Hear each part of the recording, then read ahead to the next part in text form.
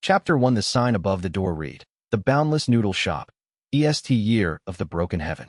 Wei Chongshan had painted it himself, 3 months after he stopped being the Ashen Sovereign and started being a man who needed somewhere to be.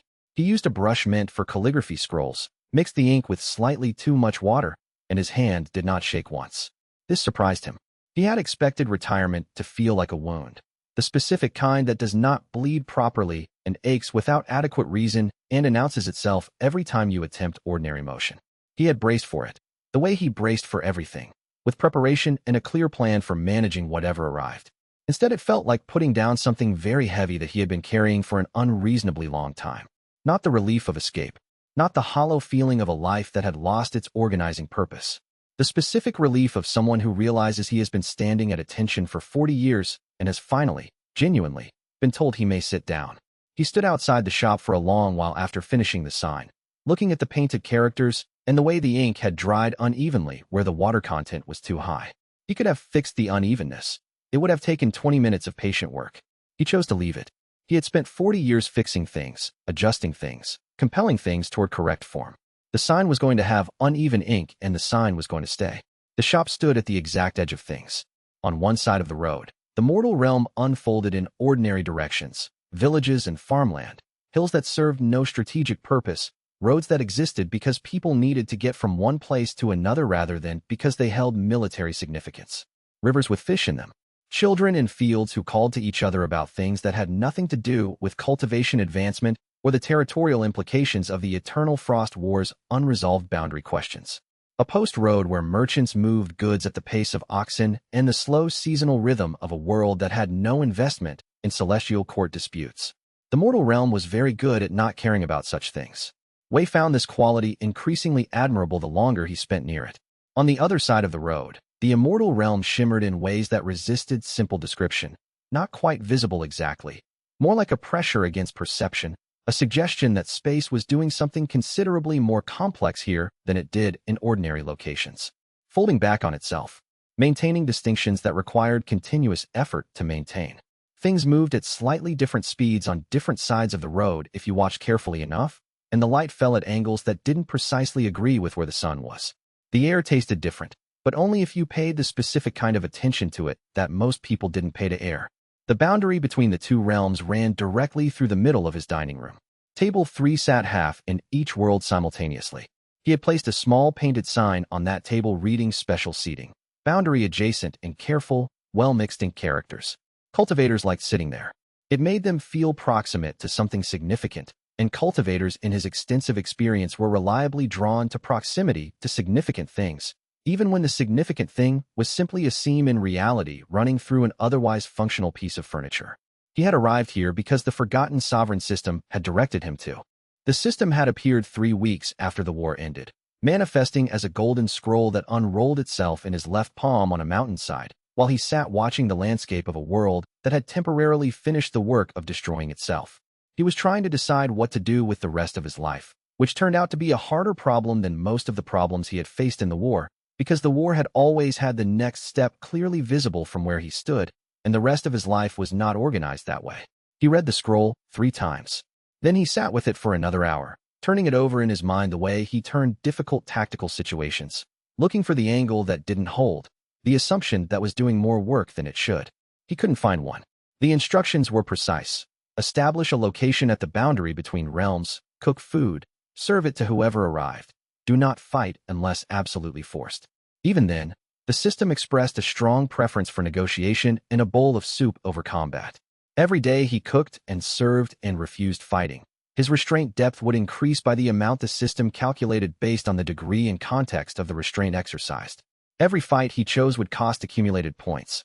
The system had not fully explained what restraint depth was building toward, only that it accumulated in the direction of a tier called Eternal Shopkeeper, or, at the furthest reach, Boundary Sovereign.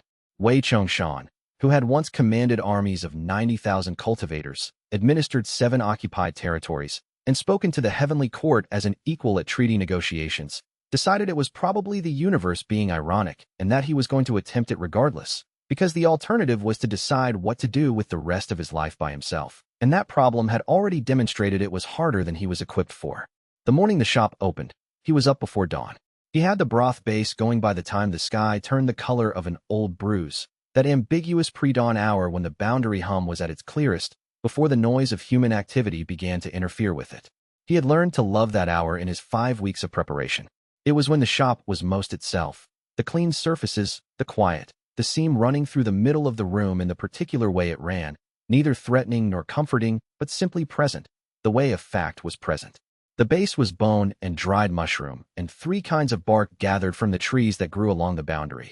Trees that put roots into both realms simultaneously and tasted of both, when prepared correctly. The earthiness of deep soil overlaid with something faintly charged at the finish, something that made people go briefly quiet when they first tasted it, as if the flavor required a moment to be processed before language could address it. He adjusted the flame with a gesture, not drawing on cultivation techniques specifically, just breathing in a way that encouraged the fire toward steadiness. That was the order of capability he retained at his current tier. Ambient encouragement, things tending toward the state he preferred rather than being compelled. The fire responded the way most things responded to a retired Ashen Sovereign's politely expressed preference, promptly and without visible objection. He checked the broth 3 times in the first hour. Unnecessary. He knew it was unnecessary. He checked it anyway, because checking things was how he processed waiting, and he had not yet developed a mechanism for waiting in a context where nothing needed to be done about what he was waiting for. Lao arrived before the shop officially opened. He materialized at the doorway as Wei was wiping down the counter. A man somewhere between 60 and 200 years of age, leathery as seasoned wood, carrying himself with the practiced uprightness of a survivor who many difficult decades through the consistent application of reliable courtesy toward everyone he encountered, without exception and without apparent effort. He had a wooden cart loaded with produce, winter cabbage, spring onions, 2 kinds of mushrooms Wei did not immediately recognize, and a bundle of herbs from the boundary forest wrapped in cloth that smelled of both realms simultaneously in a way that was not quite pleasant and not quite unpleasant, but was entirely and distinctly itself. Heard there was going to be a noodle shop here, Lowen said. Not an introduction. An explanation of why he was standing on someone's doorstep before sunrise with a full cart. There is, Wei said. Good. The old man surveyed the interior with 40 years of professional judgment. The practiced look of a witness who has seen many enterprises begin and can usually tell within the first 30 seconds which ones will be here in a year. I've been supplying cultivators my whole career, and they're terrible customers. They either don't eat at all, or they consume things that no sensible person should prepare for another person. I need a buyer who can actually use what I bring, and who will still be here next month. He looked at Wei with the directness of someone who considered preliminary pleasantries a form of inefficiency. Can you cook? I'm learning, Wei said. This was accurate. 14 texts on noodle preparation in the 3 months before opening. Daily practice without a master. The patience of a practitioner who had mastered considerably more difficult arts and understood that mastery was a function of repetition applied to sustained attention over time. Lowen studied him with the expression of someone conducting a real-time risk assessment. The edge-cap mushrooms in the cart, the ones with the slight luminescence at the cap edge, they grow right on the seam itself, at the place where the 2 realms press hardest against each other. 20 years I've been harvesting them from that specific location. Don't know precisely what they do to people who eat them regularly, but the reports are consistent.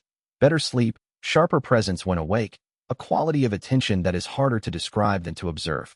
Cultivators call them clarity mushrooms and pay well. Village grandmothers call them joint medicine and pay reliably. Both groups report improvement, and both groups come back. I stopped asking for a more specific mechanism about a decade ago. He named a fair price. Wei agreed to it, and to a regular arrangement, and Lowen went back to his cart with the comfortable efficiency of someone who has made 40 years of such agreements and found them consistently uncomplicated. Cold weather coming in 2 weeks, Lowen said, over his shoulder. You'll want heavier bone in the broth base. Cold weather customers want something that holds. Add it to next week's order, Wei said. The first paying customer arrived at mid-morning.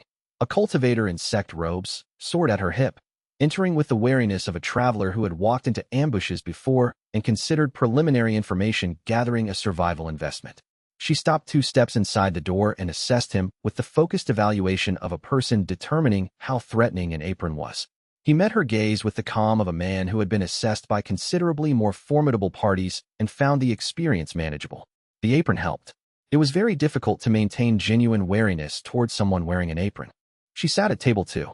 She studied the menu with the concentrated attention of someone who intended to make a considered choice. She ordered the special.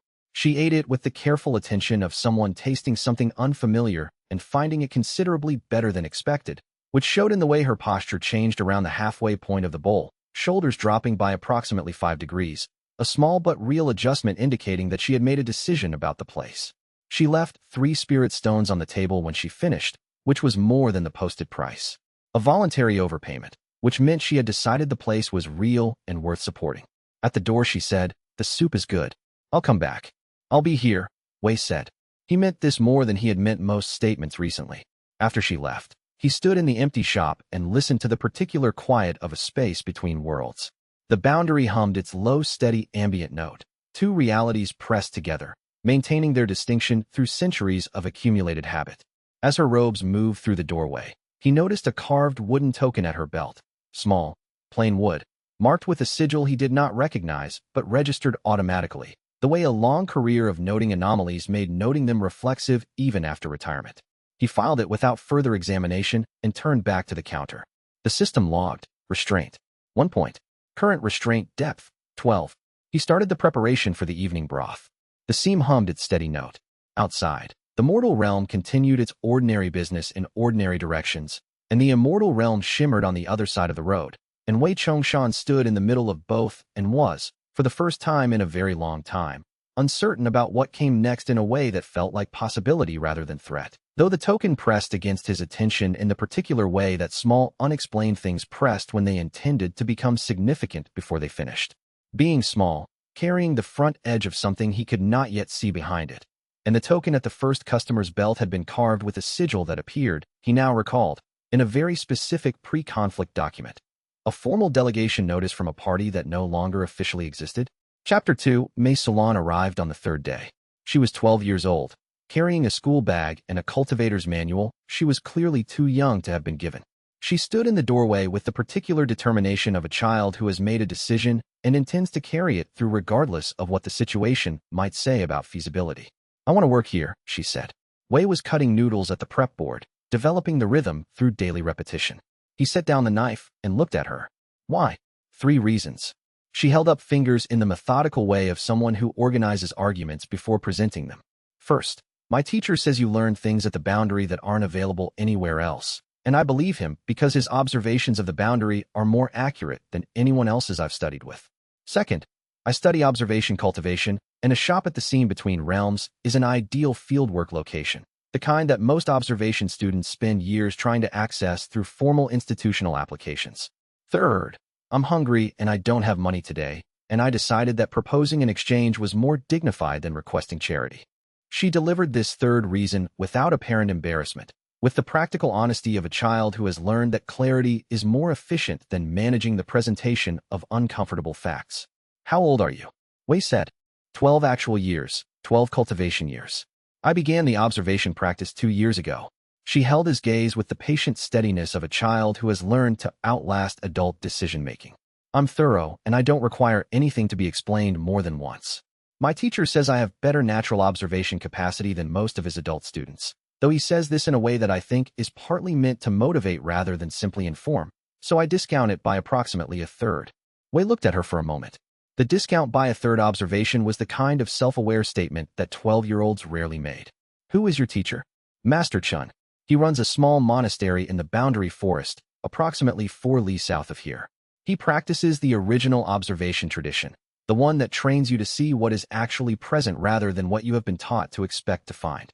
He says that a person who understands a situation completely doesn't need to fight it, because they can simply remove themselves from the situation's fundamental premise by understanding what the premise actually requires." A pause. "He says it more elaborately than that, but that's the core of it." "Sit," Wei said. "I'll feed you, and then we discuss the work." She sat at table 4, not table 3 with its boundary seating, which he noted without comment. She ate with the focused economy of someone for whom food had been uncertain enough that its presence was still something to attend to properly, not taking it for granted. And she had a quality of attention he recognized from people who had genuinely trained themselves to observe rather than categorize.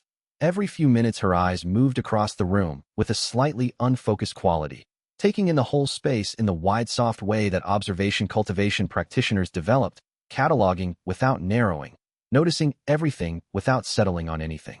"The boundary seam runs through this room," she said, between bites. I can sense it from here. Can you? Wei said. It's subtle, like the difference between reading under good light and poor light. You notice the quality difference even when you can't immediately identify the source. From here, the seam reads as a line of different pressure running through the center of the space, from the east wall to the west wall through the middle of table 3. She studied the special seating table with the soft, focused observation gaze. What does crossing it feel like from your position? You pass through it every time you bring food to the boundary-adjacent tables. Like standing at a cliff edge, Wei said. Except the cliff is made of the difference between one kind of reality and another. You're not afraid because you've been at cliff edges before and you understand what drops are. But you're paying attention because the drop is real even when it's familiar and you do it every day. She thought about this with the concentrated attention of someone who wants to understand rather than simply note. My books describe the seam differently. Your books describe it from outside, Wei said. That description is from inside. Then your description is more accurate for the specific experience of being inside it, she said, with the matter-of-factness of someone making a neutral observation about the relative value of different types of information. She finished eating and helped clear her table without being asked, then asked where she should start. She was thorough and didn't need anything explained twice. She cleaned tables with the methodical attention she gave everything, washed bowls without being told the rinse temperature matters, carried produce from Lao Wen's cart to the kitchen with the efficiency of a person who had already memorized the layout on the first trip. By the end of the first week, she had reorganized the supply storage in a way that was objectively more efficient than his original arrangement, presenting it as already completed rather than proposing it in advance, which Wei recognized as the correct approach. Some improvements are better demonstrated than discussed, and she had calculated this accurately at 12 years old with 2 years of cultivation practice. Borderwatch noticed her on the second day. Borderwatch was the shop's spirit. He had manifested on the first morning, emerging from the junction where the boundary seam met the east wall of the building. He occupied the space above the counter near the window in the suggestion of a very old cat that had witnessed most things and found few of them genuinely surprising. He communicated through the quality of his attention, warm for approval, flat for neutrality, and a cool, precise focus that could draw moisture from a nearby cup for situations requiring concern. He gave Mei Sulan warm attention from her second day, the highest endorsement he had given anything. She reads the seam directly, Borderwatch said, in the ambient voice he used for things worth saying. Her observation sense treats the boundary as a primary fact rather than comparing it against a reference. Most practitioners see the seam by noticing it differs from something else. She sees it as itself. Observation cultivation trains that direction of attention, Wei said. Training sharpens what's already there, Borderwatch said. The base capacity is unusual. She'll matter to this place in ways that are still becoming clear. She's 12, Wei said. She'll matter when she's older, Borderwatch said. The point is established regardless of timing. Wei said nothing. Borderwatch was correct, and arguing with correct observations was a habit he was actively working to discontinue. That evening, sorting the day's earnings, he found a spirit stone that did not match any order he had taken. Blank on one face. On the other, 3 characters in old notation, the kind he had last seen on a formal declaration of war. Old conflict, distant history, someone carrying a message about his past into his present, and choosing a marker rather than a confrontation. He turned it over twice.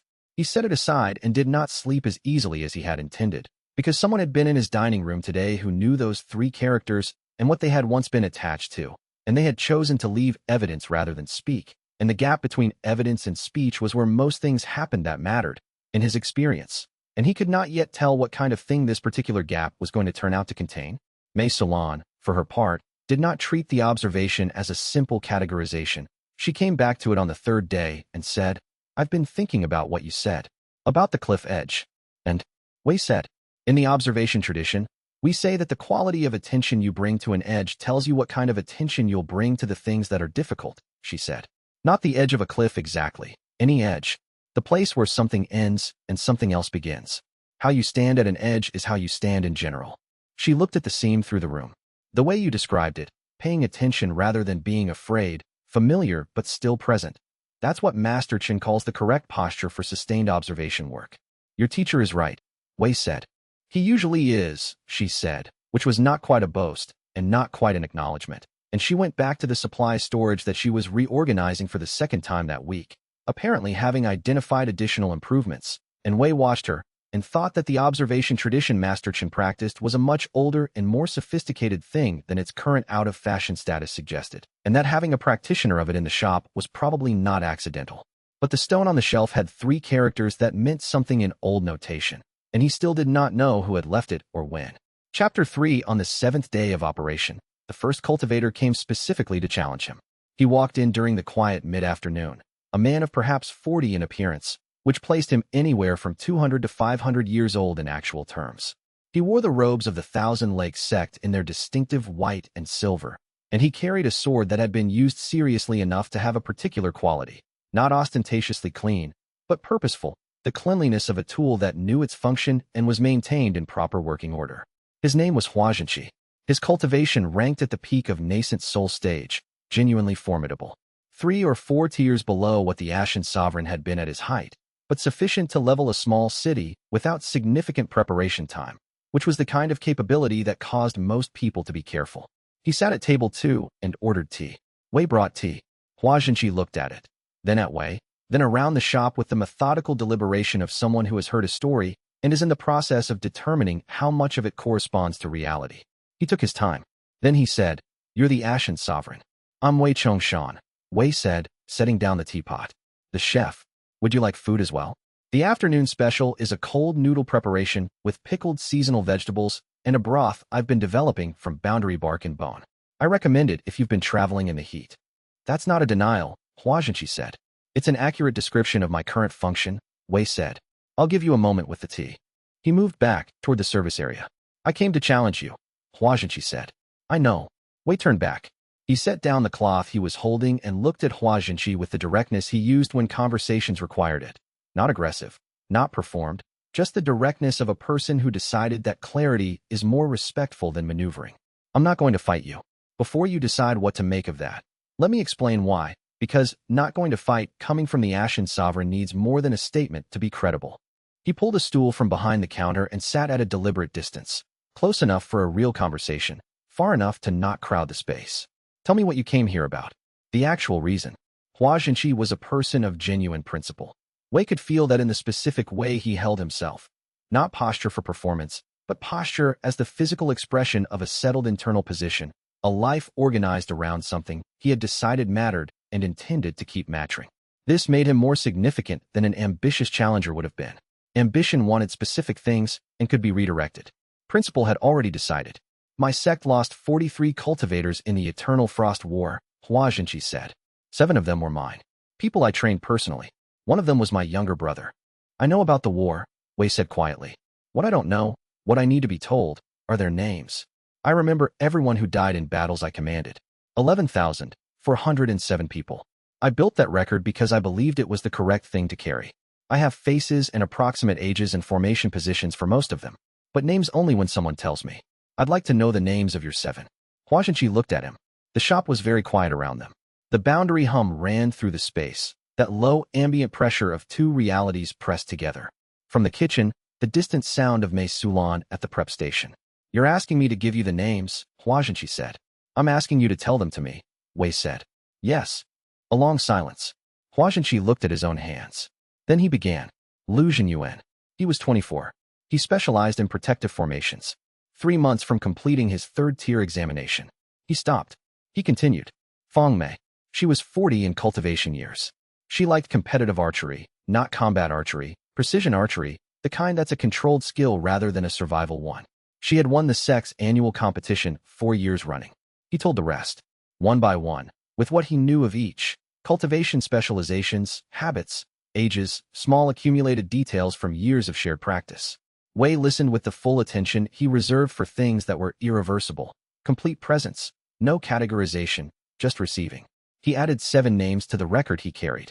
When Xianxia finished, the shop was very quiet. "Thank you," Wei said. Xianxia sat with this. "I expected you to justify," he said after a moment.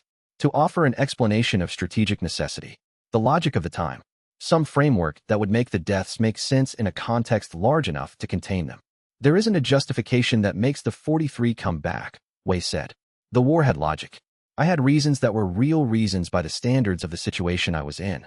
People died who are still dead. Both of those things are true and neither cancels the other." He stood. "Let me make you the cold noodles." You've been traveling, and I've found that most difficult conversations go better with food than without it. He made the cold noodles with the full attention they deserved, pulling the dough to the right tension, arranging the pickled vegetables so they would distribute correctly through the bowl, reducing the dipping broth to the proper concentration. He thought about 7 new names in a record of 11,407.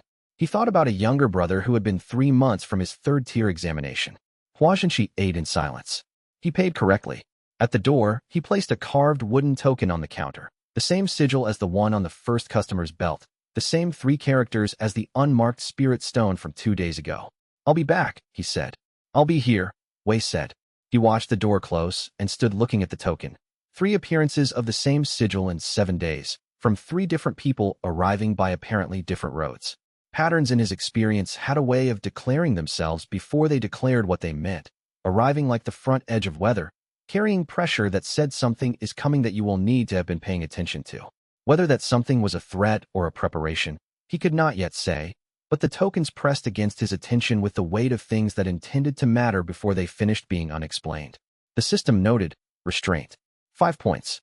Current restraint depth, 17. He stood at the counter for a while after Xianxia left, the token in his hand, and thought about what it meant to build a record that could not be acted on, a list of names that changed nothing, that could not be offered as payment or reparation or apology, that existed only as a form of acknowledgement that a specific person had existed and had died in a specific way. He had spent a long time in cultivation circles where outcomes were the measure of value, where the only acts that counted were acts that changed something in the world in a manner that could be pointed at and named. The record of 11,407 was not an outcome in that sense. It changed nothing. It was not pointed at by anyone. It existed only in him. He was coming to understand that it was nonetheless an act, and that the act of carrying without changing was its own form of cultivation, and that what it cultivated was the capacity to be present with things that could not be fixed, where holding grief without doing anything about it was considered a failure of capacity. He was beginning to think that cultivation circles had been wrong about that specific point. The border between what could be changed and what had to simply be carried was something he was learning to identify more clearly in retirement than he ever had in active command. Some things you changed, some things you carried.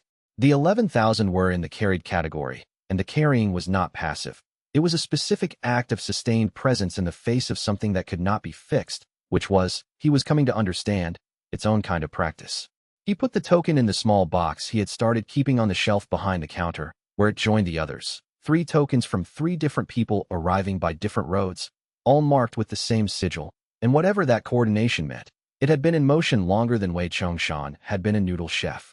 Chapter 4 Commander Zhao Ruining arrived in the 2nd week with an escort of 12 soldiers and introduced herself by explaining that she was there to conduct a boundary establishment assessment.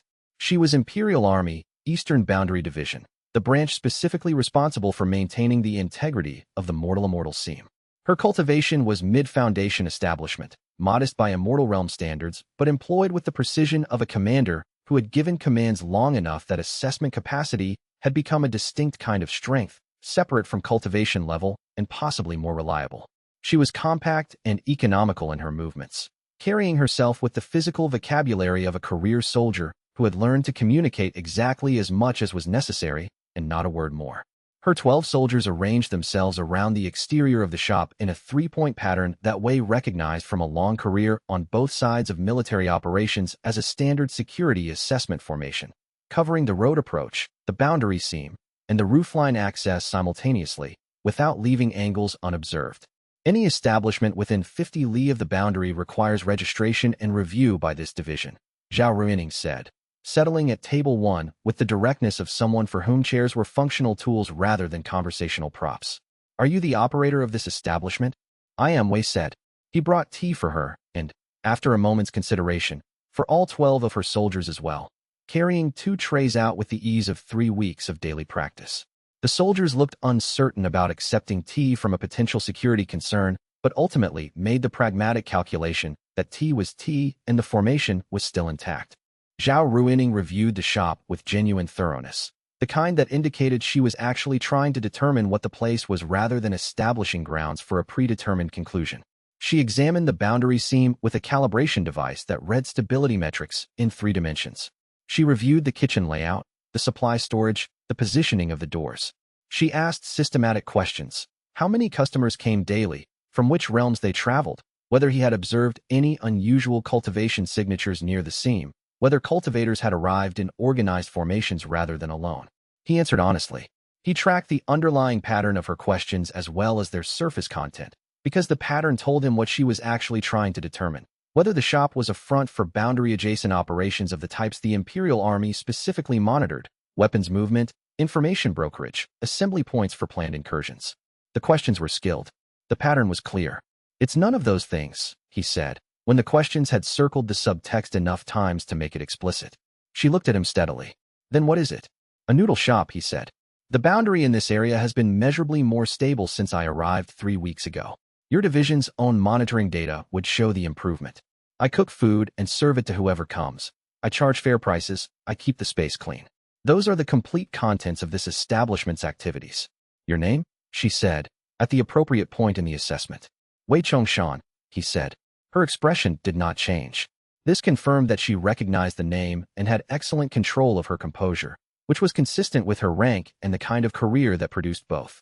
Prior occupation? She said. Large-scale conflict management, he said. Retired. The Army's records classify a figure called the Ashen Sovereign as status unknown following the conclusion of the Eternal Frost War, she said, in the neutral tone of someone citing documentation. The Army would update that classification given relevant information. Unknown is a defensible classification, he said. I'm not fully certain what I am now except a chef still learning his craft. He poured fresh tea. The boundary stability improvement since I arrived is not incidental. The system I'm operating under, the Forgotten Sovereign system, accumulates a metric called restraint depth through nonviolent operation at the boundary. That restraint depth extends into the seam and stabilizes it. If your division is tracking boundary stability metrics and trying to understand the current improvement, that's the mechanism.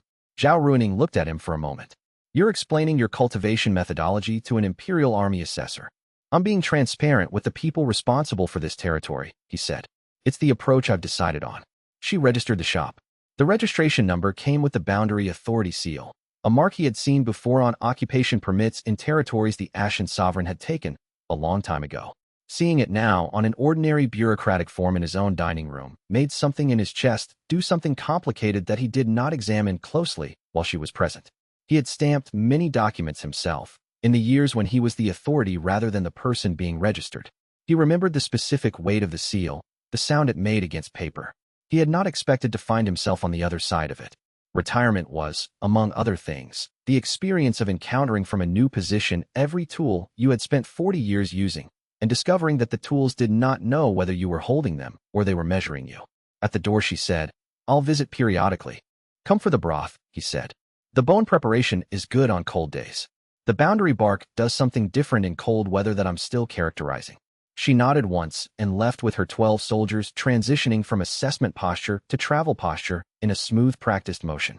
Wei watched them go and thought about the file she was beginning, and about how thoroughly he had answered every question, and about the fact that answering had felt correct in a way he was still getting accustomed to, honesty as a default rather than a tactic. He thought about what the file would eventually say, and about whether legibility would make his situation clearer or simply more complicated in ways he had not yet had time to anticipate, and thought that the distinction between those two outcomes was itself a thing he was going to need to be patient about finding out. The system logged, restraint, 3 points. Current restraint depth, 20. The garrison file, he knew, would contain the registration number and the boundary stability data and whatever Zhao Ruining had assessed about his cultivation level during the assessment, which was probably accurate. Imperial Army assessment techniques were good. She had probably determined his tier within a level or two. She had probably noted the specific quality of the restraint depth without being able to name it, filing it under unknown cultivation mechanism, with a note about the stability correlation. What it would not contain was the thing that actually mattered, that he was here because he had run out of reasons to keep being the other thing, and that the reason was genuine rather than strategic, and that genuine reasons were harder to assess than strategic ones because they didn't follow the logic of gain and position. He thought about what he would put in his own file, if he were writing it. He would note the boundary stability data. He would note the restraint depth mechanism. He would note that the operator was genuinely retired rather than strategically positioned. And then he would note that genuine retirement in someone with his history was either the most boring possible outcome or the most interesting one, depending on what you were paying attention to. and that determining which was the kind of long-duration observation project that required patience of a kind the Imperial Army would find valuable to have invested in. He hoped the file reflected that. He suspected it would, because Zhao Runing was the kind of officer who wrote files that reflected what she had actually observed rather than what her institution expected to find. And the file she was building was going to say more about what he was than anything he could have planned, which was either the safest possible outcome or the one that required the most careful watching. Chapter 5. Pei Shu arrived on a Tuesday in the second week. He walked through the door under his own power, which was a greater accomplishment than it appeared given the wound in his side that had been inadequately managed for approximately 2 days. He was young, 17 or 18 at most, with the worn boots and calloused hands of a practitioner who had spent months on the road without adequate rest, the kind of wear that accumulated from necessity rather than from choice. His color had the specific quality Wei recognized from 11 campaigns as the pallor of someone running on decisions rather than physical reserves, maintaining forward motion through the act of having decided to maintain it. He made it to table 2 and sat with the controlled precision of someone for whom each movement was a deliberate expenditure of finite available energy. He was not a cultivator. His meridians were intact but entirely uncultivated, no techniques to draw on, no regenerative capacity beyond what an ordinary body provided, which made the wound considerably more serious than it would have been on a trained practitioner, because a trained practitioner would have had ways to manage what an ordinary body had to simply endure. "I need," he said, and stopped. He had gotten this far on a specific plan. The plan had apparently not included what came next. "Stay still," Wei said. "Don't talk yet."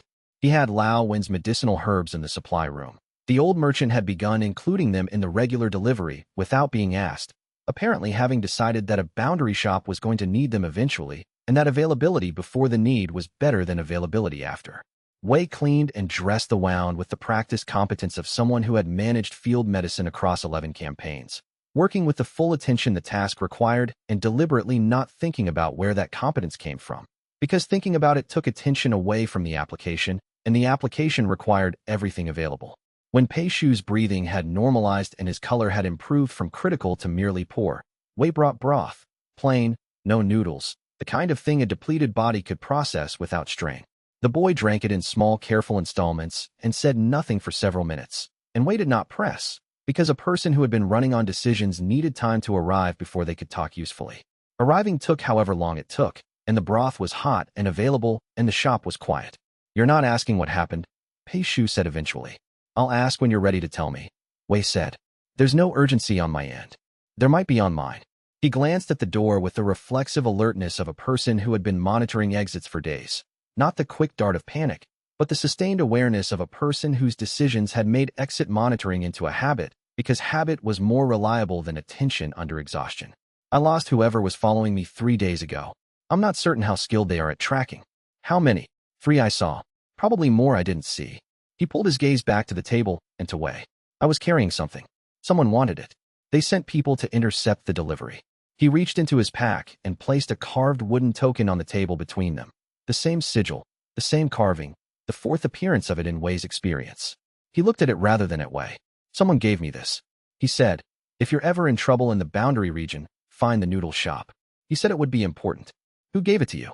Wei kept his voice level. "A man I met on the road 6 months ago." He said to call him Scholar Yi. "He hired me as a courier, manuscript delivery, correct documentation, fair payment. Normal work. Then a month into the route he appeared again and gave me something else instead, said it was the actual commission." Pei Shu produced a small container from his pack, plain lacquered wood, very old, sealed with wax over the joint. Nothing remarkable about it visually. But Wei's ambient awareness registered something in its proximity, a resonance with something ancient and boundary adjacent, the quality of an object that was not significant in itself, but held the key to something that was. He said not to open it. He said to find someone who understood the boundary. "You can stay here," Wei said. "I have a back room with a lock." The boundary proximity interferes with most tracking techniques in this immediate area. Energy signatures blur at the seam, which makes the shop functionally invisible to standard cultivator location methods. You need rest before any other decisions become relevant. He stood. "Finish the broth. I'll make noodles when you're ready for something more substantial. You don't need to tell me more about what you're carrying until you choose to, and you don't need to trust me yet. Just eat and sleep." "Why help me?" Pei Shu said, with the careful wariness of a practitioner who learned that easy generosity usually costs something specific. Because you're in my shop injured and in need of help, Wei said. That's the complete reason. I'm not interested in the container. I'm interested in you being alive and functional in 3 days. I might bring trouble to this place, Pei Shu said. The shop is already accumulating complications of various kinds, Wei said. One more is manageable. The boundary has particular properties here that make certain kinds of trouble difficult to sustain. He moved toward the kitchen. Sleep. Eat when you can. We'll see what tomorrow looks like when it arrives. Before he went to sleep that night, he went to check on Pei Shu in the back room. The boy was asleep, properly asleep, the flat, deep sleep of genuine exhaustion rather than the shallow, alert sleep of someone still managing threat. His breathing was even. The wound was stable. He was, for the first time in what had probably been weeks, in a place where he did not have to maintain the continuous assessment of his situation. Wei stood in the doorway for a moment and thought about what it meant to provide that. Not safety exactly, because the shop's situation was complicated, but the specific condition of not having to be on alert for long enough to sleep. He had been in positions over his career where he controlled access to safety and had used that control as leverage. He was not going to do that here. The boy could sleep and eat and heal and decide what he wanted to do next, and whatever he decided was his decision to make. The system had given no instructions about caring for injured couriers. This was not, Wei had decided, an argument that the system didn't want him to do it. The system gave instructions about what to accumulate and what not to do. Within those constraints, the specific acts of the day were his to determine. And the specific act of letting a tired, injured person sleep without leverage was one he intended to keep. He started the evening broth and thought about 4 tokens from 3 sources, and a scholar named Yi, and a sealed container that resonated with something old and boundary adjacent, and thought that whatever the forgotten sovereign system had directed him toward when it sent him to this specific location was larger and more deliberately constructed than a simple instruction to cook soup. Someone had been placing tokens and arranging arrivals for longer than Wei had been here. The question running beneath everything else, like a second note beneath the boundary hum, was whether the preparation was for something coming or something already here and waiting for him to become the ground it needed to stand on. The answer was going to matter considerably more than he was ready to address on a Tuesday evening with the broth needing its bark added at the correct time, or the bitterness would not mellow before the morning service. But it was going to matter, and the matching had already begun, whether he was ready or not. Chapter 6. The Hollow Blade sect disciples arrived in the 3rd week, 4 of them, wearing matching silver-trimmed robes that caught the morning light with the kind of deliberate intention that was itself a form of statement. They came on horseback, unnecessary given their cultivation levels, but the horses communicated something about how they preferred to enter situations, with visible resources and a pace they controlled rather than a pace the situation imposed. They tied their horses to the post outside without asking whether the post was available for that purpose, which was also a form of statement. The one at the center was named Feng Wei, as Wei would learn through the course of the morning. He positioned himself at the center of the group with the specific gravity of a man told since childhood that he was exceptional and had encountered insufficient resistance to that assessment. Flanking left was Reneo, who had the watchful energy of a person who processed situations by immediately identifying where the confrontation would emerge. The other 2, whose names Wei did not learn because they contributed primarily agreeing noises and supportive positioning, he categorized privately as first follower and second follower because efficiency required working taxonomies. The shop was doing good lunch business when they arrived. A traveling merchant couple at table 1, the boundary forest archivist at table 4 with a bowl of noodles and a dense text on boundary cartography, and 2 soldiers from Zhao Ruining's garrison at table 5 with the comfortable posture of people who came twice a week and always ordered the same thing and always tipped correctly. Mei Sulan was moving between the kitchen and the service area with the contained efficiency she had developed over 3 weeks of daily practice. Feng Wei surveyed the dining room with the slow, deliberate attention of someone determining whether a location merited his consideration. He settled on table 3, the special seating, the one that bridged both realms, and sat without consulting the sign indicating it was for designated seating only. The other 3 arranged themselves around him in a formation that had probably been natural for long enough to have stopped being deliberate. "We'll have the menu," Feng Wei said, in the general direction of Wei. Wei brought menus. He brought tea without being asked. He said, "I'll give you a few minutes," and returned to the kitchen. Through the pass-through window, he heard Reneo say, quietly enough to not be meant for him, but not quietly enough to prevent it, "He's supposed to be the Ashen Sovereign." He heard Feng Wei say, "He's wearing an apron." He heard Reneo consider this and say, "The apron could be a technique."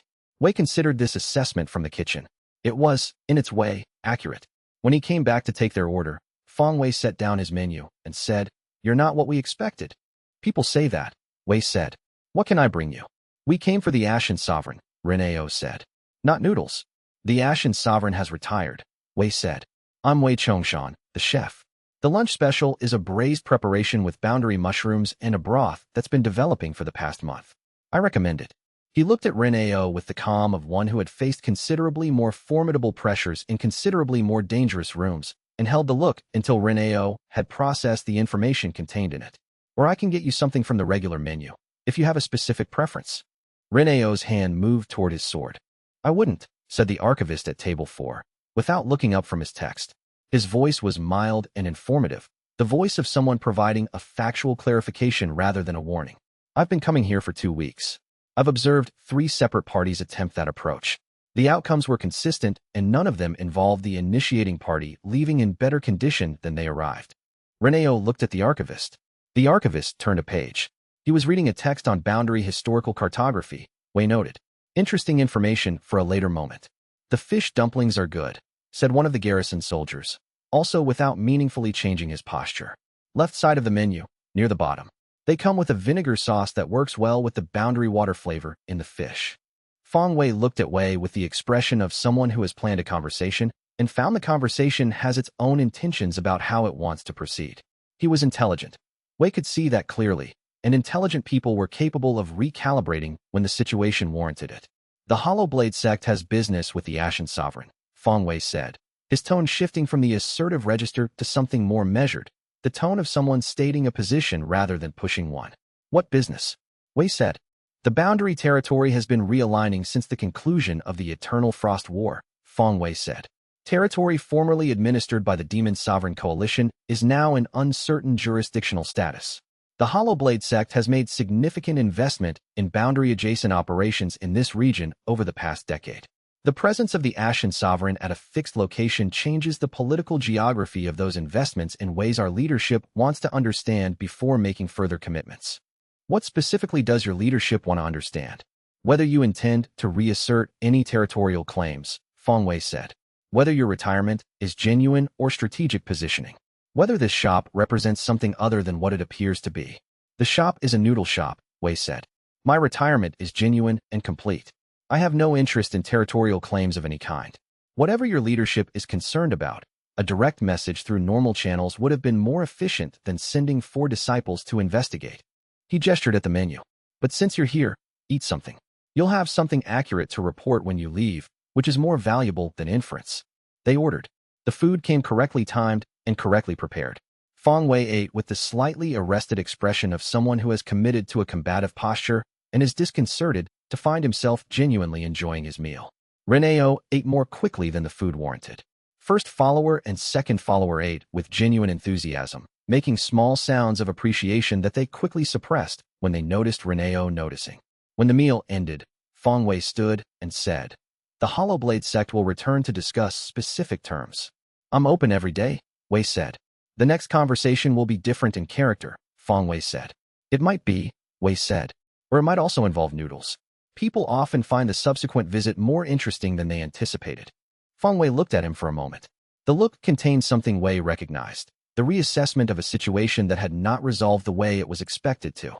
Then Feng Wei left, with the others following in the pattern they had maintained coming in. They left paying slightly under the stated price, a small deliberate insult, the kind that could be interpreted as oversight if convenient. Wei cleared the table and did not comment on the shortfall. He thought about the word Feng Wei had used, realigning, a diplomatic term for contested territory that implied the contest was still considered active. The Hollowblade sect believed the territorial question was ongoing. They were watching his retirement for signs of strategy because they believed the retirement could itself be strategic. And the distinction between a genuine retirement and a strategic one was something Wei was going to need to be clearer about, not just to others, but to himself. The system logged, restraint. For points. Current restraint depth, 24. Mei Sulan came out of the kitchen and said, without preamble. The one at the front knew exactly what table 3 meant when he sat down there. He was testing whether you'd react to boundary provocation. "Yes," Wei said. "You didn't." Reacting was what he wanted, Wei said. Serving him a good lunch and not reacting was considerably more informative for both of us. He went to check the afternoon broth. The mushrooms need looking at. Lauwen said the edge caps are behaving unusually this week, and I want to understand what's affecting them before using them in tomorrow's broth. She went to check the mushrooms, and Wei stood at the prep station and thought about a sec that watched his retirement for signs of strategy, and about whether the most strategic thing he could do was to simply and consistently be exactly what he was, which was what he was trying to do, and whether those two things being equivalent was reassuring or the kind of realization that would keep him awake if he let himself think about it long enough. And Mei Sulan's reorganization of the supply. Storage had turned up a token, small and plain, tucked behind the bark bundles, that she had not recognized and had handed to him without comment, and he had not told her yet what the sigil on it meant. Chapter 7 Scholar Yi arrived on a morning in the 4th week. He walked up the road from the mortal realm side at the unhurried pace of someone for whom urgency had been redesignated as optional, not as a cultivated quality, but as a natural result of having been present for long enough that the relationship between arrival and readiness had resolved itself. He was old.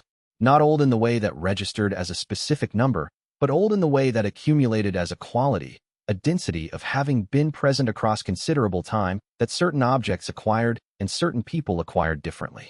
He walked with a staff that was neither decorative nor load-bearing, just a staff, the kind carried by someone who had found it useful to have something to hold. His robes were plain and road-worn and had been mended in several places by someone who knew what they were doing and had taken the time to do it properly. He came in, sat at table 2, and said, "I'll have the morning broth. And you should probably know that I'm the person who distributed the tokens." Wei looked at him for a moment. Then he poured 2 cups of broth and sat down across from Scholar Yi, which he did not generally do with customers. Scholar Yi accepted this without comment, as if it were the expected response. "All 4 tokens," Wei said. "More than 4, Scholar Yi said.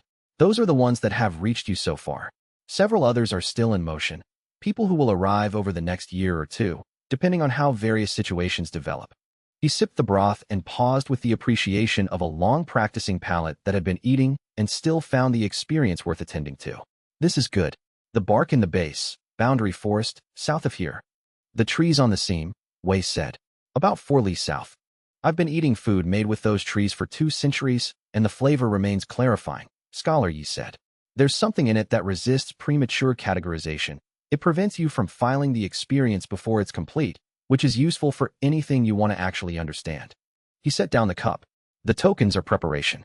I've been identifying people who will need the shop before the shop existed. And before identifying the people, I spent considerable time identifying where the shop would need to be, which required understanding the boundary's stress pattern across 4 centuries of documentation. The area I've established in is one of the boundary's primary stress points," Wei said.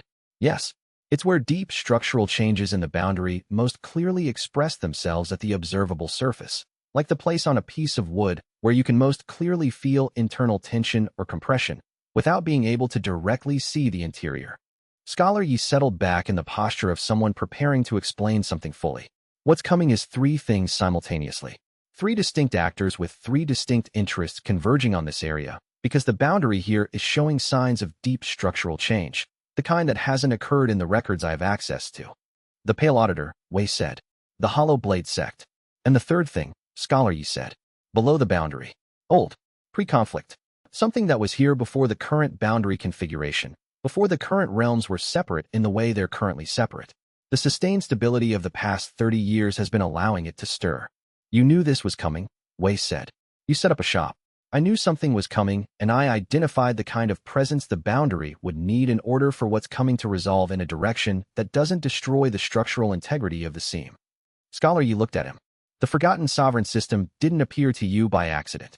The system has been waiting for someone with your specific profile, someone who has been powerful enough to carry weight, who has chosen to stop using that weight for force, and who can accumulate something that conventional cultivation doesn't build toward. Restraint depth," Wei said. "The boundary has needed a restraint accumulator at this specific stress point for several centuries," Scholar Yi said. "I've been a partial solution. 400 years of not fighting has accumulated something, though I didn't know its name until recently. But I'm not the right presence for this location. I move too much. I don't create a fixed point." He set correct payment on the table. "You create a fixed point. The shop is the mechanism. The food is the interface through which it propagates. Every person who eats here and returns to their home location carries something of what this place carries." "The tokens you distributed," Wei said. "Who are they for?" "People who need to find you," Scholar Yi said. Some of them you've already met. Pei Shu is the most urgent. He's carrying a key to something that matters. He stood. I'll come again when circumstances shift meaningfully. Who were you? Wei said. Before the boundary scholarship. Scholar Yi paused at the door. Someone who made choices similar to yours, he said. Approximately 4 centuries earlier, and with considerably less specific guidance. I'm still working out what those choices accumulated into. I expect you'll find out before I do. He walked back toward the mortal realm road at the same unhurried pace, and Wei watched him go and thought about 400 years of patient preparation and a system that had been waiting for someone with his specific profile, and thought. The retirement that feels like freedom is also a function that someone has been planning for, which was either reassuring or alarming, and he was not yet certain which. But the boundary was humming its changed register, and the broth needed attending, and whatever Scholar Yi's centuries of preparation were building toward would have to be thought about while the broth reduced. The system noted, restraint. 2 points. Current restraint depth, 26. The boundary stability improvement in my region, Hu Fenglin said, on his 3rd visit, when he had been coming for 2 weeks and had graduated from the formal information exchange of the first visit to something more like conversation. Does it affect the full seam, or only the area near the shop? The effect is concentrated near the shop and radiates outward, Wei said. The concentration decreases with distance, but the effect appears to extend significantly further than I would have expected from the size of the accumulation. Our monitoring data shows improvement across the full 50-li stretch, Hu Fenglin said. That's a larger radius than any single-point cultivation technique should produce. The restraint depth accumulates into the seam structure itself rather than projecting from a point, Wei said. It extends through the boundary's fabric rather than radiating from it. The difference is significant for range. He poured tea. How is your assessment report coming? The data is clear, Hu Fenglin said. The mechanism is still characterized as unknown cultivation technique. The stability improvement is documented in full. He paused. The pale auditor has seen a preliminary summary. He's not satisfied with it. What does he want the report to say? He wants the mechanism characterized as something the Compliance Division has regulatory authority over, Hu Fenglin said. The current characterization, unknown cultivation technique producing boundary stabilization, doesn't fall cleanly into his jurisdiction. So he wants to change the characterization rather than the facts, Wei said. That's a common approach in administrative environments, Hu Fenglin said, with the mild tone of someone who has observed this pattern many times and has chosen not to find it surprising. Something in that exchange lodged in Wei's chest and did not leave. Not the pale auditor specifically, or even the mechanism of administrative jurisdiction, but the specific phrase Hu Fenglin had used, the establishment. As if the shop were already being processed by a bureaucratic apparatus that had decided in advance what it was and was simply building the documentation to match the conclusion. He had spent 40 years inside institutions that process things. He knew how that process ran. He had not planned, when he came here, to spend his retirement navigating it from the outside.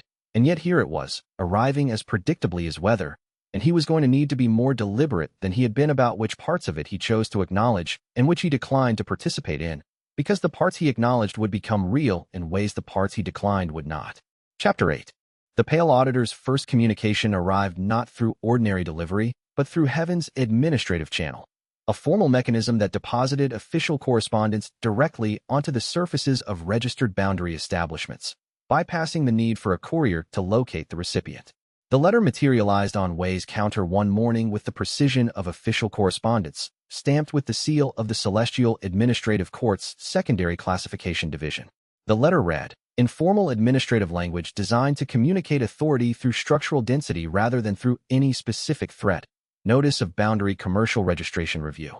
It has come to the attention of the Boundary Compliance Division, operating under the authority of the Celestial Administrative Court, that an establishment identified as the Boundless Noodle Shop has been conducting boundary-adjacent commercial operations within the zone of primary administrative jurisdiction of this division. Regional Imperial Army registration has been noted. However, boundary zone commercial operation requires supplemental certification and full cultivation disclosure documentation from this division. The operator of record is requested to present complete credentials including cultivation history, current tier designation, and prior administrative actions within 60 days. Failure to comply within the specified period will be interpreted as willful noncompliance, and the establishment will be subject to administrative closure per Boundary Commercial Regulation Code, Section 47. Wei read it twice. Then he handed it to Border Watch, who read it with the cool, focused attention that was already drawing moisture from the nearby teapot. Administrative framework, Borderwatch said. Yes, Wei said. Responding through their formal channel acknowledges their jurisdiction, Borderwatch said. Correct. Not responding invokes the non-compliance clause and gives them documented grounds for closure without needing direct confrontation. He poured tea from the diminished pot. The goal of this letter is to force a response that creates a record. Either I submit documentation that gives the pale auditor a complete profile on me, which, for someone with my history, would be substantial, or I refuse, and he has grounds for closure. Who is the pale auditor? Wei said. He's occupied the boundary compliance position for approximately 40 years, Borderwatch said. Before that, the Inner Court's administrative branch. He's exceptionally skilled at using bureaucratic structure to accomplish things that direct confrontation couldn't accomplish, creating requirements, enforcing classifications, generating legitimate grounds for action against parties who haven't done anything that could be addressed through the normal challenge framework. He doesn't fight people. He regulates them out of positions they should rightly hold. He regulates noodle shops, Wei said. He attempts to, Borderwatch said. Wei went to see Commander Zhao Ruining. Her office received him without ceremony, which he was beginning to appreciate as one of her characteristic qualities. She read the letter twice, set it on the table, and said, "The Boundary Compliance Division has been extending reach over the past several years. Boundary establishments in 3 other regions received similar letters last year. 2 complied with the certification process. They're now under ongoing reporting requirements that give the auditor's office effective veto power over their operational decisions. 1 refused. It was closed within the 60-day window. The certification process requires cultivation history and prior administrative actions," Wei said. Correct, Zhao Ruining said. For someone with your background, that documentation would be extensive. Once the pale auditor has a complete profile on you, he can apply prior conflict provisions that authorize closer monitoring, additional reporting requirements, and eventually, if he builds the case carefully enough, an administrative determination that your presence at the boundary constitutes a compliance risk. She looked at the seal on the letter. He can force you out without a single cultivator drawing a sword. Everything done through the documentation system. Everything technically within his legal authority. Administrative warfare, Wei said. Paperwork instead of formations. Paperwork backed by celestial law, Zhao Ruining said. The distinction matters practically. I need 2 things, Wei said. First, file a jurisdictional dispute arguing that local Imperial Army registration is sufficient for this establishment and that the division's supplemental certification requirement doesn't apply to boundary establishments with active local military oversight. That creates a competing claim he has to address before the 60-day window closes. I can file that today, she said. The outcome is uncertain, but it creates delay. Second, I'll respond to the letter through a local civil notary in formal compliance language that acknowledges receipt without acknowledging the division's jurisdiction. It demonstrates procedural engagement without conceding the framework. Zhao Ruining looked at him. Where did you learn administrative law? I negotiated 10 treaties and administered 7 occupied territories, Wei said. Administrative procedure is warfare conducted with documentation instead of formations. The tactical grammar is the same. Establish position, control the tempo, deny the opponent the ground they need to operate. The difference is that in this case my objective is to stay in one place and make noodles, which is a different kind of objective than I've had before.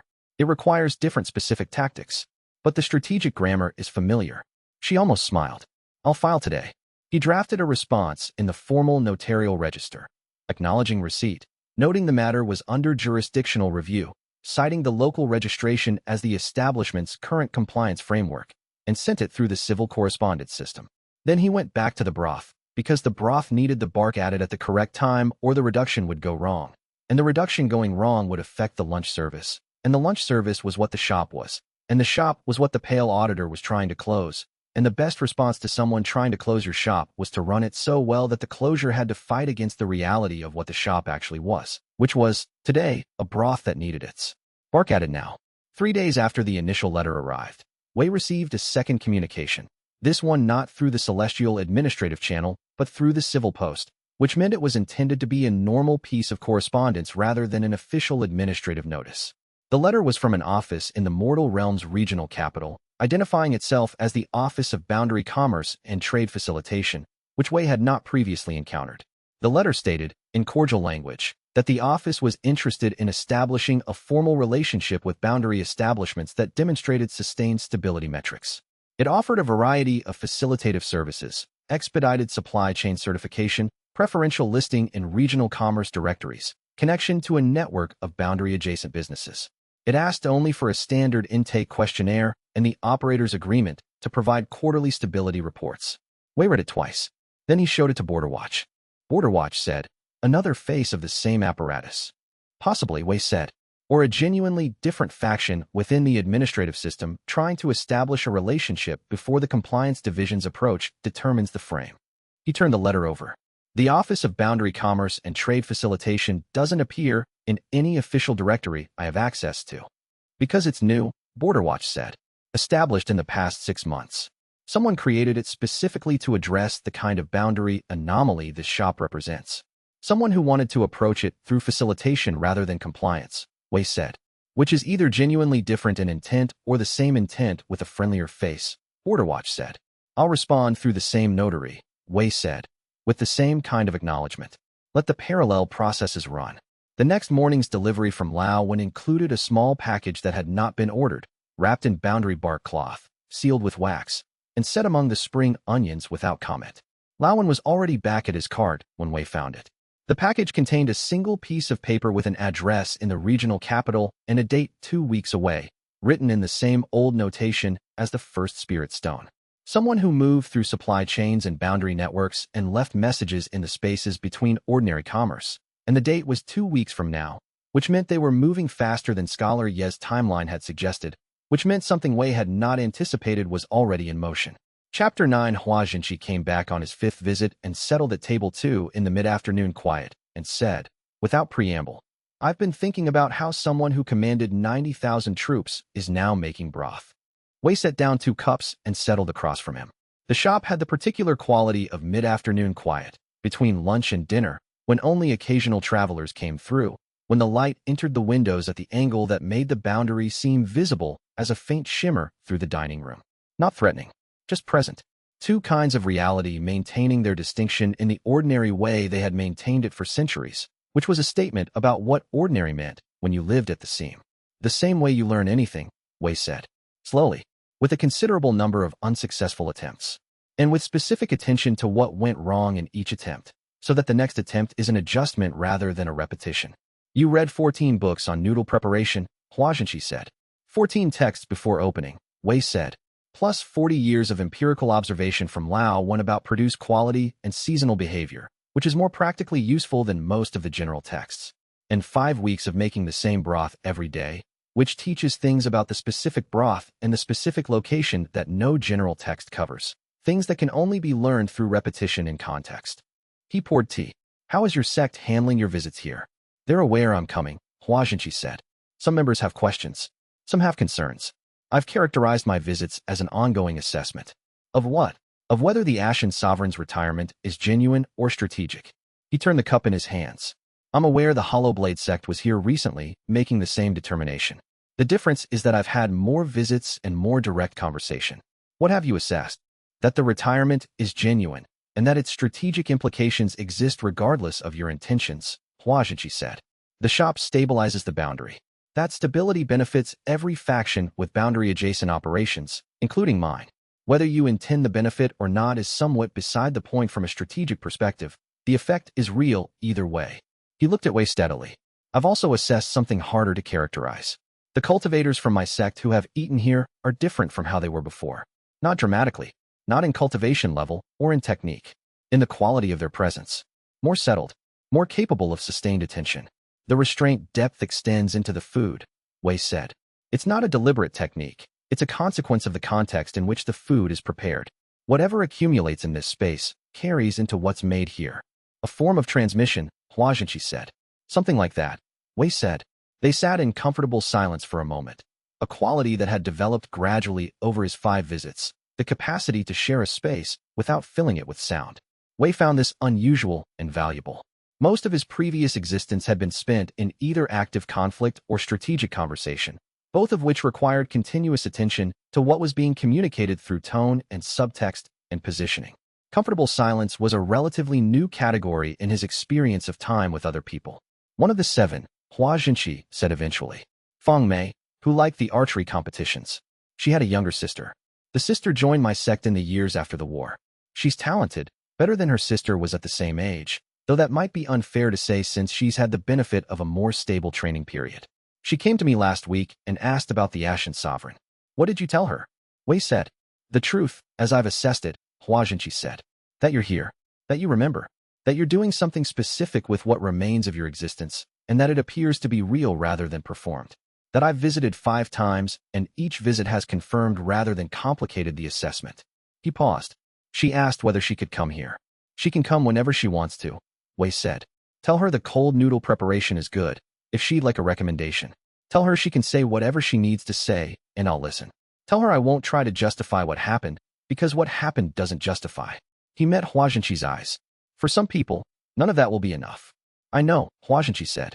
I told her that. He stood. At the door, he paused. You asked me last time about wanting the names.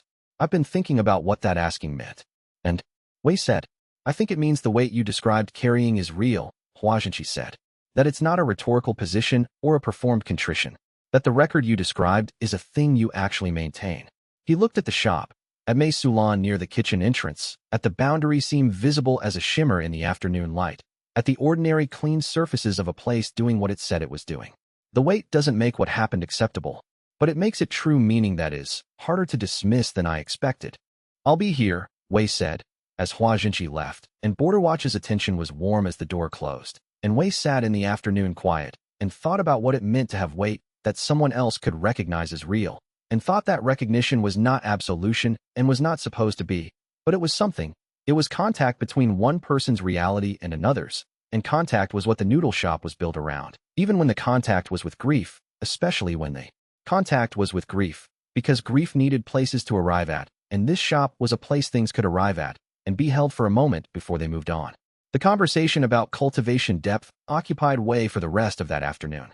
He had not, before Hua Jinqi mentioned it, thought carefully about the specific quality of the restraint depth as it expressed itself in other people's cultivation. He had noticed that people left the shop differently. Zhao Ruining soldiers were more focused on their subsequent visits. Hua Jinqi's own presentation had settled into something more grounded, but he had attributed it to the food's ambient quality without examining the mechanism.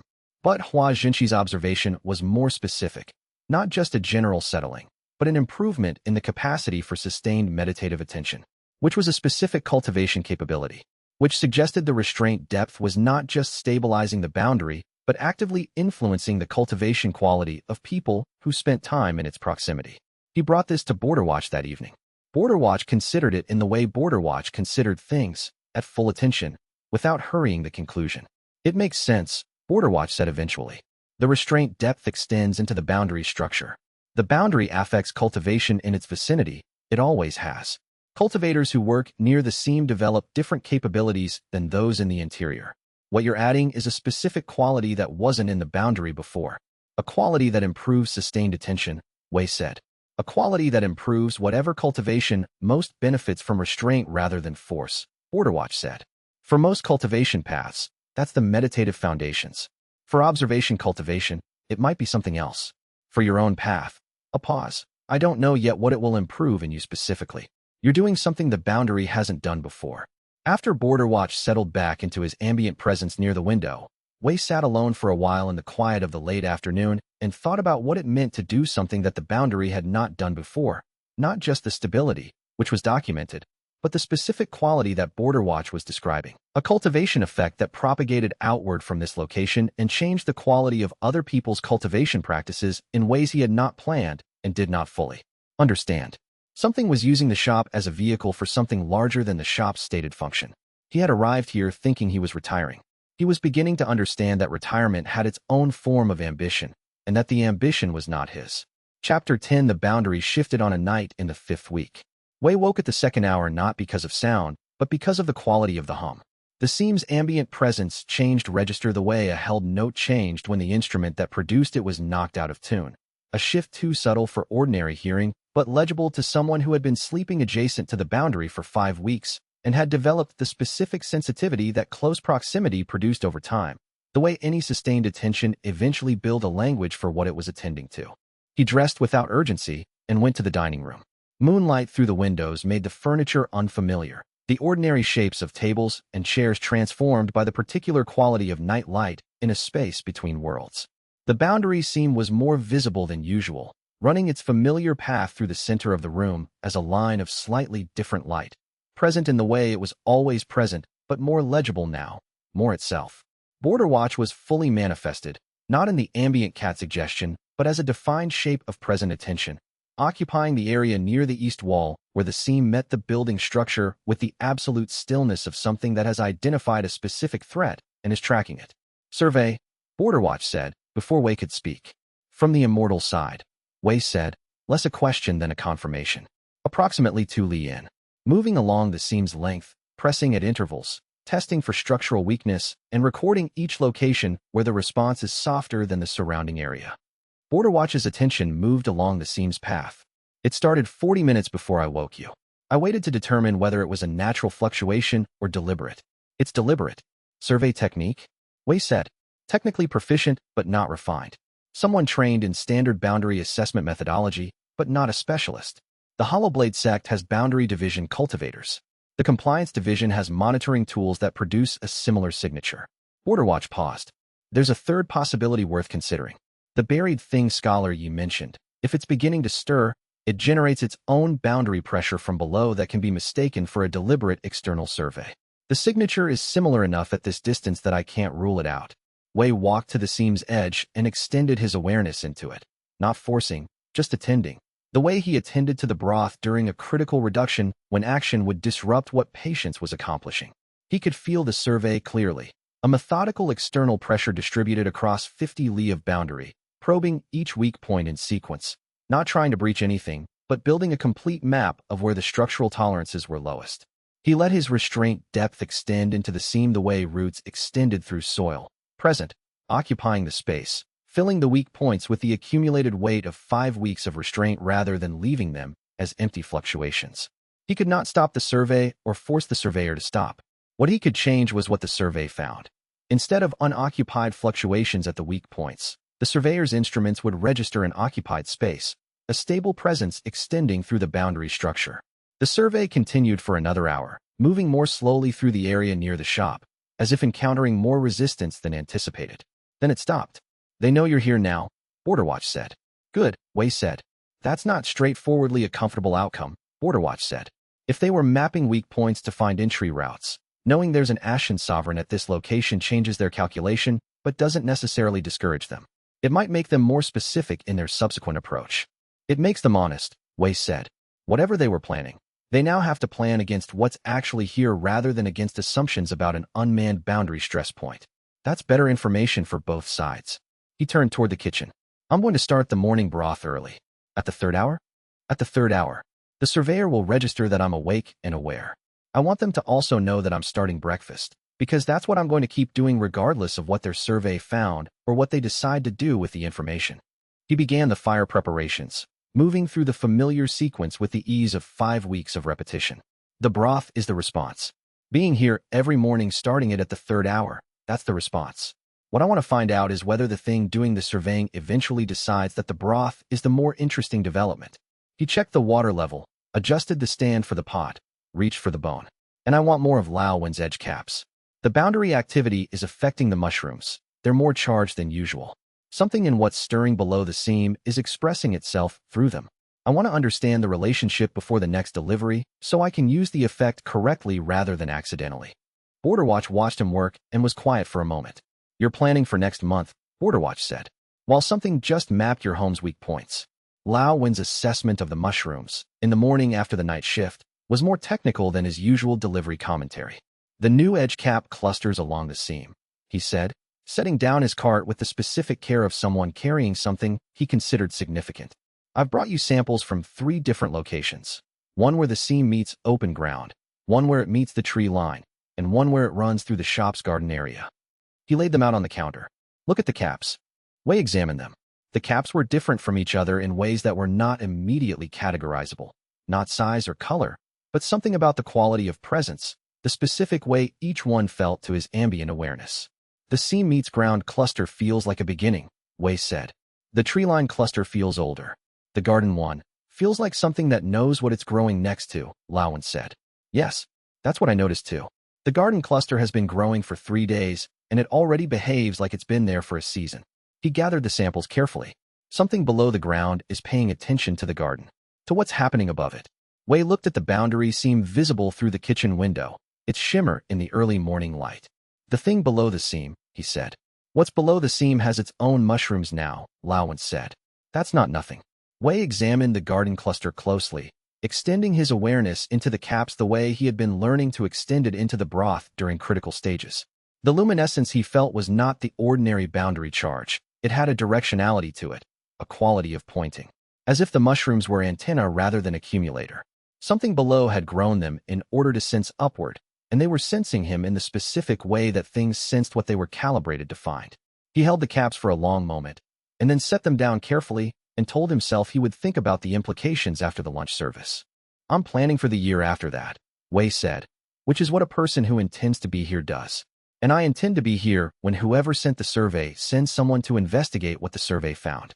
I intend to be here when Fong Mei's sister arrives to say what she needs to say. I intend to be here when Pei Shu is healed enough to decide what he wants to do about the container he's carrying. I intend to be here when Scholar Yi comes back to tell me what has shifted. I'm going to be making broth for all of it. And what I'm curious about is whether the thing below the boundary, when it finally surfaces enough to be addressed directly, is going to be impressed or disappointed that the thing it surfaces to find is a very good noodle shop. Fellow cultivators, before we begin this journey, strengthen this channel's foundation. Subscribe and ring the bell so you never miss a new chapter. A single like fuels the furnace. Now let us begin. Chapter 11. A stranger arrived on a morning in the 6th week, just after the breakfast service cleared, when the shop was in the particular quiet of between times. He was ordinary, deliberately ordinary, the specific kind of ordinariness that is a conscious construction rather than a natural state, recognizable to someone who had spent decades among people who cultivated specific impressions of themselves. He wore mortal merchant's clothing in brown and gray that had been chosen for neutrality rather than for fit or quality. He carried a travel pack of reasonable but not distinctive quality. He had a beard that had been maintained, but not recently. He sat at table 1 and asked for morning broth and plain rice noodles, which was the simplest item on the menu. Wei brought the order. He noticed. The man's hands as he accepted the bowl showed specific calluses in the particular positions that indicated extended fine energy control work. His breathing had a slight regularity to it that was not quite ordinary, not the deep, even rhythm of obvious cultivation, but the subtly different rhythm of someone maintaining a baseline technique automatically, the way long-practiced methods became unconscious over time. He was not a merchant. He was a cultivator in merchant's clothing, and he was good at the ordinary person impression, but not quite good enough for someone paying the specific kind of attention Wei paid to people in his shop. He ate without appearing to look at anything in particular, which meant he was looking at everything. Wei refilled the tea and said, "Looking for something specific, or taking a general survey of the situation?" The stranger looked up. He had gray eyes with the quality of someone accustomed to observing rather than being observed, which was its own kind of tell. "Am I that obvious?" "To me," Wei said. "Not to most people here." "You're not most people," the stranger said. He seemed to make a decision. "I'm from the Pale Auditor's office." Not his official compliance apparatus, a separate department. The Administrative Research Division. We track boundary anomalies and document them. And I'm an anomaly, Wei said. The stability here is the anomaly, the stranger said. We've been monitoring this stretch of boundary for 3 years. It's been in a gradual declining stability trend, normal for the post-conflict period. Then 6 weeks ago the trend reversed. Sharply. The current stability metrics are better than anything in our records for this specific area, which go back over 200 years. He looked at Wei directly. The change correlates exactly with your arrival date. It does, Wei said. The Forgotten Sovereign system accumulates restraint depth through nonviolent operation. The restraint depth extends into the boundary seam and stabilizes it. The mechanism is not something I've fully characterized yet. Can you explain it further? Not yet, Wei said. I'm still learning what I'm doing. He poured fresh tea. What does the Administrative Research Division do with information like this? Document it, the stranger said. The Pale Auditor's Office, officially, wants to regulate boundary anomalies that fall within their jurisdiction. The Research Division is more interested in understanding anomalies before making regulatory decisions. We're not always aligned on what purpose the information serves. He paused. They're not aligned on many things. Are you personally aligned with the regulation side or the understanding side? Wei said. The stranger was quiet for a moment, the beat of someone deciding how much of the truth was useful to give. The understanding side, he said, which creates complications in my current employment. A report that accurately documents a boundary-stabilizing presence would complicate any regulatory case for closure, Wei said. It would make the existing approach considerably harder to justify, the stranger said. Yes. He set down his cup. My name is Hu Fenglin. I'm officially conducting an anomalous stability assessment for the compliance division. The report I write will be factually accurate. What the pale auditor draws from it, the emphasis he chooses, the conclusions he highlights. Those are separate matters over which I have limited control. Come back as often as you want for the assessment, Wei said. The shop is open every day. The broth is better on cold mornings. He stood. One question. Yes. Someone directed you here specifically, beyond the compliance division assignment. Someone used a phrase that indicated knowledge of the boundary scholarship tradition. Hu Fenglin paused. He looked at the boundary seam through the dining room, at the particular shimmer of it in the morning light. An anonymous message was sent to my division. It used a specific scholarly reference, pre-conflict, very old notation system. I looked it up before coming. It originated with a boundary scholar named Yi Mingshan. He set payment on the table, correct, precise, with a small additional amount that was a signal rather than a tip. I recognize the reference because I've been tracking boundary scholarship as part of my research work for 6 years. Most people in the compliance division wouldn't have recognized it. He left before Wei could respond, and Wei stood in the quiet of the emptied breakfast service and thought about scholar Yi Mingshan and a contact inside the pale auditor's own apparatus, and thought. The preparation scholar Yi described has been considerably more thorough than his manner of describing it indicated, which meant the scale of what was coming was also larger than Wei had been led to account for, and he had already been accounting for quite a lot, which was not a comfortable realization to have on a morning when the lunch service was 40 minutes away and the broth still needed its final adjustment. The system noted, restraint. 3 points. Current restraint depth, 29. Hu Fenglin's fourth visit established something that Wei had not originally anticipated, a functional working relationship. He arrived that morning with a collection of documents, boundary stability records from the administrative archive, organized chronologically, covering the area's history over the past 200 years. He spread them on table 2 and said, the anomaly is visible in historical records going back to the original boundary surveys after the conflict. This stretch showed consistent instability relative to surrounding areas. Nothing extreme, just persistently below the regional baseline. Until now, Wei said. Until now, Hu Fenglin agreed. Which means the current stability is not a restoration to a historical baseline. It's an improvement beyond any documented prior state for this location. He looked at Wei. Whatever you're doing is new. It's not repairing something that was lost. It's creating something that wasn't here before. Wei sat with this. The system told me to establish a stable point, he said. It didn't specify what stable meant in boundary terms. It apparently meant better than anything recorded, Hu Fenglin said.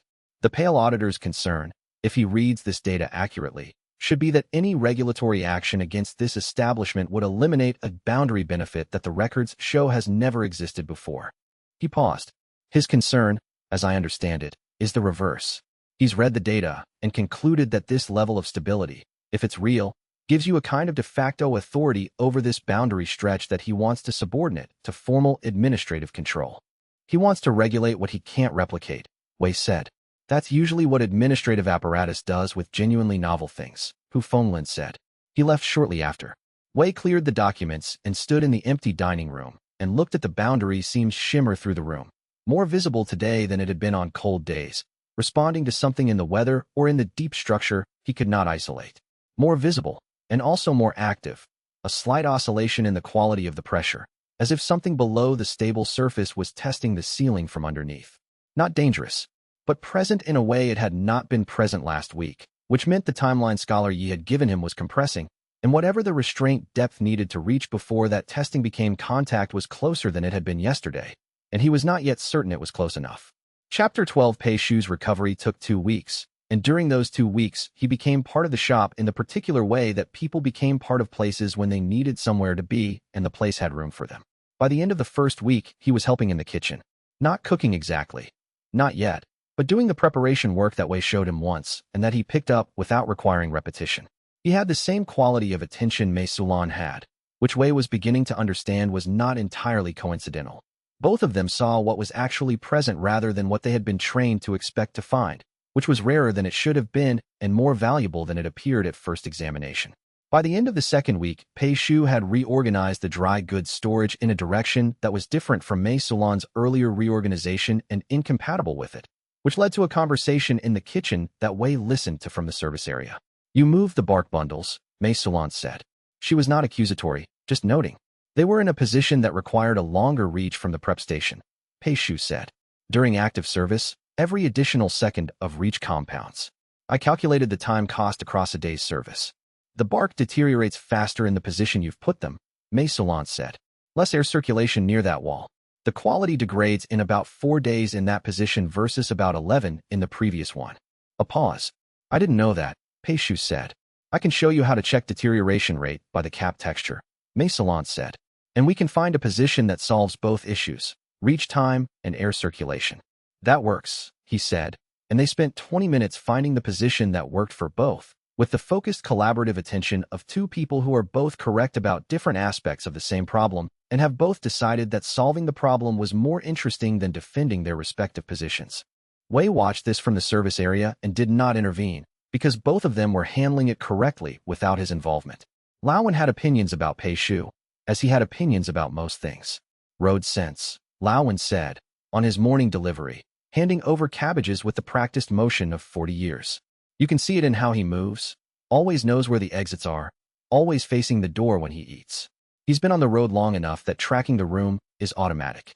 He looked toward the kitchen with the particular assessment of a man who watched people carefully, because 40 years of dealing with cultivators had made it a survival skill. He's also carrying something that weighs on him. Not afraid, worried. Afraid people get smaller. Worried people get more careful and more attentive. "He had a difficult few weeks before he arrived," Wei said. "He had a difficult life before the few weeks," Laowen said. "The recent difficulty is new. The underlying difficulty has been there longer. The good people usually have it, the kind of difficult that comes from caring about things and having the caring cost you." He handed over the last of the produce. "He's worth keeping around, if you have room. He's helping in the kitchen," Wei said. "He's good at it." "He's good at whatever needs attention," Laowen said. "That's the useful kind of competent." He went back to his cart. "The edge caps this week are particularly energetic. Something in the boundary is active. Use them quickly or the charge dissipates."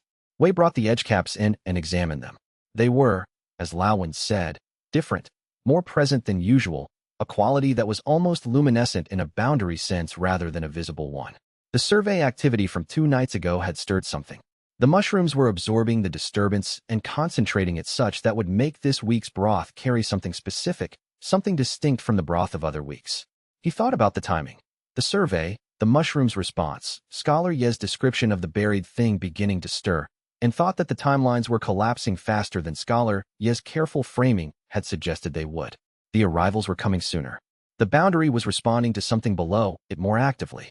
And in the kitchen, Pei Shu and Mei Sulan were solving a storage problem together with the focused practicality of two people who had both decided that the shop was worth maintaining at the highest possible standard, which was its own kind of preparation for what was coming. And Wei set the edge caps aside for the evening broth and went to start the lunch service, because the lunch service needed starting and the things below the boundary would wait their turn. Pei Shu's first attempt at the morning broth was instructive in multiple directions. He arrived at the 3rd hour as Wei had asked, in the dark before dawn, and stood in the kitchen with the attentiveness of someone who intends to learn rather than simply execute. Wei walked him through the bone preparation, selecting the right density, scoring the structure to allow the marrow to contribute to the broth without clouding it, the specific temperature for the initial reduction. Pei Shu did each step exactly as instructed. Then he said, "Why does it matter which side faces up when you score the bone?" Wei told him.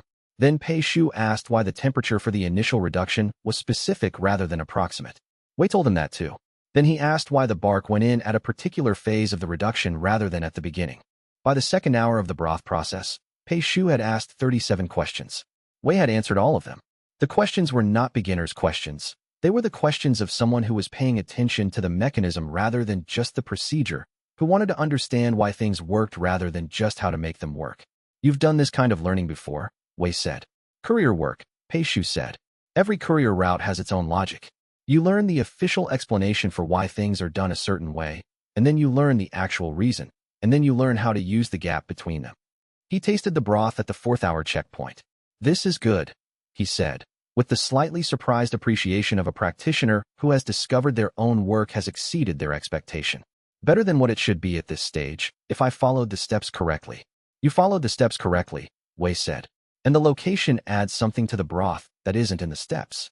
Pei Shu looked at the bowl, then at the kitchen around him. The location adds it. Or you do, he said. Wei thought about this. I'm not certain there's a difference anymore, he said. After 8 weeks here, I'm not sure where the shop's character ends and mine begins. The restraint accumulates into the space, and the space accumulates into the broth, and the broth carries what the space carries. The chain doesn't have a clean break. Pei Shu nodded slowly. Then the broth can't be made the same way anywhere else, he said. No, Wei said. Which means whatever it does to people who eat it, that effect is also bound to this location. He poured a second cup of broth for himself and tasted it. Pei Shu was right. It was better than his own. Something in not knowing what to look for had let the boy find what Wei's trained attention had been filtering past. The people who carry what this place carries when they leave, they carry a specific thing from a specific place. Not a technique, not a cultivation method, something that belongs here and that they take a piece of with them. He set down the cup. That's going to matter more later. I don't fully understand how yet, but I know it will. Chapter 13. Fong, Mei's younger sister, arrived on a clear morning in the 7th week. Her name was Fong Ruoi. She was 23 years old in cultivation terms and had the contained tension of one who had been preparing for a conversation for long enough that the preparation itself had become part of the difficulty. She was a junior cultivator in the Thousand Lakes sect, with the specific quality of a person who has been managing grief for so long that it has become structural. Not displayed grief, but built into how she carried herself grief. The kind that took up residence in the shoulders and the set of the jaw, and the particular careful way a person held their eyes when they were looking at something they had decided to look at directly rather than sideways. Hua Zhenqi had sent a message ahead. Wei had read it and had been thinking for 2 days about what to say, without arriving at a satisfying formulation. He had concluded that there was no satisfying formulation. There was only the truth, and the truth was not satisfying, but it was real, and real was better than comfortable in most situations he had encountered. Fong Ruoi sat at table 2 and looked at him. He sat down across from her. He did not begin with pleasantries, because pleasantries in this context would have been an insult to what she had come for. He said, Your sister was Fong Mei. 40 years in cultivation terms. She liked competitive archery, the precision kind, not the combat kind. She died in the 3rd month of the war, in a defensive formation at the perimeter of the Eastern Ridge encampment. She was covering a withdrawal. I don't have more detail than that because I commanded at a level where those specific decisions were made by subordinates who were not available to ask. Fong Ruoi looked at him throughout this. She had not moved. I'm telling you what I know, Wei said. Because you deserve to know what I know, and not to know what I don't. What I don't know is more than what I do, and that's a real limitation. Hua Zhenqi told me her name, and that she liked the archery competitions. Those are the only things I have to give you that aren't hollow.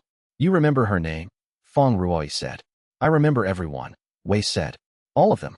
All 11,000. All 11,000, for 107, Wei said.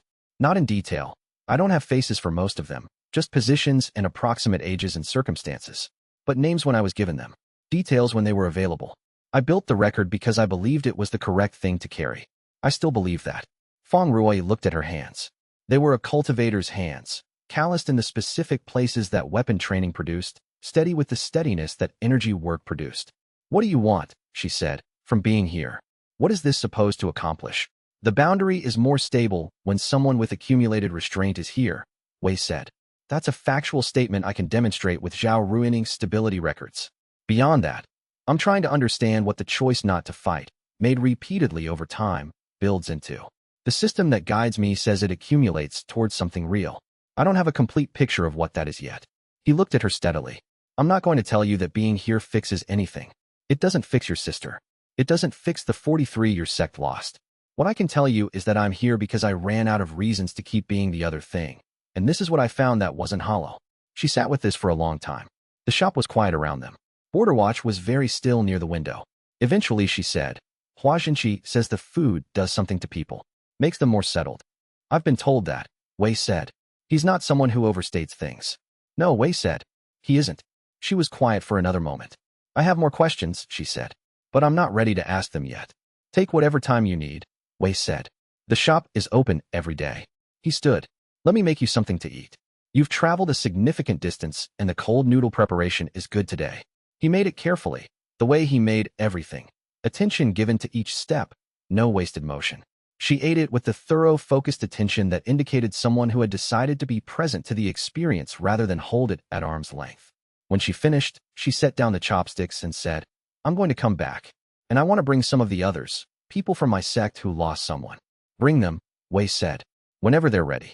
She left, and the shop was very quiet after she went, and Border Watch's attention was not warm or cool, but something more complex. The attention of something that has witnessed many difficult things and understands that witnessing them is part of what it is for, and Wei washed her bowl and thought about what it meant to be the location where loss came to have something to say, and thought that the 11,407 were going to continue sending him people, one at a time. In the slow way that grief arrived, from unexpected directions, asking questions that didn't have satisfying answers, and needing to ask them anyway. Fang Ruo's second visit came 2 weeks after the first, and she brought 2 others with her. Both of them Thousand Lake sect cultivators, both carrying the specific, careful posture of people who had prepared for something difficult. She introduced them briefly. Wei made food for all 3 of them. He sat with them after the lunch service cleared and listened while they spoke, haltingly at first, then with more ease as the shop's particular quiet settled around them. One of the others had lost a training partner in the war. The other had lost a teacher. Wei listened with the full attention he gave to things that were irreversible. He added what names he was told to the record. He did not try to make the losses make sense in a framework that contained them, because he had concluded some time ago that this was not possible and not useful. He acknowledged what had happened. He acknowledged that he had been responsible for a portion of it. He did not minimize or justify. When they left, Fang Ruo paused at the door. "The food," she said. Hua Zhenqi was right about it. "People say that," Wei said. "My training partner, the one she lost," the other cultivator said, and stopped. Started again. She came back from the eastern ridge the morning after the formation collapse. She was different after. We all noticed it, but no one could say what it was. More present. Less reactive to provocations that used to affect her. She looked at Wei. She'd eaten here. The morning before she died, she'd eaten the morning broth. Wei held that. "I didn't know that," he said. "I know," she said. "I thought you should." The cultivator left before Wei could respond, and Fang Ruo paused at the door and looked back at him. Not with anger exactly. Not with forgiveness either, but with the particular look of a cultivator who has found out that the record they needed to exist does in fact exist, which is not comfort, but is its own form of acknowledgement. He held her gaze steadily. She went. The door closed. Wei stood in the empty shop for a long time after they left, not doing anything, just letting what had been said settle into whatever it was going to settle into. There was a person who had eaten here the morning before she died. There was a person who had noticed the change in her. There was the knowledge, now his to carry, that the shop had reached someone in their final hours. Not saved her, not changed her fate, but reached her such that was visible to the people who knew her, visible enough to be worth telling him about across the span of months. He did not know what to do with that information except to keep the broth going and the shop open and trust that the reaching would continue, because the alternative was to close, and closing was the one thing he would not do. Chapter 14. Kong Murin arrived in the 8th week without pretense. He was from the Demon Regency Council, the governing body that had assumed authority over the former Demon Sovereign Coalition territories after the Eternal Frost War's conclusion. He wore the council's formal robes in charcoal and deep red and made no effort to minimize the cultivator's pressure he carried, which was considerable, somewhere in the nascent soul stage, deployed not as a threat, but as a simple fact of what he was. He was perhaps 40 in appearance, which placed him anywhere between 300 and 500 years of actual age, and he had the specific quality of someone who had held political authority for long enough that it had become part of his ambient presence rather than something he had to consciously project. He came in at the dinner hour, when the shop had several tables occupied. He looked around, then sat at table 3. Wei brought him tea. "The Demon Regency Council," Kong Murin said, in the tone of someone making a formal announcement, "has certain interests in the boundary region that require discussion with the individual currently operating this establishment." "The individual is Wei Chongshan," Wei said. "The chef. What would you like to eat?" "I'm not here for food," Kong Murin said. "Everyone who sits at one of my tables is here for food," Wei said. "It's the premise of the establishment. Would you like the evening special or something from the regular menu?" "The braised pork is good tonight." Kong Murin looked at him with the slightly arrested expression Wei was becoming familiar with, the look of a veteran who is prepared for a specific conversational dynamic and found the actual dynamic different from the preparation. "The Demon Regency Council represents the governing authority of territories that were administered by the Ashen Sovereign during the war," he said, proceeding through his prepared material despite the interference. "The conclusion of the war left certain administrative structures incomplete. Territory governance, resource allocation, boundary authority. These matters were not resolved in the peace terms. They were left for the interested parties to negotiate through normal diplomatic channels over subsequent years, Wei said. Which is what's been happening. With incomplete resolution, Kong Murin said. The resolution of competing territorial interests is inherently ongoing, Wei said. That's what competing interests are. They don't resolve to a stable final state. They negotiate through time. He set a second cup on the table. The council wants to know whether I have claims to assert in those negotiations. Yes, Kong Murin said. I have no claims, Wei said. I have no interest in territory, in governance, in boundary authority questions, or in anything that could be characterized as a political position in the current negotiation landscape. My retirement is complete, which means retiring from all of it, including the parts that might be personally advantageous to retain. He poured tea into both cups. I run a noodle shop. The boundary in this area is more stable than it's been in 30 years. If the council has specific concerns about boundary stability and wants to understand the mechanism through direct observation rather than inference, I'll tell you what I know. The political claims question is not something I'm engaging with from any direction. Kong Murin studied him.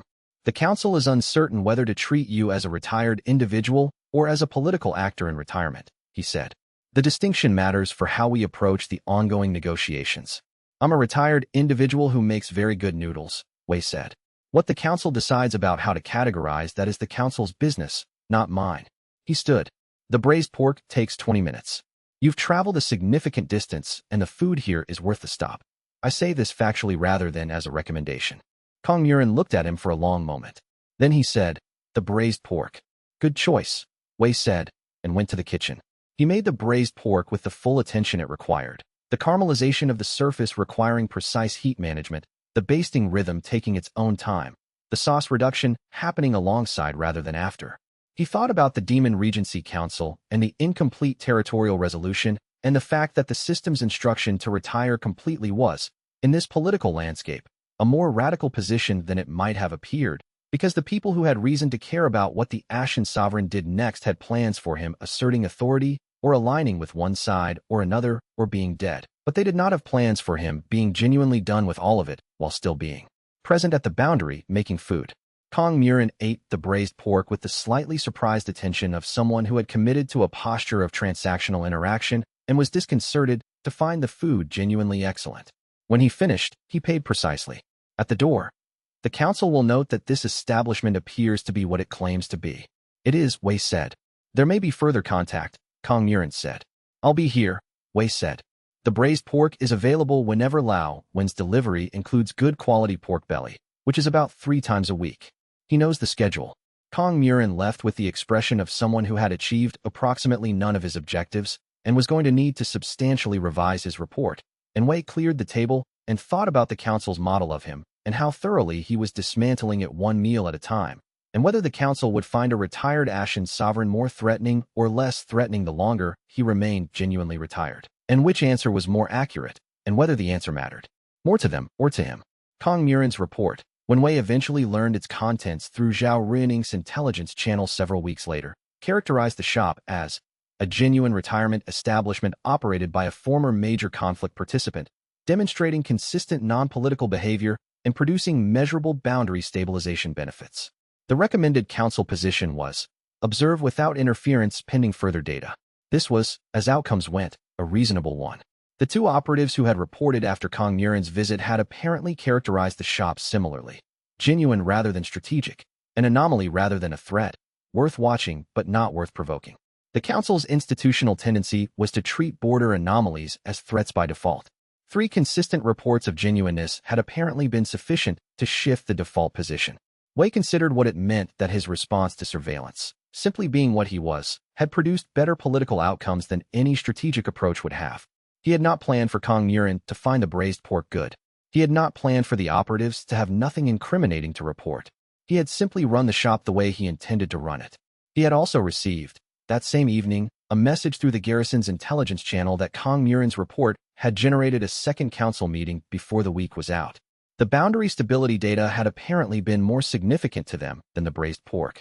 Both, in Wei's view, were measurements of the same thing, a genuine thing that had been found genuine by someone who looked at it honestly, but the council would weight the data differently. which was their function and their limitation simultaneously.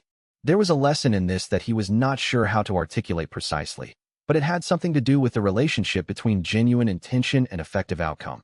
That being genuinely what you said you were was, in certain situations, the most strategically effective position available, because it removed the gap between stated and actual that most strategic positions depended on exploiting. And the council's three operatives, had they been more skilled at what they were assessing, would have noticed that the most dangerous thing about the Ashen Sovereign was not what he was planning, but what he had stopped planning, and what grew in the space where planning used to be. Chapter 15. At the end of the 8th week, Pei Shu brought the container to Wei. He did it in the evening, after the service had cleared and Mei Sulan had gone home for the night, and the shop was in the particular quiet of closed-up places, the specific silence of a space that had been occupied all day and was now returning to itself. Pei Shu set the container on the counter between them and stepped back and looked at it the way he looked at things he had carried for a long time, with the expression of someone completing a transmission. "I've been thinking about who to trust with it," Pei Shu said. "Scholar Yi said to find someone who understood the boundary. I've been watching you for 2 weeks. You understand it better than anyone I've encountered. What did he tell you about what it contains?" Wei said. "He said it was a key. Not the map. The key to reading the map. He said the actual map is somewhere in the boundary region, probably somewhere near where the seam is most complex, but it was written in a notation system that only makes sense if you have the key." Pei Shu pushed the container slightly closer. "He said I'd know when to give it to someone and that it would be obvious when I'd found the right person." Wei looked at the container. It was lighter than it appeared. The lacquered wood was very old, dry in the way old wood became dry, not brittle but compressed by time into something denser than it had started as. The seal on the top was an observation notation mark he recognized from his reading, a double circle with a character in the center that meant, approximately, "Here is what I understood at the time of writing, with the knowledge that I was incomplete." "Did Scholar Yi say who wrote the map?" Wei said. "He said it was old," Pei Shu said. "Older than the Eternal Frost War, older than most current sections. He said whoever wrote it was trying to document something in the boundary that they couldn't safely approach directly, something they could sense but not reach. So they created a record that would be findable later, when the conditions for reaching it were different." He paused. "He said the conditions are now different. How did Scholar Yi find you?" Wei said. Pei Shu settled onto a stool. "I was working the Western Post Road. He hired me for a delivery, showed me the manifest, correct documentation, standard courier terms. For a month, I thought it was ordinary work. Then he appeared again on the road and gave me the container instead of the original delivery and explained that the original was a cover and this was what mattered. He seemed to know things about my route and my habits and my timing that I hadn't told anyone." He looked at his hands. "He gave me 3 specific signs to watch for that would mean I'd been identified. He said when I saw them to move toward the boundary and find the noodle shop. All 3 signs appeared within a week of each other, exactly as he described." "He gave you the signs before the pursuit began?" Wei said. "Before I knew there was going to be a pursuit," Pei Shu said. "He knew it was coming. He set it up, or he knew someone else was setting it up, which amounts to the same thing from my position." "Something Scholar Yi said," Wei said, "when he gave you the container. Did he say anything about what this place was for?" Pei Shu thought. "He said, the shop won't fight what's below the boundary. The shop will create the ground from which understanding it becomes possible." He looked up. "I didn't know what it meant then." "I think I do," Wei said. He picked up the container and held it.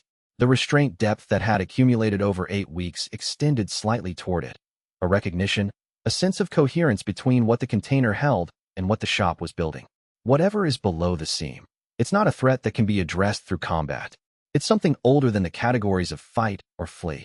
The accumulated stillness of this place is what creates the conditions to understand it. He set the container down and looked at Pei Shu directly. "Whatever comes next, you're part of it. Not as a courier. As someone who sees clearly. Scholar Yi sent you here because you read situations accurately, so that doesn't depend on cultivation frameworks. And that's going to matter more than any technique when we're trying to understand something that predates every cultivation framework that currently exists." "I'm not a cultivator," Pei Shu said. "You're something rarer," Wei said.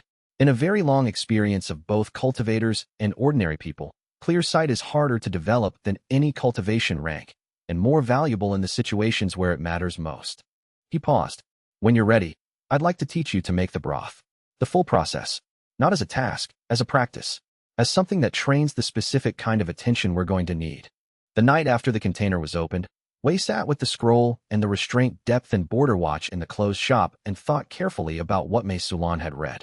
The original seam had been a meeting place rather than a border. The thing below the boundary was the memory of that function, not a being exactly, more a residual capacity, the way a scar carried the memory of the wound without being the wound.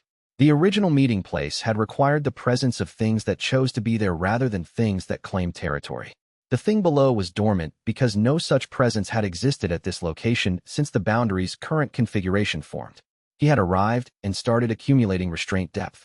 The restraint depth was, apparently, recognized by the dormant thing as the correct kind of presence, chosen, sustained, non-coercive, rooted in a specific location. How long, Wei said to Border Watch, before the dormant thing is awake enough to initiate contact? I don't know, Border Watch said. I've been a boundary spirit for a long time, and I've never witnessed this particular sequence before. But the acceleration in the past 2 weeks suggests the threshold is closer than Scholar Ye's timeline implied. When it contacts us, Wei said, what do we need to have ready? More restraint depth than we currently have, Border Watch said. The scroll describes the original meeting place as operating through the quality of accumulated presence. 43 is significant. It may not be sufficient. Then we keep accumulating, Wei said, and went to start the morning broth 2 hours early, because the accumulation happened through the act of being here and doing the work, and the work was the broth, and the broth needed starting. He set aside the scroll and put the container on the shelf behind the counter, next to the tokens from Scholar Ye's distribution network. The shelf had become, in 8 weeks, a kind of record, not the 11,000, but the other record, the ongoing one, the account of what was arriving and what it was bringing. He had not planned to keep a record here. He had not anticipated to keep any records at all, having spent 40 years keeping records of every battle and every death and every territorial decision. But some forms of record-keeping were what attention naturally became when it was paid to things that mattered, and the shelf was apparently what his attention had become in the specific context of a noodle shop at the boundary between worlds. Outside, the boundary hummed its changed register in the dark, and Border Watch's attention was warm and focused on the container on the counter, and Pei Shu looked at the shop with the expression of an individual who has arrived somewhere they did not plan to arrive and has decided that arriving was correct anyway, and the system noted, restraint. 6 points. Current restraint depth, 35, and Wei held the number in his mind and thought. 8 weeks of accumulation, and the container is on the counter, and the thing below the seam is stirring, and whatever the restraint depth needs to become in order to address what's coming, the only path there is to keep going. And tomorrow he would start teaching Pei Shu the broth? Chapter 16. The first real test of the shop's stated premise arrived on a morning in the 9th week, when a cultivator who had been hired specifically to kill Wei Chongshan walked through the door, sat down at table 2, and ordered tea. Wei was aware of him before he crossed the threshold. The boundary region had been accumulating in his awareness for 8 weeks, and things that didn't belong to the area registered the way an unfamiliar note registered in a familiar piece of music, not jarring, just present where it hadn't been present before. He tracked the arrival as he finished the morning service and cleared the table nearest the door, and by the time the man sat down, Wei had what he needed, a cultivator at the Golden Core stage, which was genuinely formidable, with the specific quality of single-purpose focus that came from being very good at a very particular task. He had the bearing of someone who had spent considerable time on tasks that required being better at them than the person on the other side, and who had generally been better at them. He drank the tea without appearing to taste it. Then he set down the cup and said, I was hired to end the Ashen Sovereign. The client specified that conventional challenge would be insufficient, that I needed to catch him without the preparation time that a formal challenge would provide. That was poor advice, Wei said, refilling the cup. I've been monitoring this stretch of boundary territory for 8 weeks. I know what belongs here and what doesn't. I was aware of you when you crossed into the boundary area approximately an hour ago. The man looked at him. You're not armed. I don't need to be, Wei said. You're not fighting, the man said, with the quality of someone noting an anomaly that requires explanation. Correct, Wei said. Would you like food as well? The morning noodles are good today. Lauwen brought excellent spring onions, and the broth has been reducing since the 3rd hour. You're the Ashen Sovereign, the man said. I'm Wei Chongshan, Wei said. The chef. I make the noodles.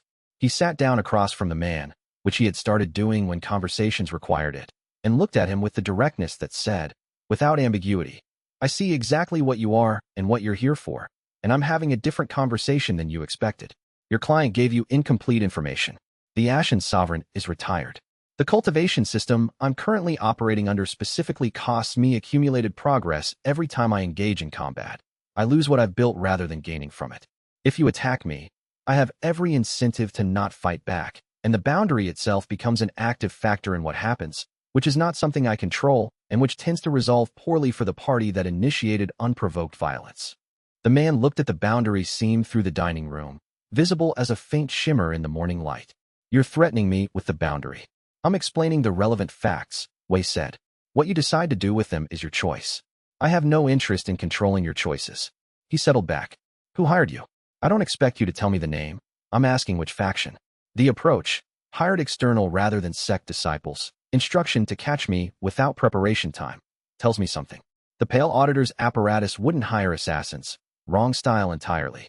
The Demon Regency Council prefers political mechanisms. The Hollowblade sect has been building a file on me rather than moving to direct action. He looked at the man steadily. Someone who knew enough about the system to understand that conventional challenge was insufficient.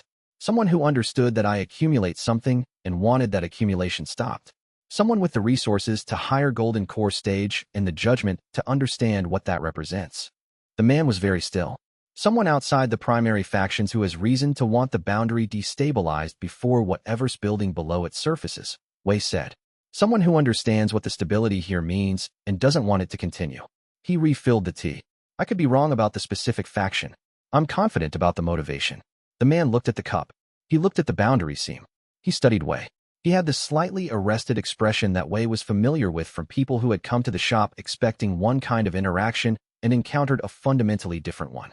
You've been here 8 weeks, the man said. 8 weeks and 3 days, Wei said.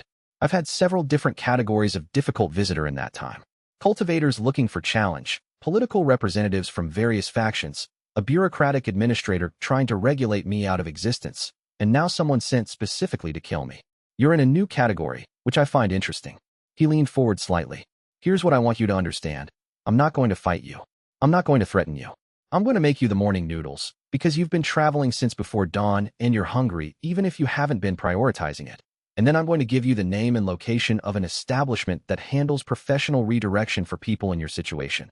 People who've been given a commission that is either not completable or not the right commission to have accepted. They're discreet, and they don't require detailed explanation. The man looked at him for a long moment. You're redirecting me. I'm giving you a practical option that's better than your current situation, Wei said. Your client gave you a commission based on bad information. The Ashen Sovereign isn't here in the sense they meant.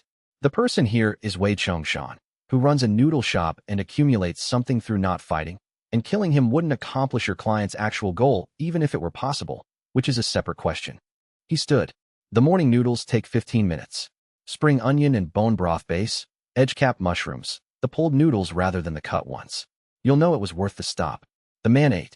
He ate with the focused quietness of a figure who has decided to let themselves think while they have something in front of them, and the thinking showed in the gradual relaxation of his shoulders and the way the single-purpose focus in his eyes broadened as he worked through the bowl. When he was done, he put down the chopsticks and said, the name, the establishment. Wei wrote it on a slip of paper and slid it across the table. The man looked at it, tucked it away, stood. He paid correctly, the full price, which was a statement of its own kind. At the door he paused. You knew I was coming. I knew someone was coming, Wei said. The boundary survey 2 weeks ago mapped the weak points. I suspected it was preparation for an approach. They gave me a specific entry route, the man said. Through the identified weak points. I know, Wei said. Someone has been watching this shop with more patient strategy than any single actor has demonstrated yet. Be careful about the client who hired you. They're operating at a level of planning that extends past you as an instrument. The man left. Border Watch tracked him down the road until he was out of sight. Mei Sulan appeared from the kitchen and said, with the directness she applied to observations she considered worth making, he came here to kill you. Yes, Wei said. You made him tea and then lunch. He was hungry and the commission was bad and the tea was ready, Wei said. Those facts being simultaneously true meant that making him tea was the correct response. He went back to the kitchen. The spring onions for the noon service need their outer layers removed. Can you start on those? She went to start on the spring onions, and Wei stood in the kitchen and thought about a client who had done careful planning, and about the boundary survey that had been preparation for this approach, and about 11,407 names in a record he carried, and what it would have meant to become the person who was added to someone else's record this morning, and thought that the restraint depth the system had tallied after this was the largest single-day accumulation he had seen. 8 points, bringing the total to 43, which was either meaningful or coincidental, and he was not yet sure which. The system logged, restraint, 8 points. Current restraint depth, 43. 43.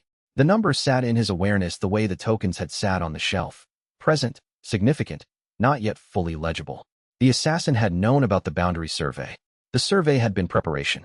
The preparation had been organized by someone who understood both the system and the boundary structure well enough to plan against it specifically, and whoever that was had not finished planning, because sending a single Golden Core operative was either a test or a first move, and in Wei's long experience of how first moves worked, you did not send one unless you had already identified what came next. Chapter 17. The boundary shifted again in the 10th week, but differently than before. The first shift had been a survey, external, methodical, probing from the immortal side. This one came from below. Wei felt it at the 4th hour of the night as a change in the boundary's fundamental character. Not a pressure against the seam from outside, but a movement within the seam itself, something changing in the deep structure that the hum had been expressing since the first week, but that was now expressing at a different register, deeper and slower, and carrying a frequency that had not been in the hum before. Not distressing exactly. More like a string that had been tuned incorrectly and was now being adjusted by a hand that knew what it was doing, even if the adjustment was still in progress. He sat in the dining room until dawn with Border Watch. It's beginning to move, Border Watch said. The buried thing, Wei said.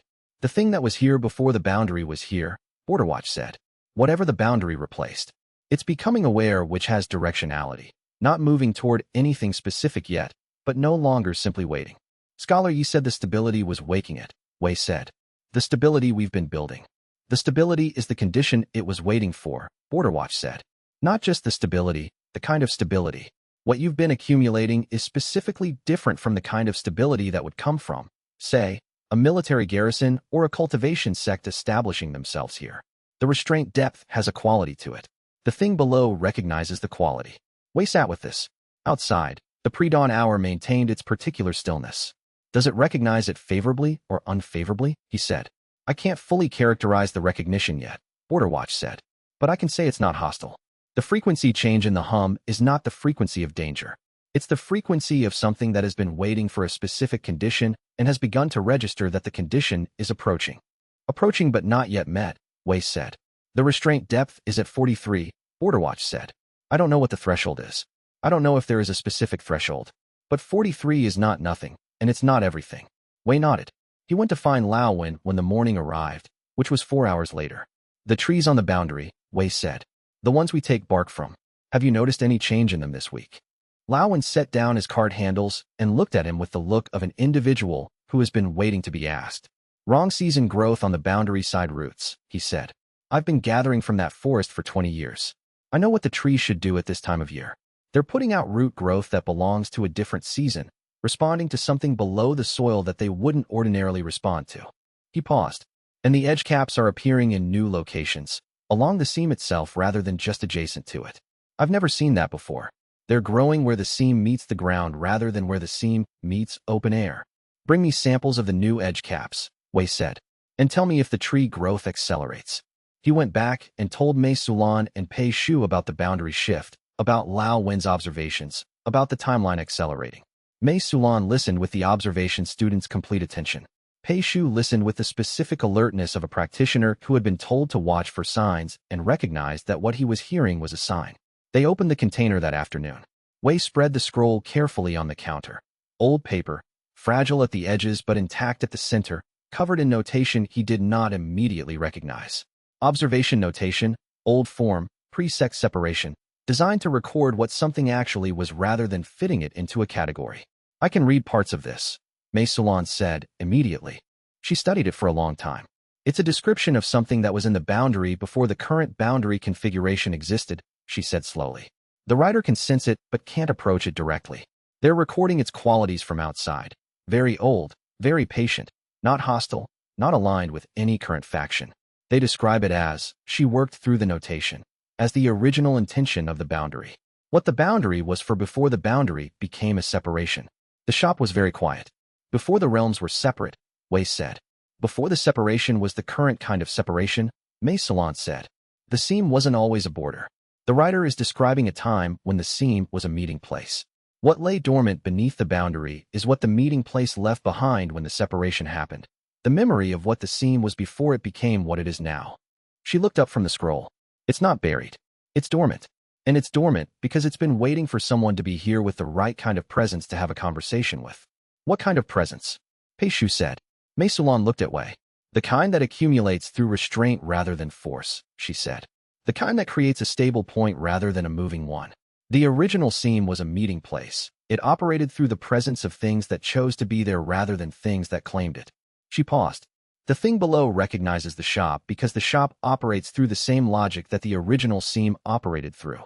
Wei looked at the scroll, and at the container, and at the boundary seam running through the dining room with its changed register, and thought. The system did not give me instructions for cooking soup. It gave me instructions for becoming the kind of presence that what stirred beneath the boundary had been waiting to meet. And the soup was the mechanism through which that presence became legible to everything and everyone that needed to be able to recognize it. And the question now is not what was coming, but whether 8 weeks was enough to have built something real enough to be worth meeting. The boundary shift's aftermath extended over the following 3 days in ways that were more visible to the people who worked at the shop than to the general customers. Mei Sulan's observation sense was more active than usual. She kept going slightly unfocused at unexpected moments, tracking something at the edge of her peripheral awareness, and then refocusing with a specific expression that Wei recognized as the expression of someone whose observation sense had registered something it could not yet categorize. Moving toward the restraint depth, and the question Wei could not yet answer was whether 43 was enough of a foundation, or whether whatever was moving below had been patient for centuries and would simply wait until the foundation was right, or whether it would move before the foundation was ready, and what that contact looked like when neither party was adequately prepared for it. Chapter 18 General Turos arrived in the 11th week with a delegation of 5 and the specific energy of a cultivator who has been given a mandate and has arrived to execute it efficiently. He was from the far western territories, not the immortal realm in the conventional sense, but the outer edge of what cultivators called the known boundary zone, where the seam had qualities that differed from its behavior in the central regions. He represented a military coalition that had formed in the years after the Eternal Frost War among factions that had not participated in the original conflict, and had spent the subsequent years observing the boundary region with the practical attention of parties who understood that boundary instability in the central regions eventually propagated outward. He came in at mid-morning, when the shop was in its between-service quiet, and introduced himself with the directness of a mind that had decided that diplomatic preamble was a form of inefficiency. General Turos, he said, Western Reach Alliance Boundary Division. We're aware of the stability anomaly in this area, and we came to understand it. Sit, Wei said. Yes, Turos said, with a slight surprised note that indicated he had expected more resistance. He settled at table 1. His 5 subordinates positioned themselves near the door in a formation that was defensive rather than aggressive, which told Wei they had been briefed to expect a situation requiring assessment rather than confrontation. The stability anomaly is this shop, Wei said, setting out cups. The mechanism is accumulated restraint depth extending into the boundary seam. It's been building for 11 weeks. The effect is documented in the local Imperial Army garrison records if you want precise stability metrics. We've seen the data, Turos said. We came to understand the mechanism rather than just observe the effect. He regarded Wei directly, with the honest assessment of a soldier who had learned to update his models when the facts warranted it. My coalition's concern is specific. The boundary is showing signs of deep structural change.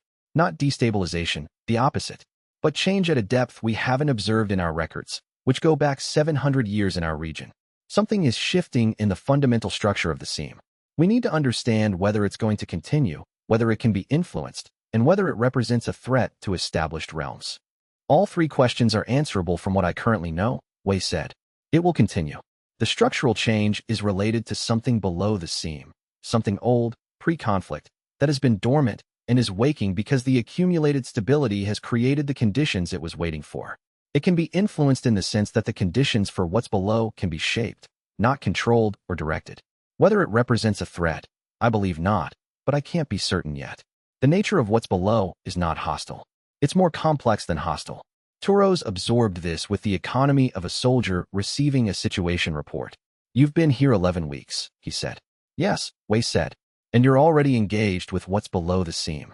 An observation student working in my shop has begun reading the documentation of what's below, Wei said. We're early in the understanding, but the direction of it is becoming clear. Turos looked around the shop, at Mei Sulan near the kitchen, At Pei Shu behind the counter, at the boundary seems shimmer through the dining room. The Western Reach Alliance has considered 3 responses, he said. Intervention to stabilize by force, which given your documentation seems counterproductive. Withdrawal and monitoring, in case the change propagates to our region. Cooperation with whatever is happening here. He set down his cup. I'm here because we chose cooperation. What do you need from us? Information, Wei said. 700 years of boundary records from your region. Specifically, any documented observations of the boundary's deep structure behaving in ways that didn't fit established models and were catalogued as anomalous because no one knew what framework to use. Any records of the seam making sounds or producing phenomena that boundary soldiers wrote down because it seemed important even though they couldn't explain it. We have those records, Turos said. Generations of soldiers who documented what they observed even when it didn't fit any available framework. He nodded. I'll send copies. And someone who can help contextualize them. A scholar who studies the Western boundary observation tradition. I'll need room for a scholar and the records, Wei said. I have limited space, but the boundary forest has a monastery that could work. Master Chen's monastery, Turos said. We know of it. The scholar would be comfortable there. Wei looked at him. You've done more preparation for this meeting than the timeline suggests you had time for. We've been watching this specific stretch of boundary for 2 years, Turos said.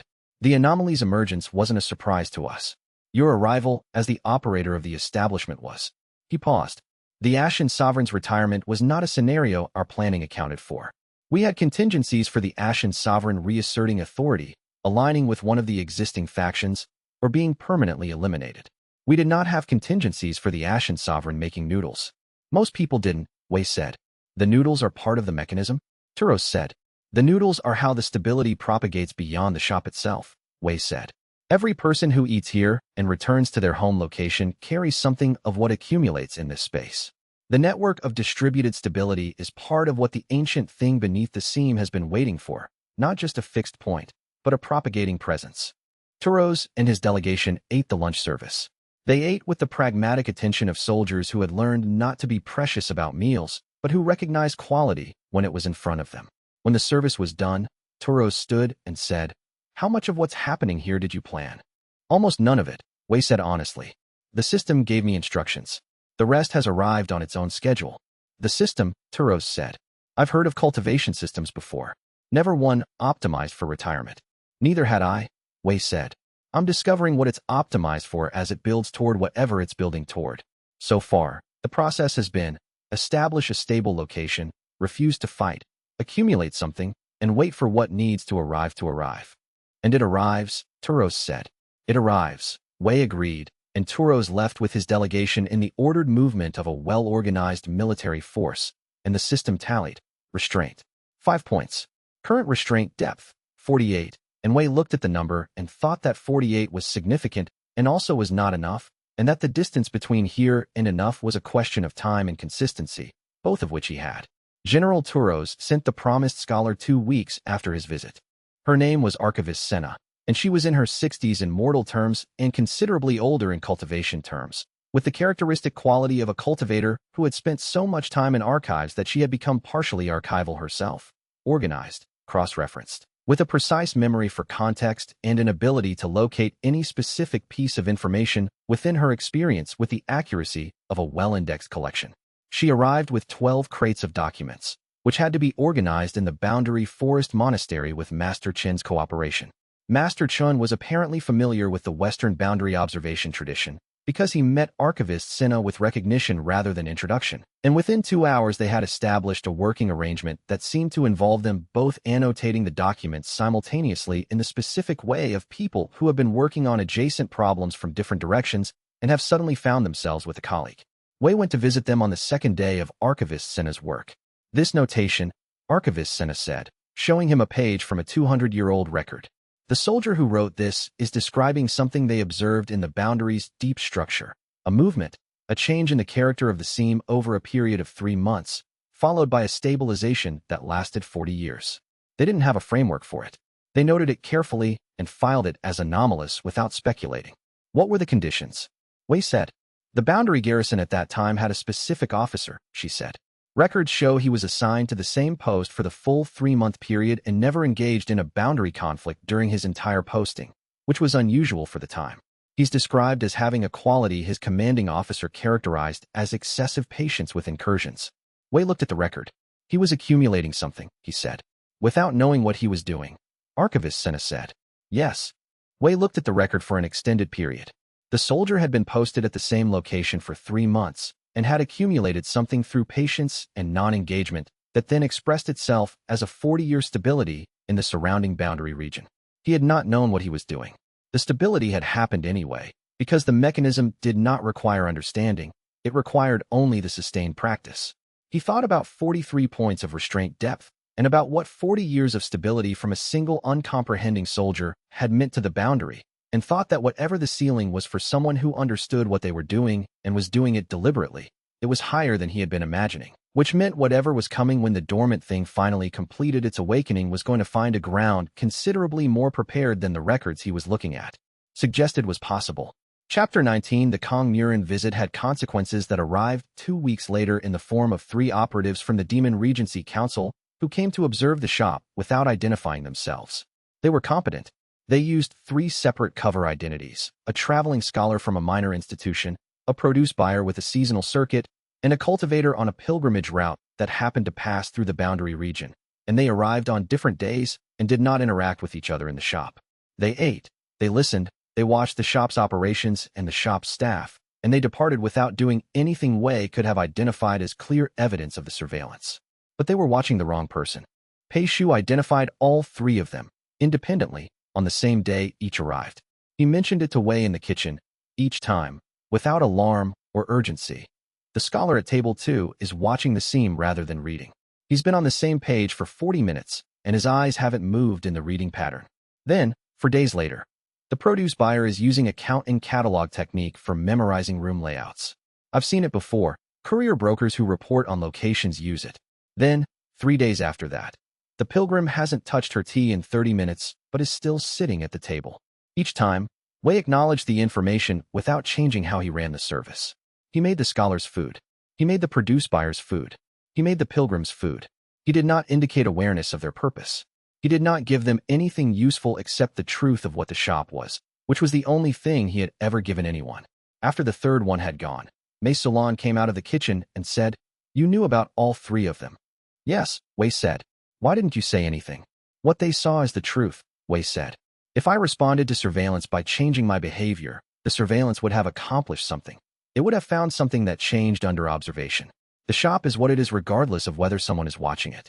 The most useful response to accurate surveillance is to simply continue being what you are, because the accurate information serves your interests better than it serves theirs." Mei Solon thought about this with the careful attention she applied to ideas she wanted to understand rather than just record. "The council's operatives reported accurately," she said, "which means the council now knows the shop is genuinely what it appears to be." "Yes," Wei said, "and a genuine retired Ashen Sovereign at the boundary, accumulating something that stabilizes the seam and attracting representatives from every major faction. That's either reassuring or alarming to the council, depending on which interpretation they decide on." "Exactly," Wei said. "Do you know which way they'll go?" "I know that Kong Murin ate the braised pork and found it excellent," Wei said. "People who eat here tend to become somewhat less interested in interpretations that require the shop to be a threat. I know the operatives' reports will be accurate. I know that accurate information, in this case, describes a shop that is stable and genuine and quietly attracting everyone with a boundary interest to come and eat noodles and leave differently than they arrived." He went back to the prep station. "The rest is the council's decision. I can't control what they decide. I can only be consistently what I am until being anything else becomes harder to believe than the truth." "That's a long-duration strategy," Pei Shu said, from behind the counter where he had been listening while polishing the surface.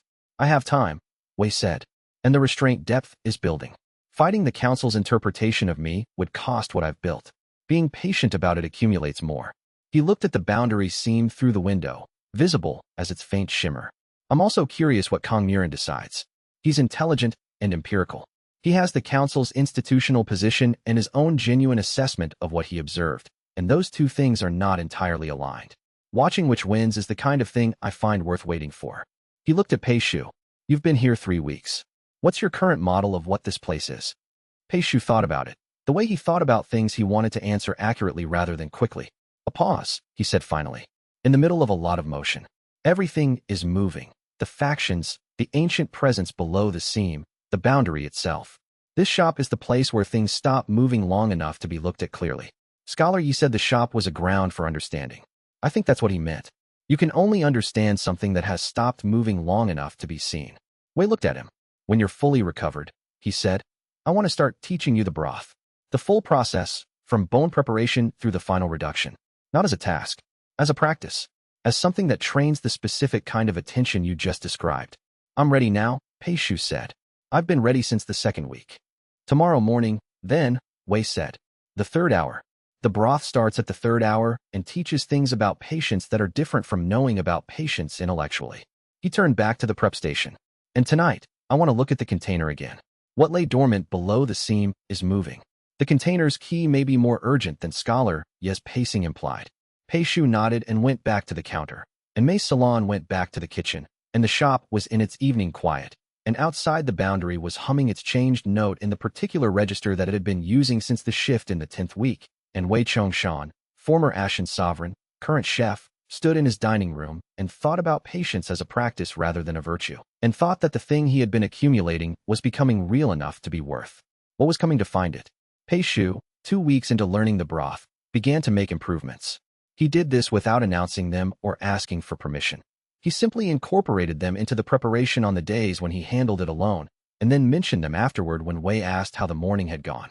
The first improvement was a different sequence for the bark addition that produced a slightly cleaner bitterness reduction without affecting the final flavor balance.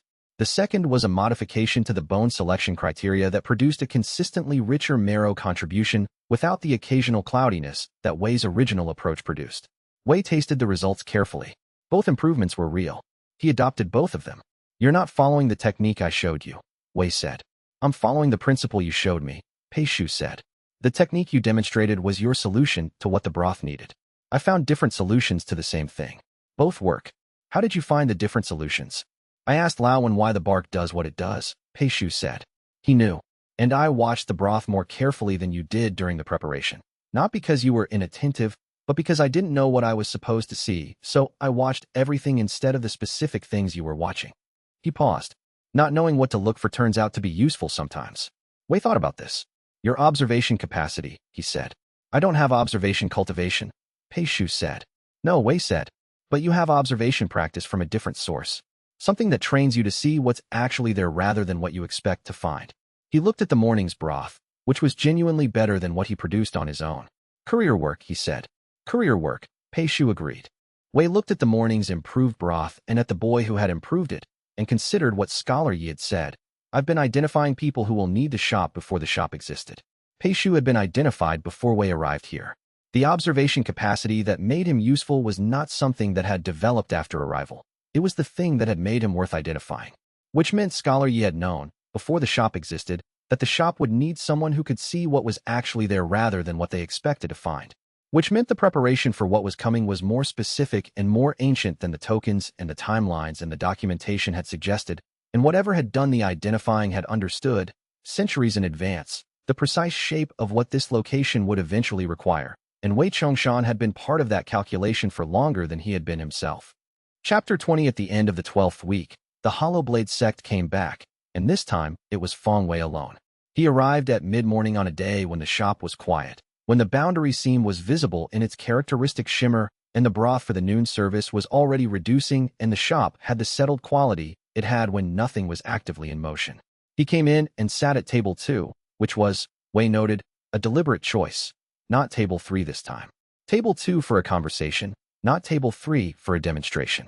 I want to speak directly, Feng Wei said. Go ahead, Wei said, and brought tea. The Hollow Blade sect's leadership has completed its review of the situation here, Feng Wei said. He had a different quality than his first visit. The surface confidence was present, but there was something underneath it that was more genuine, the product of actual thinking rather than performed position. He had been doing his own assessment in the weeks between visits, Wei recognized, and his own assessment had produced different conclusions than the institutional one. The initial determination was that you were a potential political threat. Subsequent information has complicated that determination significantly. Tell me how, Wei said. The boundary stability data from the garrison's records, Feng Wei said. Our boundary division operations have had better results in the past month than in the previous 6 months combined. The correlation with the stability improvement here is direct and significant. Our operations benefit from what you're doing here, regardless of whether we chose to acknowledge it. Correct, Wei said. We're benefiting from a service we didn't request and aren't paying for, Feng Wei said. From a person our leadership has been treating as a potential threat. He looked at his cup. That's an inconsistent position. It is, Wei said.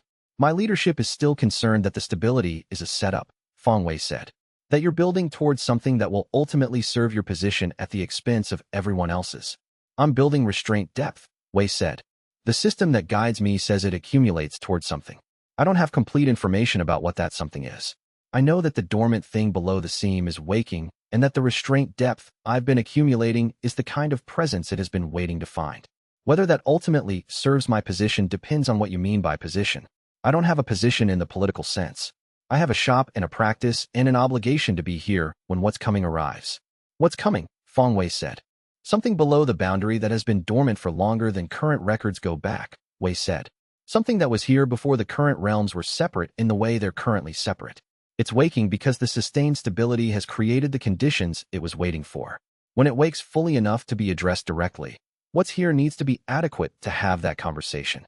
Feng Wei looked at the boundary seam, visible as its characteristic shimmer through the room.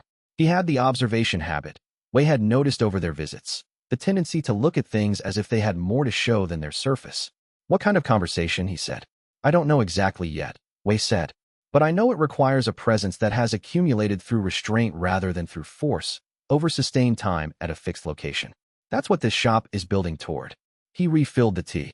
Your sect's boundary operations benefit from what I'm doing here. The question your leadership should be asking is not whether I'm a threat, but whether they want to be in an adversarial relationship with a presence that's making the boundary more stable, and that is going to be directly relevant to whatever happens when the dormant presence in the seam fully surfaces. Feng Wei was quiet for a moment. What do you want from us? Nothing right now, Wei said. I want your sect to stop treating me as a potential threat to actively manage, because the management efforts require resources that could be used elsewhere, and they're not accomplishing anything useful. Whether you eventually want to be cooperative when what's below the seam surfaces, that's a decision for when there's more to decide about. You're asking us to stand down and wait, Feng Wei said. I'm asking you to eat lunch and take accurate information back to your leadership, Wei said. Standing down is a conclusion they can draw from the accurate information. He stood. The braised preparation today is good. The edge caps are particularly charged this week. Something in the boundary's current activity is expressing itself through them. The flavor is clearer than usual. Feng Wei ate. He ate with the quality of attention he hadn't had on the first visit. Genuine presence rather than strategic positioning. The attention of a cultivator who had decided to actually taste what was in front of him. When he was done, he placed the chopsticks and said, Can I bring my sect members here? Any cultivator who comes in peace and pays the posted price is welcome, Wei said. Table 3 is available if they want the boundary proximity experience. Table 2 is better for conversations. I'll come back with some of our boundary division cultivators, Feng Wei said. They should eat here regularly if the food carries what you're saying it carries. It does, Wei said. I can't fully explain the mechanism, but the evidence supports it. Feng Wei stood. At the door, he paused. The first time I came, you said people find the next visit more interesting than they anticipated. Yes, Wei said. You were right, Feng Wei said, and left, and the door closed behind him. And the shop was quiet in the particular way it was quiet when something had shifted. Not loudly, not dramatically, but in the real way that things shifted when someone who had been approaching a situation as a problem decided to approach it differently. The system tallied. Restraint. For points. Current restraint depth, 52. Wei looked at the number 52 and thought about the dormant thing below the boundary humming its changed note in the deep structure of the seam, and about Mei Sulan reading the old scroll with her observation cultivation's direct sight, and about Pei Shu starting the broth for the first time at the 3rd hour tomorrow morning, and about all the people who had now come through the door and eaten and left carrying something of what the shop carried, propagating outward like roots propagating, through soil and thought. 12 weeks of noodles and refusals, and the accumulation of something the system called restraint depth that was building towards something the system had not yet fully specified, and the dormant thing below the boundary had begun to move, and whatever was required when the movement completed was going to find a different kind of ground here than it would have found 12 weeks ago. And whether that ground was adequate was the question he was going to spend the next 12 weeks learning the answer to, one bowl at a time, one morning at a time, one refusal at a time, because that was the practice and the practice was the point.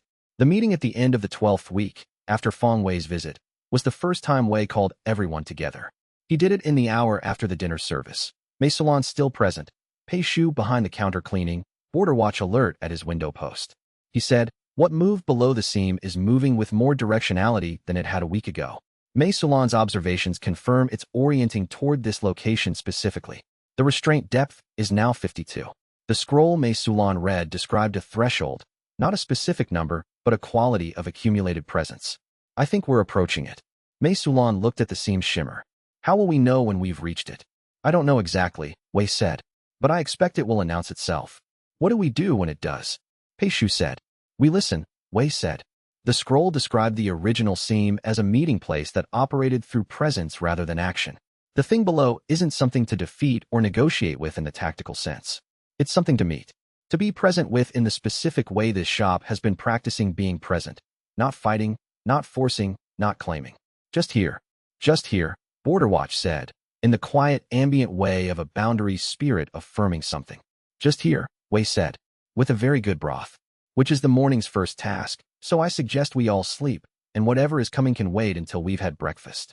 Mei Salon almost smiled, which was the closest to a smile she had managed in the 3 weeks since the boundary shift began to accelerate, and Pei Shu did smile, and Border Watch directed the specific warm attention at Wei that meant he had said the right thing, and Wei went to check the evening fire under the broth base, because tomorrow the broth would start at the 3rd hour and the practice would continue, and outside. In the seam's changed register, the dormant thing had oriented itself, and was no longer waiting in the distributed way it had waited before. It was here, beneath the shop, pressing upward with the specific weight of something that had been patient for centuries and had finally found what it had been patient for, and the question of whether 52 points of restraint depth was adequate to meet it was going to be answered whether Wei Chongshan was ready or not. Chapter 21. Lao Wen brought his grandson on a Thursday in the 13th week. The boy's name was Lao Tingbo, and he was 20 years old, which meant he was at the age where everything presented itself as either an obstacle to overcome or a question to be answered, and he approached both categories with the same enthusiastic directness. He walked into the shop behind his grandfather with the energy of a person who has been told the destination is interesting and has formed 18 pre-arrival opinions about it. "So this is the famous noodle shop," Tingbo said, looking around with the comprehensive attention of someone doing an assessment he intends to report back on. His eyes moved across the counter, the confiscated weapons on the east wall, the boundary seams shimmer through the middle of the room, and finally came to rest on Wei. "You're smaller than I expected. Sit down." "Tingbo," Lao Wen said, with the patient resignation of a grandfather who has said this in various forms for 20 years. "Grandfather says you were a powerful cultivator before the shop," Tingbo said, sitting with the specific energy of someone who is sitting only because standing would be rude. "He says you were the Ashen Sovereign, which is the demon king of the boundary wastes, which is a title that sounds much more impressive than." He gestured at the apron. "This." "Tingbo," Lao Wen said. "No, it's a fair observation," Wei said. He set out 2 cups and brought the morning broth. "The apron is considerably heavier than it looks, and the title was considerably heavier than it sounded, and I found I preferred one heavy thing to the other." Tingbo looked at the cup, then at the broth, then appeared to make a decision.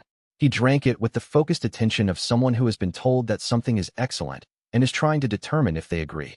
His expression shifted around the halfway point of the cup, the shoulders, the jaw. "Grandfather was right," he said. "What's in this?"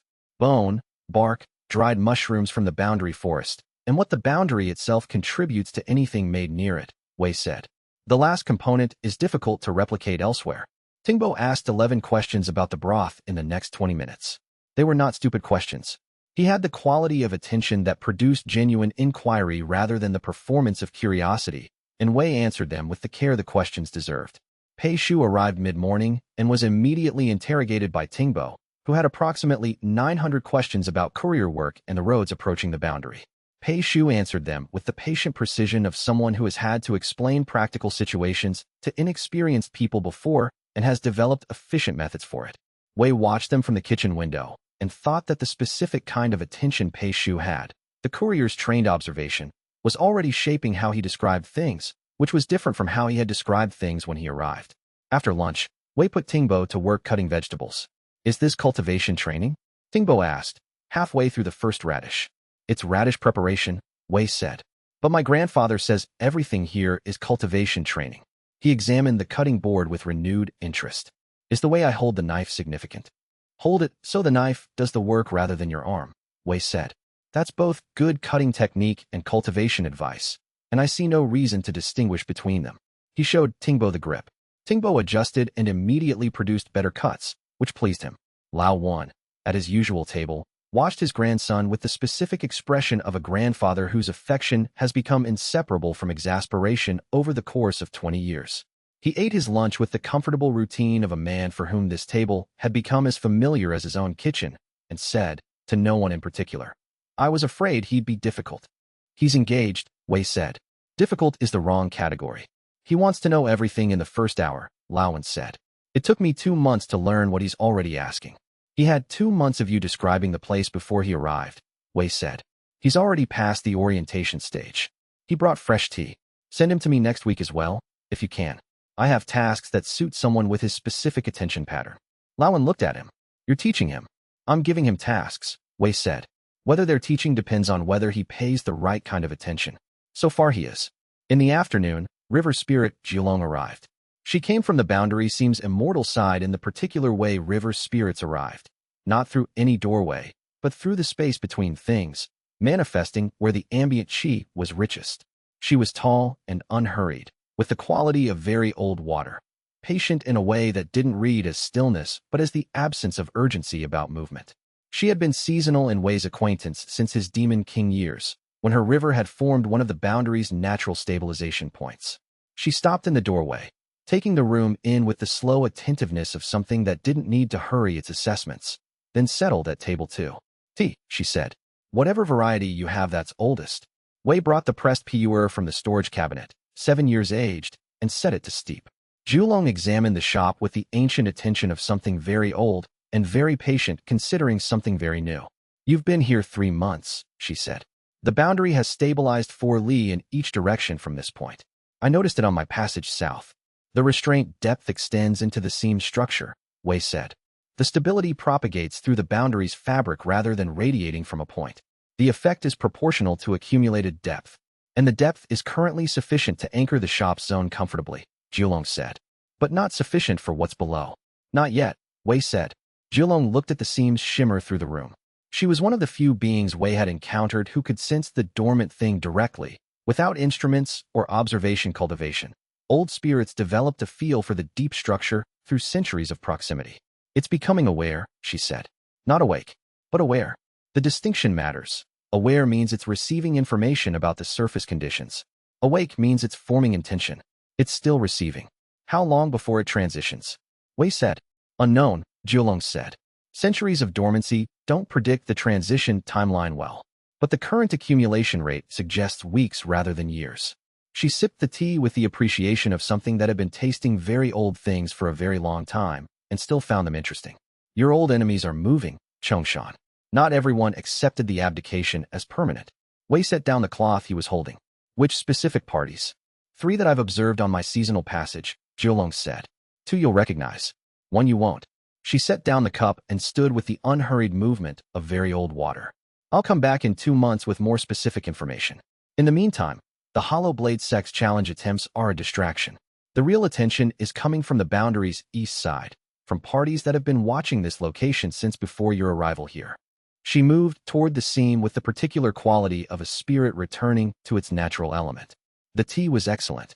It's better with company that can taste it, Wei said. Jiulong paused at the seam's edge. 2 months, she said. Be more prepared than you currently are. She stepped through the shimmer and was gone, and the room held the particular quality of a space that has recently contained something very old and is still settling back into its ordinary character. And Wei stood at the counter and thought about old enemies in the east side of the Boundary, and 3 parties moving toward a position that had not yet fully declared itself. And then he went to check on Tingbo, who had moved from radishes to spring onions without being asked and was doing it correctly, which was its own form of information about the kind of attention he brought to work. The system logged, restraint, 3 points. Current restraint depth, 55. That evening, after Tingbo and Lauan had left, Wei told Pei Shu and Mei Salon what Jiulong had said. They sat in the shops after closing quiet, the particular silence that gathered when the day's service was done and the space returned to itself. 3 parties moving from the east, Pei Shu said. The people who sent the assassin were East Boundary connected. He said this without alarm, With the courier's habit of incorporating new information into an existing map rather than treating it as a separate event. The boundary survey 2 weeks ago came from the east as well. Yes, Wei said. Mei Sulan looked at the seam shimmer. The dormant thing below, it's oriented toward this location from the east side as well. I've been tracking it for 2 weeks. She paused. All of the pressure is coming from the same direction. Wei considered this. The east side of the boundary has a different stability profile than the west and south, he said.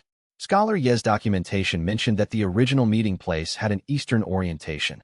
The original seam opened toward the east when it was still a crossing point rather than a border. The parties approaching from the east know what the original orientation was, Pei Shu said.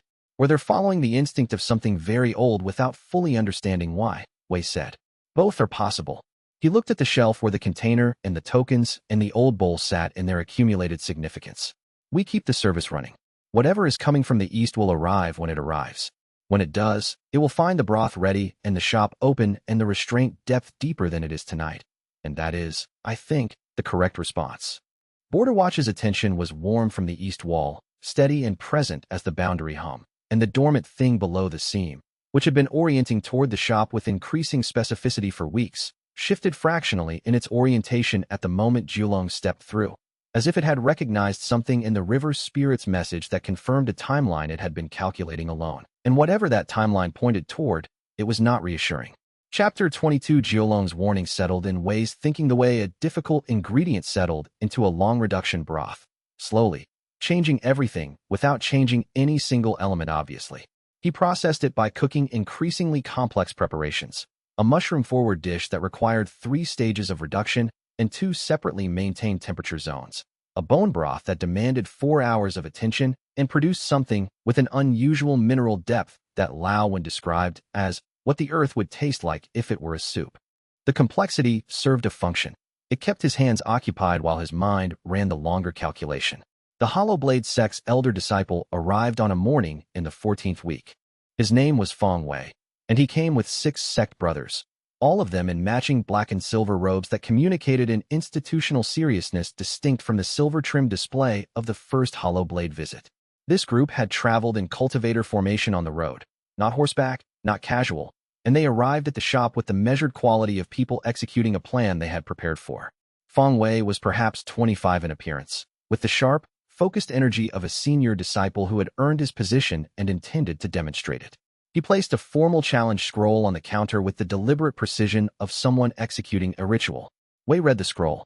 It was, as the outline indicated, beautifully calligraphed, the kind of scroll that represented weeks of preparation, from the paper selection to the specific ink color, black with a touch of boundary silver, which was a detail that indicated whoever wrote it had researched the location's aesthetic context. The language was formal cultivation register. The Hollow Blade sect, in the name of righteous cultivation, hereby challenges the entity known as the Ashen Sovereign to a formal duel of honor, to be conducted on neutral ground at the applicant's earliest convenience, with full documentation of the encounter filed with the relevant cultivation registries. Wei read it aloud to himself while he cut the morning noodles. Then he rolled it, placed it on the shelf behind the confiscated weapons, an action that was its own category of statement, and set a bowl of morning broth in front of Feng Wei. Feng Wei pushed the bowl away. The floor tilted imperceptibly, not enough to knock someone down, but enough to require a small adjustment of balance. Feng Wei caught himself on the counter with the reflexive speed of a trained practitioner and looked down at the floor with the expression of someone who has encountered an unexpected variable and is recalibrating. The floor is doing something, he said. The shop has opinions about guests who refuse hospitality, Wei said. It's been developing them over the past 3 months. They're becoming more specific. He looked at Feng Wei with the directness that said, I see exactly what you are and what you're here for, and I'm not concerned. You can leave or you can eat. The broth is getting cold, which is a failure mode I prefer to avoid. Feng Wei looked at the bowl. He looked at his 6 sect brothers, who were positioned around the dining room in a formation that was more aggressive than the situation currently warranted, and were now watching the floor with quiet attention. He looked at the scroll on the shelf behind the weapons. This is not an answer, Feng Wei said. This is the only answer I give, Wei said. I don't fight. The shop enforces that position more actively than I do personally, and with less concern for property values. The practical question is whether you would like to continue this conversation over food or whether you'd prefer to find out exactly how specific the shop's opinions have gotten about cultivators who arrive in formation and refuse to sit down. Feng Wei sat down. He ate the broth with the concentration of someone who intends to be angry about the situation and keeps encountering the fact that the broth is genuinely excellent. The soup worked its way through his cultivator's defenses the way good food always did, not by defeating resistance, but by making resistance feel like the wrong response to the situation. Around the halfway point of the bowl, his posture shifted by approximately 5 degrees, and his grip on the spoon loosened from controlled to natural. "The broth is good," he said, as if this were a concession he hadn't intended to make. "That's why people keep coming back," Wei said. "The scroll is well written, incidentally. The calligraphy is excellent. I'll leave it on the shelf rather than returning it. It adds to the documentation." "The documentation of what?" Feng Wei said. "Of everyone who has come here with a challenge and left having eaten something instead," Wei said. "The collection is becoming instructive." Feng Wei looked at the east wall. He counted the confiscated weapons. He looked at the scroll above them on the shelf. Something in his expression shifted, not defeat, not agreement, but the specific recalibration of a person who has arrived at a situation expecting one kind of logic and is discovering the logic is different. "This isn't over," he said at the door. "Nothing cooked right ever is," Wei said. "The preparation continues as long as the ingredients are present." Feng Wei went. One of his sect brothers, a younger disciple, perhaps 19, with the watchful quality of a practitioner still forming his approach to situations, looked back at the shop as they cleared the door. His expression was not the confidence of a sect brother following a senior. It was something more complicated. The system logged, restraint. For points. Current restraint depth, 59. Pei Shu, who had watched the entire exchange from the kitchen pass through, came out when they were gone and said, "The young one at the back wanted to stay." "Yes," Wei said. "He'll come back alone, eventually." "How do you know?"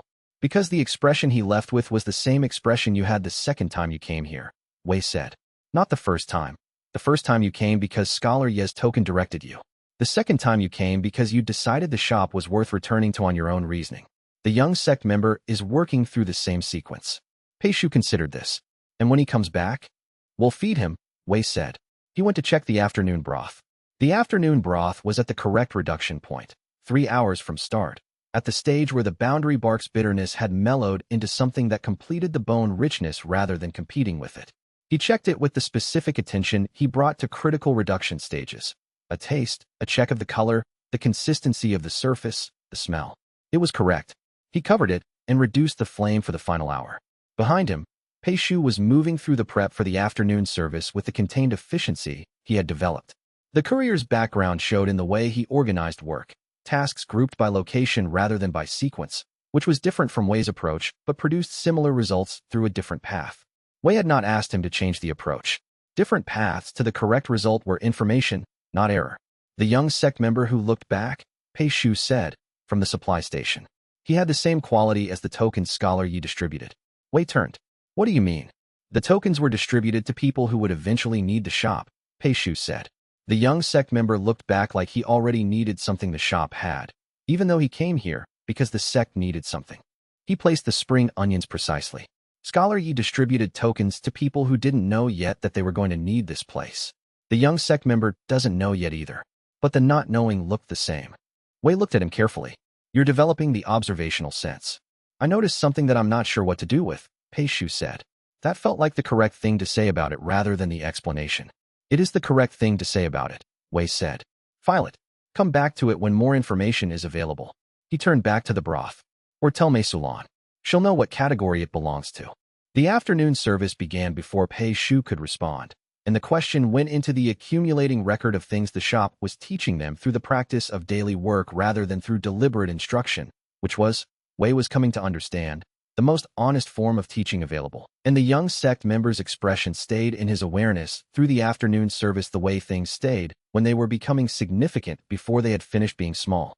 And tomorrow, Wei thought, he would write to Scholar Yi about the young sect member, because Scholar Yi had been distributing tokens to people who would need the shop, and the question of whether the young sect member was one of those people was a question Scholar Yi might already know the answer to, which meant the answer was not a question at all, and the real question was what Scholar Yi intended to do with it.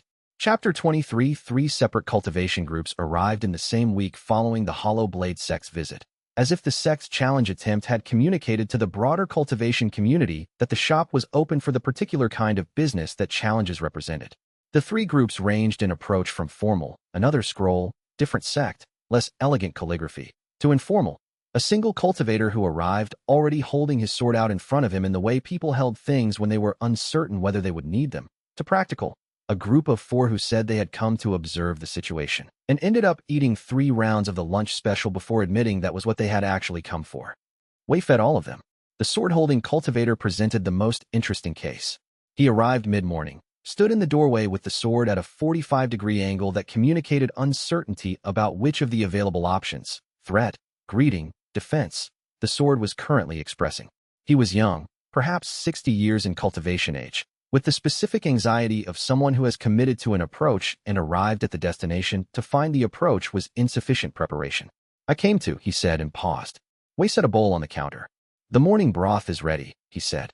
Bone and bark base, clarity mushrooms from the boundary forest, pulled noodles. It takes about 20 minutes to eat correctly. The sword can lean against the wall while you eat, if that's more comfortable. The cultivator looked at the sword. He looked at the bowl. He looked at the wall, where the existing confiscated weapons were arranged with the categorical organization of a person who has been receiving them for several months and has developed a system. I came to challenge. You came to see, Wei said. Everyone comes to see. The challenge is the cover story you tell yourself on the road, so the journey has a justification. He brought a stool to the counter. What you actually wanted to know is whether the Ashen Sovereign is genuinely retired or strategically positioned. Eat something, and you'll have better information than a fight would give you. The cultivator leaned the sword against the wall and sat down. He ate with the focused attention of a practitioner who is discovering something he did not expect. The food's restorative quality expressed as a mild warmth that spread from the stomach outward, chi that had been compressed by the journey beginning to ease. By the time he finished the bowl, he was visibly more settled than when he arrived. What does this do? He said of the broth. The warm domain tier is active, Wei said. The food carries minor restorative chi. It doesn't cure anything specific. It eases the compression that travel and anxiety produce in a cultivator's meridian system. He refilled the tea. The boundary also contributes something. Whatever the dormant thing below the seam has been building since the shop established itself, it expresses through the food in ways I'm still characterizing. The dormant thing, the cultivator said. You're talking about the original meeting place. Wei looked at him. You've read the boundary scholarship. I study pre-accord boundary theory, he said, at a small institute in the Eastern Territories.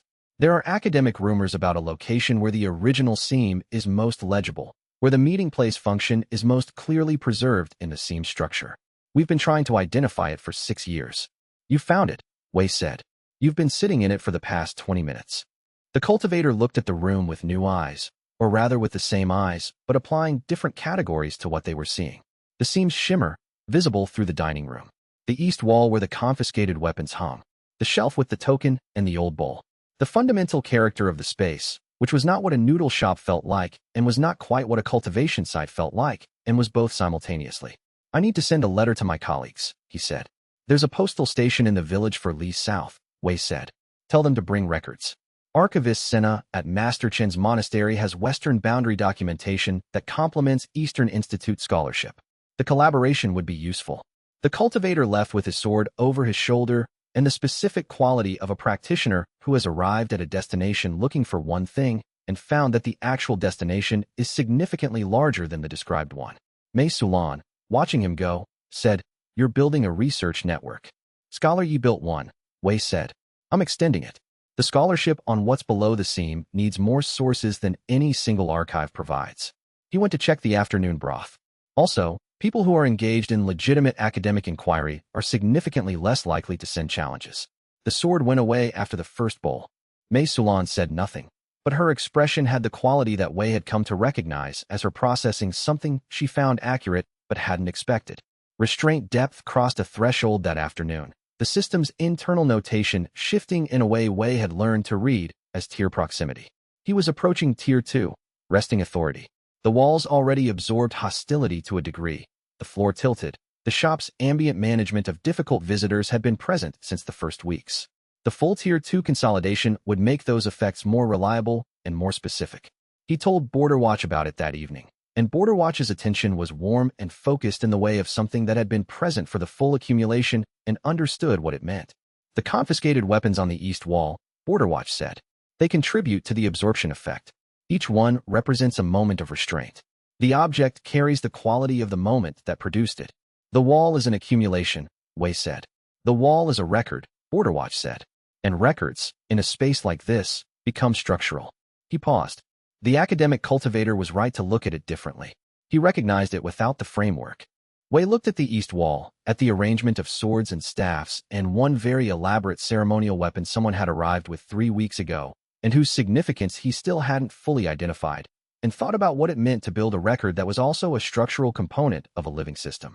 He thought about the 11,400 names he carried and the ways in which carrying something made the carrier a particular kind of structure, a vessel, a ledger, a record that could not be closed because the people who should have closed it were not available to close it. The academic cultivator's Eastern Institute colleagues were going to arrive eventually, with their 6 years of research on the anchor point. When they did, they would bring documentation that would cross-reference with archivist Senna's Western records and with Scholar Ye's distributed network, and the combined scholarship would produce a more complete picture of the original crossing place than any single source had provided. Wei found himself looking forward to this with the particular anticipation of someone who has been understanding a situation through feel and is about to get access to measurement. Not because feel is inadequate, but because measurement confirms whether what feel has been telling you is accurate.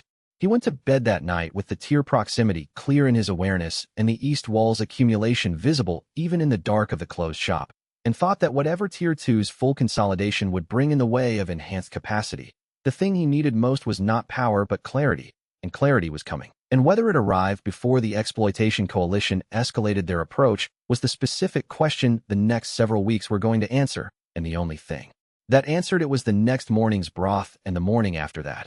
And there was something bracing about a problem whose solution was also the most ordinary possible response to it.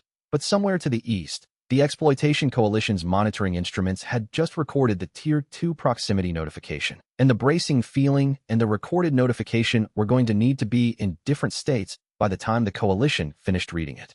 Chapter 24 Tier 2 confirmed on a morning in the 15th week, announced not by the system's notation but by a practical demonstration. A cultivator arrived in the early service, one of the visiting scholar's colleagues, apparently, who had come ahead without reading the academic cultivator's letter first.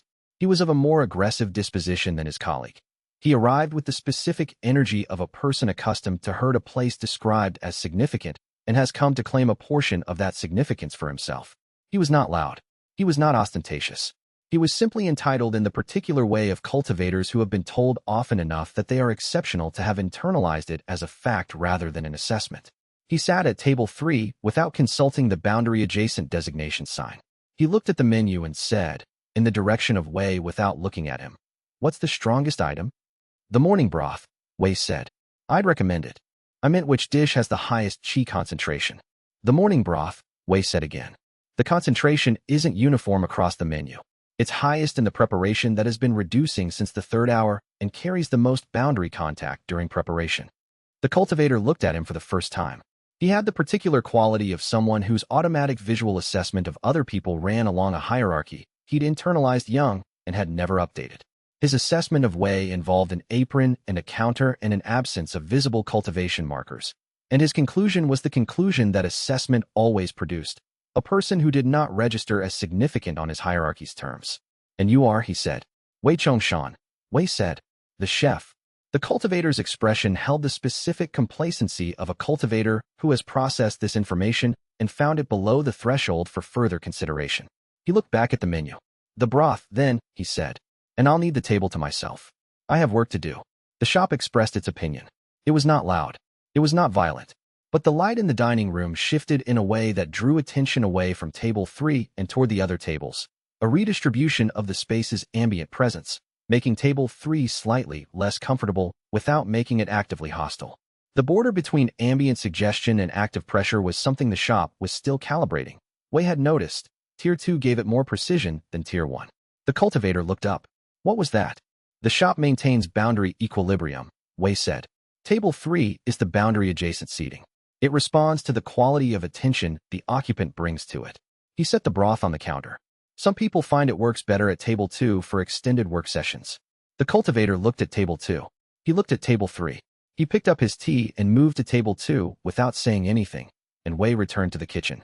Mei Salon, who had been watching through the pass-through, gave him a look that was approximately 9% admiring and 91% suppressing an expression. The shop handled it better than I would have, Wei said. The shop is more patient, Mei Salon said. The shop hasn't spent 2,000 years dealing with entitled cultivators, Wei said. Its patience is built from a different material.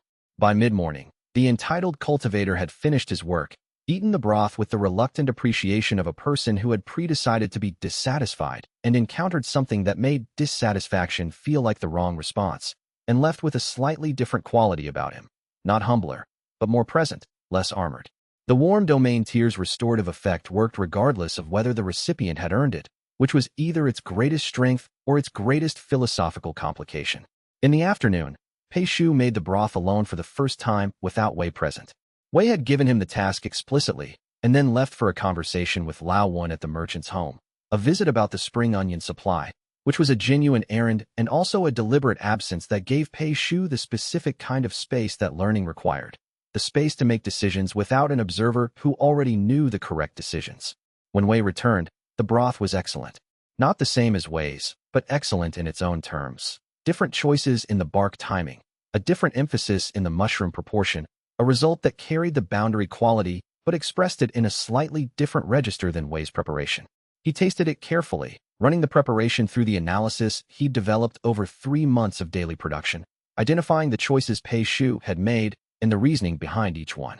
Pei Shu watched him taste it with the contained anxiety of a person who has done something they believe is correct and is waiting to find out if correct is how the evaluator categorizes it. The bark timing is better than mine, Wei said.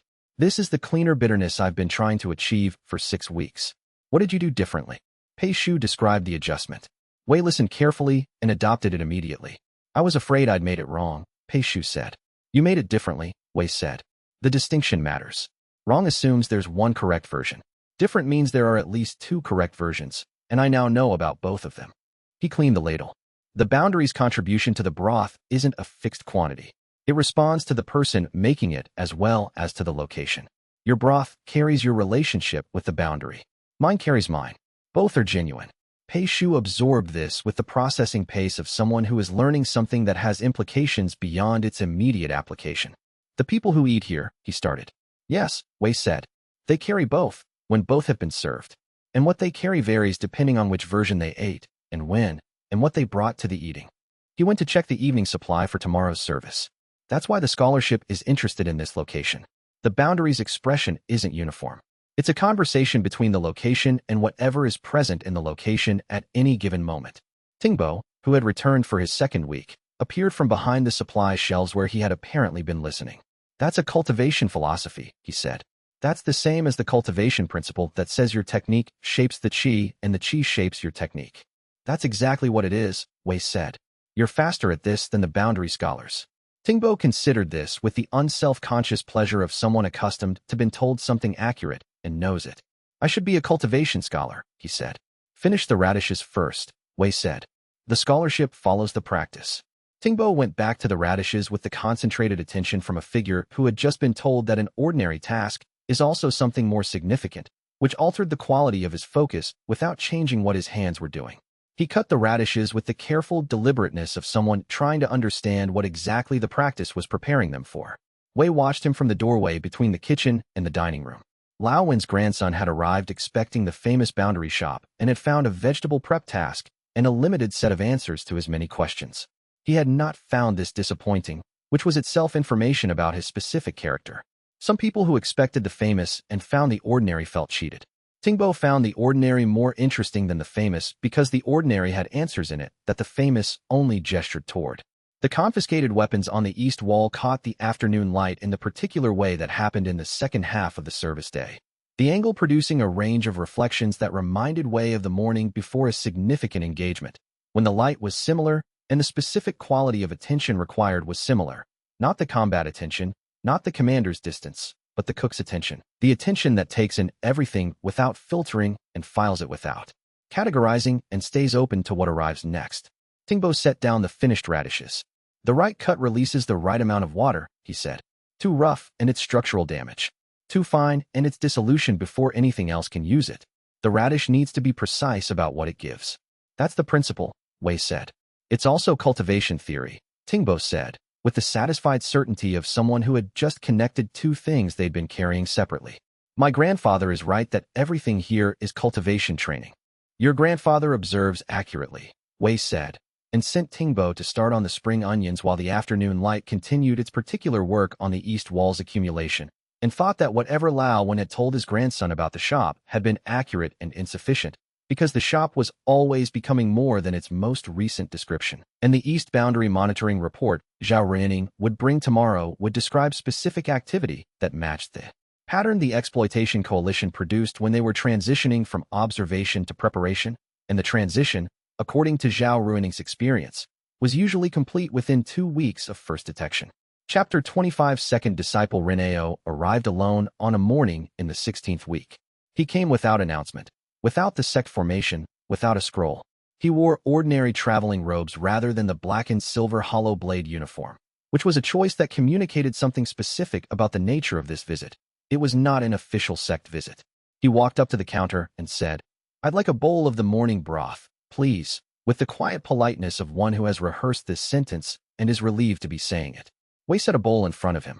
Reneo was perhaps 20 in appearance, younger than Feng Wei, with a quality that was different from the senior disciple's focused ambition. Feng Wei was sharp. Reneo was quick, a different kind of intelligence, more lateral, more responsive to situations than to plans. He ate with the same focused quietness Wei had noted during the first hollow blade visit, when Reneo had been present in the formation and had eaten with a contained attention that the confrontational dynamic of the visit hadn't quite suppressed. "You attacked the doorframe on a previous occasion," Wei said, refilling the tea. "The doorframe is intact." "I know," Reneo said. "I came to ask about that, actually." He looked at the door. The strike was at full strength for my current level. The frame absorbed it without denting. The material isn't unusual from the outside. So either the shop is a formation space, or the frame is ordinary material that has been absorbing significant quantities of restraint for 3 months, Wei said. The Forgotten Sovereign system extends into the structure of spaces maintained under its principles. The doorframe has been the point of entry for more than 40 cultivators who arrived with aggressive intent. The intent doesn't mark the wood, but the accumulated context does. The frame is structurally reinforced by the history of what's passed through it. Reneo sat with this. "The broth tastes like my mother's cooking," he said. "I said that before. I've been thinking about why." "What conclusion did you reach?" Wei said. "My mother cooked in a specific way," Reneo said. "She didn't have cultivation. Ordinary woman, born in a market town, worked as a kitchen servant before my father's family sponsored my cultivation training. She cooked with the specific attention of someone for whom cooking was how they expressed care for people they couldn't otherwise protect. The care went into the food, and the food carried it." He looked at the bowl. "This broth is made by someone who cooks for the same reason. Not for economy, not for skill demonstration. The reason is care." Wei looked at him for a moment. "You're more accurate about the broth than most cultivators who've eaten it," he said. "They taste the technique and the boundary quality. You tasted the reason. Could you teach me?" Reneo said. "Not fighting. The cooking. I asked before, and you said you'd consider it." "You've come without the sex formation," Wei said. "You wore civilian clothes. This visit is a personal choice rather than an institutional one." "Yes," Reneo said. "Then yes," Wei said. "Wash your hands and start with the stock preparation. The stock is the foundation of everything else. You can't understand the broth without understanding what the stock carries before anything else is added." He set out the materials: bones, dried mushrooms, the bark bundles from Lao Wen's delivery. The bone selection matters. Each bone has a different quality to contribute. The selection tells the stock what it's being asked to be. Ren Ao washed his hands with the thorough method Wei used himself. Not surgical, not casual, but with the specific attention of someone learning that hand washing was its own form of preparation. He looked at the bones. "Which ones? Tell me what you see," Wei said, "before I tell you what to choose."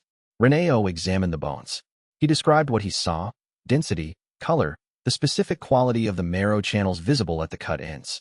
His descriptions were more technical than Pei Shu's had been initially, more informed by cultivation vocabulary about energy density and structural composition. But underneath the cultivation framing, the actual observation was accurate.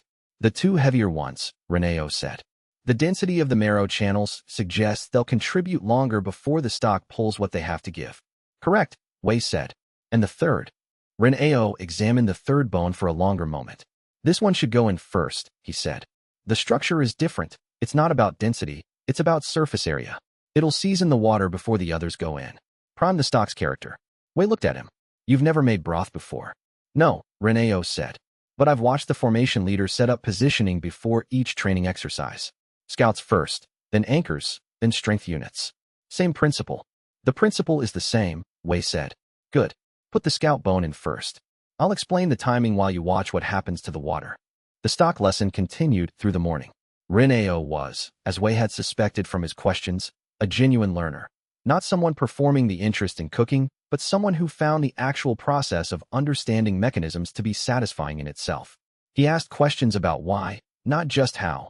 And when Wei gave him the why, he extended it to other applications with the rapid cross-connection of a practitioner who had learned to move between contexts. By the time the lunch service began, the stock was excellent. By the time it ended, Reneo had started the reduction that would become tomorrow's morning broth and had identified 3 improvements to Wei's standard approach. The system logged, restraint, 5 points. Current restraint depth, 64. The sect will want to know where you've been, Wei said, as Reneo prepared to leave. I'll say I was doing independent study, Reneo said, which is accurate. He looked at the counter, at the morning's clean surfaces and the organized stations and the stock reducing steadily for tomorrow's service. Can I come back? Wednesday mornings are good, Wei said. The lunch traffic is lighter on Wednesdays, and I have time to explain the why of things. Reneo went. Pei Shu, who had been watching from the kitchen, came out and said, He's not what I expected from the Hollow Blade sect. He's not what the Hollow Blade sect expects from itself, Wei said. That's why he came alone, without the scroll, in civilian clothes. He checked the reducing stock. The sect produces particular kinds of cultivators. Occasionally it produces a different kind by accident. The different kinds usually find their way somewhere else eventually. He'll leave the sect. Pei Shu said. Not immediately, Wei said. But the question of where he belongs and what he's building toward is going to be harder to answer from inside the sect's framework than from outside it. He knows this, which is why he asked about cooking. He covered the stock and turned the heat down. Some people learn what they're actually made of through the work that their institution doesn't value. That's useful information, even when the institution doesn't appreciate it. Pei Shu nodded slowly, with the expression of someone who recognizes something from their own experience without being able to immediately articulate why. He stood at the prep station for a moment longer than the task required, which Wei had come to recognize as his processing posture. The stance he adopted when something was moving through his understanding at its own pace, and he was waiting for it to settle. What was Reneo like when he attacked the doorframe? Pei Shu said eventually. Certain, Wei said. The way people are certain when they've committed to an approach before they arrive and are executing it regardless of what they find at the destination. And today? Less certain, Wei said. More accurate. He cleaned the ladle. Certainty is useful when the situation matches your preparation. Accuracy is useful when it doesn't. The doorframe situation didn't match his preparation. The cooking lesson did. He hung up the ladle. Whatever he's becoming is something the cooking lesson prepared him for better than the challenge scroll did, and he knows it, which is why he'll be back Wednesday after Wednesday until he understands why. Pei Shu looked at the stock reducing steadily toward its right concentration and thought about that, and Wei watched him think about it, and noted that the same processing quality Reneo was discovering in himself was already developed in Pei Shu, and that the boundary had a way of finding and gathering the people who already had what it needed rather than creating the capacity from nothing. And that SC Scholar Yi, whatever else he had been very precise about which people to send the tokens to. And the question Wei hadn't yet answered was whether Scholar Ye's precision had also included the specific parties who were approaching from the east, and whether the approach was something he had anticipated or something that had developed after his preparation was already in motion. And if it was the latter, then his preparation had a gap, and the gap was large enough to matter. Chapter 26. The Watcher from the Crossroads appeared for the first time at the shop's doorway on a morning in the 17th week. Wei had been aware of her intermittent presence since Chapter 20's last week, a figure who stood at the crossroads a mile from the shop at irregular intervals, watching the light in the window at times when the shop was closed, and the light was therefore only the boundary, seems ambient glow. He had not tried to approach her. Whatever made her choose the crossroads rather than the threshold was a decision he respected. The observation tradition that Mei Sulan and Border Watch both practiced held that a thing tells you when it's ready, and forcing the conversation before then produces information that is shaped by the force rather than by the thing. She appeared at the doorway in the mid-morning quiet between service rushes, young in appearance, mortal in presentation, with something below both that Wei's trained awareness registered the way it registered the boundaries seam. not visible directly, but present in the way that pressure was present in a space. She stood at the threshold. She did not cross it. Wei said, from behind the counter. He kept his posture at the same level, neither standing taller nor leaning forward. The posture of someone for whom the arrival of a mysterious figure at the doorway after weeks of watching was a situation that called for ordinary hospitality rather than dramatic response. From the doorway, she said. Her voice had the quality of something that had used voices for purposes other than ordinary speech and was still calibrating this particular conversation's requirements. Wei brought a bowl, not a cup, a bowl, the kind that could be held from the outside, and set it at the threshold. She reached inside the doorway and took it, which meant crossing the threshold by exactly the measurement of her arm's reach and no further. She drank it at the doorway, standing with her shoulder against the frame, watching the dining room with the attention of something that knew exactly what it was looking at and was deciding whether what it saw matched what it was looking for. The restraint depth is at 64, she said. As of yesterday, Wei said. It accumulates at different rates depending on the quality of the restraint exercised. The accumulation is consistent with the Accord's expectations for this stage, she said. You are ahead of the previous 3 attempts by a significant margin. Wei paused. There were previous attempts at this location. Not at this location, she said. At locations where the dormant thing's pressure was sufficient to indicate the meeting place function. 3 attempts in the past 800 years. The first 2 failed before reaching Tier 2. The third reached Tier 3, and then the practitioner died in a conflict unrelated to the accumulation. A war moved through the area. She drank the broth with the careful attention of something experiencing taste as information rather than pleasure. You are the 4th. The conditions are more favorable than they have been for any of the previous 3. Who are you? Wei said. Not your name, what you are. She looked at the bowl in her hands. The clay was older than it looked. The style dated to a period before the current boundary configuration. I am an aspect of the Accord's observational function, she said. The Accord maintains awareness of its own progress through distributed presences. I am one of those presences in this region. The Accord is still active, Wei said. The Accord has never stopped being active, she said. It persists as a living document rather than a fixed text. The boundary's fundamental function, maintaining the meeting place potential even in its current configuration as a border, is the Accord's ongoing work. She finished the broth and set the bowl at the threshold with the careful movement of something returning something borrowed. You're doing what the Accord needs done. The question of whether you will finish what you've started is the question the observational function is here to assess. What would cause me to not finish? Wei said. The previous 3 practitioners failed through violence, she said. The first engaged in a boundary dispute before Tier 3. The second was drawn into a conflict by former allies. The third was killed by parties who understood what was being built and wanted it stopped. She looked at him from the threshold.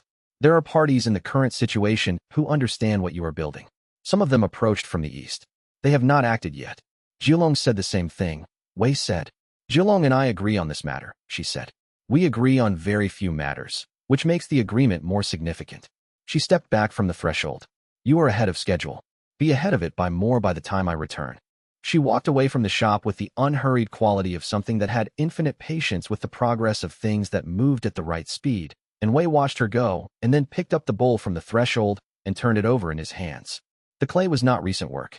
The style dated to 800 years ago, before the boundary accord had been written in its current form. The bowl had been made by someone who lived in the time of the original crossing place, and it had been given to this visitor, and the visitor had drunk from it at the threshold of a shop that had been built on the Accord's anchor point without the builder knowing it. He put the bowl on the shelf next to the token and the older bowl, and the shelf had now accumulated 4 objects that were not what they appeared to be, and Wei thought about what it meant to live in a location where the past was structural rather than historical. The system logged, restraint, 2 points. Current restraint depth, 66. Laowen arrived for lunch 20 minutes later and surveyed the doorway area where Wei was still standing. Something happened, Laowen said. A visitor came, Wei said. Good visit or bad visit? Wei considered this. Instructive visit, he said. She confirmed some things I'd been uncertain about and introduced some new uncertainty. That's most visits, Laowen said, with the easy pragmatism of 40 years of boundary commerce. He sat at his table and opened the menu with the comfortable familiarity of a cultivator who has been reading the same menu for 4 months and is reading it for the pleasure of the familiarity rather than the content. The usual, he said. And if you're making that mushroom-forward dish again today, I'd like some of that too. The one that takes 3 stages. I made it yesterday, Wei said. I know, Laowen said. I'm telling you I'd like it again. Wei went to the kitchen and began the three-stage preparation, and the shop was quiet in the mid-morning way, and outside the boundary hummed its changed register, and the dormant thing below it oriented upward with more directionality each day. And Wei cooked mushrooms and thought about an accord that had been active for 8 centuries and a dormant thing that had been waiting for longer, and thought that patience was the one virtue that accumulated without limit as long as the practitioner survived to keep practicing it. Border Watch coalesced slightly more fully in the east wall space, not quite as defined as full manifestation, but more than the ambient presence, and Wei understood without words being spoken that Border Watch had also been paying attention to the dormant thing's orientation during Jiulong's visit, and had registered the same assessment. More aware than the previous season, more directed, more present in the surface-adjacent structure in a way that was new. The depth expression and the surface expression were moving closer together. The two scales of the same function were becoming less separate. She confirmed what you've been sensing, Wei said. Yes, Border Watch said. And confirmed the timeline is narrower than Scholar Ye's original framing suggested. 3 months to Tier 4, Wei said. If the accumulation rate holds, and the exploitation coalition's interference is managed, then manage it, Border Watch said, with the calm of something that has been patient for 800 years and found patience to be the only approach that produced results. But that understood patience did not mean passivity. It meant sustained engagement with what was actually required rather than with what was alarming, which was a distinction that 800 years of dormancy had given it time to understand very precisely. And the understanding was going to be tested in ways. Estimation, within 2 weeks, because the exploitation coalition's monitoring had been recording the accumulation rate since Tier 1, and their projection of when Tier 3 would arrive was already prompting the kind of institutional response that always arrived just before something was ready for it. Chapter 27 Sword Master Deng Huayun arrived at the start of the 18th week with the economy of a practitioner who has studied a situation thoroughly and intends to engage with it precisely. He was the Hollow Blade sect's elder, not a senior disciple, but an actual sect master-level practitioner. He wore the sect's formal robes without the younger disciple's silver trim, which communicated seniority rather than display. He was perhaps 60 in appearance, with the physical quality of a practitioner who had spent those 60 years doing demanding things and had the bearing to show it. Not proud posture, but the posture of a body that had been well used for its intended purpose and was still capable of that purpose. Unlike Feng Wei and Reneo, he carried no sword. He carried a staff that was primarily a walking implement, and secondarily a weapon only if pressed, which was its own statement about his approach. He sat at table 2. He ordered tea and the morning broth and a portion of the braised pork belly that was on the daily special board.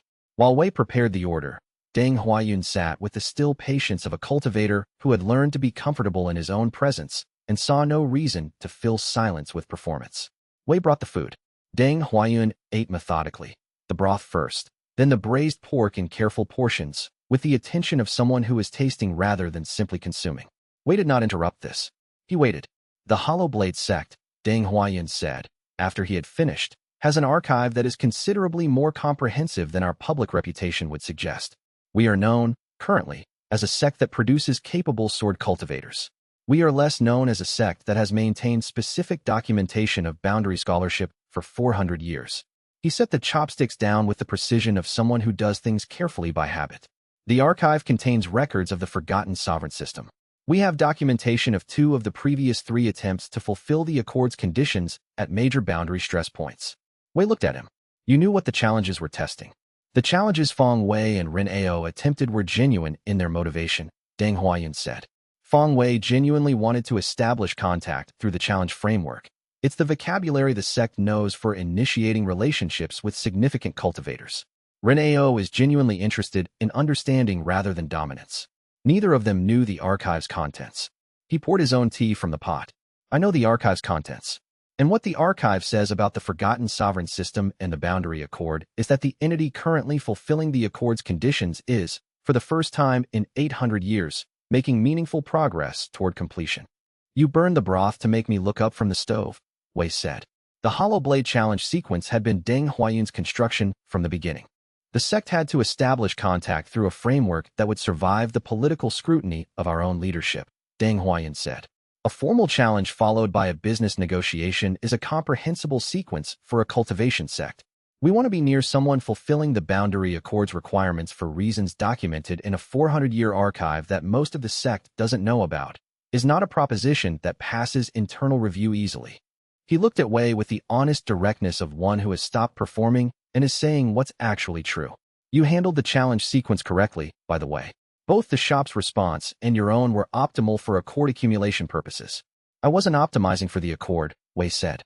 I was avoiding a fight. Those were equivalent, Deng Huayan said, which suggests the accord's design is well considered. He set down the cup. What the Hollow Blade sect wants, formally, is what we mentioned in Feng Wei's earlier visit. Favorable passage rights through the boundary. What we want informally is to be part of what's being built here, in whatever capacity is appropriate for a sect that has been maintaining relevant documentation for 4 centuries and cannot always successfully explain why it has been doing so. The sect has been keeping the archive without knowing what it was for, Wei said. Several generations of archivists have maintained it because the previous generation maintained it, and the documentation seemed important even when its purpose was unclear, Deng Huayan said. Which is, in retrospect, what the Accord's observational function does with its distributed presences, maintains things across generations of continuity without requiring each generation to understand the full context. He checked the shelf with the tokens and the bowls. I recognize the clay style of the newer bowl, incidentally. Our archive has documentation of the observation function's physical expressions. The bowl predates the current scene configuration by approximately 800 years, Wei said. I've had 2 visits from the observational presence. Our archive suggests it visits significantly ahead of critical transitions, Deng Huayan said. The documentation doesn't specify what critical transition means in current terms, but 400 years of archivists have cross-referenced the visits against subsequent events, and the pattern holds. Wei sat with this. He poured fresh tea for both of them. The passage rights, he said. The formal version of what you want. Tell me what specifically. Deng Huayan told him. The terms were reasonable, calibrated to the shop's actual capacity rather than to political leverage. Wei listened without committing, asking clarifying questions where the terms were ambiguous, and Deng Huayan answered with the precision of a practitioner that had thought carefully about each point before arriving. I'll need time to assess the implications, Wei said. Formal passage arrangements are the kind of thing that creates precedents, and precedents near a boundary accord anchor point have structural implications I don't fully understand yet. Take the time you need, Deng Huayan said. The sect will wait. He stood. Reneo told me about the cooking lessons. I prefer you continue them. He's more useful to the sect and to himself with a wider understanding of what practice looks like. He's welcome Wednesday mornings, Wei said. He's improving quickly. Deng Huayan left with the economy of a cultivator who has accomplished what they came to accomplish and sees no reason to extend the encounter beyond its useful duration. Wei watched him go and thought about a 400-year archive maintained across generations by archivists who didn't know what it was for, and thought that faithfulness to something you couldn't fully articulate the purpose of was its own form of cultivation, and that the Hollow Blade sect's odd archival habit was what had finally produced someone capable of having a genuinely useful conversation with him about the situation he was in. That evening, Wei spent an hour with the archive copies Deng Huayan had promised to send. They arrived via the Hollow Blade sect's courier network 3 days after Deng Huayan's visit. 400 years of boundary scholarship, organized by a succession of archivists who had maintained the documentation across generational transitions without knowing why, which was itself a form of restraint. Maintaining something whose purpose was unclear because the previous generation had maintained it, and the documentation seemed important. The archive's documentation of the 2 previous Accord attempts provided specific information that Wei had not had before. The cultivation tiers each practitioner had reached, the timelines they had maintained, the specific circumstances of their failures. The first had failed at Tier 1, not in a combat engagement, but by abandoning the location when the political pressure became unsustainable. The second had failed at Tier 2, a combat engagement forced by a threat to a non-cultivator dependent, exactly the scenario Deng Huayan had described. The third had reached Tier 3 but died from an unrelated conflict before reaching Tier 4. The documentation noting that the third practitioner had been trying to maintain both the Accord accumulation and a political role that kept drawing them into engagements the system could not absorb. Wei read the third account twice. The third practitioner's failure was the most instructive. They had understood the system, had made meaningful progress, and had been unable to maintain the single-minded focus the accumulation required because the world outside the accumulation kept demanding responses that the system classified as expenditure rather than restraint. The lesson was clear. The accumulation required everything, or it required the kind of delegation that allowed it to have everything, and there was no middle position that sustained both the accumulation and active political engagement simultaneously. He closed the archive documents and thought about the 12 people around the table in 3 weeks' time, and thought that the delegation was the practice, not a compromise with the practice, but the practice itself, expanded to the scale the situation required. The system logged, restraint, 3 points. Current restraint depth, 69. The archive's fourth packet, still unopened, sat on the kitchen table where Deng Huayun's courier had left it. Wei had not opened it yet. He was developing the habit of reading archive material only when he had time to process it fully rather than partially, because partial processing of 400-year-old documentation produced more uncertainty than none at all. Tomorrow morning, before the third-hour broth start, he would read the fourth packet, and whatever it contained about the previous 3 attempts' specific failure points would either confirm his current approach or indicate something he hadn't yet understood about what was coming. Chapter 28: The Watcher from the Crossroads, whose name, Wei eventually learned, was simply that. The Accord's witness came 3 more times in the following 2 weeks, always to the doorway, always accepting the bowl handed across the threshold, never fully entering. The third visit, she said, the parties approaching from the east have made contact with the Hollow Blade sect's outer boundary operations. Deng Huayun mentioned that his sect monitors the east boundary. Wei said, he hasn't told you what they've observed yet, the witness said. He will. He's been determining whether the information serves the Accord's stability better if delivered quickly or after you've had time to consolidate Tier 2 more fully. She drank from the bowl at the threshold. The information is, the parties approaching from the east know about the Accord's anchor point at this location. They know the restraint depth is accumulating. 2 of the 3 parties want to interrupt the accumulation before it reaches a threshold that makes interruption significantly more difficult. The third party's interest is different. They want to be present for what happens when the accumulation is sufficient, and they want to observe it from a position of advantage. The third party is not hostile, Wei said. The third party is calculating, the witness said. Whether that resolves as hostile depends on what happens when the dormant thing surfaces. They have their own interests in what the original meeting place function would enable. She set the empty bowl at the threshold. The 2 hostile parties are more immediately relevant. They're likely to attempt active interference before Tier 3. I'm currently at Tier 2. Wei said. Yes, she said. The previous practitioner who reached Tier 3 was killed before Tier 4. You have more allies than he did. The alliance building you've done through the shop's service function is not incidental. It's the Accord's design mechanism for creating the surrounding conditions that make completion possible. She stepped back from the threshold. The Hollow Blade sect's archive is relevant. Deng Huayun will tell you what his boundary monitoring has found.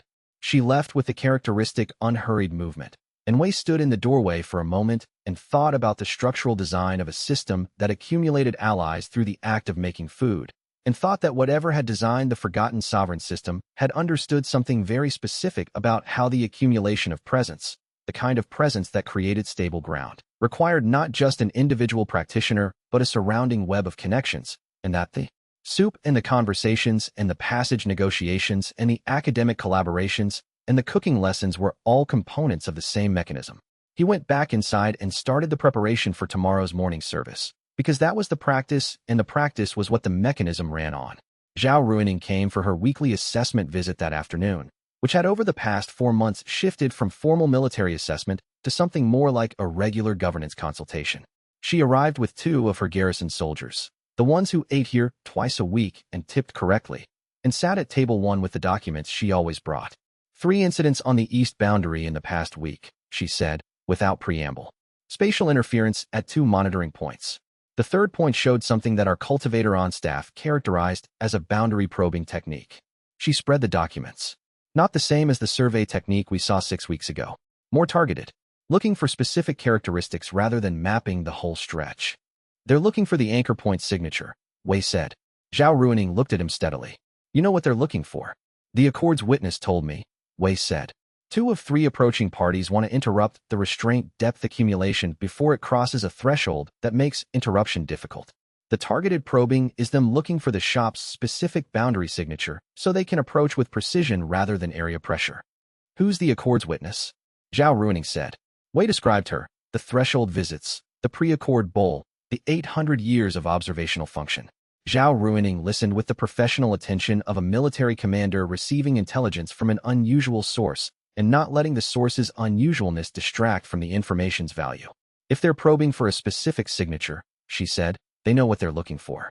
Which means they have documentation about the anchor point. The Hollow Blade sect's archive exists, Wei said. It's not the only one. I'll increase east boundary monitoring, Zhao Ruining said. And I want to know more about what three parties means in terms of force composition.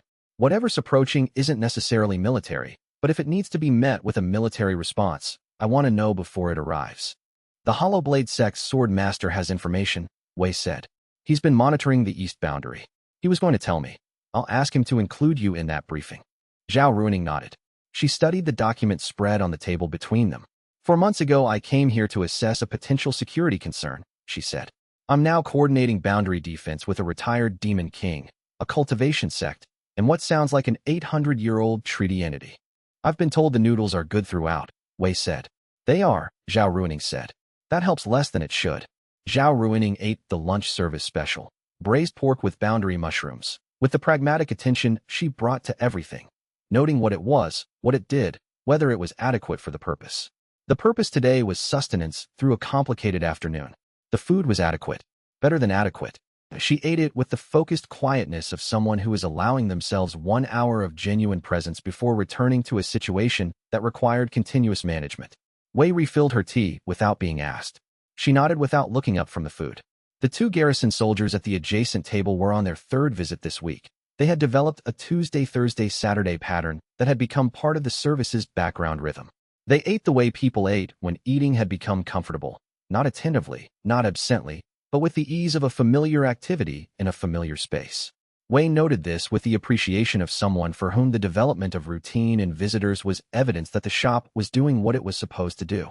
The 3 parties approaching from the east, Zhao Ruining said, eventually. What I need to know from a military perspective is, are any of them likely to send an armed force rather than individual operatives? The exploitation coalition uses hired cultivators rather than organized forces, Wei said. Their operational model doesn't include military formation. It's designed around targeted leverage. The research organization isn't a military entity. The Pale Auditor's apparatus uses administrative mechanisms. He poured fresh tea. A formal military confrontation from any of the 3 would be outside their operational frameworks and would undermine their existing strategies. They're not going to send troops. But they could hire troops, Zhao Ruining said. The exploitation coalition has the resources, Wei said. But hiring troops to attack a boundary establishment creates a record that the Pale Auditor's administrative case would be unable to survive. It would document exactly the kind of interference the Boundary Governance Bureau's jurisdictional claim is protecting against. The legal case and the direct attack are mutually exclusive strategies. They have to choose one. Zhao Ruining looked at the table for a moment. They're choosing both, she said. The legal case is the Pale Auditor's strategy.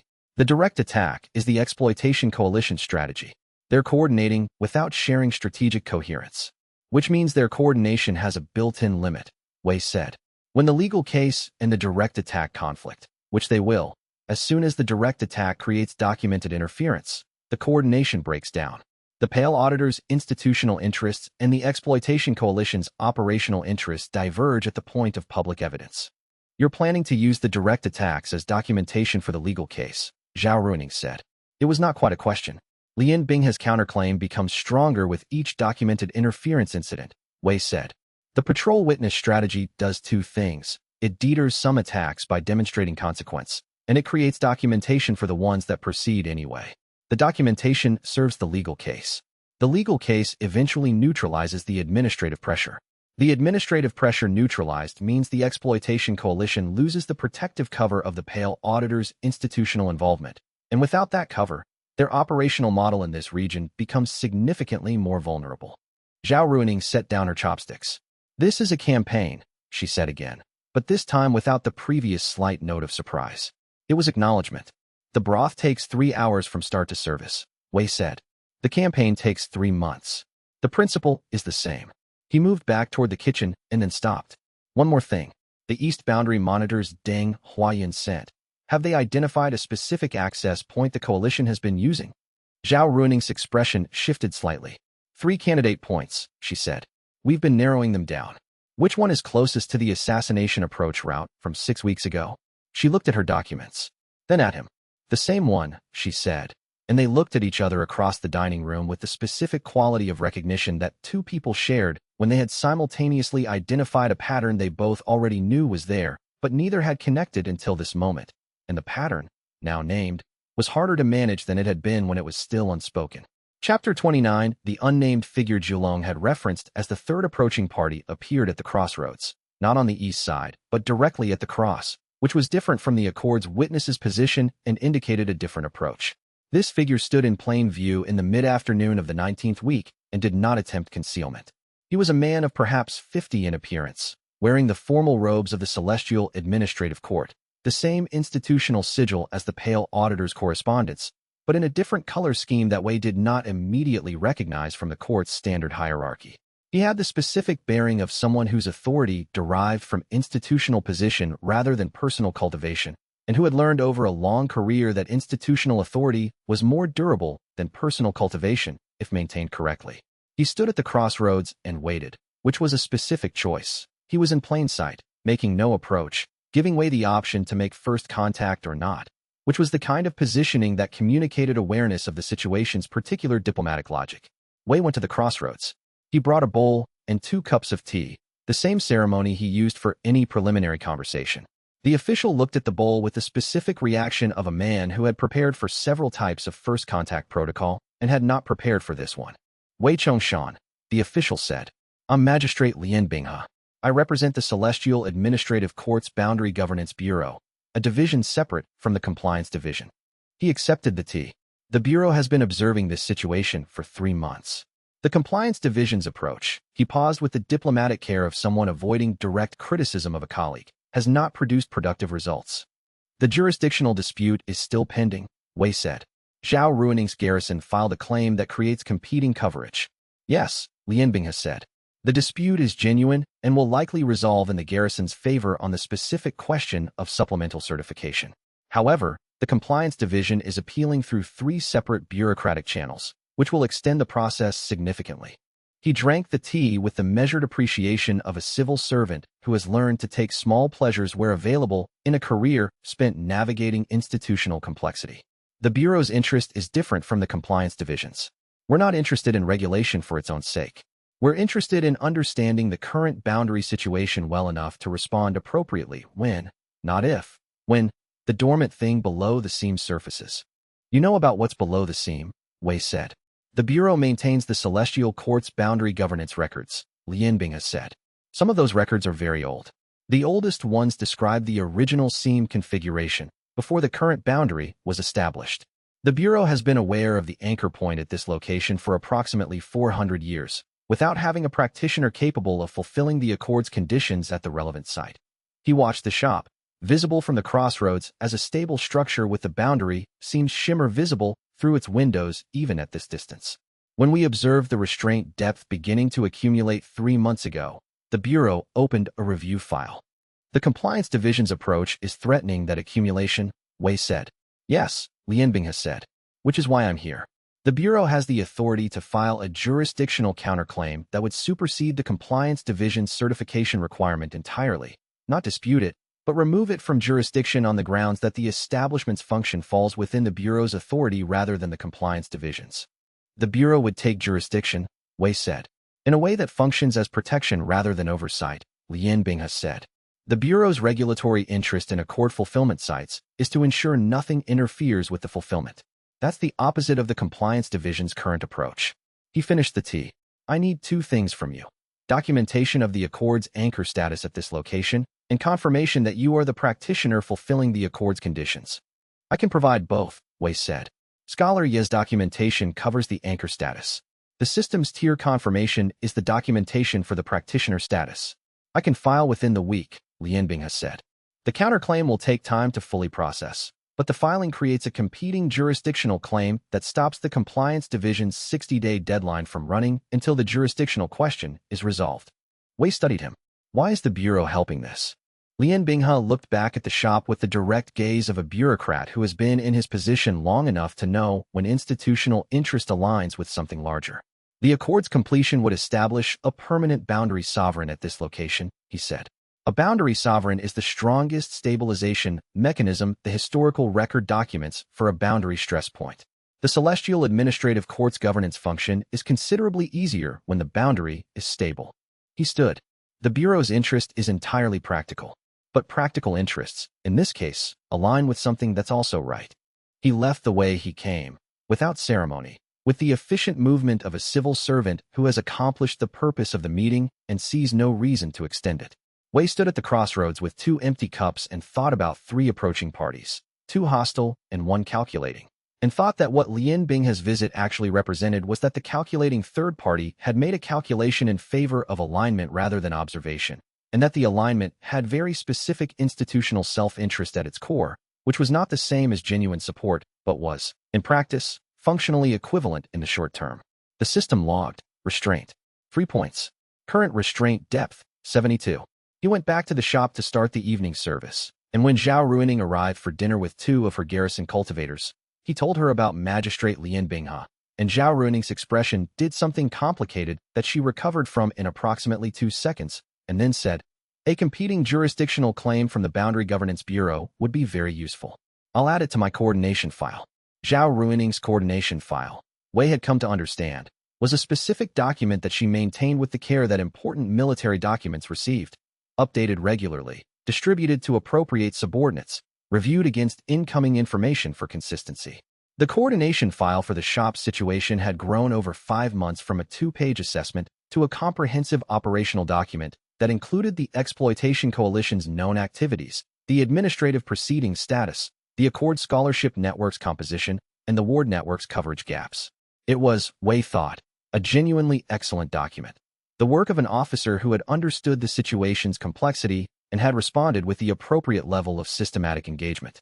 The 3-party picture, Zhao Ruining said. You've identified them as Exploitation Coalition, Research Organization, and Pale Auditors Apparatus. The Boundary Governance Bureau makes 4 parties with distinct interests in the outcome. Deng Huayun's sect makes 5. My garrison makes 6. She looked at him. You've built more political complexity around a noodle shop than I've seen around some military objectives. The noodle shop is the objective, Wei said. The political complexity is what accumulates around objectives that matter to multiple different parties for multiple different reasons. He cleaned a bowl with the methodical attention of the daily routine. From my perspective, the complexity is an asset rather than a liability. Each party with a stake in the outcome has a reason to manage some portion of what's incoming. I don't have to handle everything. I have to maintain the practice and coordinate the people who are managing the portions I can't handle personally. The campaign management position, Zhao Ruining said. You stay at command level and delegate the tactical engagements.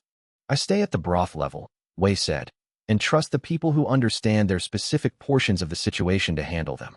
The delegation is what makes the practice possible at this scale. He set the bowl aside. Magistrate Lian Binghe's jurisdictional counterclaim is going to take 6 weeks before the historical claims dispute requires my personal involvement. 6 weeks at the current accumulation rate is 3 restraint depth points per day, which is significant progress. He looked at her steadily. Use the 6 weeks well. I intend to. Zhao Ruining added Lian Binghe's filing to her coordination file with the specific efficiency of someone whose administrative practice matched the operational demands of their position, and left with the documents and the 2 garrison soldiers, and the characteristic quality of someone who had arrived concerned and left with more information, but not less concerned. Because more information about a complex situation usually clarified both the path forward and the magnitude of what the path required. And the magnitude, in this case, was not reassuring. Chapter 30 Feng Ruoyi returned in the 20th week with 9 people from the Thousand Lakes sect. They came in at mid-morning, taking 3 tables, filling the shop with the particular quality of a group that has organized itself around a shared difficult purpose. Feng Ruoyi made the introductions, names, sect positions, what they had lost in the war, with the focused efficiency of one who has prepared for this carefully and intends to get through it in the manner that is most useful for everyone. Wei received each name, each loss, each brief description with the full attention he gave to things that were irreversible. 9 more names added to the record. He fed all of them. He sat with each table in turn during the quiet between courses, not speaking, not offering anything specific, just present in the way the shop had trained him to be present over 4 months of practice. Border Watch's attention was warm and contained throughout, the warmth of something that understood the function being served and was supporting it with full presence.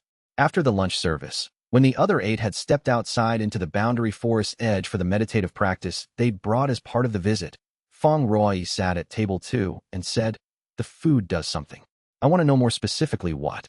"The warm domain tier carries restorative qi into the food," Wei said. "The specific expression of the restoration responds to what the person eating brings to it. For cultivators whose qi circulation has been compressed by sustained grief, the food eases that compression. He poured tea for both of them. The effect isn't therapeutic in the cultivator sense. It's more like the broth creates a condition where things that have been held tightly can relax for long enough to be examined. The stories will be easier to tell after they eat, Fong Rui said. They'll have more access to what they actually think about the stories, Wei said. The food doesn't change the grief, but it changes the relationship to it temporarily, from holding it away to being able to hold it directly, which is different. Fong Rui looked at the table.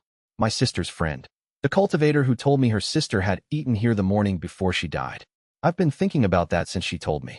Yes, Wei said. She said my sister was different after. More present. Less reactive. Fong Rui looked at her hands.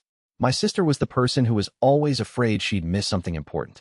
She trained harder than anyone else in our intake cohort because she was afraid that if she slowed down, the opportunity would pass. The morning before she died, she ate here, and when she came back to the formation, she was present in a different way. She looked up. I don't know if that made it easier or harder. I've been turning it over, and I don't know. I don't know either, Wei said. Whether the difference made that specific morning better or worse from her perspective is something I can't assess. What I can tell you is what the food was trying to do, which was the same thing it always tries to do. Create a condition where someone can be fully present for whatever is actually happening.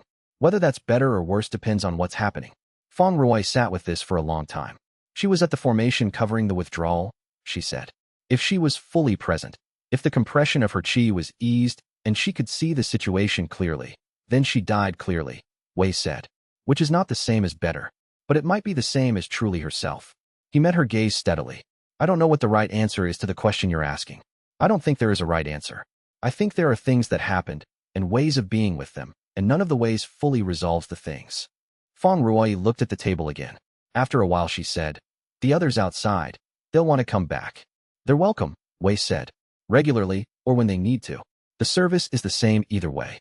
I'll organize it, Fong Rui said. We have 23 people in the sect who lost someone in the war. I'll bring them in groups. She stood. How much should we pay? The menu price, Wei said. The food is what it is regardless of the reason you're eating it. The menu price covers what the ingredients cost and what the preparation takes. That's not enough, Fong Rui said. It's what I charge, Wei said. Pay the menu price and come back. She paid, precisely as Wei had specified, and gathered the others from the forest edge, and they left in the organized way they had arrived. Wei watched the group go and thought about a record of 11,400 names and what it meant when those names arrived one at a time, carried by the people who were still present because others had covered their withdrawal, and thought that the boundary between the names he carried and the people who came to say them was the most significant boundary his shop sat on, and it was the one no one had yet found language for, and he was going to need language before whatever was coming from the east arrived. Because language was what the meeting place function had been built on, and language was what he didn't yet have for the most important part of what he was doing. He washed the 9 bowls from the group visit with the care the task deserved. The boundary broth residue in each bowl carried the specific quality it carried. The warm domain tier's expression, the meeting place function's ambient presence, the accumulated restraint depth's character. He washed it away into the water and stood in the clean-surfaced quiet of the after-service kitchen and thought about a record of 11,400 names. What he was coming to understand, slowly, through the specific practice of receiving grief at a table rather than managing it from a command position, was that the record served a function he hadn't anticipated when he built it. He had built it because he believed it was correct to carry what he had caused. He had maintained it because abandoning it would have been a specific kind of dishonesty about what he had done. But what Fong Rui's cultivator had told him, the one whose sister had eaten here the morning before she died and had been more present afterward, had clarified something about the record that the record itself couldn't see. The 11,400 were carried in him the way the boundary's character was carried in the food. Not separately, not as an addition, but as part of what the person who made the food was. And the people who ate here carried something of that, the way the food carried the boundary's character. The connection between the record and the people who came to say it was not coincidental. It was structural. He stood in the kitchen for a long time and thought about this, and Border Watch's attention was warm and steady, and the presence below the seam oriented upward with the patient quality of something that had been waiting for exactly this kind of presence and had recognized it. The system logged, restraint. For points. Current restraint depth, 76. Fong Rui sent a message 3 days later confirming she would bring 2 more groups before the end of the month. The message also mentioned, briefly, that 3 people who had eaten at the shop during this most recent visit had reported improved qi circulation in the 48 hours following the meal. She noted it without commentary, in the manner of one who had observed something and believes it deserves to be reported accurately regardless of whether it fits a comfortable category. And the report, when it arrived by post 3 days later, would confirm that Hu Fenglin had begun introducing specific inaccuracies into the restraint depth monitoring data, and that the inaccuracies had already been noticed by someone reviewing the reports independently, and that the reviewer was not the pale auditor, which meant there was a second party moving through the same administrative space, and Wei did not yet know whether that party was working toward the same outcome or a different one entirely. Chapter 31. The intelligence briefing happened on a Tuesday in the 21st week. Deng Huayun came with 2 of the Hollow Blade Sect's east boundary monitors, cultivators who had been stationed along the seam's eastern stretch and had been tracking the approaching party's movements for 3 weeks. Zhao Ruining attended with her senior garrison cultivator, a taciturn woman named Corporal Fei, who had been monitoring the same stretch from the military side and whose reports, when compared with the sect's intelligence, showed enough consistency to confirm both sources. They used Table 2, which Wei thought was appropriate. Table 2 for conversations rather than demonstrations.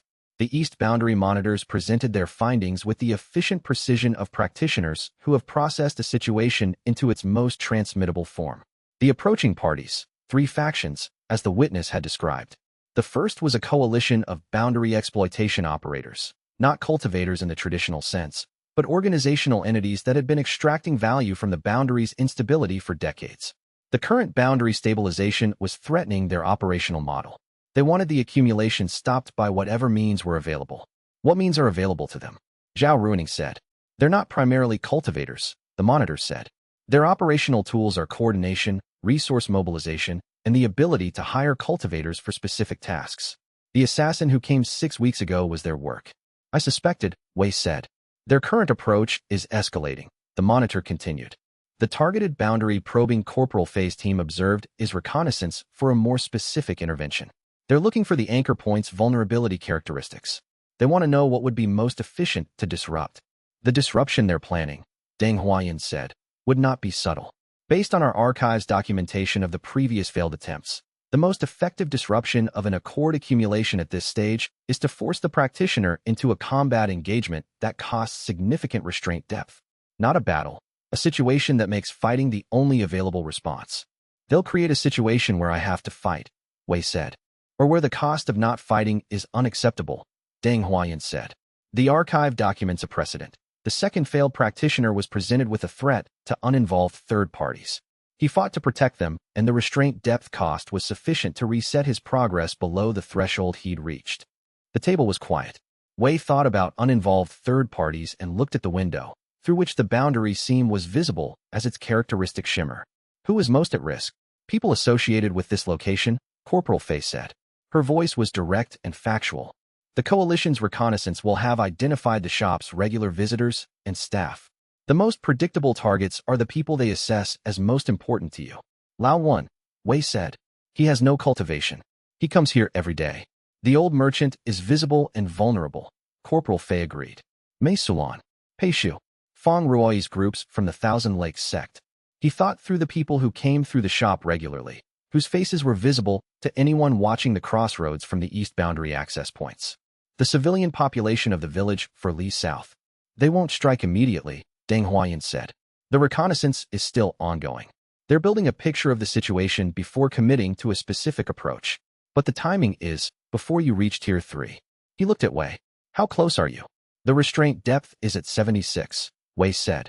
The tier threshold isn't a specific number the system has communicated, but the accumulation rate has been consistent, and the warm domain tier consolidated at approximately 40.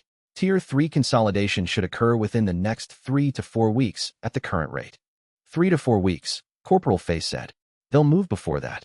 The second approaching faction, more complex in its composition and more difficult to characterize simply. They were not hostile in the same direct sense as the Exploitation Coalition.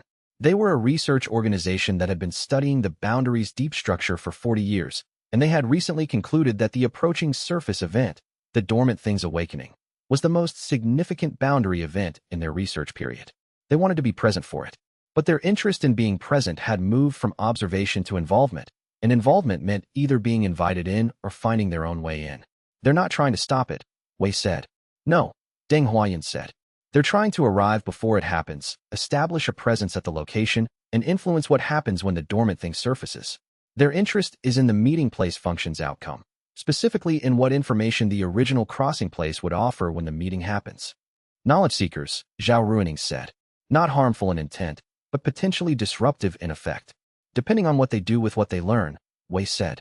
The crossing place function, if restored, would create a crossing point between realms. The people who could pass through it, and what they could bring back matters. He thought about the dormant thing's orientation toward the shop, toward the restraint depth specifically. The meeting place doesn't discriminate by intent. It would be open to research organizations and to everyone else.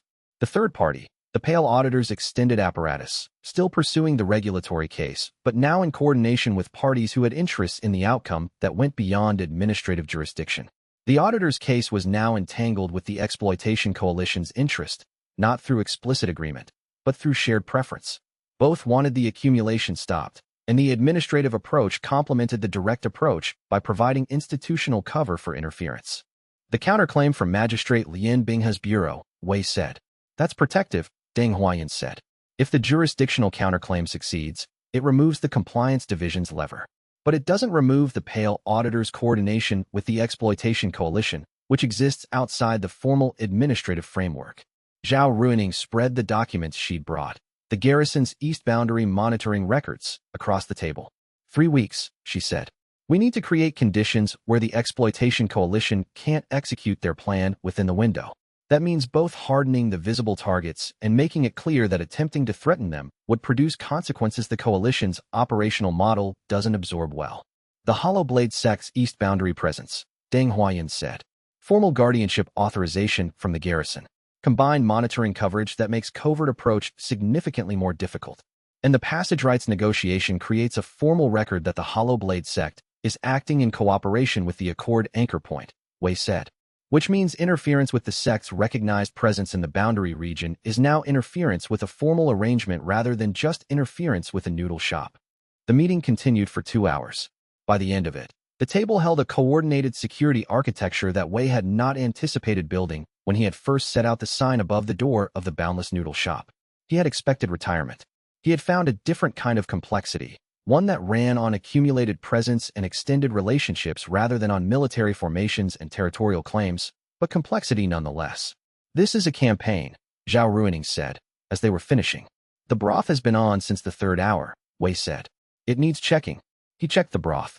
It was at the correct reduction. The morning's 3rd hour start had produced exactly the concentration the afternoon service required. He covered it and returned the flame to holding height, and stood in the kitchen for a moment, listening to the shop's ambient quality settle back into its between-service character. The meeting had produced a coordination structure that was more sophisticated than the situation had required 3 months ago, and exactly adequate to what it required now. That was, Wei thought, the thing that effective planning did. It arrived when it was needed rather than when it was convenient to build it, which meant the building had to happen faster than comfort preferred and with less certainty than caution preferred. But the structure was real. 12 people had committed to specific roles in a coordinated architecture, and each of those 12 had genuine stakes in the outcome and genuine capacity to handle their assigned portion. That was a different kind of security from what the Ashen Sovereign's armies had provided, distributed rather than hierarchical, motivated by genuine interest rather than command authority, more durable under pressure because the pressure couldn't target the center without the distributed network continuing to operate. He thought about the war and the way that distributed resistance had always been harder to suppress than concentrated resistance, and thought that he had spent 40 years building concentrated structures, and was now, for the first time, building something distributed, and the feeling was different in a specific way he was still learning to name. The system logged, restraint. For points. Current restraint depth, 80. Fong Wei's message arrived the following morning. He had spoken to Deng Huayan about the meeting's outcomes, and wanted to understand one specific point. The message's specific point was not about the passage rights or the East Boundary Guardianship or the academic documentation network. It was, what happens when the meeting place function opens? And Wei read the question twice, because it was the right question, the one that all the preparation was building toward answering, and the fact that Fong Wei was asking it now, before the function had activated, meant he was thinking further ahead than the current situation required, which was either very useful or a sign that the expected timeline was compressing faster than the coalition's intelligence had indicated. And if the timeline had compressed, the coalition's next move was not weeks away but days. Chapter 32 The Passage Rights Negotiation with the Hollow Blade Sect formalized over 3 days at the end of the 21st week. Deng Huayun was precise and professional throughout. He had clearly prepared the terms carefully, had consulted with the sect's administration on the specific language, and brought nothing to the table that was unreasonable or that exceeded what Wei could actually offer. The negotiation proceeded through 3 sessions, each at table 2, each ending with food. Feng Wei attended day 2. He sat through most of it in silence, which was different from his previous silences in the shop. This was not the silence of someone suppressing a challenge, but the silence of someone observing a process they didn't fully understand and were deciding whether they wanted to understand it. On the second break of the session, Feng Wei followed Wei to the kitchen. "You're negotiating with Sword Master Deng like you're establishing a treaty," Feng Wei said.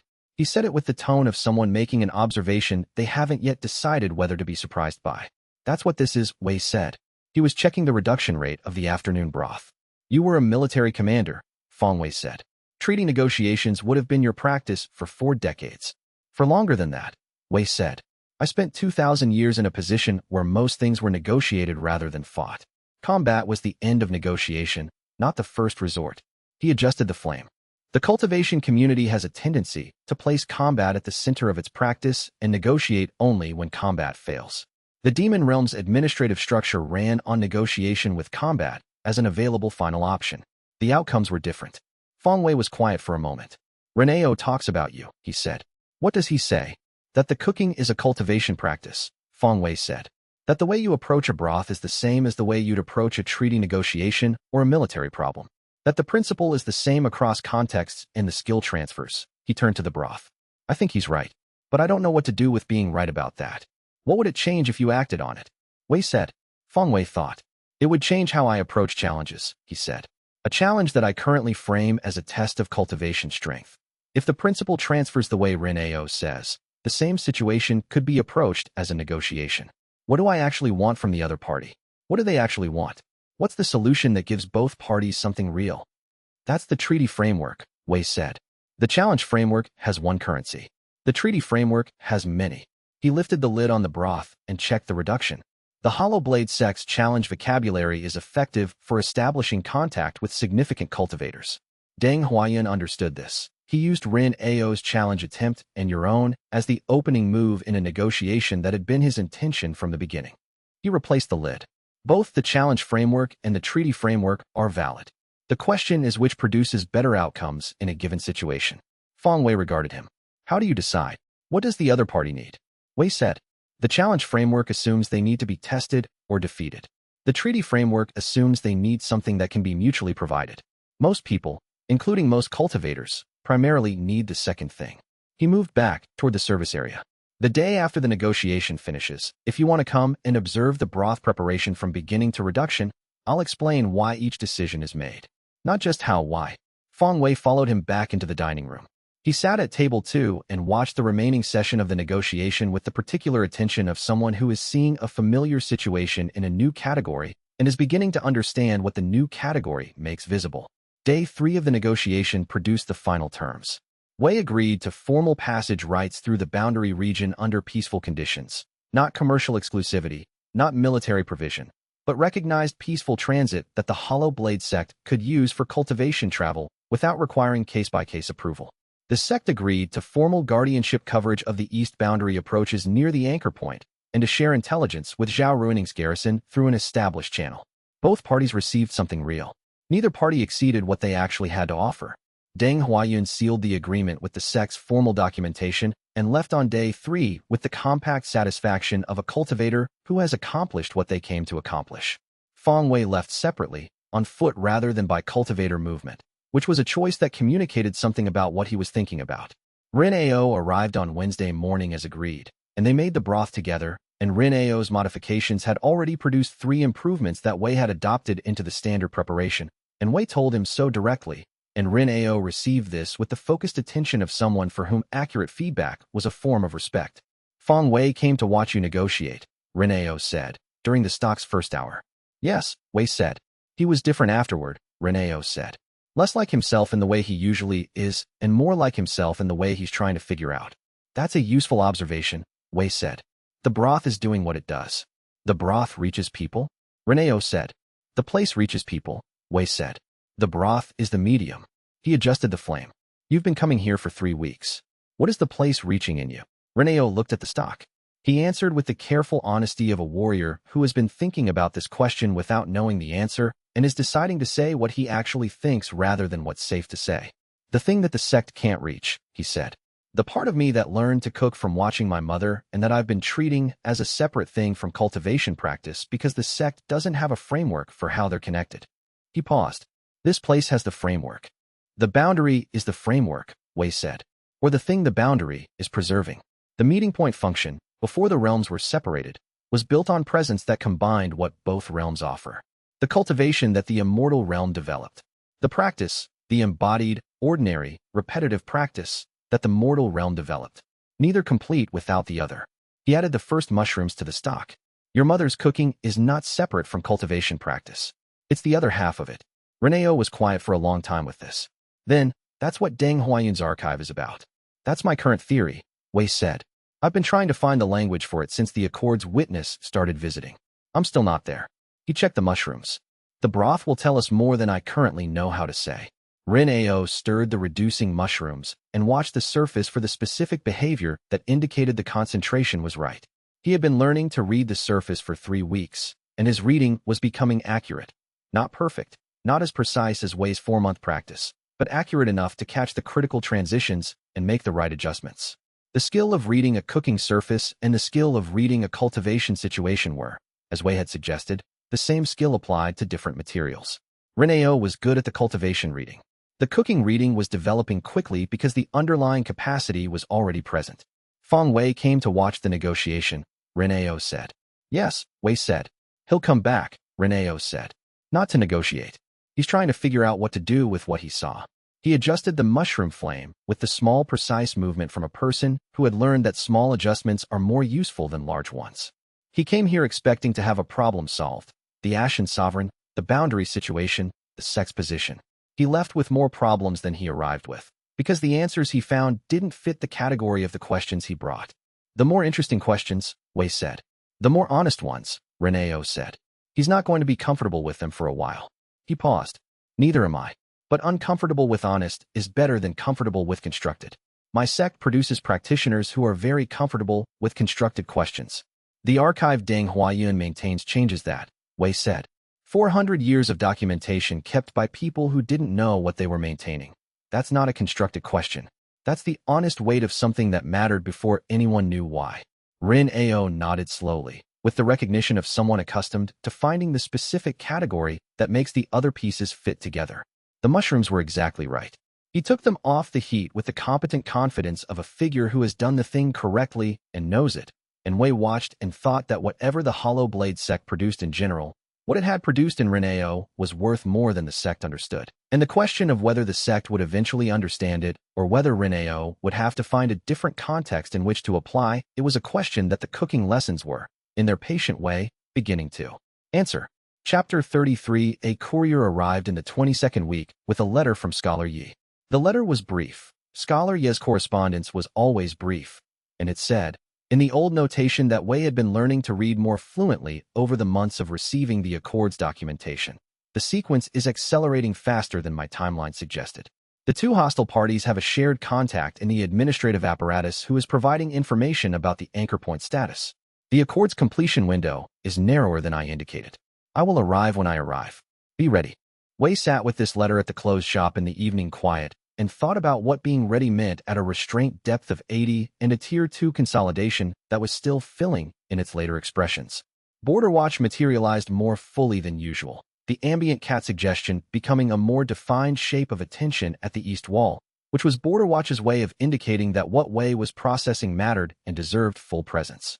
The Exploitation Coalition and the Pale Auditor's apparatus have a shared contact, Wei said. Someone in the administrative system who is providing information about the accumulation's rate and threshold. Hu Fenglin, Border Watch said. Wei studied him. You think Hu Fenglin is the contact? Hu Fenglin provides accurate information in his official reports, Border Watch said. The accuracy of his reports could be used by parties with access to those reports to track the restraint depth status. He may not be an intentional informant. His reports exist in the administrative system, and the administrative system's information security is not impenetrable by organizations with sufficient resources. Someone is reading his reports without his knowledge, Wei said. Possibly, Borderwatch said. Or his reports are accurate enough that someone inside the administrative apparatus is sharing their content selectively. The distinction matters for how to respond.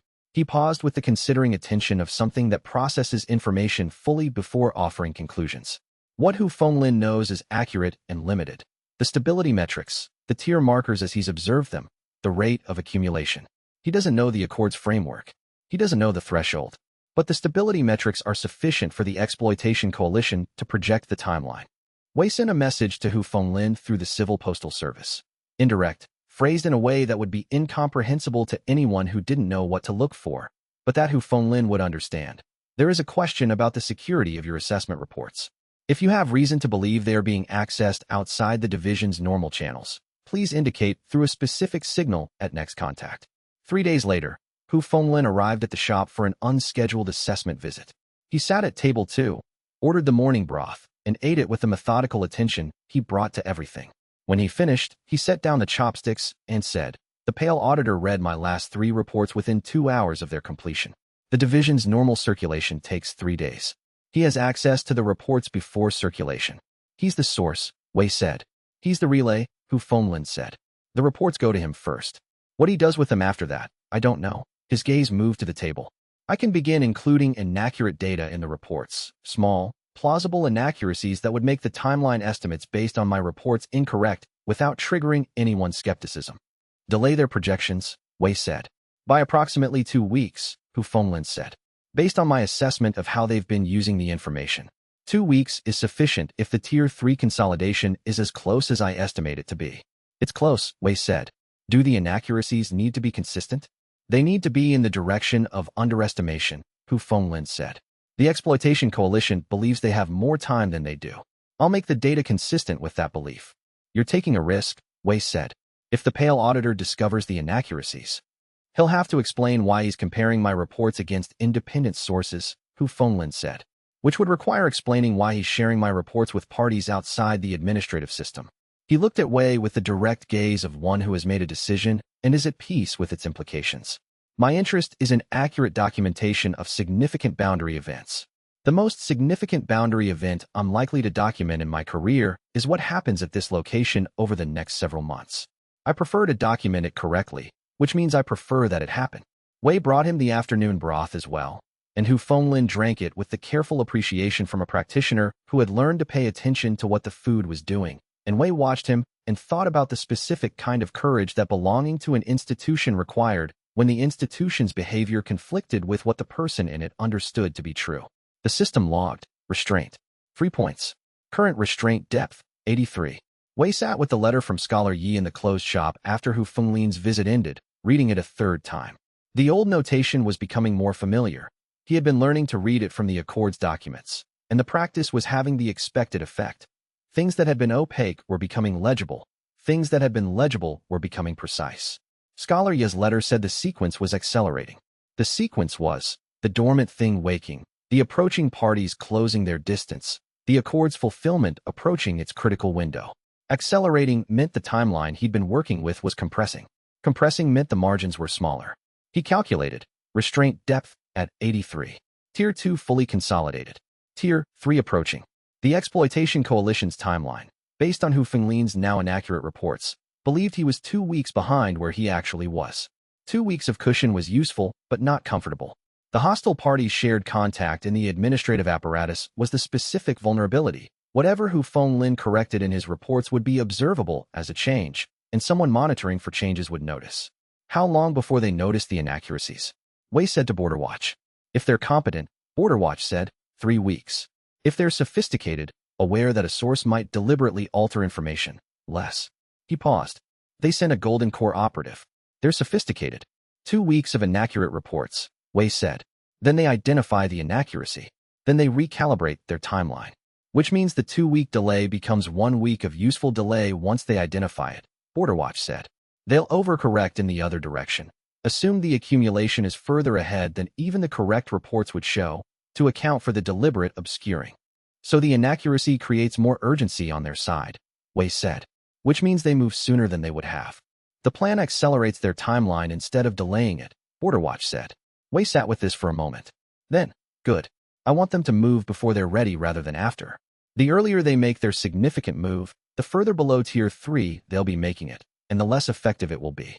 He folded Scholar Ye's letter and placed it with the other correspondence. Tell Hu Fenglin to allow the inaccuracies to be found. Not obviously, but findably. Deliberately placed where sophisticated review would locate them. He'll understand the instruction, Border Watch said. He's intelligent and he's on the right side of his own values, Wei said. He'll understand. He went to start the evening service preparation, and the shop settled into its between-service quiet. And somewhere to the east, the Exploitation Coalition's monitoring instruments were reading figures that were 2 weeks behind the current restraint depth, and in 3 weeks they would find the figures were wrong, and they would move. And when they moved, the door would be open and the broth would be ready, and Zhao Ruining's garrison would be documented, and Deng Huayun's east boundary guardianship would be in place, and whatever they sent would find a situation considerably more prepared than their inaccurate projections suggested it would be. And the third figure, the calculating one who wanted to observe the meeting place function from a position of advantage, had been quiet for 2 weeks and would not remain quiet much longer, because calculating parties made their move when they judged the moment was right, and their calculation of the right moment was going to converge with the coalition's deadline in a fashion that would require Wei to be ready for 2 things simultaneously. And being ready for 2 things at once was different from being ready for one, in ways he was only beginning to calculate. Chapter 34. Pei Shu began demonstrating boundary affinity in the 23rd week. It started with small things. He would know when a customer was approaching the shop before they appeared at the road's visible reach. He would orient toward the boundary seam during his morning prep work in a manner that wasn't observation cultivation. Mei Solon confirmed it wasn't, but that produced the same kind of ambient awareness. He would tell Wei things about the broth's development that he couldn't have known from the standard sensory checks, information that was more consistent with what Wei's own restraint depth extended awareness would provide. Wei watched this develop over a week without commenting. Pei Shu had been in daily contact with the boundary's ambient qi for 2 months, and in daily contact with the restraint depth's expression through the shop's food and space. Something was developing, and his instinct was to let it develop at its own pace before introducing a framework that might constrain what it was becoming. Mei Solon noticed first, and chose to say something. She came to Wei in the kitchen one morning when Pei Shu was managing the early service alone and said, "He's doing something with qi that isn't observation cultivation and isn't any standard mortal cultivation path. The affinity is boundary specific." "I know," Wei said. "He's going to need guidance before it develops further," Mei Solon said. Unguided boundary qi affinity at his baseline has specific risks. The boundary's qi is more complex than standard cultivation qi, and a practitioner without a framework for what they're experiencing can develop unstable patterns. "What do you recommend?" Wei said. "Tell him what's happening," Mei Solon said. "He's been aware that something has changed. He hasn't asked about it, which tells me he's afraid asking will stop it from happening, not that he hasn't noticed." She looked through the pass-through at Pei Shu, who was serving a table with the contained fluency of someone whose practice had become natural. He's not afraid of the development. He's afraid of the conversation about it. Wei went out from the kitchen and stood at the counter during a quiet moment in the service and said to Pei Shu directly, "You've been developing boundary qi affinity for approximately 10 days. Pei Shu looked at him. His expression confirmed Mei Solon's assessment, awareness and relief in approximately equal measures. "I noticed," he said. "Tell me what you've been experiencing," Wei said. Pei Shu described it with the courier's trained precision, specific observations about specific moments, without editorializing toward what he thought the experiences should mean. The pre-arrival awareness, the orientation toward the seam, the broth knowledge that exceeded his sensory access, and something else he'd been less certain how to categorize, a sense, during the morning service, of the customer's states as they arrived and changed through the meal. Not their thoughts, not their emotions exactly, but something like the quality of their presence, the weight or lightness they were carrying. "The warm domain tier extends through the food," Wei said. "What you're developing is a sensitivity to that extension. You've been immersed in the domain's ambient expression for 2 months. The affinity is a response to prolonged exposure combined with a natural sensitivity I suspected you had." He looked at him steadily. "You're not a cultivator, but you're developing something that functions like cultivation through a different path." "Through the boundary itself," Pei Shu said. "Through the original seam function," Wei said. The original seam was a crossing point between ordinary people and cultivation practice. not a barrier that required specific training to traverse, but a place where the traversal happened through presence rather than technique. He let this settle. Mei Sulan can help you understand what's developing. I can help you develop it intentionally rather than by exposure alone. But the choice to pursue it is yours. Pei Shu looked at the seams shimmer through the dining room. He had the specific expression of someone for whom a question they didn't know how to ask has just been answered. Not relief exactly, but the quality of something that has been trying to name itself, finally finding the name. I want to learn it properly, he said. Whatever the proper way is for this. The proper way, in this case, is probably the same as the proper way for everything here, Wei said. Start with the broth. Learn the full process with full attention. The practice teaches the practitioner. He moved back toward the kitchen. Wednesday mornings. Same time as Reneo's lesson. Different lesson, but you can overlap. The comparison is instructive. That afternoon, Archivist Sena arrived from the monastery with a specific document, a record from the Western Boundary Archive that she had identified as relevant to Pei Shu's situation. The document described, in the old notation, a category of practitioner that the original accord had recognized, threshold keepers. Ordinary people who, through sustained presence at a meeting place, developed the boundary's navigational capacity without traditional cultivation. They were not cultivators. They were something the accord had considered a necessary component of the crossing place function. Practitioners whose approach to the boundary was neither the immortal realm's cultivation framework nor the demon realm's power structures, but the mortal realm's patient, embodied, ordinary presence. He's becoming a threshold keeper, Archivist Sena said, looking at Pei Shu through the dining room window with the focused attention of someone recognizing a significant document. That appears to be the correct category, Wei said. The accord requires a threshold keeper, Archivist Sena said. The documentation is specific. A boundary sovereign without a threshold keeper can maintain the boundary's stability but cannot activate the meeting point function. The meeting place requires an ordinary presence to anchor the ordinary side of the crossing. Scholar Yi sent him, Wei said. Scholar Yi has been preparing this for a very long time, Archivist Sena said, with the tone of one who is not surprised but is nonetheless impressed by the scope. The people he placed tokens with, the Accord's network he's been maintaining for 4 centuries, they were all pointing toward this location and this moment. The courier, the observation student, the former commander turned administrator. Each piece was placed where it needed to be. Wei looked at the shop, at Pei Shu serving the afternoon service with his developing boundary awareness, at Mei Sulan working with a patient in the back room, at the tokens and bowls on the shelf, and thought about a 400-year preparation and what it meant to be the ground it had been preparing toward, and felt something that was not quite humility and not quite responsibility, but was both, and was also the recognition that whatever Scholar Yi had been building toward required him to be more ready than he currently was, and the only path to more ready was the path he was already on. Pei Shu came to him that evening, after the service, with a question that indicated his boundary affinity was developing in a specific direction. The people who eat here, he said, I can sense what they carry when they arrive. Not the content of it, the weight. And I can sense when the food shifts the weight. Not the content, just the specific quality of how much they're carrying. He looked at his hands. Is that what I'm developing?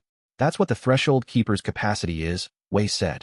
The original crossing place needed someone who could sense the mortal realm's specific quality, the weight that ordinary people carried, distinct from cultivation chi and distinct from the boundary's own character. Someone who could feel the difference between a cultivator's contained power and an ordinary person's accumulated living. He looked at Pei Shu steadily. You grew up in the mortal realm without cultivation. You worked as a courier among ordinary people for 3 years before this. You've been sitting at the boundary between realms for 2 months. The capacity to read mortal weight specifically is exactly what that combination would develop. It's useful, Pei Shu said. More than useful, Wei said. The crossing place can't open correctly without it. The meeting place function requires someone who understands both sides, the cultivation side and the ordinary life side, as genuinely distinct rather than as a hierarchy with one above the other. He turned back to the kitchen. Practice it. Notice what changes in a person between when they arrive and when they leave. That's the work Archivist Sena's documentation calls threshold reading, and it's what the original crossing place keepers did for every crossing. He paused at the door. You're further along than I expected at this stage. Scholar Yi chose well. Pei Shu looked at his hands for a moment longer, with the expression from someone who had been told that the thing they've been developing accidentally is exactly the thing that was needed, which is not comfort exactly, but is the specific relief of a weight that has been uncertain becoming certain. And the Accord's witness, who appeared at the threshold the following morning before Wei had finished the 3rd-hour broth, said only, the third condition is closer than the dormant thing. Indicated. I cannot tell you what it is, but I can tell you it has been in the shop already and will return. Chapter 35. The first direct approach from the exploitation coalition arrived in the 24th week. They did not send another assassin. They sent a lawyer. The lawyer's name was Practitioner Luo Mingshan, and he appeared with impeccable documentation from the Celestial Administrative Court's legal division, not the Boundary Governance Bureau's division, not the Compliance Division, but a third branch Wei had not previously encountered, the Historical Claims Bureau, which processed disputes over boundary territory based on pre-existing contractual instruments. Practitioner Luo was polished, professional, and in every visible sense genuinely a practitioner of the legal arts rather than a cultivator in any other mode. He arrived at mid-morning, sat at table 2, and presented his documents with the smooth professional efficiency of a figure who has done this many times and has found that being orderly and pleasant in presentation reduces resistance to difficult content. The documents claimed that the land on which the Boundless Noodle Shop was built, specifically, the portion of the boundary region where the anchor point was located, was subject to a historical territorial agreement predating the current boundary accord by approximately 3 centuries. The agreement, the documents claimed, assigned right of passage and resource extraction authority to a commercial consortium that had been operating in the boundary region for that entire period. The documents were remarkably complete. Wei read them. He read them a second time. He asked Practitioner Luo for a copy to retain, which was granted immediately. The documents are genuine, Practitioner Luo said. The consortium has maintained the agreement in the court's historical records for 3 centuries without requiring action. The current situation, the establishment of a permanent commercial entity at the anchor point, triggers the agreement's dormant provisions. The agreement is 3 centuries old, Wei said. It predates the current shop by 3 centuries. The agreement applies to the location, not the specific structure, Practitioner Luo said. 3 structures have stood at this location over the past 3 centuries. The agreement's dormant provisions have been triggered by each one, but not previously enforced. Why not previously enforced? Wei said. Practitioner Luo looked at him with the professional expression of a fighter who knows the real answer and is deciding whether to give it or give the prepared answer. He gave the real answer. Because none of the previous 3 structures established a stable enough presence to make the agreement's provisions worth enforcing, he said. The current establishment stability metrics are significantly higher. The consortium has decided the location is now worth the legal cost of activation. Tell me who the consortium represents, Wei said. That information is protected under the court's commercial confidentiality provisions, Practitioner Luo said. I'll file a transparency disclosure request through Magistrate Lian Binghe's bureau, Wei said. The Boundary Governance Bureau has jurisdiction over historical territorial agreements involving accord anchor points. The confidentiality provision doesn't apply when the agreement intersects with accord administration. Practitioner Luo's expression adjusted by approximately 2 degrees, the specific adjustment of a practitioner that has encountered a prepared response they hadn't anticipated. The Bureau's jurisdiction over this specific agreement type is disputed, he said. File the dispute, Wei said. In the meantime, I'll have Lian Binghe review the documents. He stood. Would you like something to eat before you go? The morning broth is still available. Practitioner Luo ate the broth with the slightly arrested attention of a fighter who had come prepared for confrontation and found the experience of a well-made bowl of noodles genuinely disorienting.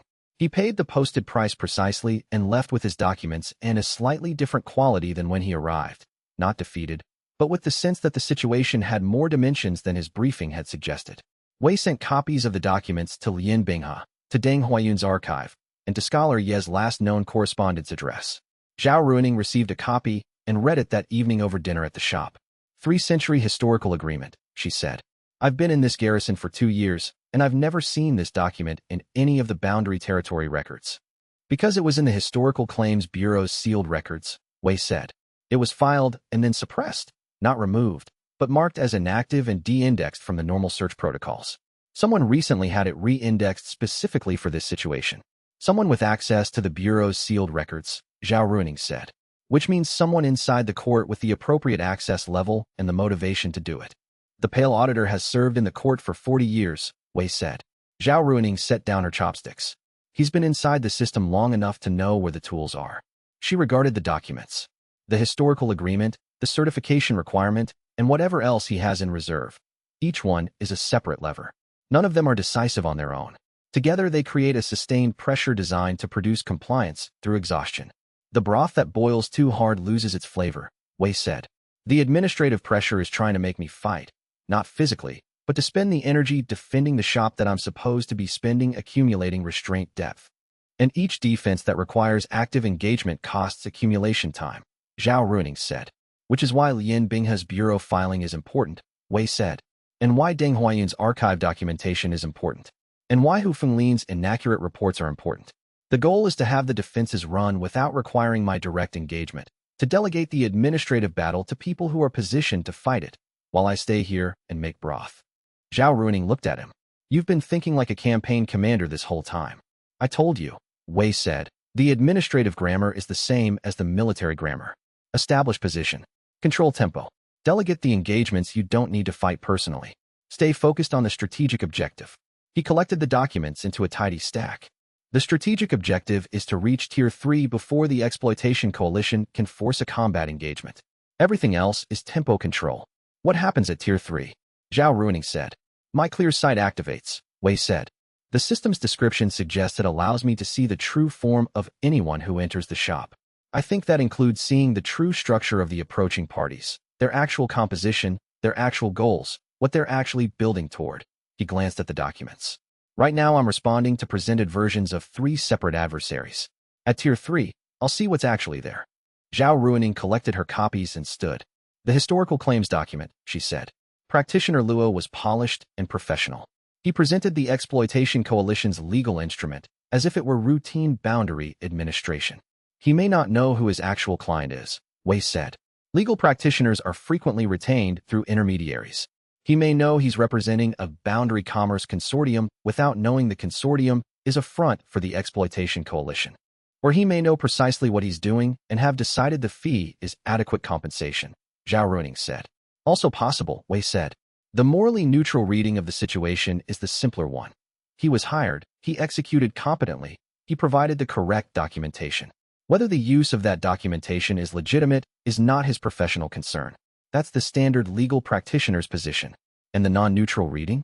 Is that someone with access to the Historical Claims Bureau's sealed records arranged for the document to be re-indexed specifically for this purpose, and that the timing and targeting are coordinated with the Exploitation Coalition's operational timeline. Wei set the document stack aside. Both readings are consistent with the available evidence. Lian Binghe's transparency disclosure request will help distinguish between them. If Practitioner Luo's client is a genuine 3th-century commercial consortium, the disclosure will show that. If it's a front organization created recently, the disclosure will show that instead. And if it's genuine? Zhao Ruining said. Then the historical agreement is a real legal instrument and we address it as one, Wei said. The accord supersedes it in any case where the two conflict, which Lian Binghe is prepared to argue. But knowing whether we're fighting a genuine legal instrument or a manufactured one changes the approach. He checked the documents. Every fight is better fought with accurate information about what you're actually fighting. Zhao Ruining left with the documents, and Wei stood in the empty dining room and thought about the 3 months ahead and the various instruments being deployed against the accumulation, and thought that the people deploying them had been very thorough, and that thoroughness was itself a form of respect, a recognition that what was being built here was worth the effort of a sophisticated response, and found something almost appreciative in that recognition, the way a cook appreciated a difficult recipe. The system logged, restraint, 5 points. Current restraint depth, 88. Lian Binghe's transparency disclosure response arrived the same evening. Practitioner Luo's client was not a 3th-century commercial consortium. It was a holding entity registered 14 months ago, with documentation backdated to cover the 3th-century claim period. The backdating was sophisticated and would have survived ordinary review, but the Bureau's archive access included the original registration records that predated the backdating, and the original records did not match. The Exploitation Coalition had manufactured the historical claim, which meant they had done so with someone's help inside the Historical Claims Bureau system, and that person was now identified in Lian Binghe's disclosure report by name, and the name was someone Wei recognized from the Eternal Frost War's administrative aftermath, someone who had been declared missing, not dead, which meant the gap between those two categories had been serving someone's purpose for a very long time. Chapter 36, a traveling theater troupe arrived at the Boundless Noodle Shop on a morning in the 25th week and requested the use of the dining room for 3 hours during the afternoon service gap. Their lead performer was a man who introduced himself as Master Duan, wore the worn practical clothing of someone who traveled regularly and maintained a specific relationship to quality by choosing things that lasted rather than things that displayed, and had the calm, grounded energy of someone who was very comfortable in their own presence. The troupe numbered 6, Master Duan, 2 younger performers, a musician who played a stringed instrument with the distracted genius of someone whose attention was always partially elsewhere, a costume specialist who examined the shop's aesthetic with professional interest, and a manager who handled logistics with quiet efficiency. Wei recognized Master Duan, not from any public record or reported encounter, but from the recognizable texture of cultivator awareness that his 2,000 years of experience had developed into something more precise than most practitioners achieved.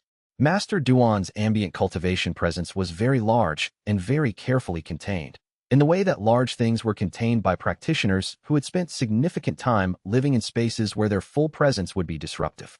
A Tier 6 cultivator, traveling incognito, for reasons that were not immediately apparent, but that Wei respected without interrogating because someone of that tier didn't travel incognito without having thought carefully about why. He gave Master Duan and his troupe the dining room for the afternoon service gap. He brought tea.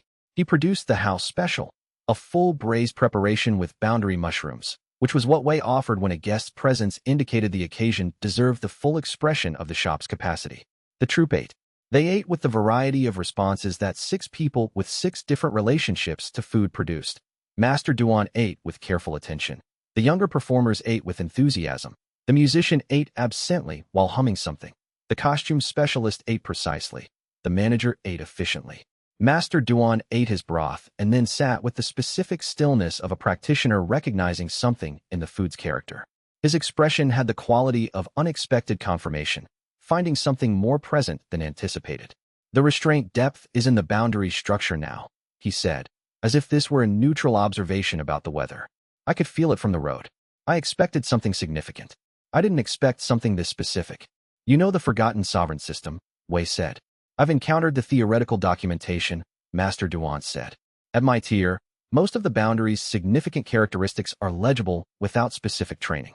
The anchor point here is, he studied the seams shimmer through the room, very clear. Clearer than the documentation suggested for this stage. The accumulation has been consistent, Wei said. Scholar Ye's preparation helped. The network of distributed tokens and arrivals gave the accumulation a context that the previous 3 attempts didn't have. Master Duan looked at him with the direct assessment of someone who recognized another. The War Council, he said. You mentioned it in the note you'll leave, Wei said. I haven't found a way to ask about it in advance of the note.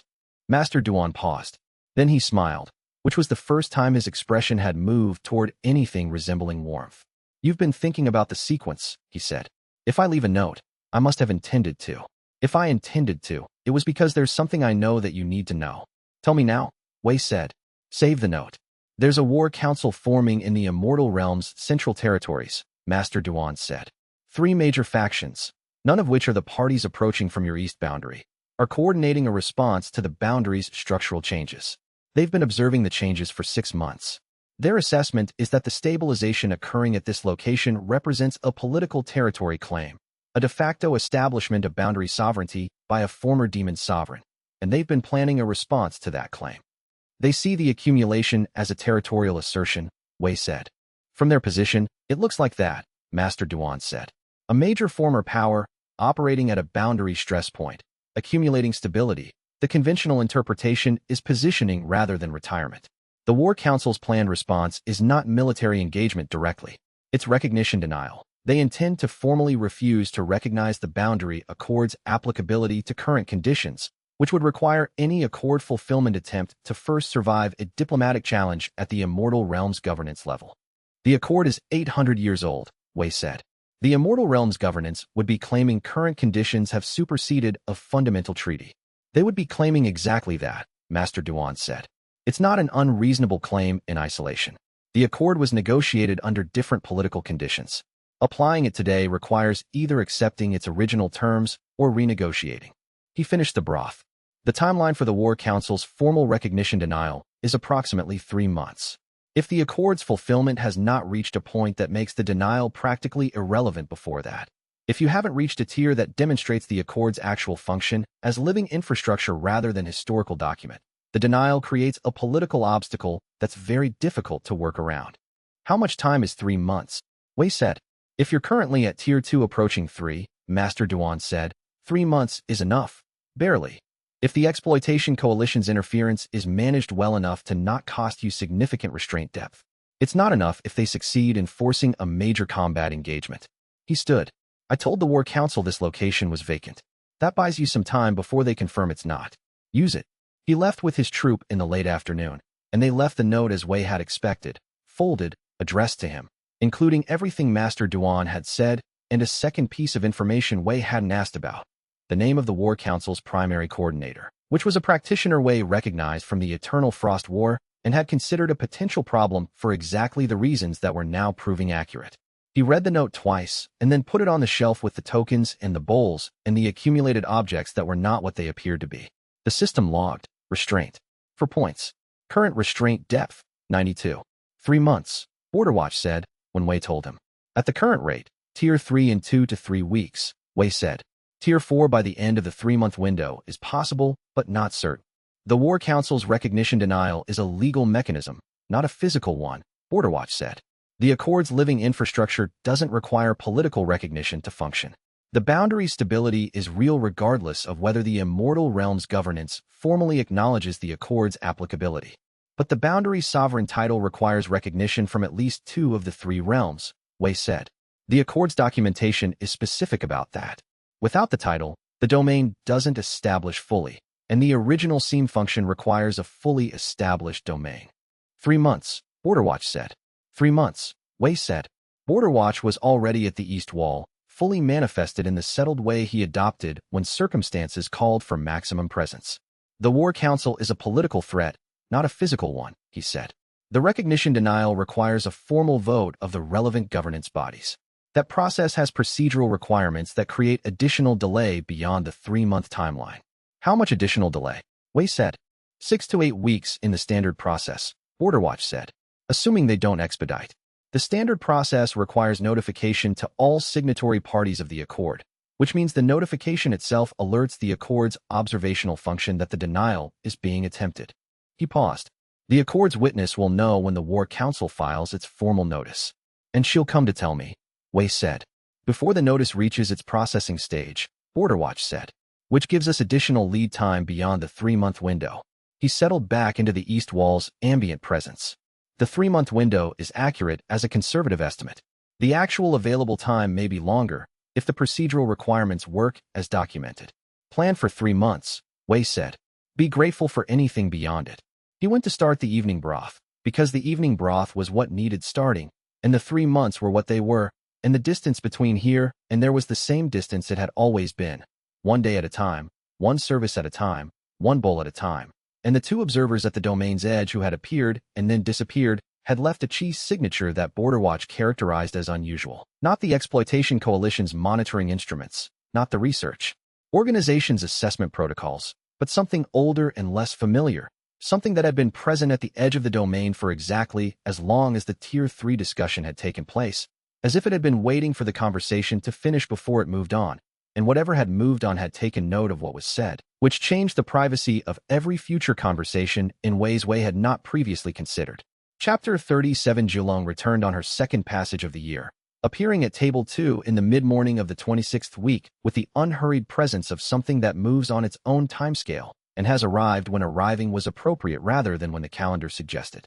You've been busy, she said, accepting the peer Wei brought without being asked. The situation has developed, Wei said. I heard, Zhulong said.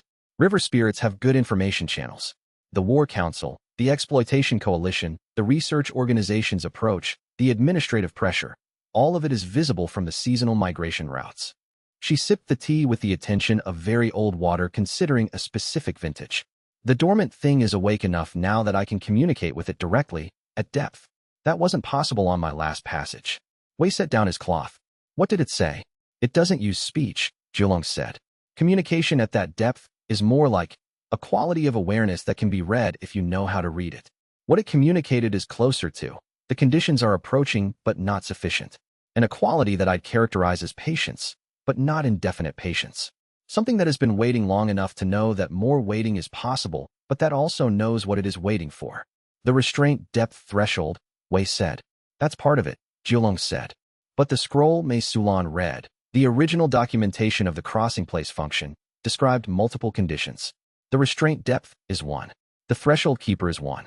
And a third condition that the documentation described as the thing that cannot be planned, only recognized when it arrives. The documentation doesn't specify what the third condition is, Wei said. No, Jiulong said. Because it's different every time. The original crossing place operated through specific conditions that couldn't be generalized. Each opening required something unique to the particular moment and the particular parties involved. She looked at him. The documentation's original writers understood that specificity. They documented the framework, not the content. Wei thought about this. The third condition is already here, he said. Or it's coming. It might be someone, Jiulong said.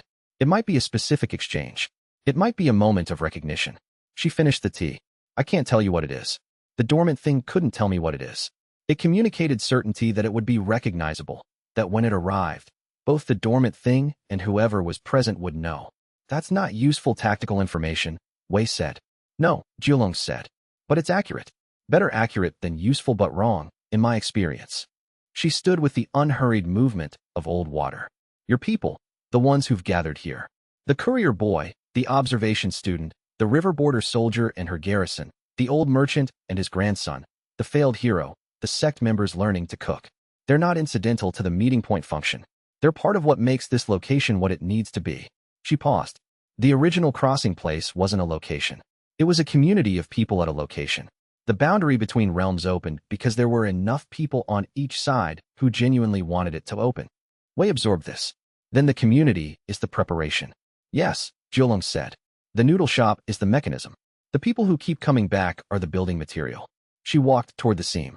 I'll be back in 2 months. Be further along by then. She stepped through the shimmer. Wei stood in the quiet of the departed presence for a moment, then went to find Pei Shu and Mei Sulan and tell them what Jiulong had said.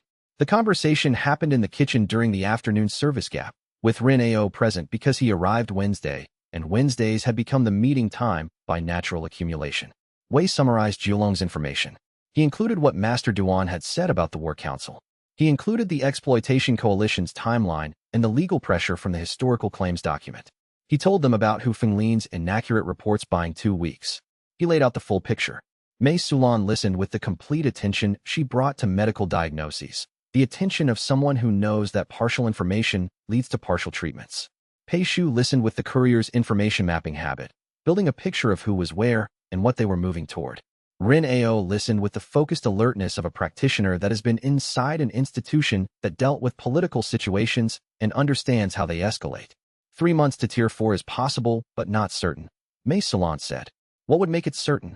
Consistent accumulation without significant combat losses, Wei said. The Exploitation Coalition's best move is to force a situation where I have to fight or lose something I can't afford to lose. We need to reduce the number of situations they can create. The visible vulnerabilities, Pei Shu said. The people who come here who have no cultivation. Lao Wen. I've already arranged for the garrison's patrol route to pass by Lao Wen's home, Wei said. Corporal Fei is the assigned officer. She'll be adding 2 daily passes. Lao Wen doesn't know, Rin Ao said. No, Wei said. He'd object to the fuss. The patrol is there regardless. Feng Wei and the Hollow Blade sect's east boundary presence, Mei Sulan said. They're watching the east approaches. But who is watching the approaches from the immortal side? Wei looked at Border Watch, who had materialized more fully than usual. I am, Border Watch said, with the dormant thing's increasing awareness contributing. The seam's monitoring capacity has improved significantly in the past 2 weeks. The community is the preparation, Wei repeated Jiulong's phrase. The people who keep coming back are the building material. He looked around the kitchen, at Pei Shu and Mei Sulan and Rin Ao and Border Watch's ambient presence at the east wall, and at the dining room beyond where Feng Rui would bring another group of Thousand Lakes sect visitors next week, and at the shelf where the scroll and the tokens and the bowls accumulated their significance. The Exploitation Coalition is planning to use the community against me, to threaten the people here to force a fight. What that actually means is the community is already the most important piece, which means the community needs to be involved in defending the community, Rin Ao said. Yes, Wei said. That conversation needs to happen. He looked at each of them. After the dinner service, I'll send a message to Deng Huayun and Zhao Ruining and Lian Binghe. The people who have been building this with me need to know what's building against it. Mei Sulan was quiet for a moment. Then, we need to tell Lao Wen. Wei looked at her. Not the full picture, she said. Not the Exploitation Coalition's strategy or the War Council's recognition denial. but enough that he understands why the garrison is patrolling his delivery route more frequently. He's going to notice the increase, and he's going to ask me about it if you don't tell him, and I'm not going to lie to him. He's been eating here every day for 5 months. He deserves something accurate. He said he was invested in the shop's continued operation, Wei said. He is, Mei Soulan said, which is why he can handle being told that the shop has complications.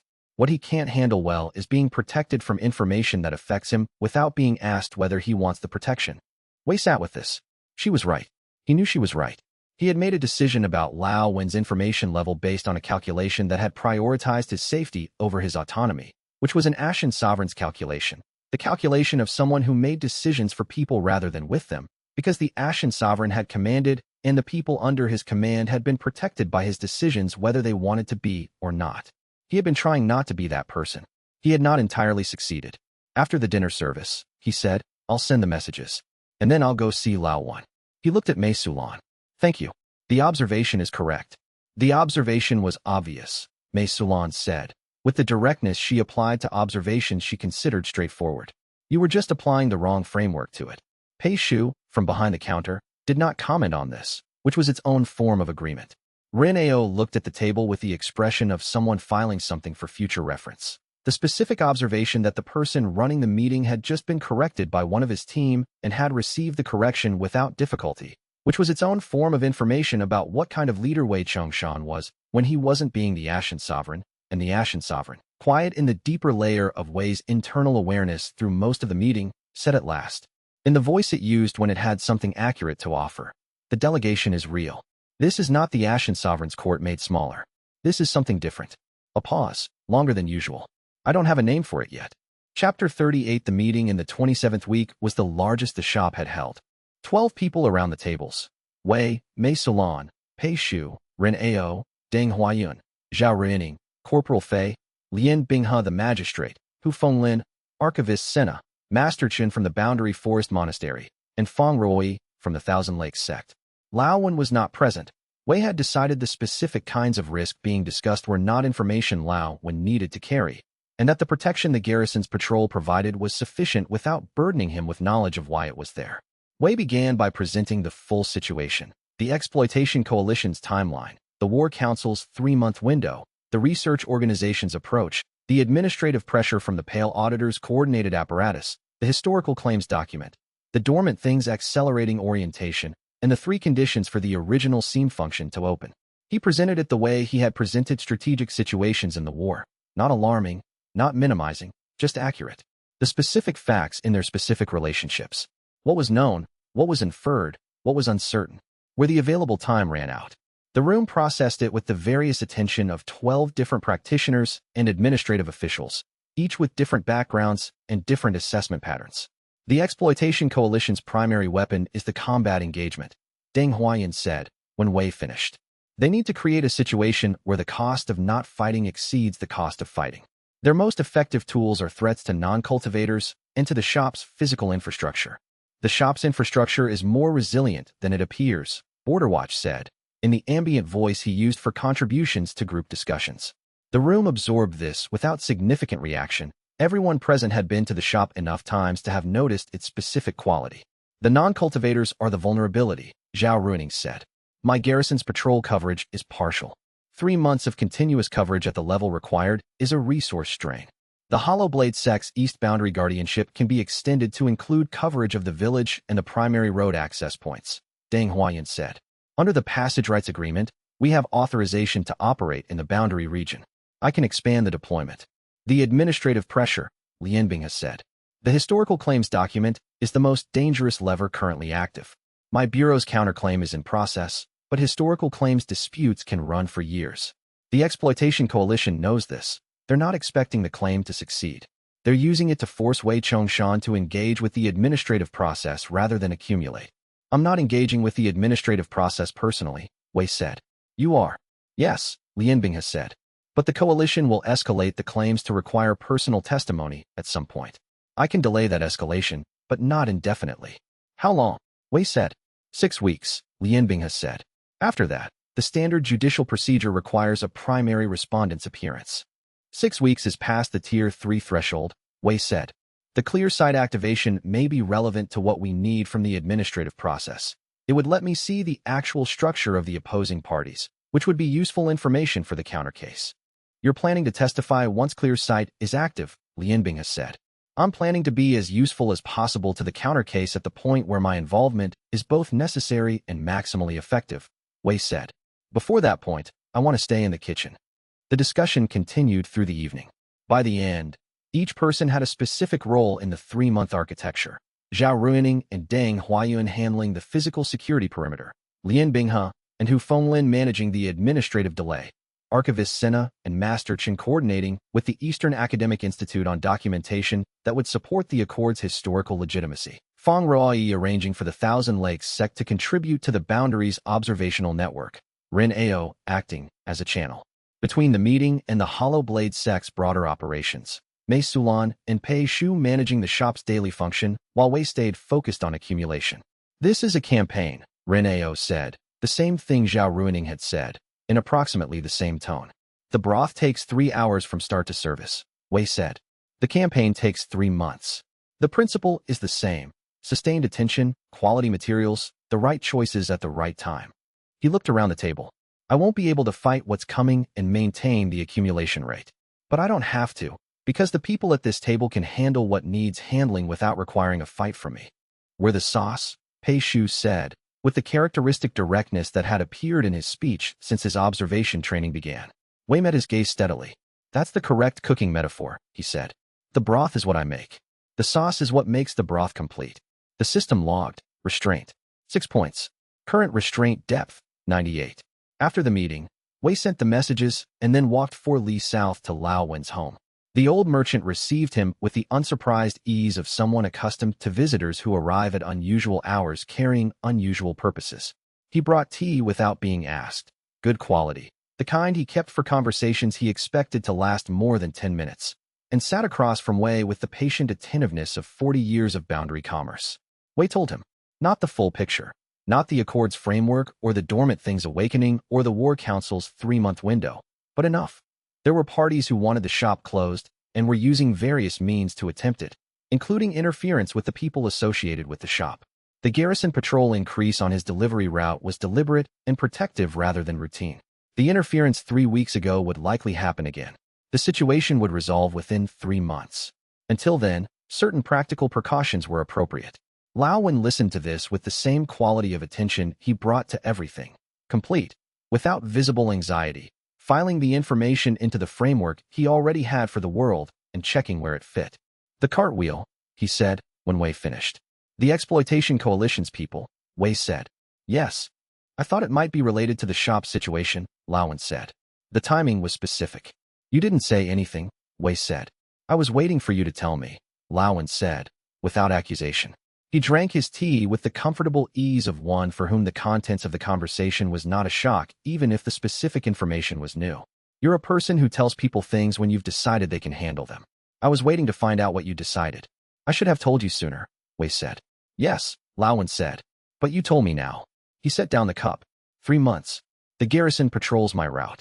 I tell you if anything happens on the road that seems unusual. The deliveries continue. The deliveries continue, Wei said. The deliveries continue, Lao Wen said again, with the finality of someone who had made a decision and is not interested in discussing it further. My grandson is coming back next week from the city.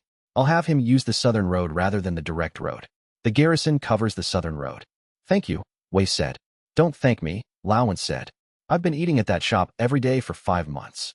I'm the longest continuous customer. I'm invested. He refilled Wei's tea without being asked. Tell me one thing. Is the food going to keep getting better? Or is there a ceiling? Wei watched him. Tier 3 activates at some point in the next 2 weeks, he said. The warm domain tier's full expression at Tier 3 should produce a qualitatively different broth character. I don't know what specifically it will change. I've been eating at establishments for 40 years, Lao Wen said. When something changes in the food, I'll tell you what changed. He sat back with the comfortable authority of 40 years of informed judgment. Now go. You have a dinner service to prepare tomorrow. Wei went. And 2 li from Lao Wen's house, on the boundary road in the dark, the domain's extended awareness registered a presence at the tree line that was watching the road. Not threatening, not aggressive. Observing. The third party, the calculating one, was monitoring his movements at night outside the shop's domain, and they had been doing it for long enough to know his route to Lao Wen's home, which meant they had been watching the shop's relationships as well as the shop itself. And anyone willing to track a 70-year-old merchant's delivery route was not conducting casual observation.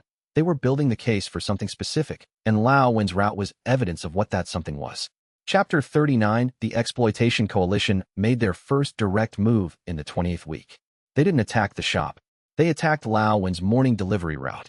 3 cultivators intercepted the old merchant's cart on the boundary road, approximately 2 li from the shop, in the hour before dawn when the route was quiet. Their approach was professional. They disabled the cart wheel, created a chi interference pattern that would delay anyone who tried to respond from the shop's direction, and positioned themselves to hold the situation long enough to communicate a specific message. This area is not safe for the noodle shop suppliers. The merchant himself was not harmed. The cart was damaged. The produce was scattered on the road. Lao Wen was left sitting beside his damaged cart with 3 cultivators explaining to him that this was a warning about the area's current instability. Corporal Fei's patrol was on the road 40 minutes after the incident. By then, the 3 cultivators were gone.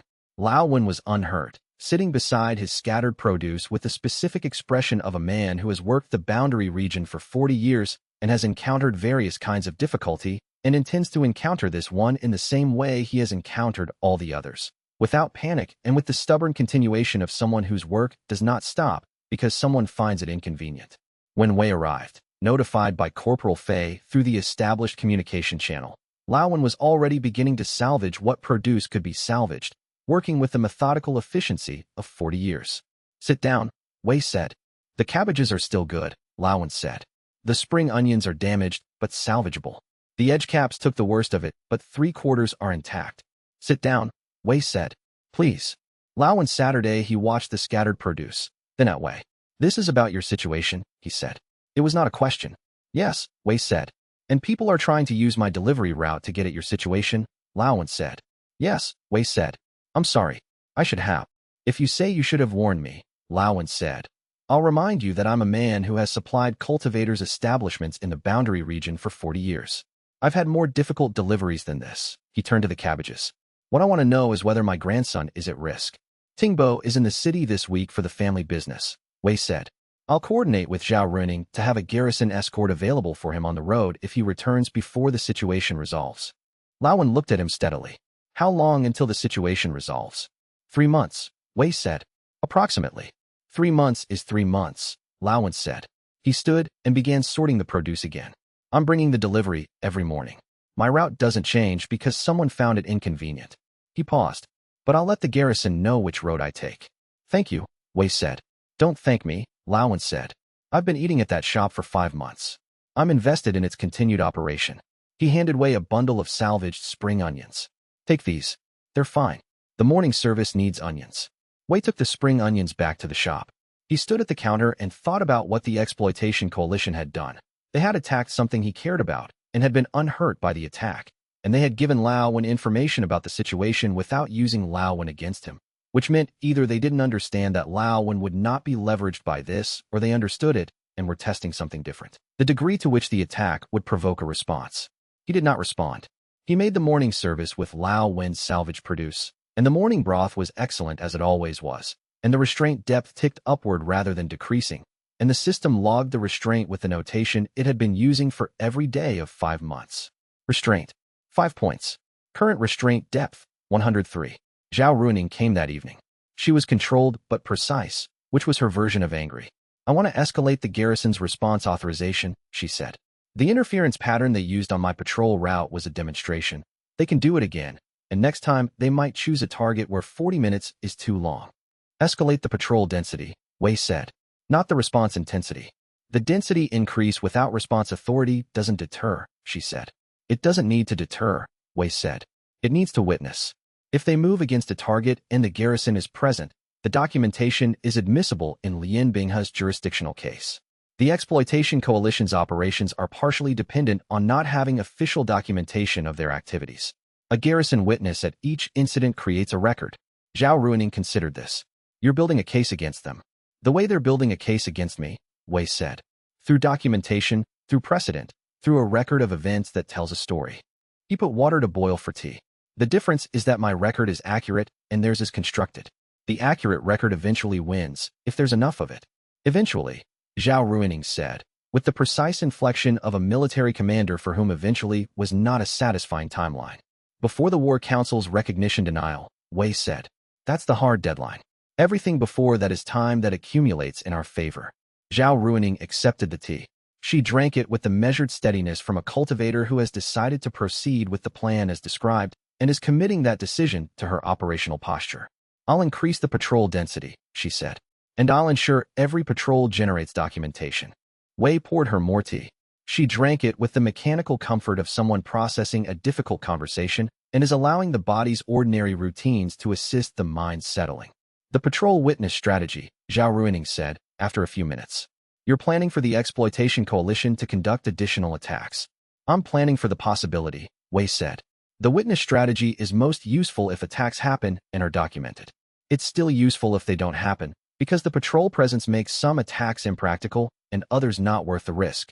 His gaze moved to the documents. What I don't want is to drive the coalition toward a tactic that bypasses the patrol network entirely. A direct approach on the shop itself rather than the shop's peripheral relationships. Can the shop handle a direct approach? Zhao Ruining said. Wei looked at the east wall, at the confiscated weapons, at Border Watch's ambient presence, at the door frame that had absorbed a golden core strike without denting, at the floor that tilted, at the walls that absorbed aggression, at a quality particular to a Tier 2 space that had been accumulating restraint for 5 months. The shop can handle a direct approach at the current tier significantly better than it could 3 months ago, he said. At Tier 3, better still, whatever the coalition sends in a direct approach will encounter a space that has been specifically prepared by 5 months of the kind of attention they're trying to interrupt. That's not a full answer, Zhao Ruining said. No, Wei said. The full answer is, it depends on what they send and when they send it. If they send a golden core cultivator before Tier 3, the outcome is uncertain. If they send one after Tier 3, the domain extension and the clear site activation change the math significantly. If they send multiple cultivators, the garrison's response authorization matters. He looked at her steadily. What I need from the garrison in a direct approach scenario is response time and documentation, in that order. I don't need intervention. The shop can handle what arrives. What I need is a record of what arrived and from where, because that record is what Lien Binghe needs to dismantle the administrative apparatus that's providing the coalition with cover. Zhao Ruining looked at the east wall. She had been in the shop enough times to have noticed the weapons without knowing their full significance. 12, she said. 12, Wei said. That's 12 times someone brought a weapon here with the intention of using it and left without using it. 13, Wei said. The assassin left his commission instead of a weapon. Functionally equivalent, he regarded the wall. The record is the thing. The record is what makes the shop what it is. Every item on that wall is evidence that the alternative exists, that whatever arrives with force doesn't have to leave with force. He moved toward the kitchen. The patrol documentation will be the same kind of record. Evidence that interference arrived and was received without response in kind. That's the record the legal case needs. That's the record the accord needs. That's what I'm asking you to help me build. Zhao Ruining left. Wei cleaned the table she had occupied and thought about 13 entries on the east wall's record, 12 weapons, and 1 commission, and thought that whatever the exploitation coalition sent next would become the 14th, and the 14th was either going to be the one that forced the combat engagement or the one that became the clearest documentation yet of what the shop was and what it refused to be. And either outcome was going to arrive before the broth finished tomorrow's reduction, which meant tonight's preparation mattered more than he'd been weighing it. And the preparation started now. But the broth, cooking through the night, would not be ready by morning if the coalition moved first, and the coalition had been watching Lao Wen's route long enough to know exactly when morning was. Chapter 40 Tier 3 confirmed on the last day of the 28th week. It arrived not as an announcement, but as a change in perception. Wei woke at the second hour with the particular texture of altered awareness that new tier activations produced. Not the boundary hum shifting, not Border Watch's attention changing, but something in Wei himself becoming different in the way that water becomes different at the point of freezing without becoming something other than what it was. His perception extended through the shop and through the boundary in a new register. He sat in the dining room in the pre-dawn dark and tested it. The east wall, where the confiscated weapons hung. Each weapon carried the precise character of the moment it arrived. He could read that quality now with the precision that the outline had described as clear sight. Not just the weapon's cultivation craft composition, but the intent and state of the person who had carried them. preserved in the object's relationship to the boundary structure. The weapons were a record he could read directly rather than infer. The shelf with the tokens and bowls, the compact nodes were clearly what they were, structural pieces of the living accord, legible now without inference or scholarly interpretation. The observation function bowl was what it had always been, an 800-year-old physical expression of the accord's monitoring presence, left at each visit as a record of contact. Border Watch, fully manifested at the east wall, recognized the change in Wei's awareness and shifted his own presence in response. Not differently, but more fully, as if he had been waiting to share something with someone who could receive it completely. You can see me, Border Watch said. I could see you before, Wei said. You could see what I showed, Border Watch said. Now you see what I am. He was, Wei now perceived, significantly older than the shop. A boundary presence that had been at this specific location since before the current scene configuration, since the original meeting place, dormant through the 800 years of the closed border, and slowly re-emerging as the accord's conditions began to be fulfilled. He was not the shop's spirit. The shop had been built on him and around him, and he was the continuity between the original crossing place and the current establishment. I am what the meeting place leaves in the location when the crossing closes, Border Watch said. The memory of what was possible here, maintained in form across 800 years of dormancy. Wei sat with this. You've been here since the original crossing, he said. Since before the current border existed, Border Watch said. I am the location's knowledge of itself. He paused. Now that you have clear sight, I can tell you things I couldn't tell you before. Tell me, Wei said. The thing below the seam, what the scroll calls the dormant thing, is not separate from me, Border Watch said. It is the deep expression of what I am. I am the surface presence. It is the structural depth. We are one thing at two scales of the same function. He settled into a more defined presence at the east wall. When the crossing place function opens fully, the surface and the depth will be continuous. What I am will express at both scales simultaneously. The restraint depth has been feeding the depth, Wei said. And the depth has been feeding me, Border Watch said. The thing Lao when called the shop's spirit is not separate from the thing below. We are the location's awareness of itself at two different resolutions. He looked at Wei with the attention from something that had been waiting 800 years for someone to be able to see it clearly. I've been waiting for you, he said. Not specifically you, the practitioner who would come and accumulate what this place needed. But now that you're here, I can say, it's good that it was you. Wei sat with that. Then, what does Tier 3 give me that I didn't have before, beyond perception? The domain extends to 1 li, Border Watch said. You can close roads within that radius. Not physically, but chi functionally. Traffic that would be hostile to the shop's function can be redirected. And anything that enters the 1 li domain is visible to you in its true form, not just within the shop. The Exploitation Coalition's next approach, Wei said. They'll know the tier changed, Border Watch said. The boundary's character shifts at each tier activation, legible to anyone monitoring the stability metrics. Hu Fenglin's inaccurate reports won't cover the tier change. The stability signature is too distinct, which means they'll accelerate, Wei said. Which means, Border Watch said, you now have clear sight of whatever they send, and a 1 li domain that can redirect before they reach the shop. He paused. The restraint depth is at 103. The tier activations are closer together now that the accumulation has established momentum. Tier 4 is within reach within 6 weeks if the accumulation rate holds. The War Council's 3-month window, Wei said, and Tier 4 within 6 weeks. Sufficient time, Border Watch said, if the Exploitation Coalition's next move doesn't cost significant restraint depth. Wei stood. He went to the kitchen and started the morning broth at the 2nd hour, earlier than usual, because clear sight at the tier activation was creating a particular quality of awareness, and he wanted to understand how it expressed through the preparation. The broth was going to be different today. He wanted to know how. Outside, in the 1 li domain that was now legible to him in a way it had not been yesterday, he could sense 3 things. The boundary seems full 50 li extension, clearer than ever. The deep structure where the dormant thing's depth expression oriented upward with unmistakable intent. And, at the edge of the new domain's range, positioned just outside the 1 li boundary with the precision of someone who knew exactly where it was, 2 figures, waiting in the pre-dawn dark, carrying the specific cultivation signature of the Exploitation Coalition. They had arrived to observe the tier change. They were observing in precisely the location where they would have to step into his domain if they took 1 step closer. And they knew it. And they were waiting to see what he would do now that clear sight was active and the domain was real. He made the broth. He did not acknowledge them. He let the domain's extended awareness register their presence without expressing it as a threat, which communicated the same thing the morning service always communicated. The shop is here, the broth is making, whatever you're planning will have to wait for the broth. By the time the morning service began, both figures had moved, not toward the shop, not away. They had repositioned along the domain's edge, maintaining exactly the 1 li boundary between themselves and clear sight's range. They knew precisely where the range was. They had monitoring instruments sophisticated enough to identify the tier change in real time.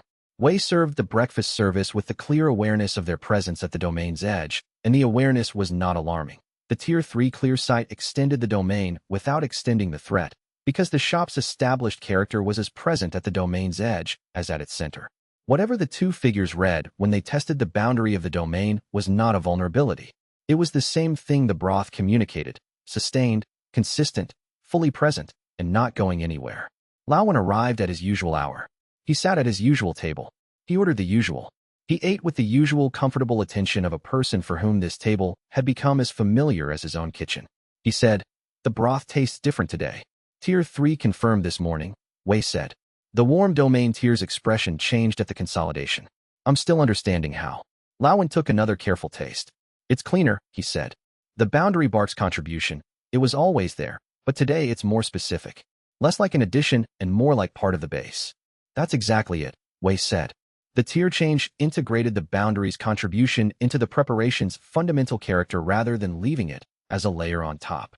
He made a note of this, the specific quality Laowen had identified, which was more precise than Wei's own first tasting description. "I'll need your assessment every day for the next week to understand what the integration produces across the full service." "Every day?" Laowen said, with the comfortable acceptance of someone agreeing to do exactly what they were already going to do. The two figures at the domain's edge were gone by mid-morning, retreated to report the tier change, Wei assumed, and to recalibrate the timeline they'd been working with. The recalibration would accelerate their plans. Good. Accelerated plans were plans that arrived before their preparation was complete, and the shop's preparation had a head start that the two figures at the edge of the domain could sense, but not fully measure.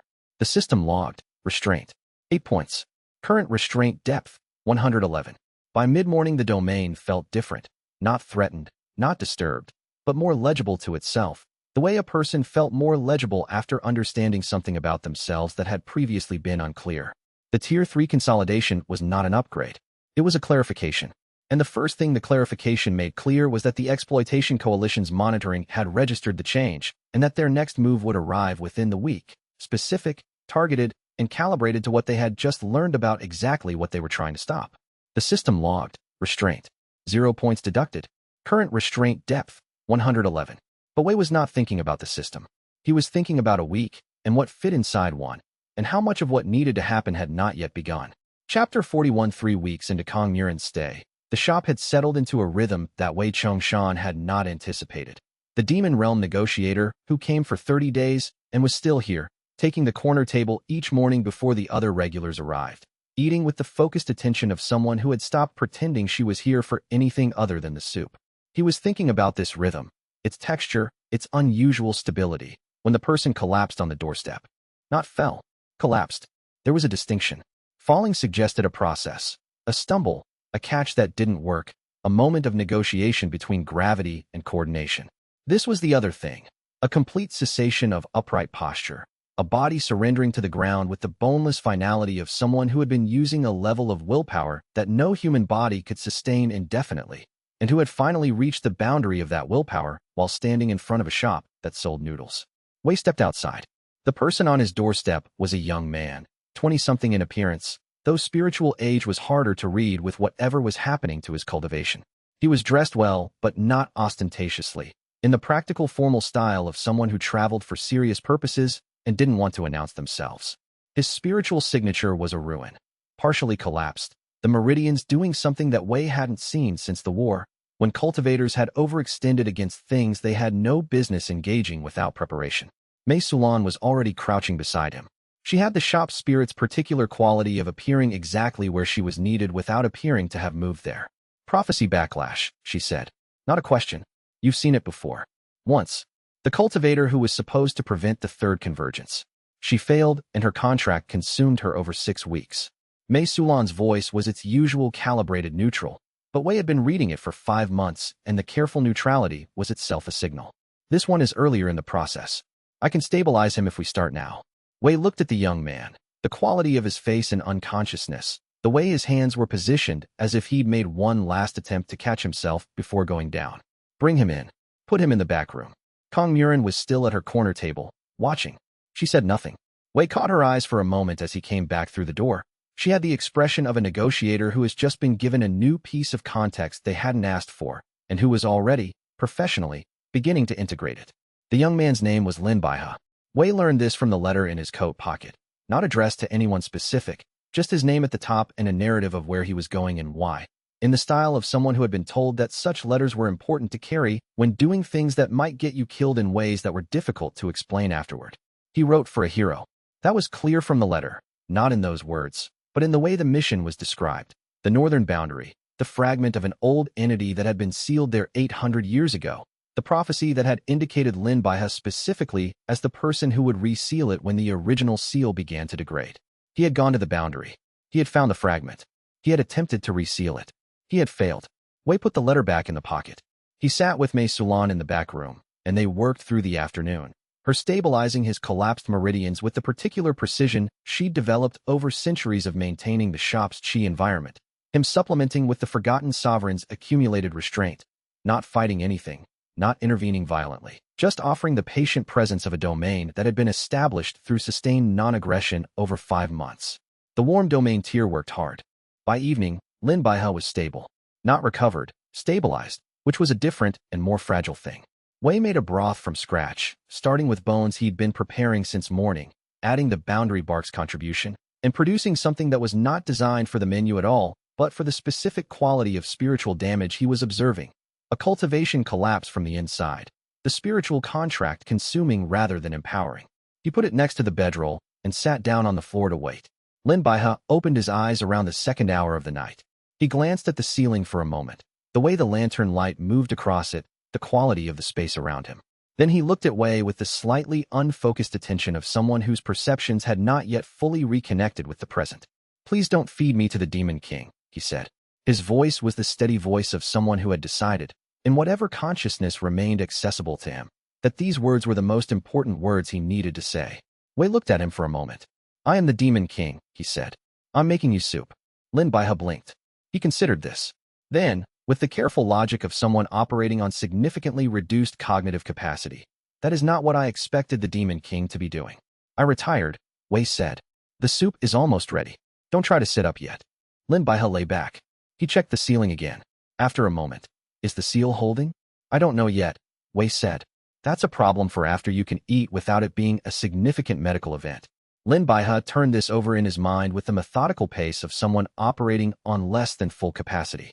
"Understood," he said, and closed his eyes, not unconscious again, but settling into the kind of rest that was itself a form of work, the body doing what it needed to do while the person inside waited.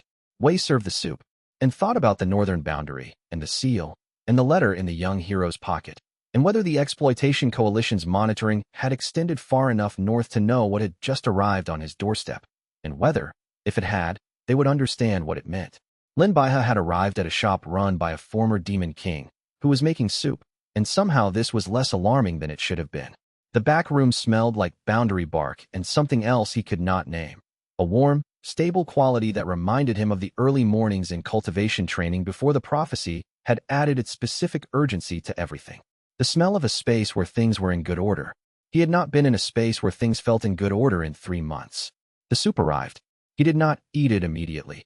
He looked at it first, the way he had been trained to assess anything that might affect his chi channels. The broth was clear and had a quality he could not technically classify, but which his body registered as safe, as restorative, as something designed by someone who understood exactly what his meridians needed and had made it accordingly. He ate it slowly. It was the best thing he had tasted in 3 months, which was either a very specific medical opinion or an aesthetic one, and he could not tell which. The shop was quiet around him. Mei Sulan was back at her counter position, her presence the specific steadiness it always was.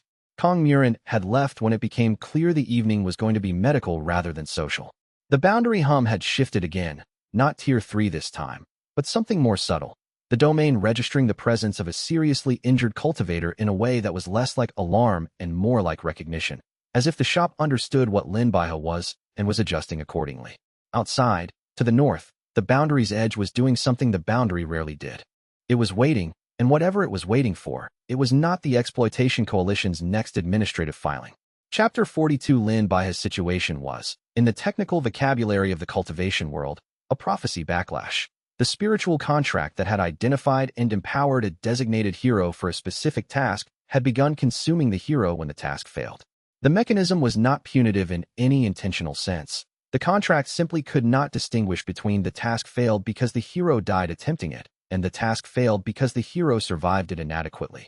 In both cases, the contract's power had been drawn and not fulfilled, and the contract's resolution was to reclaim that power. The problem was that the reclamation process was not designed with the hero's continued survival in mind. Wei and Mei Sulan spent 3 days stabilizing him. The first day was critical. The meridians were not just collapsed but actively compressing, the contract's spiritual pressure building from inside and pushing outward against cultivation pathways that had not been designed to contain that kind of pressure. Mei Sulan's approach was to work with the compression rather than against it. She had the specific skill of very old presences that have existed in many forms, which was a precision for working with structural forces rather than trying to overcome them.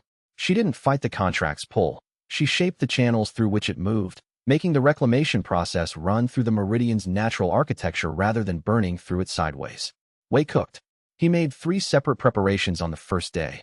A clear broth for the first meal, calibrated to work with whatever spiritual qi the meridians could still receive without damage. A denser preparation for the afternoon, when Lin Baihe's cultivation had stabilized enough that more direct nutritional qi could be used, and a third preparation for the night, built specifically around the warm domain tier's capacity to function as an ambient stabilizer. The food itself less important than the shop's accumulated character, which the broth transmitted.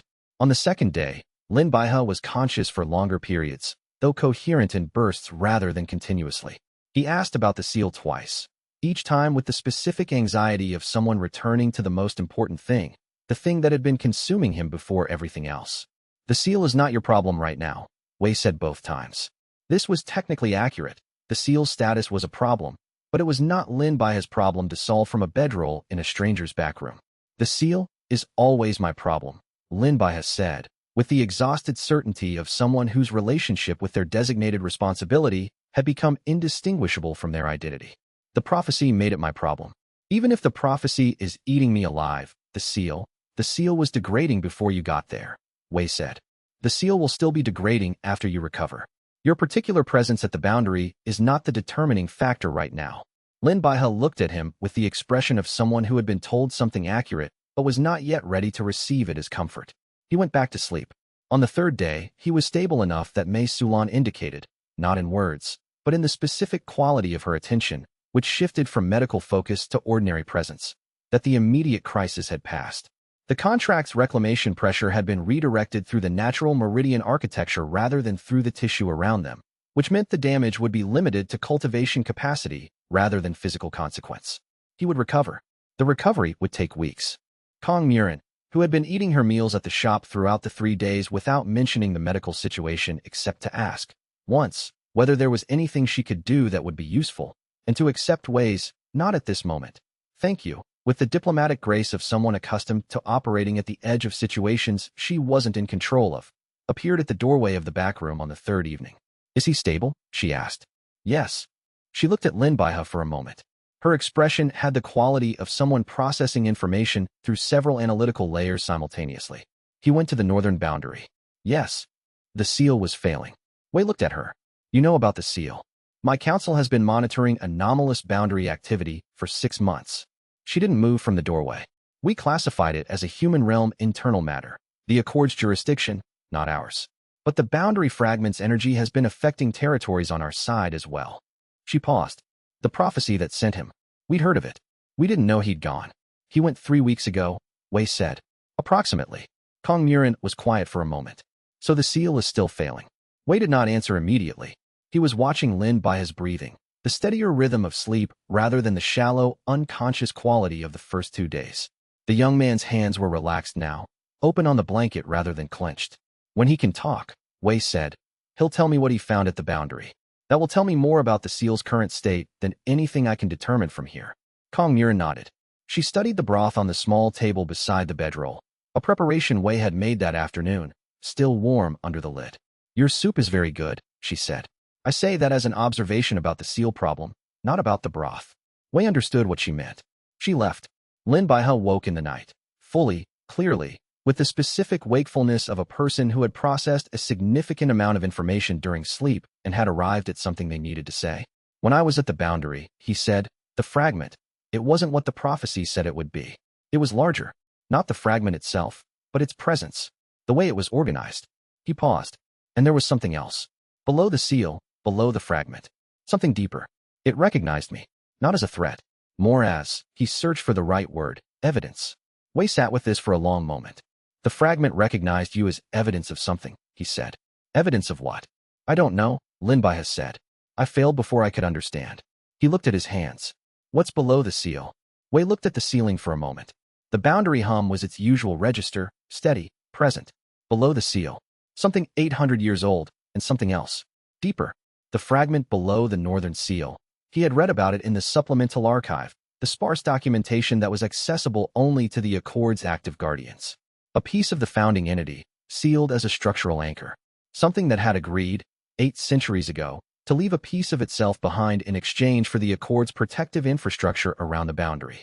An entity that had agreed to be sealed was not the same as an entity that had been captured. The distinction mattered. And below the fragment, something deeper, the thing Lin Baihe had felt, the thing that had recognized him as evidence. Not as a threat, as evidence. Evidence that the Accord was still alive, still active, still capable of producing the kind of cultivator who could be sent to address a boundary problem. Waited. Evidence of what exactly? Wei set this aside for the moment. There was more information to gather before the question could be answered with anything other than speculation, and speculation was less useful than another bowl of restorative broth. The fragment had recognized Lin Baihe as evidence. Evidence of something. The question was evidence of what? Exactly. And the answer required understanding what the founding entity had agreed to when it accepted the seal, what it had been promised, what it had been waiting for. Wei did not have that information yet. He had the supplemental volume's technical description of the sealing mechanism. He did not have its full record of the negotiation that had produced the seal in the first place. That record was presumably in the archive, in the 7 nodes of the Accord's distributed physical documentation, and he had access to only one of those nodes. The other 6 nodes had information he did not yet have. Finding them was, apparently, part of what came next. "Something I didn't know about until this moment," he said. And that, at least, was entirely true.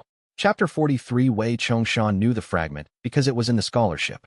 Not in the popular scholarship. The popular scholarship of the Boundary Accord era described the sealing event in political terms, a negotiation between human cultivation sects and boundary-adjacent entities, a formal agreement that established what could and could not cross the border and under what conditions. The popular scholarship said nothing about what was sealed, only that the sealing was complete and the boundary stable and the Accord a success of collaborative governance. The technical scholarship was different.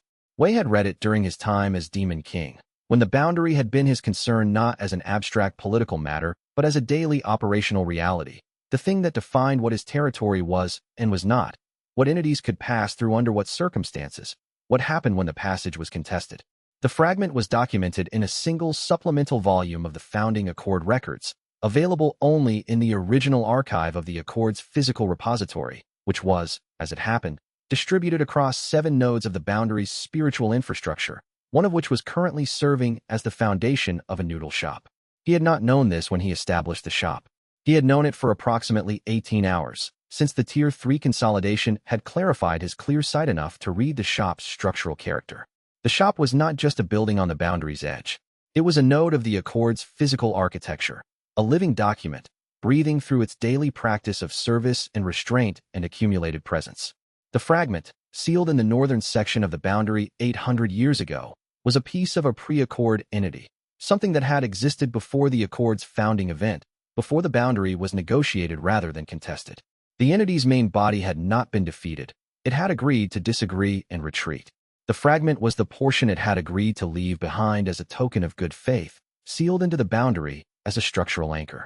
The seal was supposed to be permanent. It was not permanent.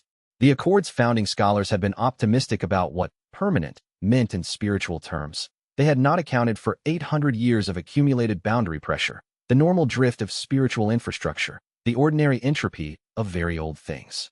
Wei explained all of this to Lin Baihe over breakfast. Lin Baihe ate with the focused attention of someone receiving information they had been trying to access for years and finding it both more and less than they expected. The prophecy said I was supposed to reseal it, Lin Baihe said. But you're describing something that can't be resealed with the technique the prophecy gave me. What technique did the prophecy give you? Lin Baihe described it. Wei listened carefully and then said, the technique you're describing would seal the fragment again, yes. But it wouldn't address the underlying pressure that's causing the seal to degrade. You'd be patching the jar, not remaking the clay. Which means the patch would fail again. Eventually. Yes. Lin Baihe was quiet for a moment. The prophecy didn't tell me that. Prophecies rarely account for the infrastructure problem, Wei said. They identify an individual capable of a specific action. They don't usually model what happens after the action. Kong Murin arrived at her usual table while this conversation was still in progress. She had been eating breakfast at the same hour each day for 3 weeks, and the timing had become its own form of presence, a rhythm that Wei had stopped noticing as a choice and started reading as a fixed point. She was eating her morning soup when Lin Baihe came out of the back room for the first time, walking carefully, the residual cultivation instability requiring a certain deliberateness about how he distributed his weight, and sat at the counter. I read the scholarship on the fragment before I went, he said to Wei. The standard scholarship, not the technical archive. The standard scholarship says very little. It said enough to send me there. He looked at his hands. What would actually repair the seal? Not patch it. Strengthening the Accord's infrastructure, Wei said. The fragment seal is a function of the Accord's ambient structural integrity. It holds because the Accord holds, and the Accord's integrity is measured by how well its active nodes are functioning. He paused. The shop is one of those nodes. Lin Baihe absorbed this. Then, you've been strengthening the seal by running a good shop. More or less. That is, Lin Baihe began, and then stopped. He tried again. That is not how the prophecy framed this problem. No, Wei agreed. Kong Murin, at her corner table, had set down her chopsticks. She was looking at Wei with the expression of someone who has just had several months of observation click into a coherent framework. The political instability in the demon realm, she said, slowly. The territories adjacent to the boundary. The anomalous spiritual readings. 3 months ago, something changed. Wei waited. 3 months ago, she continued. You established the shop. Wei said nothing. The Accord's nodes weren't being maintained before you arrived. She was not asking. She was working through it. When one node strengthened, the overall infrastructure shifted, and territories that had been positioned at points of boundary weakness suddenly had a different relationship to the boundary. She looked at Lin Baihe, which is when the fragment seal started showing stress. Not degrading. Adjusting to a changed structural environment. Lin Baihe and Wei looked at each other. This might be related, Lin Baihe said carefully, to the political instability in the demon realm. I know, Kong Murin said. I think it might be exactly the same problem. The three of them sat with this for a moment. The morning service happening around them. Pei Shu moving between tables with the particular careful attention she'd developed over weeks of what she thought was hospitality training. Lao went eating his usual at his usual table without having heard any of the conversation because the shop's ambient sound management was very good. He had been waiting to present this understanding clearly. The full picture of what the node architecture meant, what the fragment situation was, what the two apparently separate crises had in common. He had been waiting because premature presentation of complex information, before the listener had enough context to receive it accurately, produced more confusion than clarity. But Kong Murin had now provided the piece that completed the picture. The faction's energy source was the fragment's leak, and the fragment's increased leak was a consequence of his own node activation, which had shifted the Accord's structural balance, which had increased pressure on the degrading seal. The chain was his arrival, producing the node activation, producing the structural shift, producing the increased pressure, producing the increased leak, producing the faction's extraction operation, producing the administrative and physical campaign against the shop, producing the boundary crisis on both the human and demon realm sides. He had, by arriving, caused most of the specific problems he was now working to solve. This was not a comfortable observation, but it was an accurate one, and accuracy was more useful than comfort when deciding how to proceed. The same stock is in 2 different pots, Wei said. Kong Murin and Lin Baihe looked at him. I mean, the same root cause is manifesting as 2 separate crises, which means the solution to both of them is in the same place. He got up to check the noon preparation, which is good news. 1 problem is more manageable than 2. How is that good news? Lin Baihe said. The problem is at least twice as large as I thought.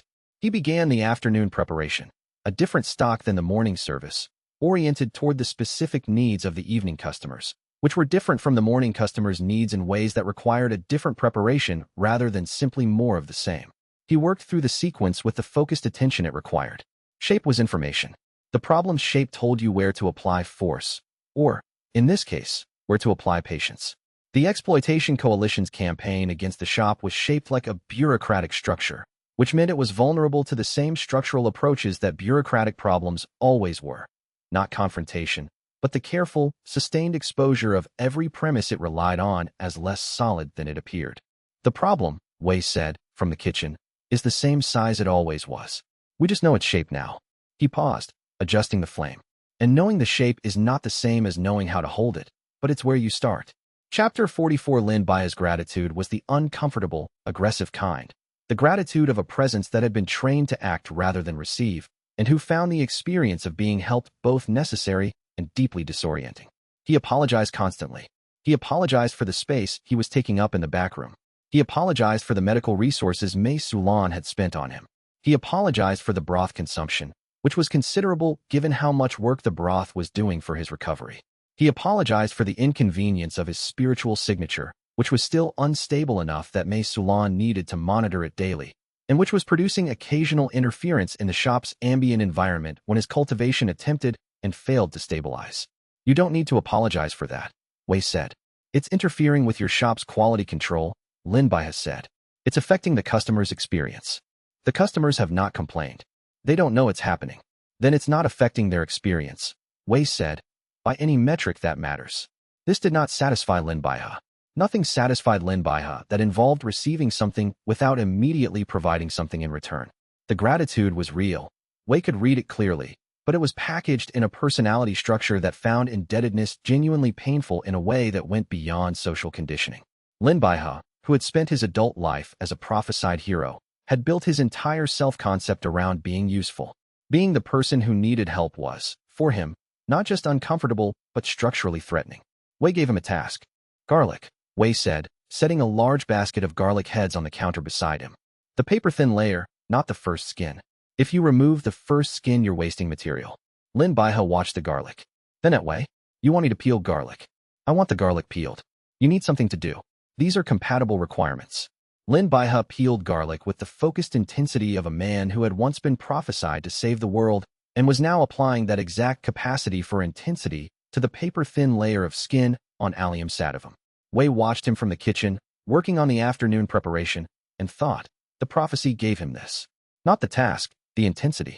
The prophecy had found someone with genuine capability and organized that capability around a specific purpose, and the purpose was gone, but the capability remained, and it was looking desperately for something to organize around. A basket of garlic was a reasonable start. Pei Shu stopped beside him after a while. She was mid-service, moving between tables, but she paused at the counter with the specific attention she'd developed for things that seemed like they might be important to understand. Are you the one who came in 3 nights ago? She asked. Yes, Lin Baihe said. He didn't stop peeling. You were very sick. I'm recovering.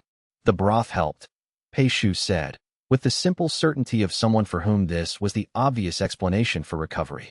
Lin Baihe glanced at her and then, surprised by something in her certainty, almost smiled. Yes, he said. The broth helped. Ren Ao arrived in the afternoon for what had become his twice-weekly cooking lesson.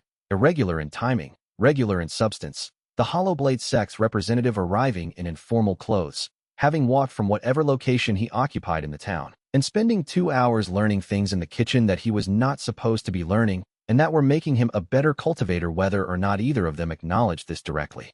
He stopped in the kitchen doorway. Lin Baihe was still at the counter. Ren Ao was 24, had been in cultivation training since childhood, and had the bearing from a being who had done enough genuinely difficult things that additional difficult things were navigable, but not comfortable. Lin Baihe was approximately the same age and appearance, with the additional dimension of a being who had done the difficult thing and had it fail in a way that the preparation had not included. They looked at each other with the mutual recognition of 2 people who were both, in different ways, in territory they had not expected to be in. That's the person who collapsed on the doorstep, Ren Ao said. That's the person who's peeling our garlic, Wei said. I'll introduce you. Ren Ao and Lin Baihe were, within 20 minutes of conversation, deeply engaged in a discussion that Wei watched from the kitchen with the specific attention he gave to things that were developing in directions that would matter later. They were talking about technique, not spiritual technique specifically, but the technique of doing things well under conditions that were not ideal, the overlap between cultivation training and practical execution. Ren-Ao had experience with this from the hollow blade sex approach, which valued efficiency over elegance. Lin Baihe had experience with this from the prophecies approach, which had valued success over method and left him responsible for improvising everything in between. They had, apparently, mutual enemies. Wei noted this without inserting himself. The conversation was doing something useful, and he was not going to interrupt it with unnecessary context. When the garlic was finished, Lin Baihe turned to the neat pile of peeled clothes with the expression of someone who has accomplished something small and found it, to their own surprise, genuinely satisfying. The cooking had been, he was realizing, genuinely useful to him in ways that went beyond the practical. The precision it required, the attention to texture and timing and the relationship between different processes happening simultaneously, was structurally similar to the discipline of his meridian training, but quieter. Training said, be ready for the difficult thing. Cooking said, be present for the ordinary thing. And the ordinary thing, practiced with sufficient attention, was always more complex than it appeared. He had failed at being present for the ordinary thing. He had been fully prepared for the difficult thing, and the difficult thing had required him to be present for the ordinary thing, to notice that the seal was degrading in a way that was structural rather than hostile. And he had not been able to make that reading because his training had prepared him only for the hostile case. Peeling garlic, it turned out, was practice for noticing what was actually there rather than what you had been told to expect. What next? He asked. Wei considered. Can you chop onion without crying? Lin Baihe looked at him steadily. I have faced worse things than onion. Good, Wei said. The technique for not crying is lateral strokes, not forward. I'll show you once. After that, the outcome is your responsibility. The conversation between Ren-Ao and Lin Baihe had, within an hour, covered ground that Wei had expected would take weeks to emerge naturally. The specific quality of training in high-stakes cultivation environments, the difference between preparation that worked and preparation that created the appearance of working. Ren-Ao talked about the hollow blade sex approach to difficult situations with the specific combination of respect and critical analysis that suggested he had thought about it carefully enough to see both its strengths and its limitations. Lin Baihe listened with the particular attention of someone receiving information from a perspective he had not had access to and finding it more useful than expected. The sex approach treats difficulty as the primary teacher, Ren-Ao said. You get better at difficult things by encountering them. The preparation is for the encounter, not for the difficulty itself. The prophecy was similar, Lin Baihe said. The mandate was, you are prepared. Go be prepared at the problem. The problem will respond to your preparation. And when the preparation is wrong for the problem, then you improvise, Lin Baihe said. Which I did. And the improvisation failed, which means the preparation was designed for a different version of the problem. The problem I found was the same problem, but further along than the preparation had assumed. Ren-Ao's expression shifted. The hollow blade sect has a similar gap, he said. The technique is right. The judgment about when to apply it. That is what I have been developing here. They looked at each other with the mutual recognition of two people who had reached the same place from different directions and found it easier to be there with company. Lin Baihe went to work on the onions with the same intensity as the garlic, and this time, watching him, Wei thought, the prophecy burned itself out. But what's left is still useful. The question is what he does with useful when useful is no longer pointed at a catastrophic purpose. And the answer, Wei thought, was beginning to be visible in the onions, and in the stock, and in the way Lin Baihe was holding the knife. Chapter 45. Wei Chongshan watched Ren-Ao and Lin Baihe eat at the counter together during the transition hour between the afternoon service and the evening prep, and thought, the world was stranger than he had expected retirement to be. A hollow blade sect disciple, technically an emissary, practically someone who had been eating here twice a week for 2 months and was learning to make stock, and a failed prophesied hero whose cultivation was still partially collapsed, but whose garlic peeling was now genuinely good. Both of them young, both of them in territory they hadn't chosen, both of them in a kitchen they hadn't planned to be in.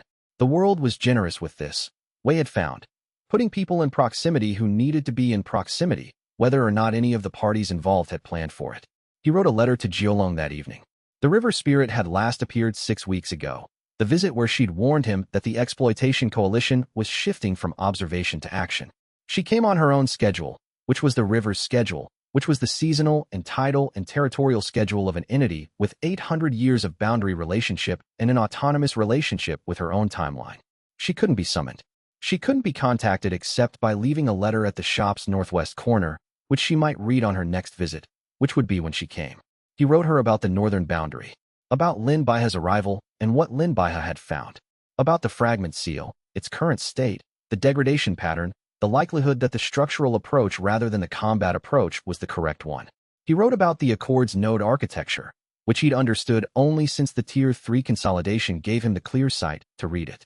He wrote about his plan for working with the northern boundary through distributed cooking rather than direct intervention. He folded the letter and put it in the northwest corner and waited. There was no way to know when she'd read it. 2 months was the usual outer boundary of her absence, but the river moved according to its own terms. He had been sitting with the letter at the northwest corner for 10 minutes when Zhao Ruining appeared at the shop door, the garrison captain, not in uniform, but with the posture of someone on duty regardless of what they were wearing. "I have a report," she said. "Come in. The soup will still be warm." She sat at the counter and accepted the bowl he placed in front of her and then didn't eat from it immediately, which was a sign that the report was serious, because Zhao Ruining, when she was not occupied with something that required her full attention, always ate first. 3 patrol teams, she said. Northern boundary. Separate encounters, separate timing, all this week. All reporting the same phenomenon. Spiritual interference at approximately the same location, which is, based on the coordinates, within 2 li of the fragment's sealed position. Wei was still. What kind of interference? Auditory, primarily, but also visual. One patrol described a light pattern that didn't match any of the atmospheric effects they knew. And spatial. 2 of the 3 patrols reported minor directional disorientation at the interference point. Not dangerous. They recalibrated and withdrew, but pronounced enough that they reported it separately. Wei considered. Auditory, visual, spatial. The fragment was not trying to communicate, or not precisely. It was expressing, the way the shop expressed its character through the broth's quality. But the interference was degrading in intensity rather than increasing, which was consistent with the structural approach he'd been developing. The shop's strengthened node was exerting a stabilizing influence on the fragment's environment, and the expression was the seal straining against the stabilization. How long until it becomes a military problem? Zhao Ruining asked. Wei looked at the bowl he'd placed in front of her, still steaming, still exactly what he'd made it to be. What does the interference look like, he said. Spatially. Describe the disorientation. Zhao Ruining described it. The specific quality of the directional effect, not random, but oriented. Pulling toward the boundary's interior rather than away from it. Not repelling the patrol, but drawing it. It already is, Wei said. Zhao Ruining looked at him. You mean it's already a military problem? I mean the interference has reached the threshold where it will read, to any organized force in the area, as an invitation to investigate.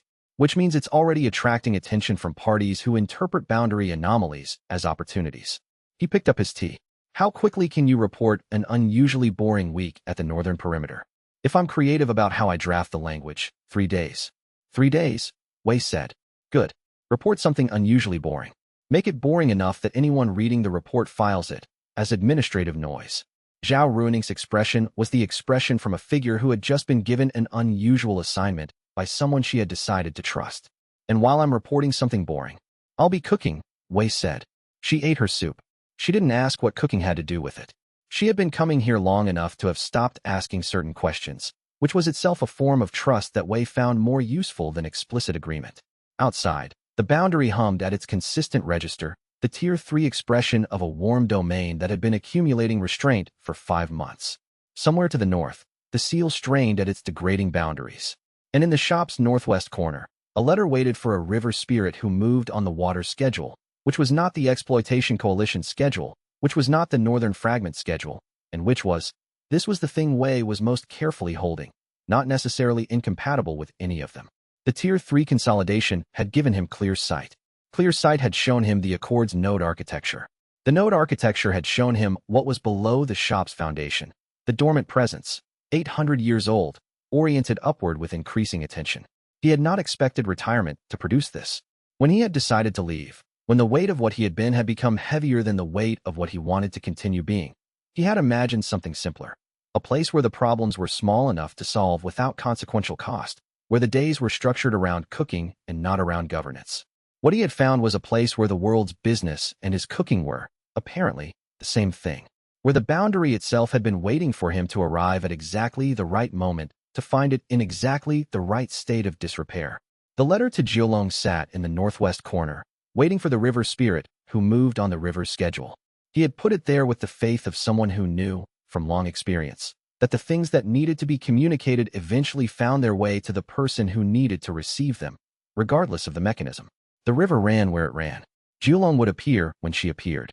He sat for a moment with the quality of the evening, the boundary hum, the northwest corner's accumulated presence, the particular weight of a building that was also a living document in which he had become, without planning it, the most recent chapter.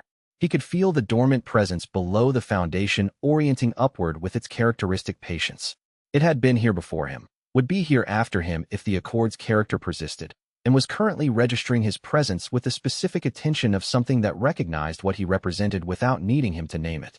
Oriented toward him with the patient quality of something that had been waiting 8 centuries for something specific, and was beginning to recognize that the specific thing had arrived, and the arrival, it seemed, had also begun something that was not yet finished. Chapter 46. The first chi anchor dish took 3 days to develop. It was not, on its surface, different from anything else Wei made. The ingredients were the same. The boundary bark, the specific mushrooms that grew on the northern side of the terrain break, the water from the underground channel that ran from the boundary's edge through the shop's foundation.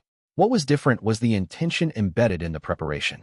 Not the cooking of food to feed people, but the cooking of food to be placed at specific points along the northern boundary as structural supports for a degrading spiritual seal. He had not done this before. He had thought about it. The logic was available from the forgotten sovereign system's accumulated knowledge, which included information about the pre-Accord entities and their methods. But he had not attempted it because it required a level of integration between his domain's accumulated restraint and his cooking technique that he hadn't been sure was possible without direct system prompting. The Tier 3 consolidation had made it possible. The warm domain's chi expression was now integrated deeply enough with the food's preparation that the broth itself carried structural information, not in the way that cultivation food carried chi supplements, but in the way that a building's foundation carried load. The anchor dish would not supplement Lin Bai's cultivation or Zhao Ruining's, or anyone who ate it. It would transmit the shop's accumulated character to the location where it was placed, and that character, 5 months of sustained non-aggression, of service, of consistent presence, would function as a distributed anchor for the Accord's degrading node architecture at the northern boundary. Mei Sulan watched him develop the 3rd iteration of the preparation from her usual position near the front of the shop.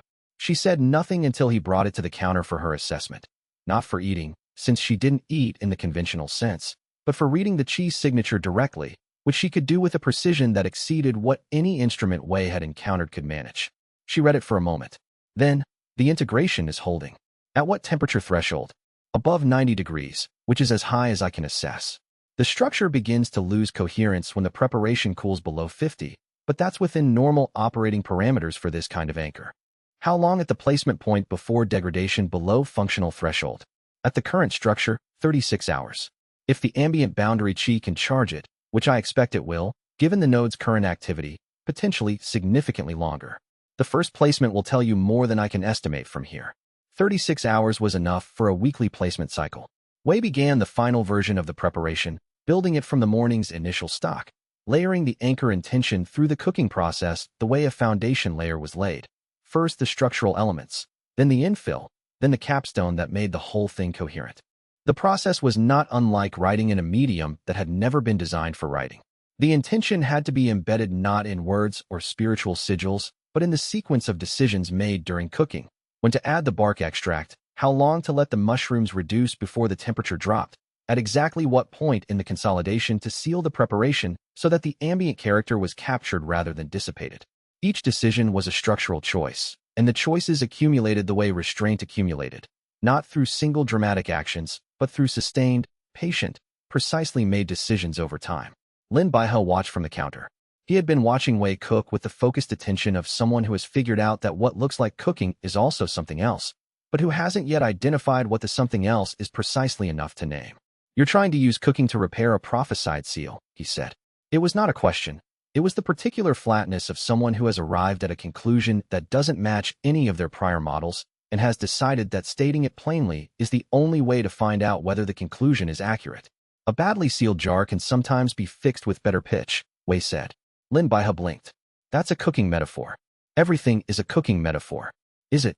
Wei considered this seriously rather than dismissively, which was his habit with questions that were actually asking something. "Not everything," he said. "Geopolitical negotiation is more of a long-format broth situation. You have to be willing to wait for the components to integrate over time rather than forcing a result by increasing the temperature. The components are present or they aren't, and rushing the process produces something that tastes like what you were trying to make but lacks the depth that comes from time. He adjusted the flame. And spiritual cultivation is closer to fermentation. You set up the conditions, and then the development happens on its own schedule, and interference generally makes things worse. The cultivator who meddles with fermentation produces vinegar when they were aiming for something finer. But the fundamental principle is the same. In all cases, you work with the material's nature rather than against it. He sealed the anchor preparation and set it aside to cool. The things that fail, the seals, the negotiations, the cultivation breaks, almost always fail because someone tried to force the material into a shape it wasn't suited for. Lin Baihe was quiet for a moment. The prophecy was working against the fragment's nature. The prophecy was working with the technique available to it, which was designed for a different problem than the one you actually encountered, Wei said. The fragment isn't hostile. It's pressurized. There's a distinction that matters technically. A pressurized containment needs structural support, something to hold the shape while the internal pressure adjusts. A hostile containment needs a different approach entirely. The technique I was given was designed for hostility. The prophecy that produced that technique had, in its context, encountered hostile entities at boundary seals more often than pressurized ones. The technique was appropriate for the most common version of the problem. Wei washed his hands in the preparation basin. The fragment is being held under pressure by its own nature and the degrading infrastructure around it. It wants to expand because the seal isn't containing it properly, not because it has intention to cause harm. Lin Baihe sat with this. The preparation was cooling on the counter, its qi signature settling into the stable distribution that Mei Sulan had indicated. Outside, the boundary hum had its usual register, consistent, patient, the Tier 3 expression of a domain that had been accumulating restraint for 5 months. Can I come to the boundary placement? He said. Wei looked at him carefully. Your cultivation is still partially collapsed. I know, but I was the designated hero for this problem.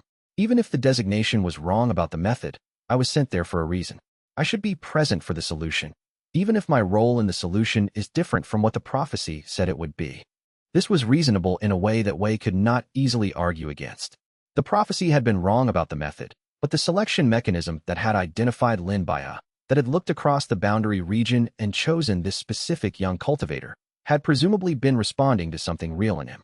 The specific sensitivity to the northern seal, the meridian architecture that had been shaped by the prophetic contract, the 3 years of preparation he had put into a mission that had failed for reasons that had nothing to do with his readiness. All of that was still present. Damaged, but present. After you can walk more than a quarter li without the cultivation instability producing visible resonance, Wei said. Which is not yet. But maybe soon. Lin Baihe faced him steadily. I will meet that condition, he said. I know, Wei said. He picked up the anchor preparation and found it had cooled to exactly the right temperature. Dinner service in 20 minutes. There are onions still to chop. Lin Baihe went to the onions with the same focused precision as the garlic. Wei watched him for a moment and thought. The prophecy's timing had been its only accurate feature. Whatever Lin Baihe had been sent to do, he had arrived at the right moment, not for the task the prophecy described, but for the one the situation actually required. Chapter 47. The first placement trip was Wei Chongshan and Zhao Ruining alone. It took 2 hours to walk to the primary node point, place the anchor preparation, observe the integration, and return. The walk was through terrain that changed character as it approached the boundary, the soil hardening, the ambient sound shifting, the light acquiring the particular quality that boundary-adjacent regions developed over centuries of spiritual influence. Wei had known this quality before, as Demon King, when the boundary had been his concern not as a scholarly abstraction but as a daily, operational reality. He had forgotten how strange it was, standing close to it with 2,000 years of experience and a different relationship to the accord than he'd had when he last stood in this kind of place. The placement integration was clean. He pressed the prepared container into the primary node point. The location the clear sight showed him as the central structural connection between the northern boundary section and the accord's overall architecture, and felt the warm domain's accumulated character transmit outward through the qi channels of the accord's ancient structure. It was like watching a river find a dry channel. The qi moved with the ease of something following a path it had been designed for, the preparation structure recognizing the node's architecture and adapting to it without needing to be shaped or forced.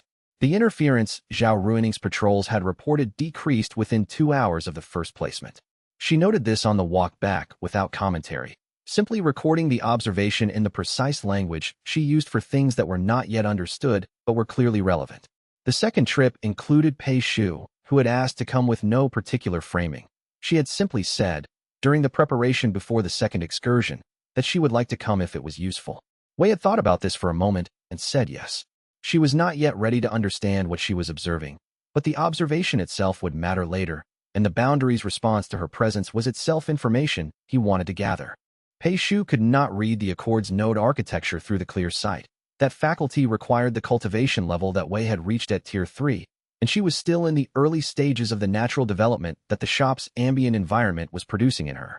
But she could feel the placement's effect in the ambient environment, the slight shift in the boundary's chi quality after the anchor integrated.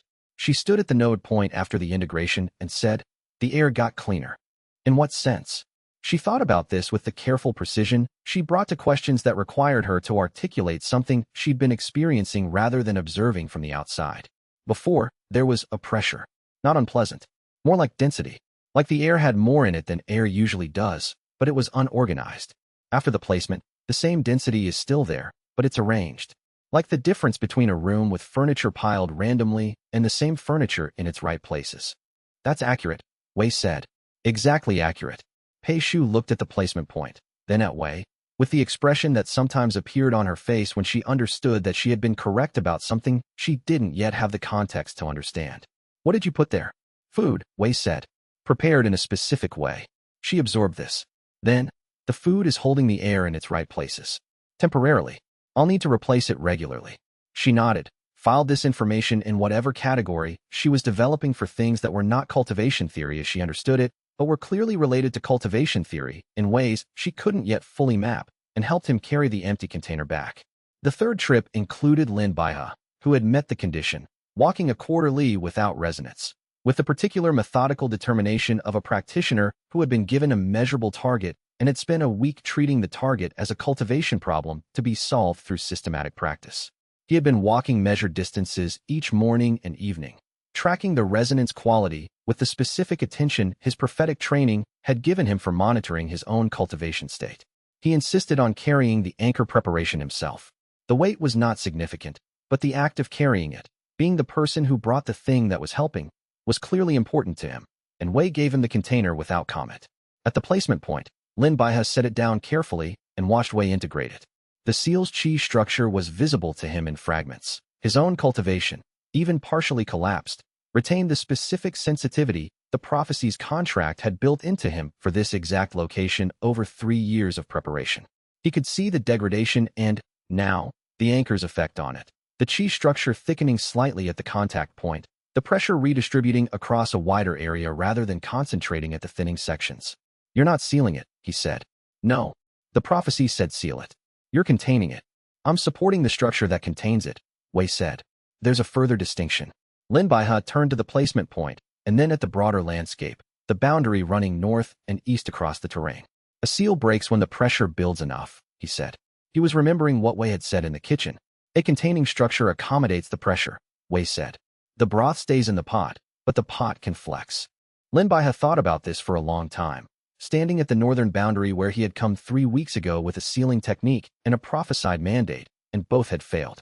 Standing in the same place with a container of specially prepared broth and someone who talked about everything in cooking metaphors and was somehow, clearly, doing something that was working. "The prophecy gave me a seal technique because seals are what prophecies give to heroes," he said. "But you're doing what a cook does." "I'm doing what the situation requires," Wei said, "which is less dramatic than sealing a prophesied seal, but more durable than a seal that breaks under pressure." Is that better?" Wei looked at the boundary and the Accord's 800-year-old architecture, the structure that had been holding with decreasing integrity for at least 30 years, possibly longer. Possibly since the political instability that had preceded the founding of the Demon Realm's current council. He thought about the fragment below the northern seal, something very old, compressed but not hostile, pressurized but not seeking destruction. Something that had agreed, 8 centuries ago, to leave a piece of itself behind as a structural anchor, and had been waiting since then for the anchor to be maintained. "It's better if it works," he said. "We'll know in a few weeks." They walked back. The interference that the patrol teams had described, the auditory disturbance, the visual anomaly, the spatial disorientation at the placement zone, had decreased measurably since the first anchor. Not eliminated. Directionally consistent. Lin Baihao walked the full return distance without cultivation resonance, his first clean walk of that distance since arriving at the shop. He didn't say anything about it, but Wei noted that he held himself slightly differently on the return walk. A little straighter, not performing it but inhabiting it, the specific posture of someone who has proved something to themselves and is letting that proof settle into the body before they do anything with it. The interference readings that Zhao Ruining would file in her report tomorrow would describe a quiet week at the northern perimeter. Nothing notable, nothing alarming. It would be filed as administrative noise by anyone reading it without context. Wei thought. The things that are actually working rarely look like anything from the outside. The seal's improvement was not visible to the faction's monitoring. The anchor's integration was not legible to anyone without the clear sight. From the outside, nothing had changed. From the inside, from the specific position of someone who could read the Accord's architecture, everything had changed, specifically and measurably, over 3 placement trips and 6 weeks of accumulated work. He was not yet who he was going to be. But who he was going to be had a direction now, and the direction included carrying broth to boundary nodes in the company of people who were learning, like him, what they could actually do. And the doing had not yet approached its outer limit, which was either reassuring or alarming, depending on how you held it. Chapter 48. Kong Murin came to Wei Chongshan with a piece of paper that she had been carrying folded in her inner coat pocket for 2 days, which was visible in the quality of the fold, the kind of crease that developed when a document was checked on and returned to its position multiple times, each check a small negotiation with whether it was the right moment to present it. She set it on the counter during the mid-afternoon quiet, after the lunch service and before the evening prep, when the shop had the particular quality of considered rest that it always had in this hour, the space settling. Mei Sulan at her usual position, Pei Shu completing her end-of-service tasks with the careful attention she'd developed for work that she thought was hospitality training. Kong Murin did not unfold the paper immediately. She ordered tea and then sat with the tea and then said, "I need to tell you something that changes the shape of what we've been discussing." "All right," Wei said. She unfolded the paper. It was a report in the Demon Realm's administrative shorthand. He could read it, having been fluent in their administrative language for nearly 400 years, a fact she had either researched or simply assumed. He couldn't tell which. 3 months ago, approximately when you established the shop, a faction in the Demon Realm began acquiring boundary-adjacent territories. The official justification was resource development. The actual effect has been progressive interference with the boundary's spiritual infrastructure on the demon side. "I know about the faction," Wei said. "They've been active on the human side as well, different operatives, same organizational character. What I didn't know," Kong Murin said, "is that they've been feeding on a specific energy source at the northern boundary, not developing resources generally, extracting from a specific source, one that appears to be generating ambient spiritual energy at a higher rate than the standard boundary average." She pointed to a section of the report. Northern boundary, primary sealed zone. Beginning 3 months ago. Wei's hands were still over the counter. The northern section. The fragment's sealed location. If the seal's degradation had increased when his node activated, because the structural shift in the Accord's balance had increased pressure on the thinning containment, and if that pressure had created a leak through which the fragment's ancient qi was seeping outward in quantities large enough for an extraction operation to detect and exploit, they've been feeding on the fragment's leaking energy, he said. The fragment's leaking energy, Kong Murin confirmed. They didn't create the degradation. Based on this report's timeline and what you've told me about the Accord structure, the degradation predated their involvement by at least 30 years. But when the seal began degrading more actively, which I now believe was when your node activated and changed the Accord's structural balance, the leak became large enough for a resonance extraction team to identify and begin drawing from. Wei sat with this. The entire shape of the Exploitation Coalition's activity had just shifted in his understanding, from a deliberate campaign against the shop and its boundary role, to an opportunistic extraction operation that had begun before the shop existed, that had intensified when the shop's establishment changed the boundary's dynamics, and that had collaterally developed into a conflict with the shop when their activities began interfering with the Accord's infrastructure. They hadn't come for him. They had come for the fragment's energy, and he had been in their way. "Do they know what they're extracting from?" he asked. Kong Murin's expression was precise. Based on the report's language about the source, they describe it as a high-yield boundary anomaly rather than by any specific identification. I don't believe they know it's a pre-Accord entity in a failing containment. If they knew precisely, their approach would be either much more aggressive or much more cautious. What they're doing instead is systematic but not urgent. Opportunistic extraction without full source identification. Wei said. Which means they're drawing on something they don't understand and assuming the source is stable because they haven't seen it change. The anchor placements, Kong Murin said slowly, have been reducing the leak. Yes. Which means their extraction yield has been declining. Which means, she paused, they'll investigate the yield decline. And when they investigate, they may get close enough to the source to understand what it is. The exploitation coalition, on both the demon realm and human sides, had a specific institutional character. Systematic, acquisitive, risk-averse in a particular way.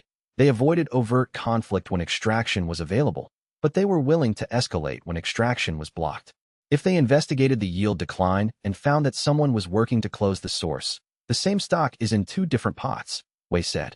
Kong Murin and Lin Baihe, who had come in quietly from the kitchen during the latter part of this conversation, both looked at him.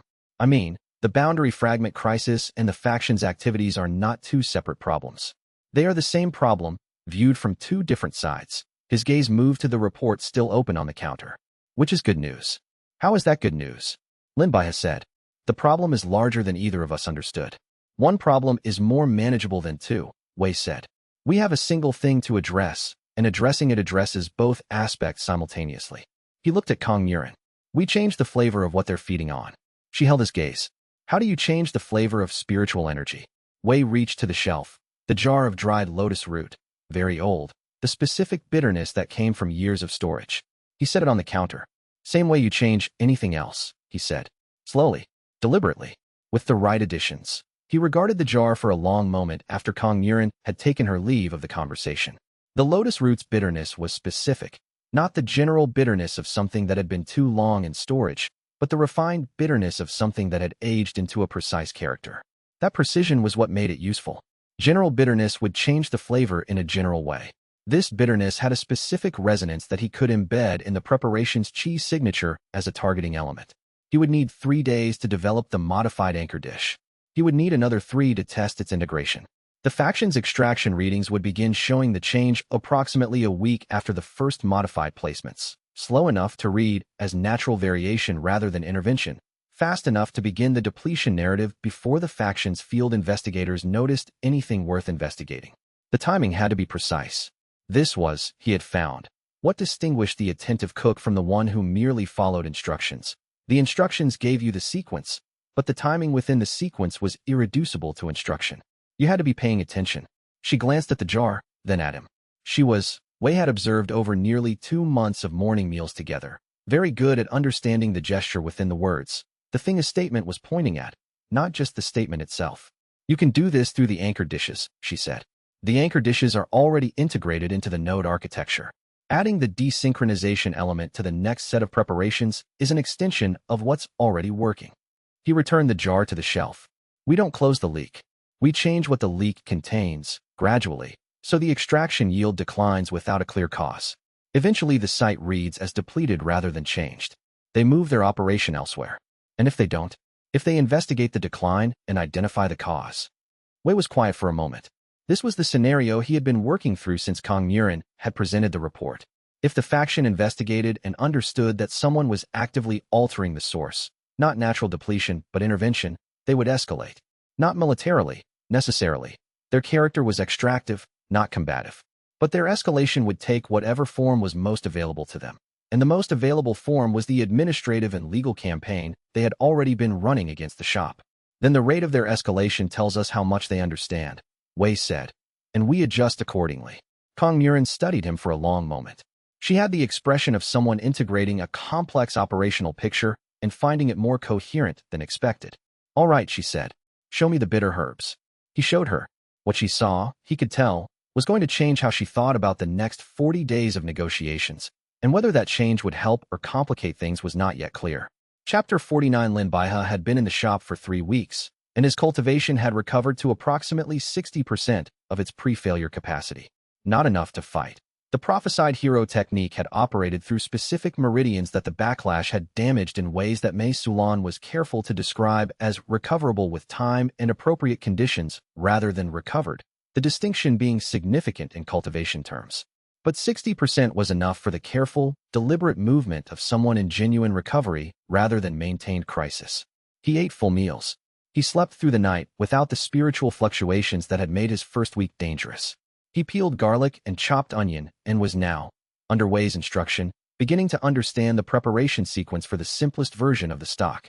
He came to Wei in the early afternoon, after the lunch service, with the specific expression of a person who has been working up to saying something for several days and has decided that the moment has arrived. I want to help with the boundary work, he said. Not just carrying containers. What do you mean by not just carrying containers? Wei asked. Mei Sulan has been telling me about the anchor's structural mechanism, Lin Bai has said. The distributed qi flow, how it works through multiple contact points simultaneously rather than through a single cultivator's focused output. She said. He paused. She said that someone with my specific meridian damage might be useful as a supplemental anchor node. That the damage disrupts the standard cultivation flow pattern in the way that distributes qi more broadly than an intact meridian system would. Wei looked at him carefully.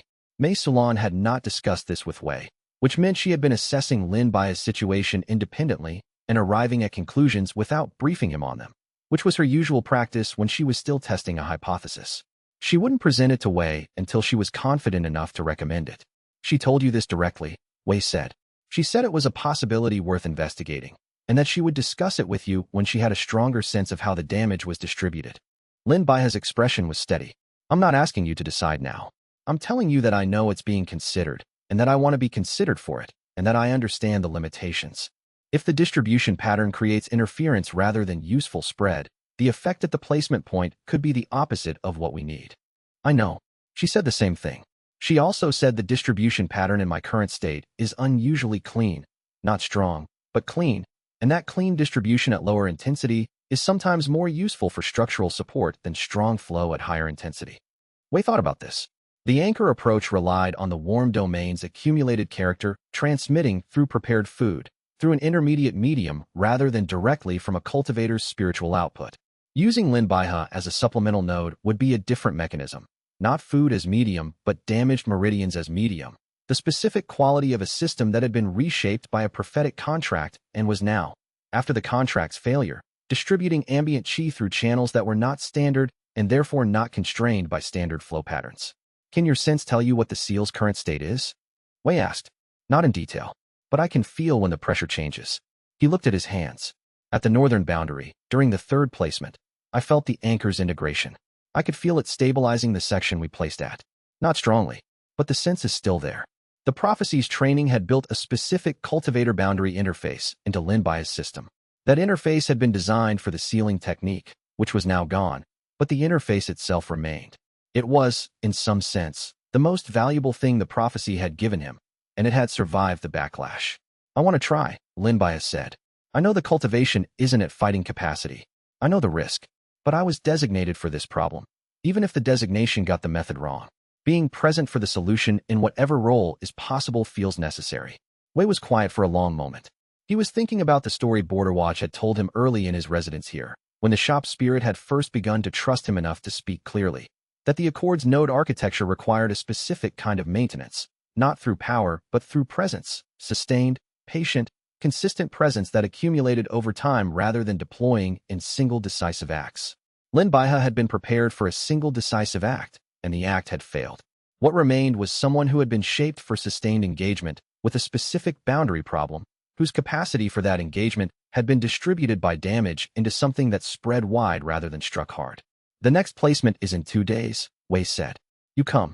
We test the distribution at the nearest secondary node. If the interference is below the threshold Mei Sulan identifies as manageable, we continue. Lin Bai's expression did the thing it did when he received a conditional yes. Not relief, but the specific recalibration from one who had prepared for refusal and found themselves in a different situation. He nodded. He went back to the stock preparation. I used to think the prophecy was my identity, he said, after a while, not looking at Wei, speaking to the pot he was monitoring. The prophecy as a role, as the thing that made me legible to myself. He paused. Now the prophecy is gone, and I don't know what I am. Wei was finishing the evening prep, moving through the rhythm of the kitchen. Good, he said. Lin Baihe examined him. Good. Who you are now has more to do with the garlic you peeled than the fight you lost. Lin Baihe assessed his hands. He had, over 3 weeks, developed the specific quality in his hands that came from consistent work with a knife, not cultivator precision, but the steady, purposeful precision of someone who was learning to be exact about things that rewarded exactness. He turned this over. I don't know whether to find that comforting or insulting, he said. You can find it both, Wei said. The garlic was excellent, incidentally. Your technique in the third session was significantly better than the first. It's garlic, Lin Baihe said, but the way he said it was different than the way he would have said it 3 weeks ago. Less dismissive, more considering. Everything is practice, Wei said. The practice that teaches you nothing is rare. The garlic taught you about texture feedback and the relationship between pressure and result. Those are boundary principles as much as they are cooking principles. Lin Baihe paused, then said nothing for a while. Then, I'm going to learn to make the full broth. The standard preparation. 6 months to do it adequately, Wei said. I know, he checked the pot. Mei Salon appeared beside Wei after Lin Baihe had returned to the prep area. He will do it, she said. I know. He will also leave eventually. That is not what I am saying. She was looking in the direction he had gone. I am saying he will do the anchor work with the seriousness he gave the prophecy. Possibly with more, since the prophecy had a predefined shape, and this does not. People do their best work, Wei said, when the shape is not predefined. The predefined shape gives them somewhere to put the effort. The undefined shape requires them to find the somewhere themselves. Is that why you did not give him clear instructions? I gave him accurate instructions, Wei said. Whether those things add up to the useful role I described is something we will find out at the placement. He paused. And if they do not add up, I will tell him honestly, and we will find a different role, and the garlic will still need peeling. I have time. More time than I had 3 weeks ago, anyway. He said it with the conviction of a person who had decided to be patient. But patience was a decision that required renewing each morning, and the morning after next would bring the test of it. Chapter 50. The bitter herbs approach was planned over 2 days and implemented over 3, and it worked within a week.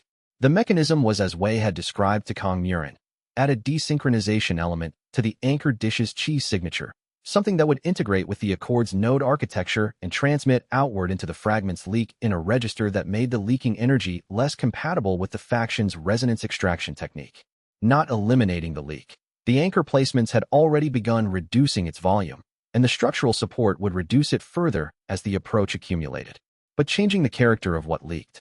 The desynchronization element came from the shop's accumulated ambient qi, specifically from the 5 months of morning service. The specific quality that had built up in the shop's environment from consistent, non-aggressive, socially oriented use. This was, structurally, almost the inverse of the resonance extraction frequency that the faction's technique was calibrated to receive.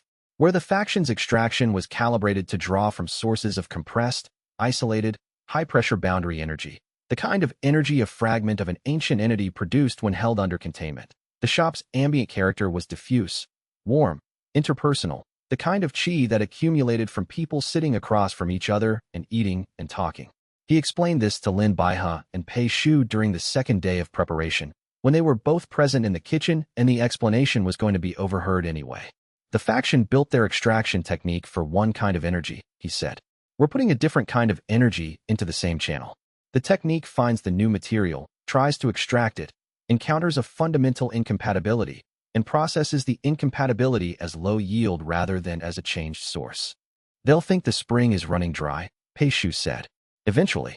Initially, they'll think the yield is declining for seasonal or geological reasons.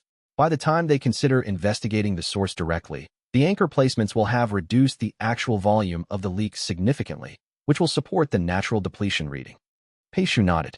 She had been absorbing these explanations with the quality of attention she brought to everything Wei said about the boundaries' workings, not quite understanding the technical mechanisms, but building an accurate functional model of what was happening and why.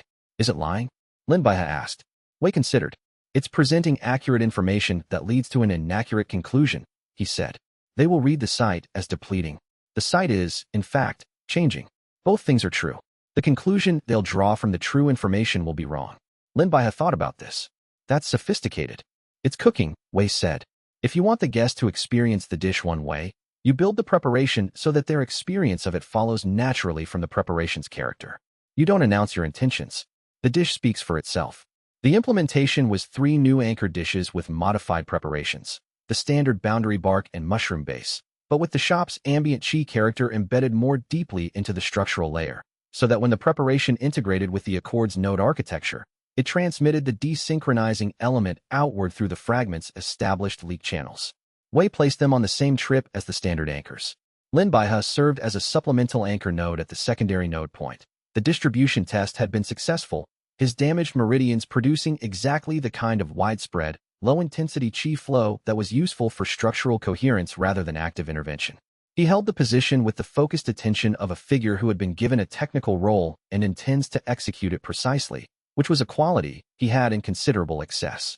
The faction's extraction efficiency began declining within days. Fong Rui's observation network. The informal connections she'd been building since Wei had suggested she might be useful, the relationships between merchants and tea house operators and local officials, reported that 3 of the boundary-adjacent territory representatives had expressed concern about resource yields in their administrative communications. Not alarm, not investigation. Ordinary administrative anxiety about extraction projections that were no longer matching actuals. Wei logged this without sharing it widely. The approach was working. The system noticed. Restraint, 22 points. Current restraint depth, 133. The accumulation was significant. A single log for a sustained strategic resolution that had avoided conflict, stabilized a boundary crisis, and begun addressing the long-term structural problem through non-aggressive means. The system's accounting was not granular enough to specify which decisions had contributed most, but Wei had a reasonable sense. The anchor approach itself, the bitter herbs modification, and the decision to use Lin Baihe as a node rather than directing him toward combat or dismissing him from the work. The Tier 4 threshold was visible now, not imminent, but approaching, the way a destination became visible on a road when you were still several hours from reaching it, but had crested the right hill. Tier 4, clear sight. Full clear sight, not the partial version that had come with the Tier 3 consolidation. The ability to see the true form of anyone who entered the shop's domain, not just the structural architecture of the Accord's nodes, but the nature of the people who moved through his space. He thought about who had been in the shop and who might visit, and what their true forms would show him, and whether, in some cases, the true form would be something he was already substantially certain about, and whether in others it would be something he was not. The Accord's witness had been here once.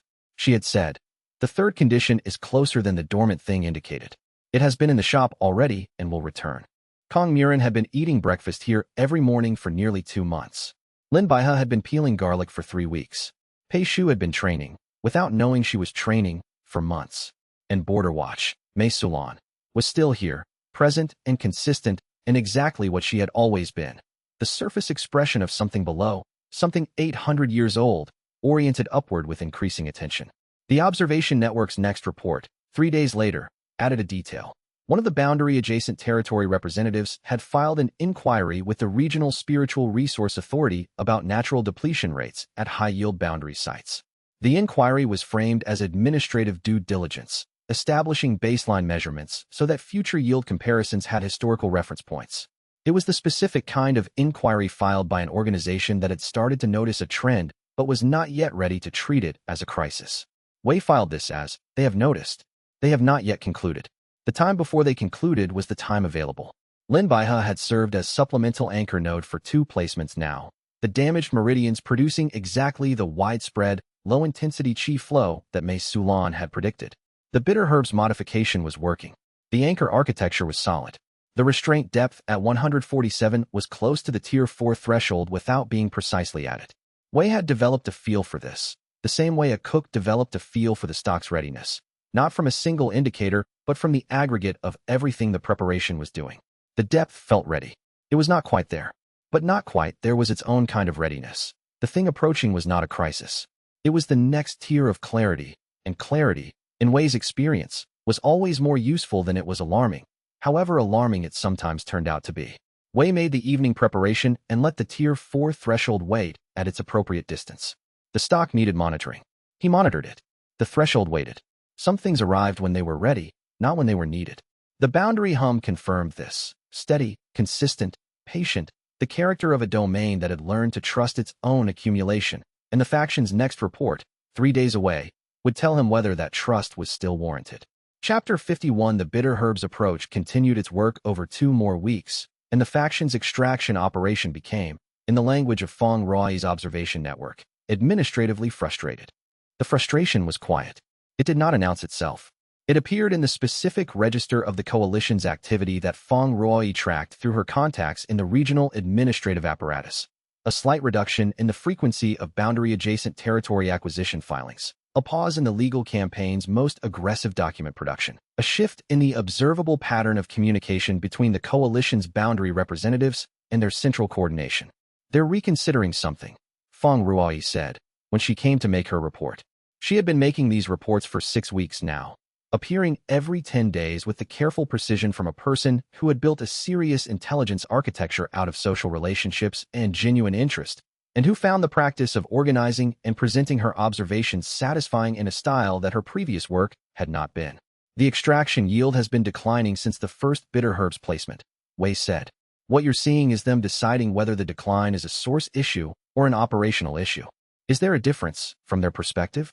A source issue means the site is depleting naturally and the operation should move on. An operational issue means something is wrong with their extraction technique or their access to the site, and the operation should be investigated and corrected. He set down the bowl she was eating from.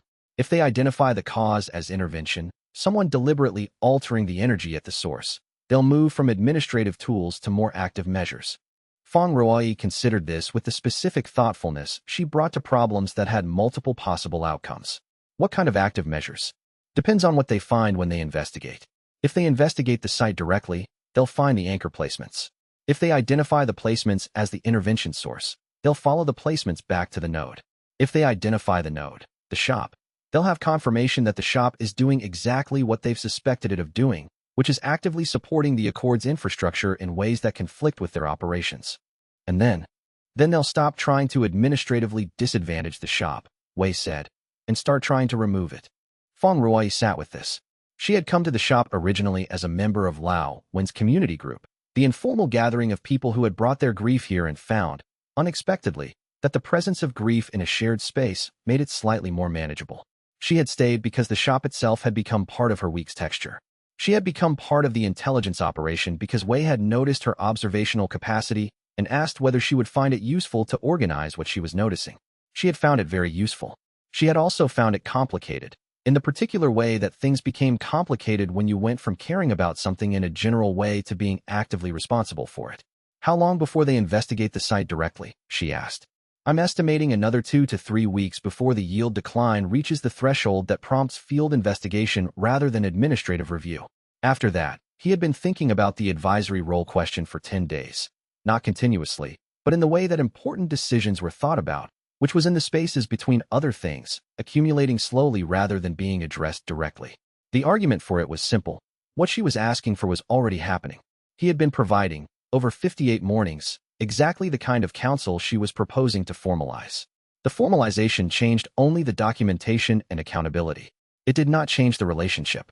The argument against it was equally simple. Formalization created obligations that informal relationships did not create. If the advisory role was documented, the Demon Realm's council would expect it to continue and would plan around its continuation. He would have created a dependency. He had created dependencies before, as Demon King. He was familiar with what they felt like from inside and from outside.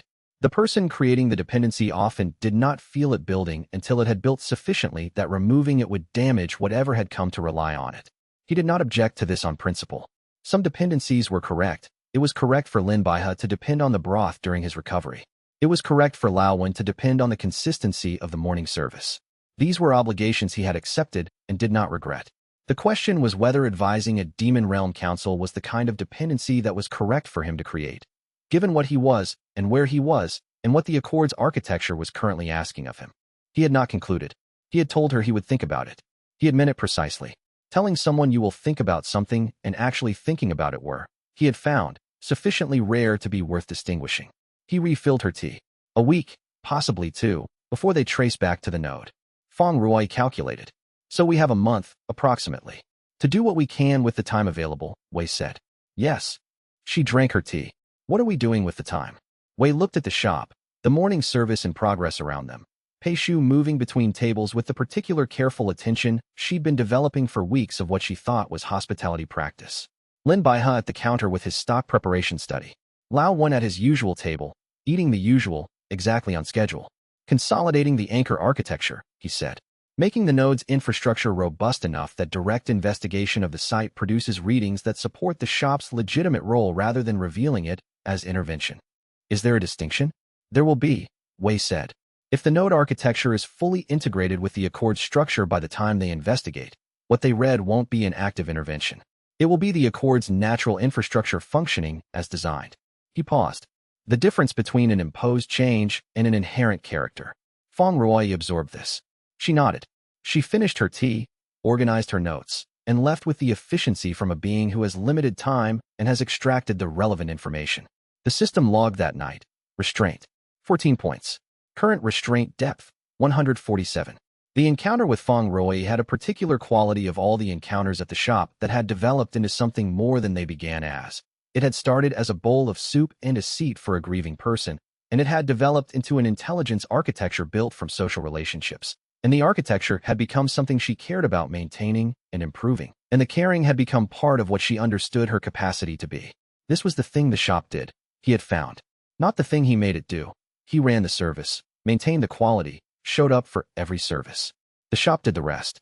It created the conditions in which people found out what they were capable of when given access to a consistent, reliable, genuinely functional space. Feng Ruoyi had found that she was capable of systematic observation and analysis at a level she had not known she had.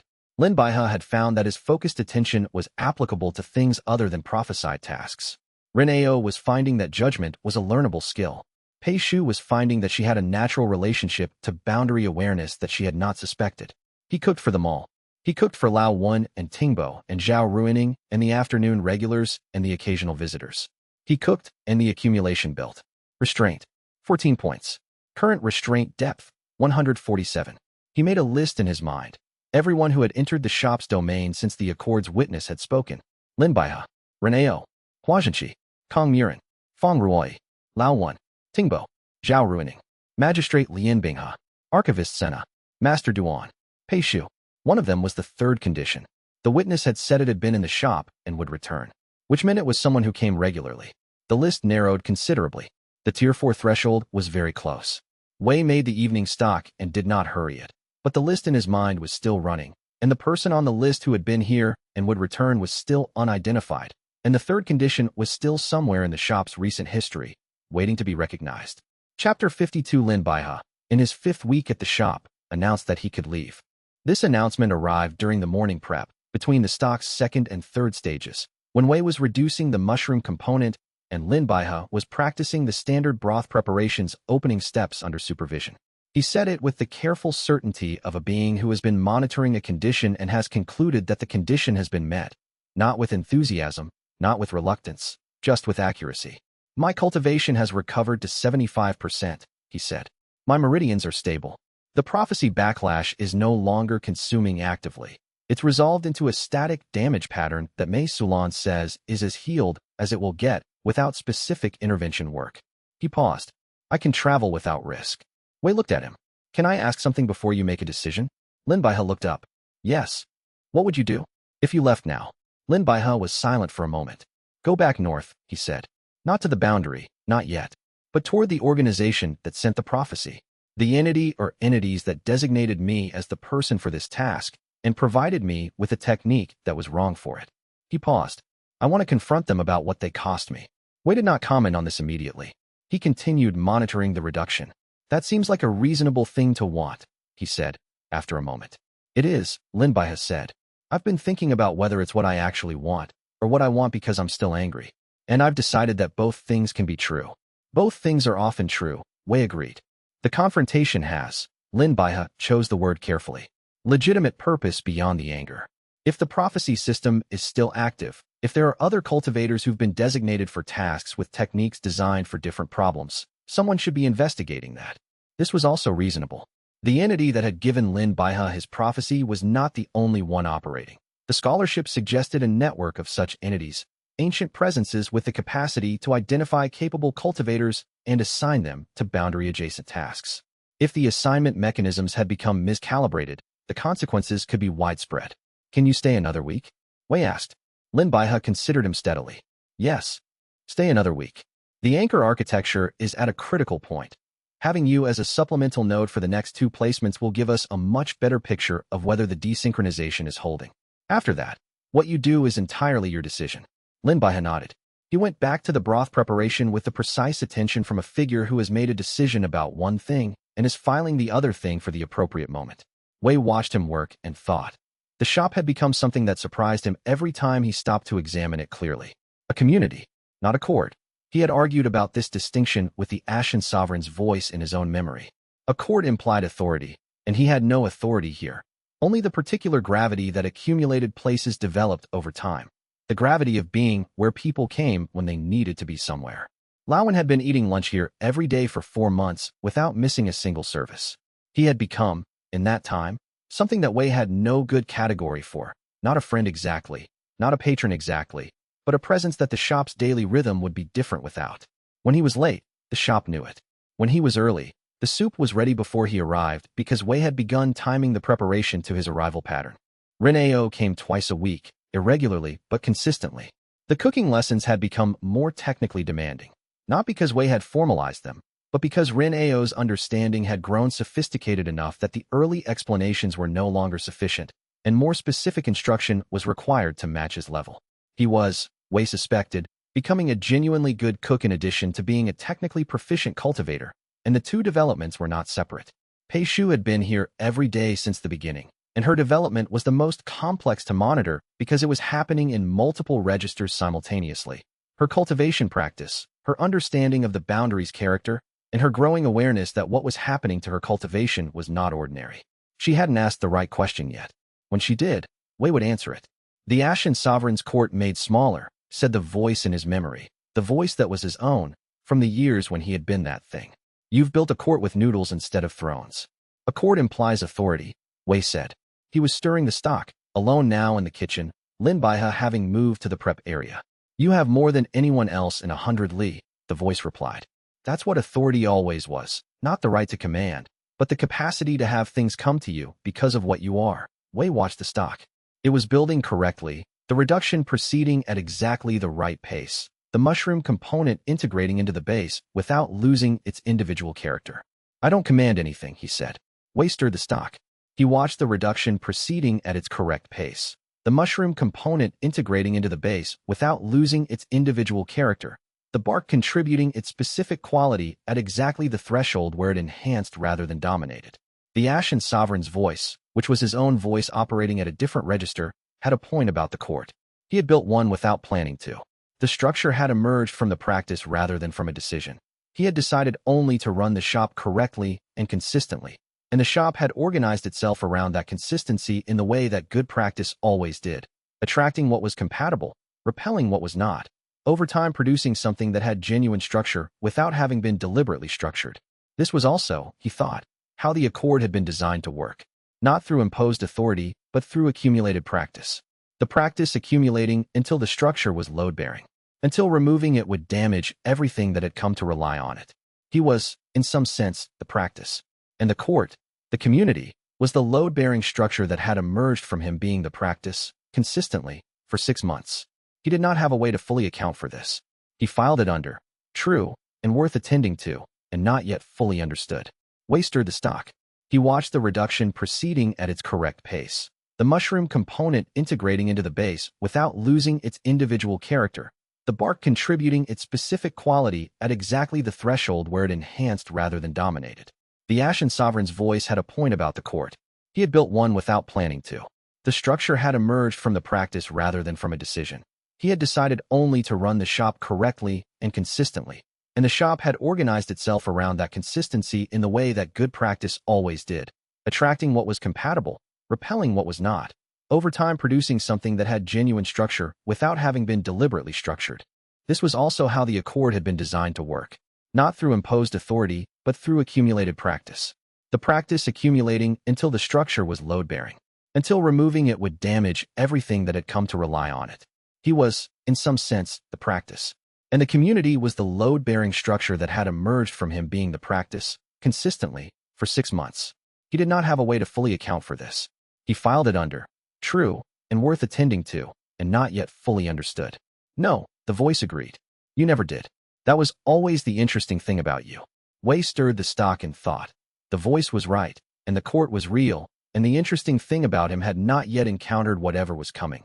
But whatever was coming was aware of him, and was moving on its own schedule, and the schedule was accelerating. Chapter 53. Hua Jinshi returned on a Tuesday in the 8th week. He arrived without announcement at the beginning of the morning service. Not dramatically, not as a repeat of his original entrance, but simply as someone who appeared at the door with a sword over his shoulder and the particular posture of one who had been traveling for some time and had arrived at their destination without having fully decided what they intended to do when they got there. He sat at the counter. He studied the menu with the careful attention from a person who had been away and was verifying that things were still where they had been left. The mushroom broth, he said. With or without the bark element? With, Hua Jinshi said. I've been thinking about what the bark changes and I want to taste it again with a clearer idea of what I'm looking for. Wei made it. Hua Jinshi ate in silence for the first half of the bowl, with the particular attention of someone who is tasting rather than simply consuming, monitoring the specific qualities with the precision his training had given him for physical assessment. It's better than I remembered, he said. Is it different, or was I wrong about what I tasted the first time? The preparation is somewhat more refined, Wei said. The bark integration has improved. Also, you're tasting it now without the specific focus that confrontation produces, which changes the palate's sensitivity. He refilled the tea. You weren't wrong. The memory is also accurate. The food in front of you is better. Hua Jinshi considered this distinction. He was, Wei had concluded during his original visit, genuinely thoughtful under the combat-ready presentation, someone who had trained extensively in a system that prioritized readiness, and who had built thoughtfulness on top of that foundation rather than finding the two in conflict. I've been traveling, Hua Jinshi said. Thinking about what you said. I said several things. The one about the broth. About how the choice matters even when no one's watching. He paused. I've been testing it. In my practice. Wei waited. The quality changes, Hua Jinshi said. When the decision is, when I'm thinking about the decision as a choice rather than as a reflex. The technique is the same, but there's something in the execution that's different. He looked at his bowl. I don't have good language for this. Take your time, Wei said.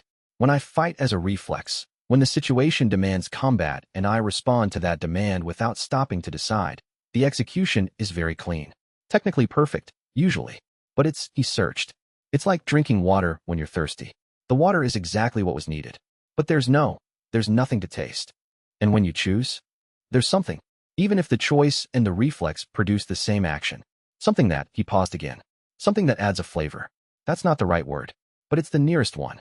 The intention has substance, Wei said. The cook who makes the same dish as a craft decision and as an automatic production. The dishes may be technically identical. The diner often cannot distinguish them. But the maker knows. Hua Jinshi looked at him for a moment. You're saying it only changes things on the inside. I'm saying the inside is where change begins, Wei said. Whether it ever reaches the outside depends on what you do with the inside. Lin Baihe came out of the back room. He had been doing meridian stabilization exercises Mei Sulan had given him, and stopped when he saw Hua Jinshi. They looked at each other with the particular quality of recognition that two people shared when they had history that was not simple. Lin Baihe, Hua Jinshi said. Hua Jinshi, Lin Baihe said. The recognition was not hostile, which was information. It was careful and complicated and had a great deal of unspoken content, which was also information. You're still alive, Hua Jinshi said. Barely, Lin Baihe said. I failed. I know. The reports came through. A pause.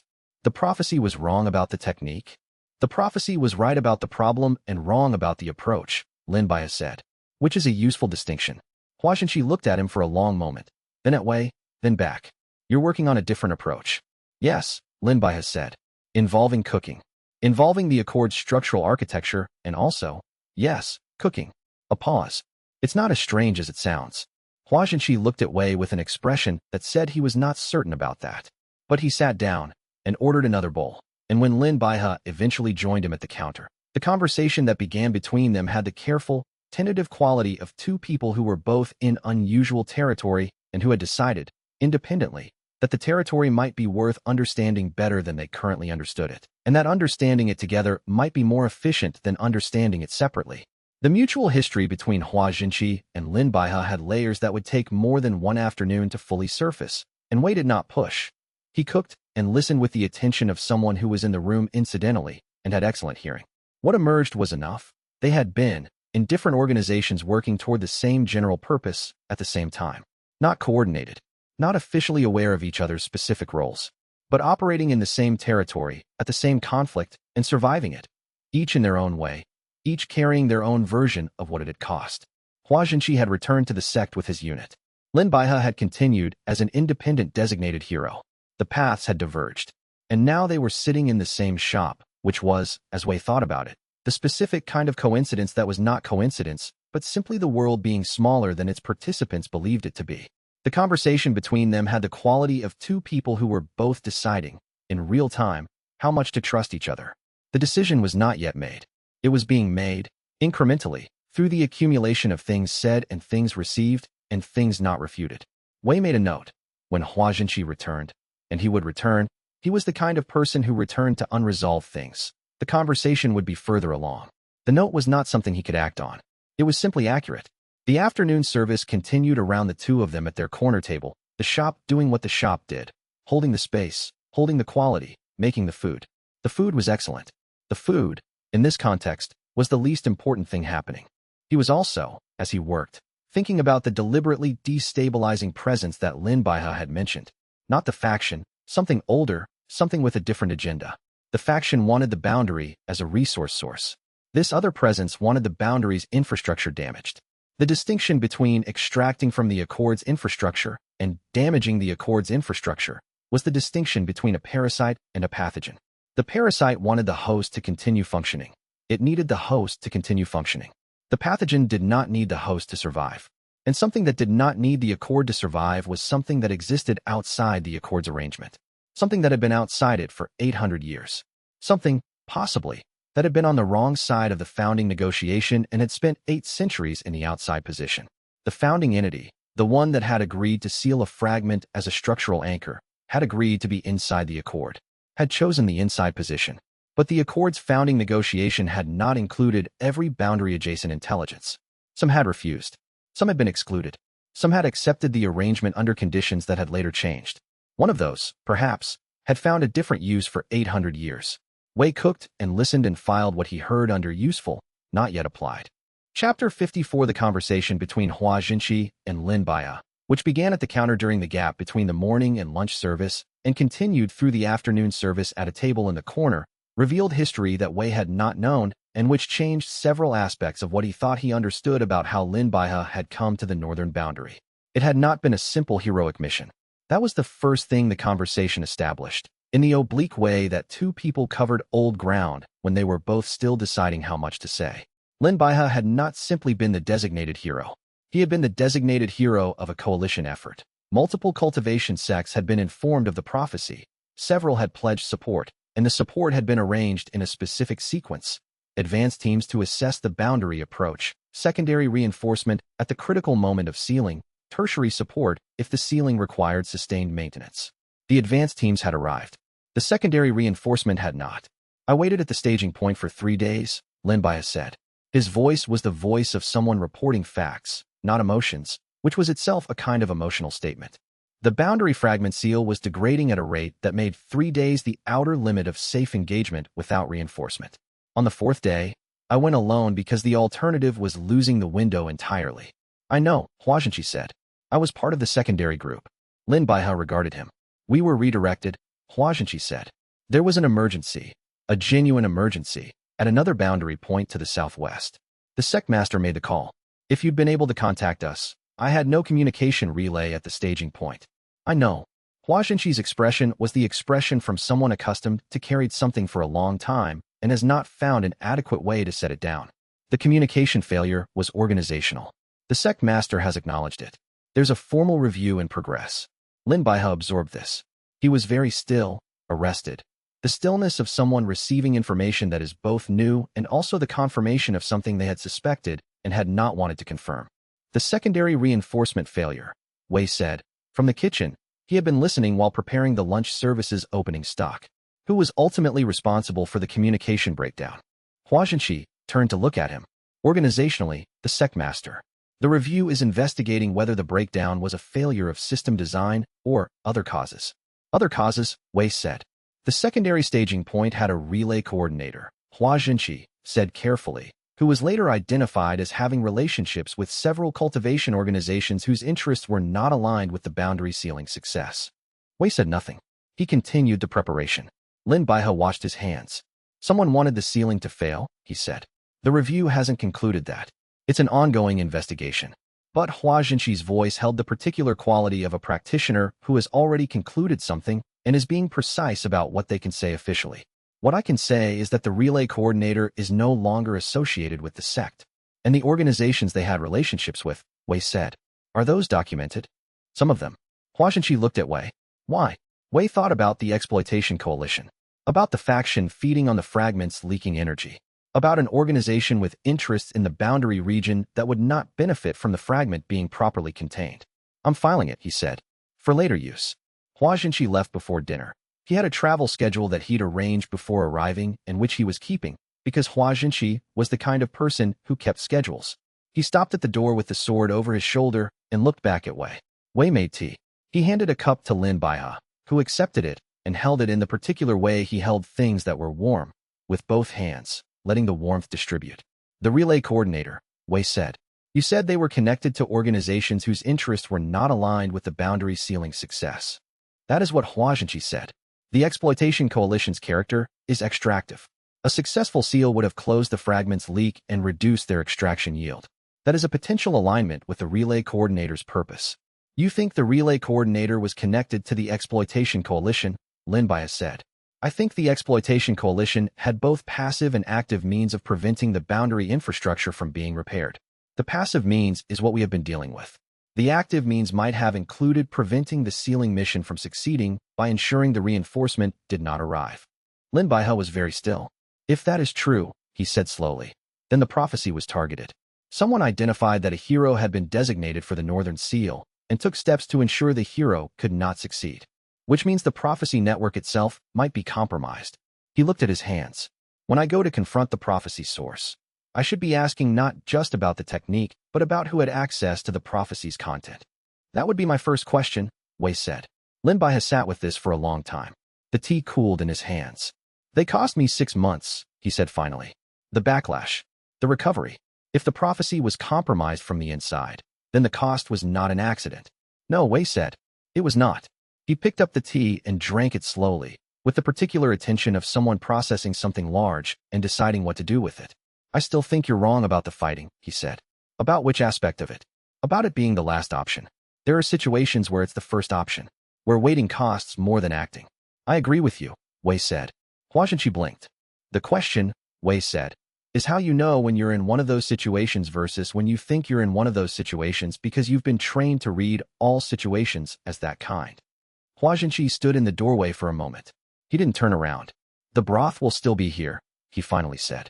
When you figure out what you're actually asking, Wei said. Yes. Hua Jinqi went. The door closed. The thought about the community had arrived without his having intended to think it. That was the thing about accurate thoughts. They arrived on their own schedule, because the mind had been doing the work of noticing without the person having been consciously engaged in noticing. The shop was a community, not a criticism, not a boast. Simply what it had become over 6 months of consistent functioning. A space where people came because the space was worth coming to, and where that repeated coming had created the specific kind of relationship that developed between people who saw each other regularly in a place that neither of them owned but both of them, in some sense, belonged to. Lao Wan, Zhao Ruining, Feng Ruoi, Reneo, Pei Shu, Lin Baihe. The pattern of these presences was not identical to a court. A court was organized around authority, the flow of deference, the hierarchy of access, the structure of command. What the shop had was organized around function. People came because the shop did something they needed, and they returned because it continued to do it. A court cost violence, ultimately. The original violence that established the authority, the ongoing thread of violence that maintained it, the periodic violence that reasserted it when questioned. He had built courts during his time as Demon King. He knew the architecture precisely. The shop had cost 5 months of consistent cooking. Restraint, in both the system's sense and in the ordinary sense. The sustained choice not to be what he could be, in favor of being what the situation needed. The accumulated character of a place that had been doing the same thing faithfully every day, without asking credit for the doing. I do not know which of these is easier, he thought. But I know which one I am doing now, and I know it is working. Lin Baihe, at the counter, watched him go and said nothing for a while. He's not a bad person, Lin Baihe said eventually. He's a person doing their best with the framework they have, Wei said. Which is what most people are. The framework isn't wrong, exactly. It's just incomplete, Wei said. Yes. Lin Baihe nodded. He went back to the stock preparation, the practice he'd committed to, 6 months to do it adequately, with time to spare if he stayed. And whether he stayed or went was a question he hadn't answered yet. But it had acquired new dimensions that required more consideration than it had yesterday, and he was clearly giving it that consideration. In the particular focused way, he gave everything the attention it required. Chapter 55 Pei Shu's cultivation had been developing for months without a framework, and Wei Chongshan had been watching it develop and had been putting off the decision about what to do about it for exactly as long as he could manage. The avoidance was not negligence. It was the specific hesitation of someone who understood what a teaching relationship meant, what it cost the teacher, what it committed the teacher to, what it created in the student that could not be uncreated, and who had spent the majority of his 2,000 years being careful about which commitments he accepted. He had not had a student since the wars. He had not wanted a student since the wars. The teaching relationships he had established during his time as Demon King had all ended in ways that were either ordinary and satisfying, which was the exception, or complicated and costly, which was the rule.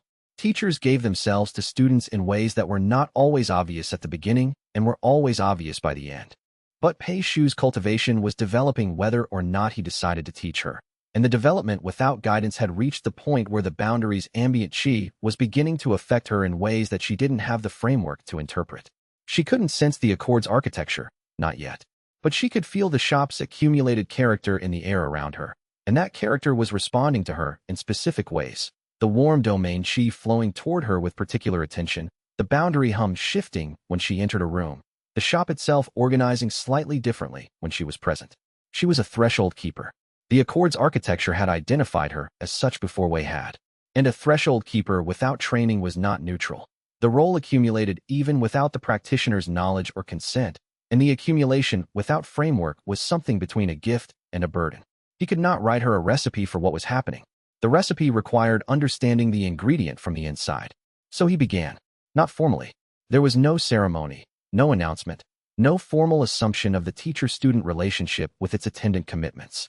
He simply began giving her tasks that were also something else. The bowls, he said, after the morning service one day. When you wash them, hold each one for a moment after the rinse. Just hold it. Not for any purpose. Just to let the space between uses be the space between uses. She gave him a look that meant she didn't understand why this was a hospitality instruction, but she did it. She washed the bowls and held each one for a moment. 2 weeks later, when you carry the broth from the counter to the table, let your attention go to your feet before it goes to the bowl. The bowl is safe in your hands. Your feet know where the floor is. Carry the attention in that order. She did this. Her movement between tables changed, not dramatically, not even in a mode that most customers would notice. But the shop's ambient chi shifted when she moved, the warm domain's field responding to her deliberate attention with the specific warmth it gave to intentional action. 3 weeks after that, the table in the northwest corner. When you clear it, notice what the air in that corner feels like different from the rest of the room. Pei Shu cleared the table and stood in the northwest corner for a moment. Then she came back to the counter and said, "It feels like the room knows something happened there." "Good," Wei said. "What happened there?" "That's the question to keep holding," he said. "Not asking yet, just holding. The answer will be available when you have the right relationship with the question." Pei Shu looked at him steadily. She had the particular expression she wore when she was deciding whether to push further or accept that the full answer was not yet available. "Are you teaching me something?" "I'm giving you tasks," Wei said. "Tasks that are also something else." He looked at her. She had the expression of someone accustomed to having identified what's happening and is waiting for the appropriate moment to name it. "Yes," he said. "When you have enough to ask the right question, I'll answer it completely." Pei Shu nodded. He observed her, the characteristic texture of her attention during the service, the way she distributed her presence across the space, and thought about the fourth task and where it had led.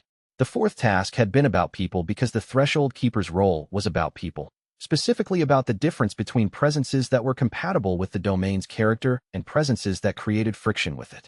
This was not about danger or threat. The shop's domain was not a security perimeter. It was a space with a character, and that character had requirements. A space with a consistent character required someone who understood what that character was, in sufficient technical detail that they could maintain it accurately even when what entered the space was complicated. Anger itself was not incompatible with the shop's character, because anger was honest and the shop was built on honesty. But anger badly expressed could damage the ambient quality in ways that required correction. The threshold keeper's job was the correction, not judgment. The keeper did not decide who could enter or leave, but calibration. understanding what was entering and what it needed in order to be in the space without causing damage. Pei Shu had been doing this intuitively for 6 months. The morning regulars who arrived upset often left with the upset converted, not resolved, not dismissed, but transmuted into something that had been heard and held. She did this through the precise quality of her attention, the particular way she received what people brought. This was the foundation. What came after the foundation was the structure. The explicit framework of the threshold keeper's role, what it meant in the accord's architecture, what it required technically from the person holding it. He would give her that when she had enough foundation to hold it. The question of when to tell her explicitly what she was, a threshold keeper, a specific role in the accord's living architecture, was one he was still working through. The information itself was not complex. The context required to receive it accurately was what took time to build. If he told her now, "You are a threshold keeper, you have been doing the threshold keeper's work for 6 months without knowing it. The accord's architecture identified you before you arrived." She would hear the words and not have the framework to understand what they meant. She would understand the surface meaning, not the structural meaning. The structural meaning required understanding what the accord was, what its node architecture did, why the threshold keeper's role existed in the architecture, and what the role required of the person holding it. She was building that understanding through the tasks he was giving her, the bowl holding, the attention sequencing, the spatial awareness, the reading of people's attention. Each task was a piece of the framework. The framework was not yet complete. When it was complete, or close enough, she would ask the right question. And the right question would make the answer legible in a form that premature telling would not. She went back to work. Wei watched her move through the shop. The different quality of her movement compared to 6 months ago, when she had been a young woman new to the border town, teaching children basic cultivation principles in a school that had no formal curriculum. She had that stillness now that came from months of sustained attention to small things, the particular quality from one who has been learning to notice. Mei Sulan appeared beside him with the quiet suddenness that was her particular quality. She doesn't know you're teaching her. She's beginning to suspect it. What if she asks too late? Mei Sulan said. If her development outpaces the framework, then the noodles will still be excellent, Wei said. And we'll handle the development with the framework we have rather than waiting for a better one. Mei Sulan's expression registered something. The shop spirit had read something in his tone that he hadn't articulated. You're worried she'll ask the right question before you're ready to answer it completely. I'm worried, Wei said, that the complete answer will require me to explain what she is, and what she is will change everything about how she understands what she's been doing here, and the change will be significant. It will, Mei Sulan said. Do you think she's not ready for significant? Wei looked at Pei Shu, moving between tables with the careful attention of one who is still learning, but is learning steadily. The boundary chi responded to her as she moved. The shop's character recognized her in the particular way it had started recognizing people who were part of its ongoing purpose rather than passing through it. He was not, in fact, as far behind as he had suggested. The decision to take a student had been made below the surface of his explicit awareness, at the level where decisions about commitments were actually made, and what he was doing now was the conscious recognition of a decision already taken. The teaching relationship was not the cost he had feared. It was a different kind of cost than he had anticipated. Not the giving of authority or power, but the giving of attention. Sustained, specific, calibrated attention to one person's development over an extended period. He was good at attention. He had built his restraint on sustained, calibrated attention. The teaching was an extension of the same practice in a different direction, not toward the boundary or the community, but toward one person's becoming. Pei Shu's becoming was the most interesting ongoing process in the shop's current landscape. More interesting, in its particular way, than the faction's administrative campaign or the Northern Seal's structural dynamics. Not more important, the boundary work was more immediately consequential, but more interesting in the way that things being made were more interesting than things in maintenance. The threshold keeper's role was one of the most specifically necessary roles in the Accord's architecture, and also one of the most rarely held. The Accord had managed without one for several decades. Its managing without one had been part of the increasing stress on the boundary infrastructure. The threshold keeper's function was to mediate between the shop's domain and the larger boundary system, to maintain the calibration of what passed through the threshold and in what condition. She had been doing this, incompletely, intuitively, without instruction, for 6 months. With instruction properly framed, she would be doing it better within another 6 months, and in 6 months, the situation would almost certainly require her to be doing it well. I think she's ready, he said. I think I'm the one still getting there. He paused. And whatever I'm getting there for, it will arrive before I feel fully ready, which is always how it works, and the arriving will require being ready anyway. Chapter 56. Teaching Pei Shu without telling her she was being taught required a precision that Wei found unexpectedly demanding, not in the technical sense, which was straightforward, but in the sense of calibrating each task to exactly what was needed at exactly the right moment without over-explaining or under-explaining. The tasks accumulated, each one built on the last, not in ways that was obvious, but in a fashion that was perceptible in retrospect. He was laying a foundation that she would be able to read once she had enough of it, like a building that didn't announce its structural logic until you stood inside and felt how the weight moved through it, and then understood. The bowls had been the first, learning to be present in the gap between uses, which was boundary awareness in its earliest form, the awareness of what happened in spaces that were neither actively occupied nor fully empty. The broth carrying had been the second, attention sequencing, learning to locate the foundation before addressing the surface, which was how the Accord's architecture worked. The architecture was the foundation, invisible most of the time, and what people experienced as the boundary was the surface effect of what happened below. The northwest corner had been the third, learning to notice the difference between spaces that carried history and spaces that didn't, which was the beginning of the spatial sense that a threshold keeper needed in order to function with any precision. The fourth task was the hardest to frame. He thought about it for a week, thought about what the fourth task needed to accomplish, what aspect of Pei Shu's development it needed to address, how to give it to her in a form that she could work with without explaining what she was actually practicing. The difficulty was that the fourth task had to do with people, not with spaces, not with objects, not with chi flows in an abstract sense. With people. The threshold keeper's role in the Accord's architecture was specifically about the threshold between what could enter the shop's domain and what couldn't, which meant it was, ultimately, about discernment. About reading the difference between presences that were compatible with the domain's character and presences that were not. Not to refuse entry to the latter, but to understand what was present, which was the first step in knowing how to respond to it. He gave her the fourth task one morning before the service began. When a customer sits down today, he said, before you take their order, notice what their attention is on. What it's on. Not their words. Not their face. What their attention itself is on. Where the center of their focus is. He moved back to the preparation. You don't need to report what you find. Just notice. Pei Shu absorbed this.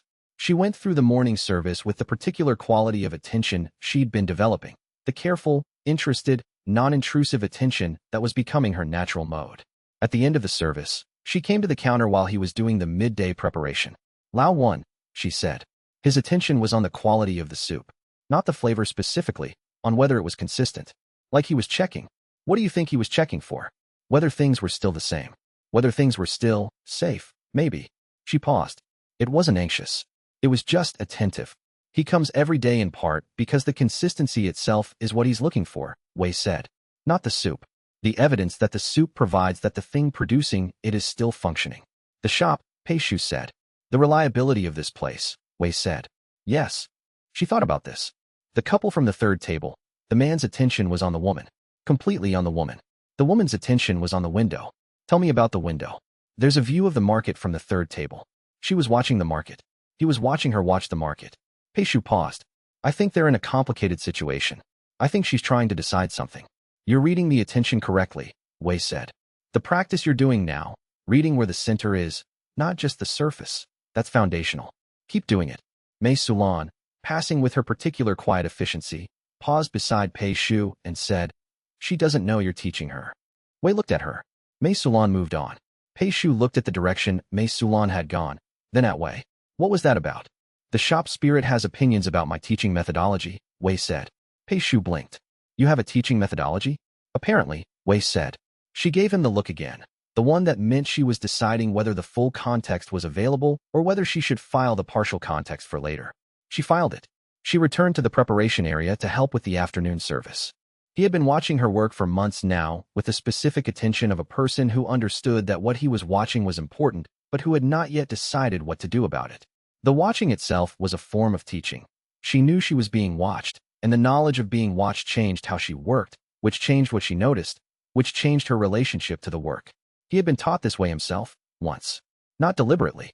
His first significant teacher had been a cook, not a cultivation teacher, but a cook in the town where he had spent his first 30 years, before cultivation had begun in him and changed the shape of his future. The cook had not known they were teaching him anything. They had simply cooked with such complete attention to what they were doing that watching them had been an education in itself. What he had learned was not technique, primarily. Technique could be taught through instruction. What he had learned was something about the quality of presence required to do a thing correctly. The way being fully in the doing of something changed the doing, and changed what the thing was when it was done. Pei Shu was learning the same thing, without knowing she was learning it. The bowl holding, the attention sequencing, the spatial awareness, the reading of people. Each task had required a specific quality of presence, and the presence had been the real instruction. When she understood this explicitly, when she understood that the presence she had been practicing was a cultivation practice, and specifically the foundational practice of the threshold keeper's role, she would have the structure to understand everything else he would tell her. The structure was almost there. He could feel it in the way she moved through the shop now, the specific character of her attention, the way the boundary chi responded to her presence as something it recognized rather than something it was adjusting to. Mei Sulan appeared beside Wei again. She knows you're teaching her now, she said. She suspects it, Wei said. She asked the right question. Wei considered. When she asks the right question about what she is, I'll answer it. And until then, this was accurate. The noodles were excellent. They had been excellent since the first service and had improved incrementally since then, as preparations improved incrementally when they were made with consistent attention over time. By any objective measure, the noodles were better today than they had been 6 months ago. This was also, Wei knew, not the point Mei Sulan was making. Mei Sulan's point was, some things are more important than whether Pei Shu knows she is being taught. The noodles will still be excellent regardless. The teaching will continue regardless. The only thing that changes when she knows is that she can participate in it consciously. Soon, Wei said, to no one in particular. Mei Sulan had already moved on. Until then, the noodles are excellent. But the question Pei Shu would eventually ask was already forming. He could see it in the quality of her attention, the way she watched the walls sometimes as if trying to read something written in a language she almost understood. When she found the words for it, neither of them would be entirely ready for what came after. Chapter 57 Kong Murin's 30-day window had extended to 58 days, and she was still here. This had happened without a formal announcement. She had simply remained, each morning arriving at her corner table before the other regulars, eating with the particular quality of attention that distinguished someone who had arrived at a genuine appreciation for something from someone who was performing appreciation for strategic purposes. Wei could distinguish these qualities clearly now, with the Tier 3 consolidation's improved perceptual range, and Kong Murin's appreciation for the broth was entirely unperformed. The 30-day window had been extended on legitimate grounds. There were active negotiations to manage. The Exploitation Coalition's administrative campaign was in a phase that required monitoring, and the Demon Realms Council needed regular dispatches from their representative on the ground. All of these were real reasons. Wei had not asked whether there were additional reasons that were harder to document. He did not need to ask. He was a very old being who had spent several hundred years in close proximity to sophisticated political operators, and Kong Murin ate breakfast here every morning because she wanted to, and because whatever she had found here in 58 mornings had become something she was not quite ready to stop having access to. She was the most politically sophisticated person he had dealt with in decades. This was not a small observation. He had dealt with sophisticated political operators throughout his time as Demon King, his advisors, the boundary sect representatives, the occasional emissary from the human cultivator organizations, and Kong Murin operated at the level of the best of them, with the specific additional quality of a person who had been doing this work under the particular pressures of a council in structural crisis for long enough that the pressure had become a texture of her thinking rather than an obstacle to it. She reminded him of the advisors he had actually listened to, the ones whose counsel he had sought rather than the ones whose counsel had been required by position. That was a specific distinction. Most advisors gave counsel because their role required it, and the counsel reflected the role. The advisors Wei had actually found useful gave counsel because they had concluded something and wanted him to have access to that conclusion, and the counsel reflected the conclusion. Kong Murin concluded things. She presented them with precision rather than performance. During the 58th morning, she made her final formal case. Not for the original proposal, using his name as a political anchor for the Demon Realms Council. She had, he gathered, concluded sometime around day 40 that this proposal was not going to succeed, and that continuing to press it would be counterproductive. Instead, a formal advisory role, she said. Not active governance. Not public affiliation. A correspondence relationship. I send you questions when the council needs guidance it can't get from standard channels, and you answer or don't answer as you see fit. The correspondence itself is not announced. Its effect is available to the council through the quality of my own counsel. Wei set down his bowl. He looked at her. The questions I would be sending you, she said, are the kind I've been asking you at breakfast every morning for 8 weeks. The value has been substantial. The only difference is formalizing it. Formalization changes things, Wei said. It changes accountability and documentation. It doesn't change the relationship. She paused. I'm asking you to acknowledge what has already been happening. This was either the most accurate description of what had been happening or a very sophisticated framing of something different as something else. Wei sat with the question of which it was. The relationship had, in fact, been what she described. She had been asking him questions about the boundary, about the faction, about the demon realm's structural situation as she understood it and as he read it. He had answered with the same combination of information, analysis, and cooking metaphor that he applied to most conversations about complex problems. The value to her had been apparent in the quality of her subsequent decisions, which he had been able to observe because she was here every morning and her thinking was visible in how she carried herself. He did not have a principled objection to acknowledging it. I'll think about it, he said. The phrase carried specific weight in the register of their interactions. She had learned, across 58 mornings, exactly how much weight "I'll think about it" carried from Wei Chongshan compared to no and compared to yes, and how it was distinct from both. 58 days was a significant length of time. He had been in relationships, cultivator-student, advisor-sovereign, guardian community, that had lasted decades without producing the recognizable character of mutual understanding that 58 mornings of broth and conversation had produced. The mechanism, he suspected, was not the broth specifically, though the broth was genuinely excellent. It was the consistency, the same bowl, every morning, at the same hour, from the same hands that had been making the same preparation for 5 months with the same accumulated attention. The consistency created a container in which real conversation was possible, not because the container demanded honesty, but because the consistency removed the tactical quality from the interaction. Political conversations were tactical by default. Both parties managed information, managed impression, managed the other party's conclusions. Kong Murin had arrived as a negotiator, managing all three. Over 58 mornings of broth, the management had gradually reduced, not because she had decided to be less strategic, but because the shop's character had made the tactics progressively less useful. The shop did not respond to tactics. It responded to presence.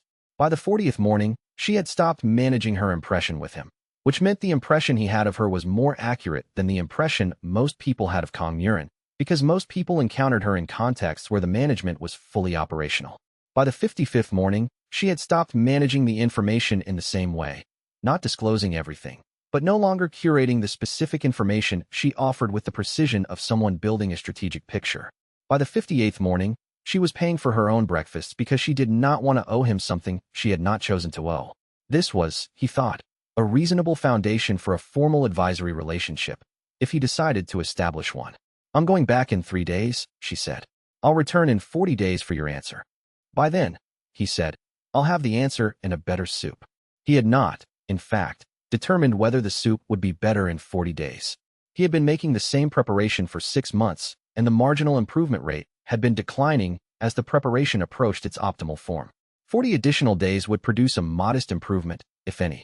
But he had said it with the conviction of someone who knew it to be true, which meant he believed it even without being able to demonstrate it, which meant it was probably true in some sense that wasn't captured by the technical assessment. The soup would be better in 40 days. He did not know in what specific way. He knew it the way he knew when stock was approaching its right consistency, not from a single indicator, but from the aggregate of everything the preparation was doing. She would return in 40 days. The soup would be ready for her. The answer would be ready as well, more ready than it was now, which was the definition of ready enough. The 40 days would also, almost certainly, have produced developments in the boundary situation and the faction's response to the bitter herbs modification, and those developments would inform the answer in ways he could not predict from here, which was, itself, a reason to wait for them. She looked at him, the expression from a person who is not certain whether they are being offered comfort or simply accurate information about soup quality, and who finds the uncertainty oddly comfortable. The uncertainty was, in fact, accurate information. He was uncertain. The answer required 40 days and a better soup and whatever the boundary situation produced in the interim. And all three of those things were real constraints that could not be resolved by certainty now. Chapter 58. The morning Kong Murin left. The shop had the quality it sometimes had in mornings when something that had been present was no longer going to be present. Not loss exactly, but a quality particular to a rhythm that had been established and was about to pause. She appeared at her usual time, at the corner table. She ordered the usual.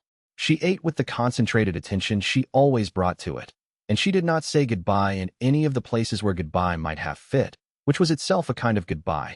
The acknowledgement that she would be back, that the farewell was temporary, that the relationship was ongoing rather than resolved. When the bowl was empty, she set down her chopsticks with the particular precision of someone completing a task rather than finishing a meal. She reached into her coat and produced a coin purse. Wei watched her count out payment for every morning she had eaten here. He had not been tracking a tab. He didn't track tabs for regular customers, the relationship of repeated eating transcending the account. But she had been tracking it. She had kept count of 58 breakfasts, and she put down the sum for 58 breakfasts with the focused exactness of someone who does not want to owe anything to anyone they are actively trying to influence. This was the most accurate thing she had communicated in their entire acquaintance.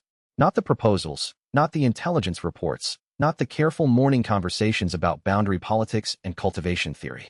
The counted coin was the truest statement. I am aware of the balance between us.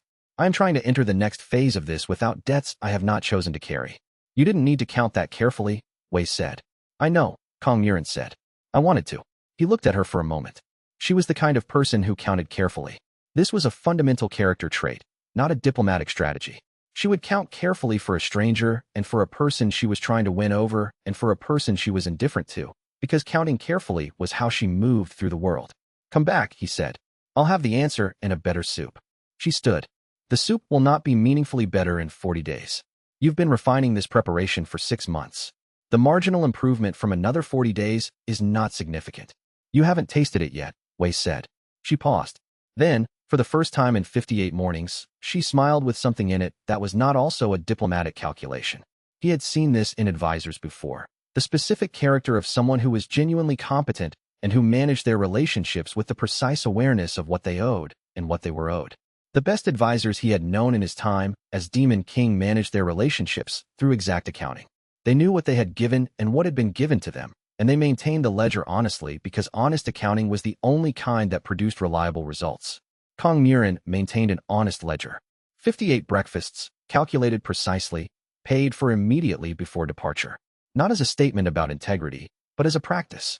The ledger was maintained because that was the correct way to manage ledgers. He thought about the advisory role from this angle. If she was the kind of person who maintained honest ledgers, and she was proposing a formalized advisory arrangement, the terms she was proposing were the terms she intended to honor, not an opening position in a negotiation, but the actual arrangement. She was not asking for more than she said. This was relevant to the question he was still thinking about. He went to the kitchen. Lin Baihe was at the counter, working on his broth practice. Wei tasted it without speaking. Lin Baihe waited. The bark integration is still ahead of the mushroom reduction, Wei said. They need to be developing at the same pace, or the bark's contribution overwhelms the base character. I have been focusing on the bark because it is harder to control, Lin Baihe said. The thing that is easier to control still requires attention. It just requires a different kind, Wei said. The stock does not run on its own while you attend to the difficult element. Everything runs simultaneously or nothing runs correctly. Lin Baihe absorbed this and went back to the preparation. Wei watched him work and thought, this is also a kind of advising. Every interaction in the kitchen was advisory. One person with more context giving another person with less context access to the relevant information for a decision they were in the middle of making. He had been advising people for 2,000 years.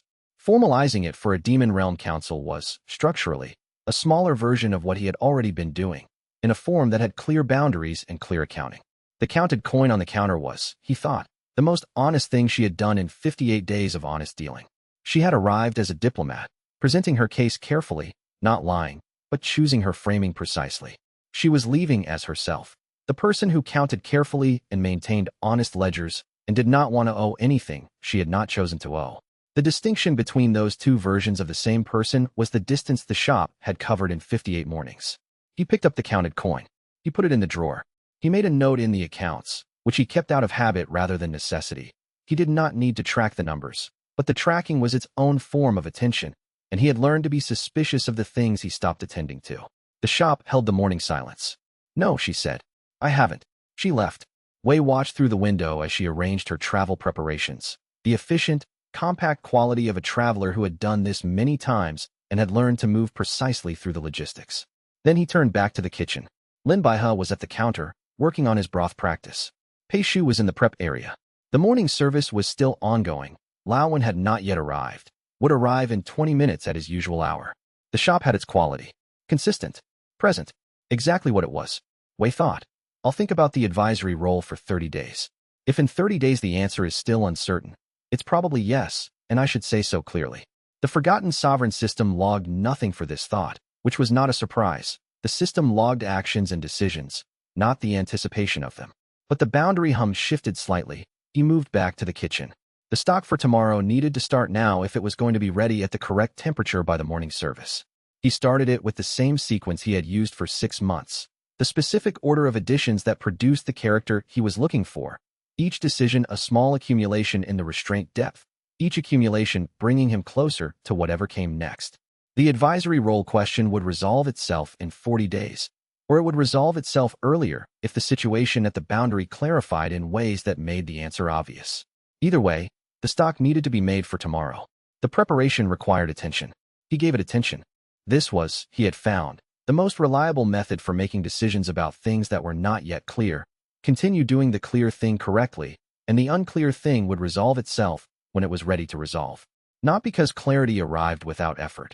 It required the sustained effort of doing the clear thing correctly, but because doing the clear thing correctly created the conditions in which clarity was possible. He made the stock. He thought about 40 days. He let the thinking be exactly as uncertain as it was. The domain registering a change in its resident's internal landscape without commenting on what the change was. And the change was, in fact, significant. The decision about the advisory role had moved, during the hour since Kong Muren's departure, from uncertain to nearly resolved, and the nearly resolved was not yet spoken, and the speaking of it would be the thing that made it real. Chapter 59. Lin Baihe left on a Thursday, 6 weeks after he had collapsed on the doorstep. He had been preparing for it for a week, not in the sense of making arrangements, which were minimal, but in the sense of organizing himself for the transition from the shop's rhythm to the rhythm of travel and purpose that had been his primary mode before the prophecy backlash, and would be his primary mode again. He approached the preparation with the same focused attention he'd brought to the garlic and the onions and the stock practice, methodically, specifically, without rushing the readiness. He said goodbye to Mei Sulan first, which Wei observed with interest. Most people said goodbye to Mei Sulan as a courtesy. Lin Baihe said goodbye to her as someone he had come to recognize as a genuinely significant presence, and the quality of the exchange reflected this. Mei Sulan acknowledged it with the specific warmth she reserved for people who had been in the shop long enough to understand what she was. He said goodbye to Pei Shu, who had been attached to him without quite meaning to. She had the precise character of someone who builds attachments deliberately and without acknowledging that she's doing it, and the attachment to Lin Baihe had developed because they were both, in different ways, in the middle of becoming something without a clear predecessor to model it on. Pei Shu received the goodbye with the composure of a figure who has decided in advance not to be dramatic about something difficult, and the composure was mostly holding. He said goodbye to Lao Wan, who received it with the comfortable acceptance from a person who has watched many people come and go through the shop that he has made his morning center, and who understands that their going does not diminish the shop or him or the relationship, which existed in its own category. Wei walked him to the road. If I find the prophecy giver, Lin Baihe said, and they're not worth confronting, if the confrontation turns out to be something I need less than I think I need it, I'll come back. If they're worth confronting, Wei said, come back anyway. Lin Baihe studied him. Even if the confrontation, even if, Wei said. The broth practice requires 6 months. You're at week 5. The corner of Lin Baihe's mouth moved in a manner that was not quite a smile, but was adjacent to one. The expression of one who has been told they will be wanted back, and who finds the wanting unexpected and correct simultaneously. He went. Wei watched him reach the road, adjust his pack, and turn north. He had arrived with a prophecy and a failed mission. He was leaving with something else. Something that didn't have a name yet, because it was still becoming. But it had a direction, and the direction had been found here, and Wei thought, that one will be back before the 6 months are up. He thought about the timing of the departure. 2 weeks before the Exploitation Coalition's field investigators were expected to begin their inquiry. The shop would be somewhat less defended during this period. Lin Baihe's supplemental anchor role had been useful, and losing it 2 weeks before a potential escalation was poor timing. But Lin Baihe had his own timeline and his own reasons, and Wei had not asked him to stay longer than the week he had requested. The anchor architecture was solid enough to function without the supplemental node for a period. The shop's network had multiple branches. Some ran in the immediate vicinity, through Zhao Ruining and Feng Ruoyi and the regular customers. Some ran further, Ren Ao toward the Hollow Blade sect, Kong Muren toward the Demon Realm, Julong toward the river network. Lin Baihe, going north to confront the prophecy network, was another branch extending outward. He had not planned this. He had not planned any of it. The network had built itself through the consistent functioning of the shop, through the principle that if you did the thing correctly and repeatedly and with attention, the people and presences and situations that needed to be in relation to it would find their way here. Lao Wen had said, on one of his recent mornings, "There are more people eating here now than there were when I first came." You did not advertise. No, Wei had said. The soup advertises itself, Lao Wen had said, with the comfortable certainty from someone who has found the correct explanation. Wei had not corrected this. The soup was accurate as far as it went. What the soup represented, the accumulated character of a place that was consistently what it was what actually drew people, and the soup was a correct representation of that character. The lesson was, take better care of what remains than of what was built to contain it. The prophecy had been built to contain a capability. Lin Baihe's specific cultivation attunement to the boundary, his 3 years of preparation, his willingness to go north alone when the reinforcement failed to arrive. The prophecy had failed. The capability remained. What remained, when the container was removed, was truer than the container had ever been. The container had organized the capability around a specific purpose. The purpose was gone. The capability was looking for a new organization, and had, over 6 weeks, found one. He thought about himself in this framing. What remained of Wei Chongshan, when the container of Demon King was removed?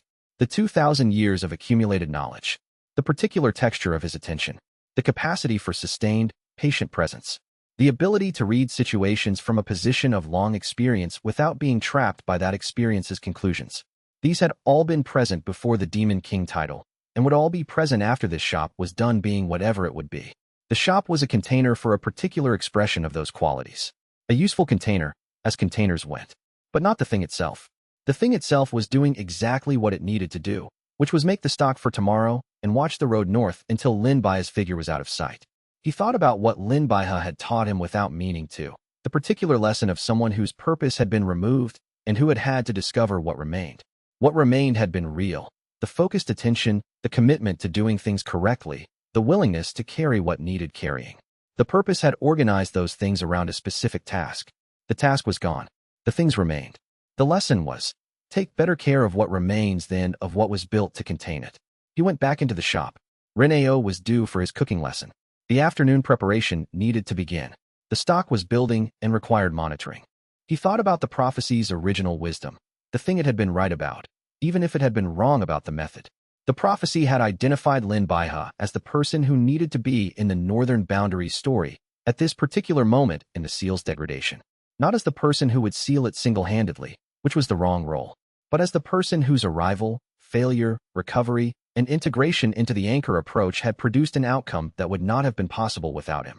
The prophecy had been right about the person, wrong about the role. The error had cost Lin Baihe significantly. But the result, despite the error, had been what the prophecy was trying to produce, someone who could help. This was either a very generous way to think about a system that had damaged a person through misrepresentation, or an accurate accounting of how most useful things happened, through processes that were right about the important question and wrong about the immediate ones. The ordinary day continued its ordinary course, and somewhere to the north, in the direction Lin Baihe had taken, the boundary hum shifted slightly, as if registering the departure of a specific presence that it had, over 6 weeks, learned to include in its accounting. And the shift was not loss, exactly, but it was the precise quality of a domain that understood something had changed, and was waiting to find out whether the change produced something useful or something that would require attention. Chapter 60 Ren Ao's departure was logistically scheduled and emotionally uncomplicated by comparison.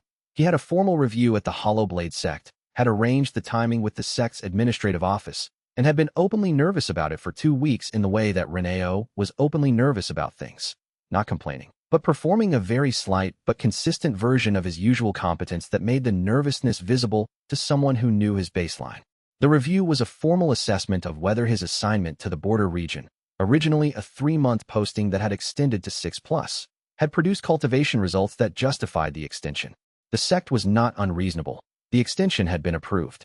But the review would assess his progress against the metrics the sect used to evaluate whether a cultivator was developing at the appropriate rate for their level.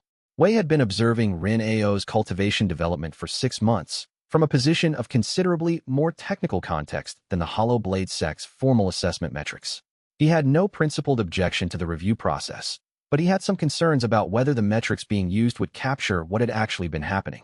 The review will look at combat capacity and technique refinement, Reneo said, over his last cooking lesson the evening before his departure. My combat capacity has improved. That's been consistent. The technique refinement is, he paused. I've been refining different things than they'll be looking for. What will they be looking for? Precision and force at the hollow blade's established applications. What I've been refining is, another pause, judgment, about when and how, which is harder to demonstrate in an assessment format. Describe the difference in how the application feels now, Wei said. Reneo was silent for a moment. Before, the technique was the answer. The situation presented a problem. The technique solved the problem. There wasn't a step between the problem and the technique. He adjusted his hold on the preparation he was working on. Now there's a step. The step is evaluation. What does this situation actually require? And is this technique the right response? Or is there a different one that fits better? And does the evaluation slow the response? In practice, no. It happens fast. Faster, sometimes, than the automatic response used to be. Because the evaluation is happening at a level that doesn't require conscious processing. He looked at what he was making. Is that what's been happening? What you've been teaching? What I've been teaching, Wei said, is how to attend to the thing in front of you. The evaluation you're describing is a natural consequence of that attention. Rin Ao made the broth with the competence from a person who has been practicing a thing consistently enough that the practice has become the person. He was not yet making the broth that Wei made. That would take longer, perhaps significantly longer, but he was making something real, something that had its own character rather than being a lesser version of someone else's. Before he left in the morning, Wei gave him a sealed container of broth. For the sectmaster? Reneo asked. For yourself? Wei said.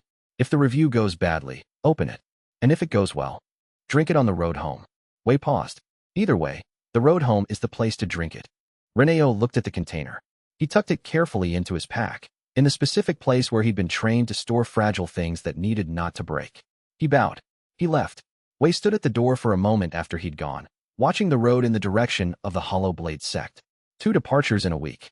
The shop had a different quality now, not diminished, but shifted, the way a piece of music felt different when a particular instrument paused, not stopped. That night, the Forgotten Sovereign system triggered a notification he had not been expecting. Not a restraint accumulation, not a tier threshold confirmation, but an anomalous reading. The restraint depth had crossed the tier 4 threshold. He had not felt it happen, which surprised him. The tier 3 threshold had been preceded by a week of increasing awareness, the boundary hum shifting, the domain doing things that indicated the change was approaching. The tier 4 threshold arrived without preamble, simply there, registered, the system logging the accumulation point without ceremony. Clear sight activated. Full clear sight. Not the partial version from tier 3, the improved perception of the Accord's structural architecture. The full faculty, the ability to see the true form of anyone and anything in the shop's domain, their nature, their history, their actual relationship to the things they claimed relationship with. He turned to the shop. He saw the walls, not as walls, but as what they were, structural nodes of an 800-year-old living document. The boundary bark embedded in the plaster wasn't decoration. It was part of the Accord's physical inscription, written into the shop's material composition through 2 centuries of sediment. His gaze moved to the shelf. The wooden token from the Accord's witness wasn't a token, it was a key. Not a metaphorical key. A specific, functional activation device for something that required both the token's presence and the domain's accumulated character to trigger. He regarded the old bowl. The old bowl that had been in the shop when he arrived. The bowl that predated his establishment here, that he had assumed was simply an artifact of the previous presence at this location. The bowl was not a bowl. It was the first node of the Accord's archive, the physical anchor of the founding document, which meant the founding document had chosen this specific location as its first anchor before there was a shop here, before there was a boundary guardian here, before there was anything here except an empty building and the right kind of ground. He had not built the shop at the edge of the boundary because this was a reasonable location for retirement.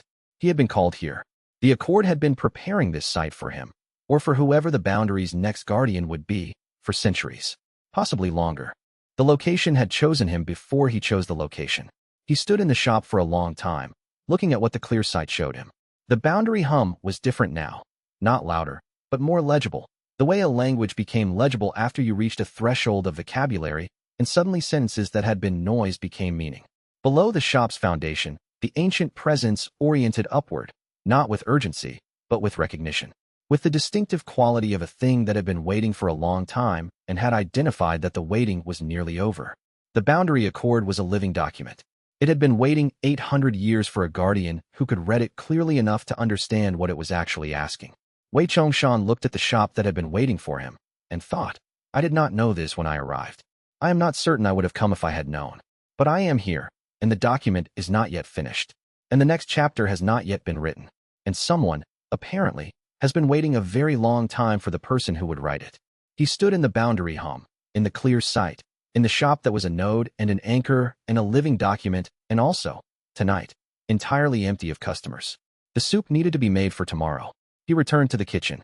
The system logged, restraint, 0 points deducted. Current restraint depth, 147. He was who he was, and where he was, and what he had not chosen had chosen him back. And neither of those things was more important than the other, and both of them together were exactly what the Boundary Accord had been designed to require. A sovereign who stayed not because they had to, but because they understood what staying meant. Chapter 61 Clear Sight was not comfortable. This was not its fault. The faculty itself was exactly what the system had described when the Tier 4 consolidation had registered. The ability to see the true form of anyone and anything within the shop's domain. Their nature, their actual history, their real relationship to the things they claimed relationship with. No malice in the ability. No distortion. Simply clarity, applied to everything, whether or not the everything was ready to be clearly seen. Wei spent 3 days after the activation doing nothing except looking. He glanced at the shop itself first. The walls, the floor, the ceiling, the structural composition that the clear sight now read as a layered architecture rather than a building. The carved wooden token from the Accord's witness sat on the shelf beside the old bowl, both of them visible now in their actual nature. Not objects but nodes, structural pieces of the living Boundary Accord, embedded in the shop's material composition through what appeared to be 2 centuries of careful placement. Someone had put them there. Someone had been preparing this location for a very long time. He checked the shelf, the counter, the east wall where the confiscated weapons hung. The weapons were visible as themselves, blades with histories, each one carrying the precise character of the moment it had arrived. The clear sight could read those histories. He did not, on the first day, choose to read them in detail. There was enough to understand without adding weapons histories to the inventory. He looked at Lao when he arrived on the second morning.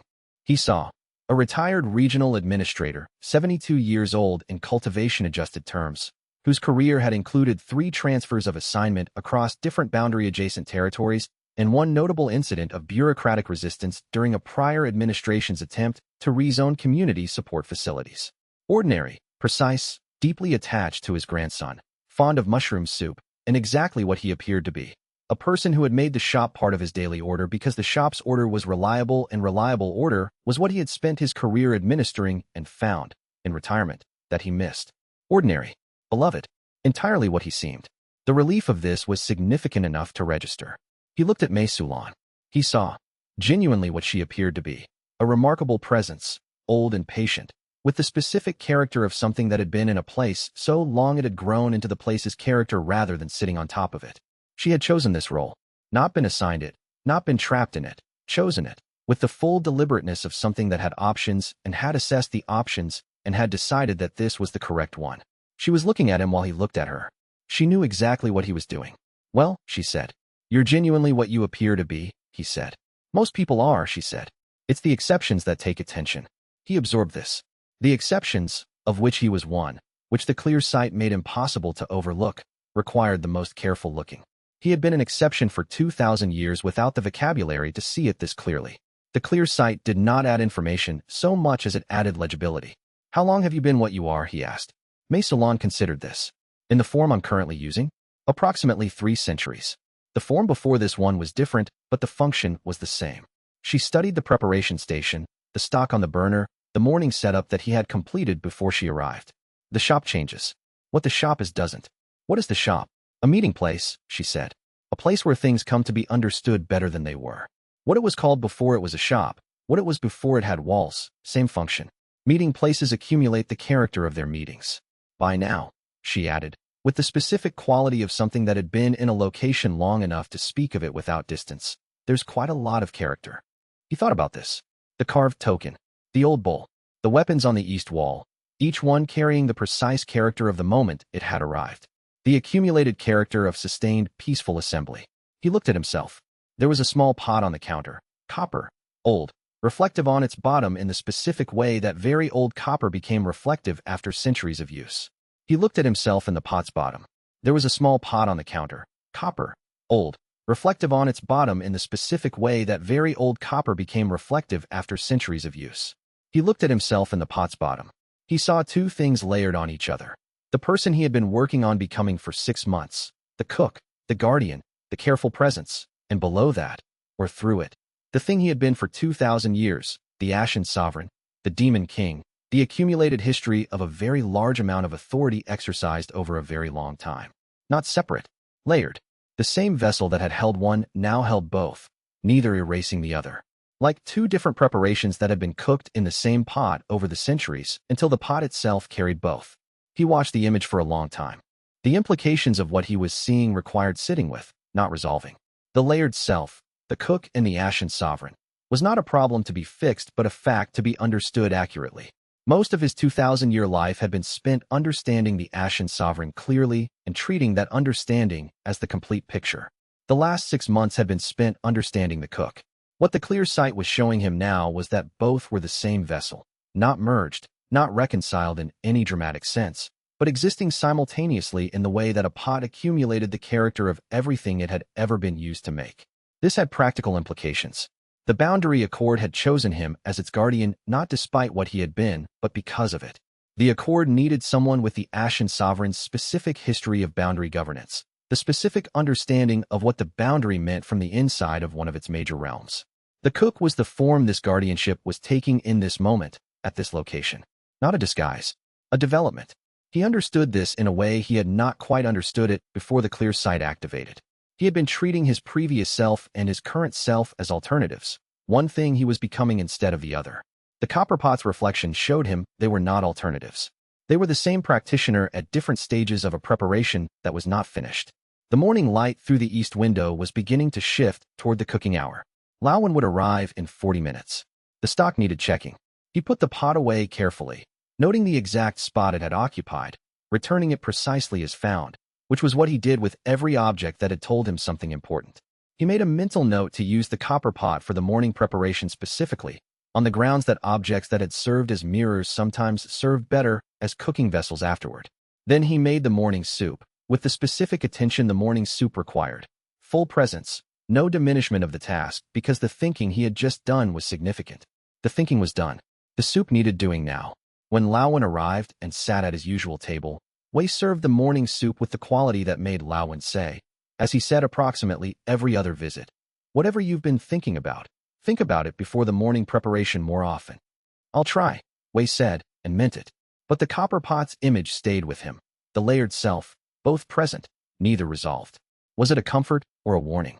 Chapter 62. The practical implications of clear sight were becoming apparent by the second day.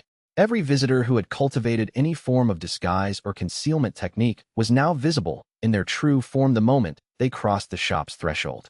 This included 3 of his regulars, people who had been eating here for months, whose presence he had read at the standard level of cultivator awareness, and who were now presenting their actual nature to him whether or not they intended to. The first was not a surprise. The garrison soldier who ate at the counter every other week and watched the entrance with the specific attention of someone performing a function rather than simply eating. Imperial Intelligence Officer, mid-level, with an assignment to monitor the boundary region's political situation and a personal appreciation for the mushroom broth that was separate from the assignment. He was not dangerous. He was doing his job, which was to observe and report, and the shop was something his reports needed to include. Wei had suspected this for 2 months. The clear sight confirmed it. The second was more interesting. A quiet woman who had been eating at the corner table once a week for 6 weeks, always alone. Always with a notebook she never appeared to write in. Not connected to Kong Murin. The clear sight showed the factional alignment clearly, and she was from a different structure entirely. A demon realm intelligence operative, neutral aligned, watching all parties rather than representing any of them. She had been eating here independently and reporting back to an organization whose agenda he would need to investigate more carefully. Not immediately threatening. More information needed. The third was the most significant, the watcher from the crossroads.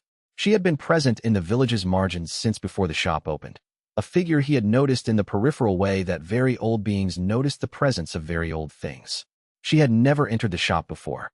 On the second day of the clear sight's active period, she did. She sat at the corner table that the Demon Realm intelligence operative usually used. She ordered the mushroom noodles. She turned to the menu with the same careful attention that she had given everything else in the village. Thorough, methodical, not reading but scanning. Wei served her without changing his expression or his pace. The mushroom noodles were exactly what he would have served to anyone. He made them with the same attention he gave to every order. The clear sight showed him her true form. She was a fragment of a border treaty, an older treaty than the Boundary Accord, one of the pre-accord administrative agreements that had tried and failed to manage the boundary before the Accord's founding. She had been given temporary physical form to observe the implementation of the Accord in this region. Not to interfere, to observe.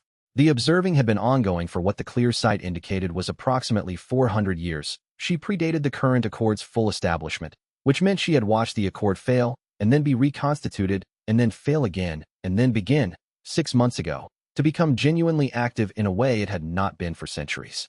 He had been right, 40 chapters of his life ago, when he had felt something unusual about her at the crossroads. She was not human. She had never been human. She was a treaty's memory, given legs and eyes to watch whether what the treaty had tried to establish was finally, after all this time, being done correctly. The treaty she represented had been one of several pre-accord attempts to manage the boundary through negotiated agreements between specific parties. None of them had fully worked. They had been incomplete in different ways, some too narrow in scope, some too reliant on the goodwill of parties whose goodwill was not reliable, some simply outpaced by the boundary's complexity. The Accord had been built partly in response to their failures, incorporating what had worked and discarding what had not. But the failed treaties were not simply gone. They had been absorbed into the Accord's architecture in various ways, their successful elements used as foundations, their failure modes used as guides for what to avoid. This Watcher was the embodiment of one such treaty's legacy, for 100 years of observation, continuing the treaty's original function of watching and recording, even after the treaty itself had been superseded. She was watching whether the Accord was finally doing what the pre-Accord treaties had tried and failed to do. In the last 6 months, since the shop opened, since the Guardian activated, since the anchor architecture began stabilizing the boundary fragment, the answer had been, beginning to. Beginning to is different from accomplished. But it was more than the Watcher had observed in the previous 3 centuries. He wondered what she had seen in the gap years, the centuries between the last active Accord Guardian and his arrival. What had the boundary looked like to something watching it with 400 years of comparative context? He would ask her. He had been waiting for the correct moment, and the clear sight told him she was willing to answer questions, which was not a guarantee, but was a reasonable foundation. She finished her noodles. She looked at him with the particular attention of something that had been watching for 400 years and had identified, in the last 6 months, that the thing it had been watching for was beginning to happen. She did not say anything. She put down exact payment and left. He had not tried to speak to her. The clear sight showed him clearly that she was not ready to be spoken to. That 400 years of watching had produced a very specific relationship with patience, and that patience included the patience to wait for the correct moment for something that was not yet the correct moment.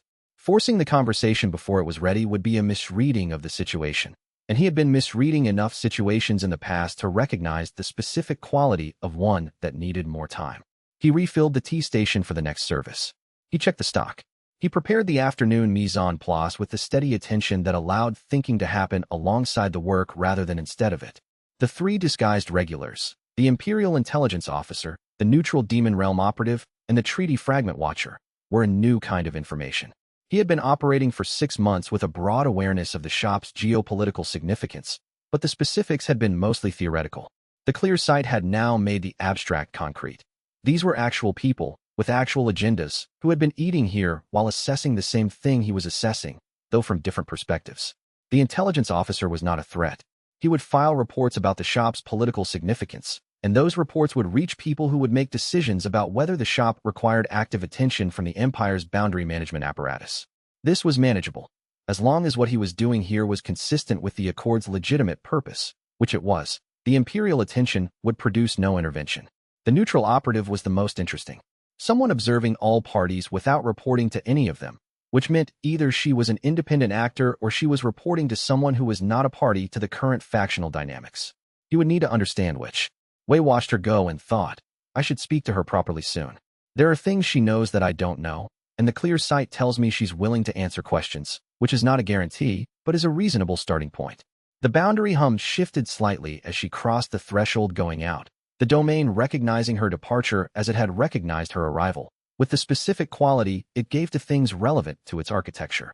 He watched her go and thought. She knew whether the accord was finally working. She had been watching for 400 years. He would need to ask her directly, but he was not certain he was ready for an honest answer about what she had seen in the gap centuries. Chapter 63. Kong Murin returned on the 39th day. She had said 40, but the road had been faster than expected. She did not explain this, but Wei had some sense that the road had been faster because she had made it faster, which was the kind of thing Kong Murin did. She sat at her corner table. She ordered the usual. She ate with the focused attention she always brought, which the clear sight now showed him as entirely genuine. Not diplomatic performance, not strategic effect, but actual appreciation for food made with actual skill, combined with the particular quality of someone returning to a thing they had been thinking about for 39 days and finding it precisely what they remembered. When the bowl was finished, she looked at him. Well, yes, he said. Limited correspondence. Advisory and title only. No governance, no factional affiliation, no public acknowledgement. She received this with the professional composure of someone who had spent 39 days expecting a yes but maintaining the discipline not to count on it. Then she allowed herself, very briefly, to look genuinely relieved. Thank you, she said. The council needs this more than they know. If it helps, Wei said, I'll tell them the same thing. She almost smiled. Then she became professional again and spent the next 20 minutes outlining the correspondence protocol she had designed, the timing, the framing, the specific channels that would maintain confidentiality without creating the impression that the advisory role was hidden, which would have been worse than acknowledging it. She had thought about this carefully. The design was good. He had one modification. The Boundary Accord's Watcher entity would serve as a third-party certifier of communications when necessary, which would make the correspondence legally correct under both Demon Realm law and Accord precedent. Kong Murin absorbed this and confirmed it was better than what she had designed. You've been thinking about Demon Realm law, she said. I've been thinking about Dong Fusher, Wei said. His mechanism was technically sound, but it assumed I didn't know about the Accord observer's role in sovereign communication. I want to ensure our correspondence doesn't have the same assumption gap. Kong Murin looked at him with the expression the clear sight showed as genuine respect, not the diplomatic variety, not the strategic variety, but the specific respect that occurred when someone encountered a level of thinking they hadn't anticipated. Good, she said. Good. She also brought a warning. The faction that had been exploiting the boundary fragment was now aware that their access had been cut off. They did not know who had done it. They were investigating. Their investigation would, eventually, find the shop, not because the anchor approach had been detectable, but because the shop was the most active boundary-related site in the region, and systematic investigation would arrive here through elimination, if nothing else. How long? Wei asked. 2 weeks, possibly 3, she said. They're methodical, but they're also not accustomed to the kind of counter-approach you used, which means their investigation template doesn't fit the evidence well. They'll be slower than they expect. Wei filed this under 2 to 3 weeks. The pace of events was accelerating. The anchor architecture was solid, but would need reinforcement before an active investigation reached it. That same week, specifically 3 days after Kong Murin's return, the Demon Regency envoy arrived. Not Kong Murin's faction, not the neutral intelligence operative. A third Demon Realm presence, arriving with an entourage, formal credentials from the Demon Regency's official communication apparatus, and the specific energy of someone sent to outmaneuver a situation that their principal considered incorrectly managed.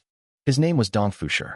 He was tall, formal, and wore his authority with the slightly too deliberate placement of someone who had earned the title recently enough that wearing it still required conscious effort.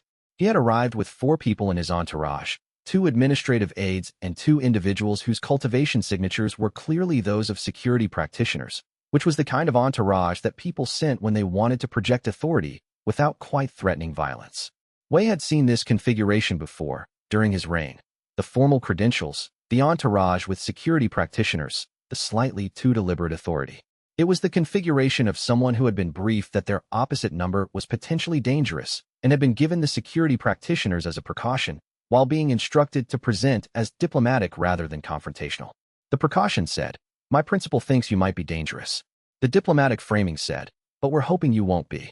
He had not, in 6 months, done anything that was dangerous by the standards of a Demon Realm envoy security calculation. He had disrupted boundary energy extraction through food preparations. He had accumulated restraint depth through non-engagement. He had served mushroom broth to approximately 300 people. None of this was dangerous in the sense that required security practitioners to manage. He registered this as, Dong Fusher's principal has access to old information about the Ashen Sovereign and is acting on it rather than on the 6 months of current behavior. This was an intelligence failure on the principal's part, but also an indicator of how his previous identity was being processed in the demon realm's current political calculations. He prepared the morning service with the specific attention that the first impression of a new presence required. Whatever Dong Fusher's instructions were, they would involve some initial assessment of Wei's manner and approach. The morning service would be that initial assessment. He made it as he always made it, with full attention, without adjustment for the audience. 2 demon realm factions in his dining room, and the morning service hadn't even finished. He considered the shape of the situation. Kong Murin represented one branch of the demon realm's response to the current crisis, the reform-minded council faction that understood the Accord's value and wanted to preserve it. Dong Fusher represented another, the Regency's official apparatus, sent to manage a former sovereign who was not behaving as expected and to extract a useful result from that non-behavior. Both were, in their own ways, legitimate. Neither was operating from bad faith. They simply had different objectives and different read of what his role in those objectives should be. The correspondence arrangement with Kong Murin was already in place. The question was how to handle Dong Fusher in a way that did not compromise the arrangement while also not dismissing the Regency's legitimate institutional interest in his status. He thought about soups that had too many competing flavors. The solution to such a soup was not to remove flavors, but to find the base note that each flavor was complementing, the ingredient they all enhanced, rather than the ingredients that obscured each other.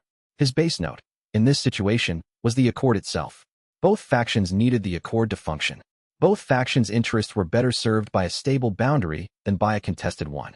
Both factions' legitimate goals aligned with the shop's function. He would need to find the way to frame his response to Dong Fusher that was consistent with both the correspondence arrangement and the Accord's operational requirements. This would require some care. It would also, he thought, require the kind of broth that clarified rather than complicated.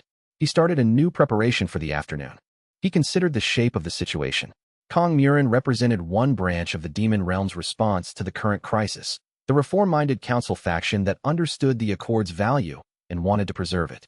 Dong Fusher represented another, the Regency's official apparatus, sent to manage a former sovereign who was not behaving as expected and to extract a useful result from that non-behavior. Both were, in their own ways, legitimate. Neither was operating from bad faith. They simply had different objectives and different read of what his role in those objectives should be. The correspondence arrangement with Kong Murin was already in place. The question was how to handle Dong Fusher in a way that did not compromise the arrangement while also not dismissing the Regency's legitimate institutional interest in his status. He thought about soups that had too many competing flavors.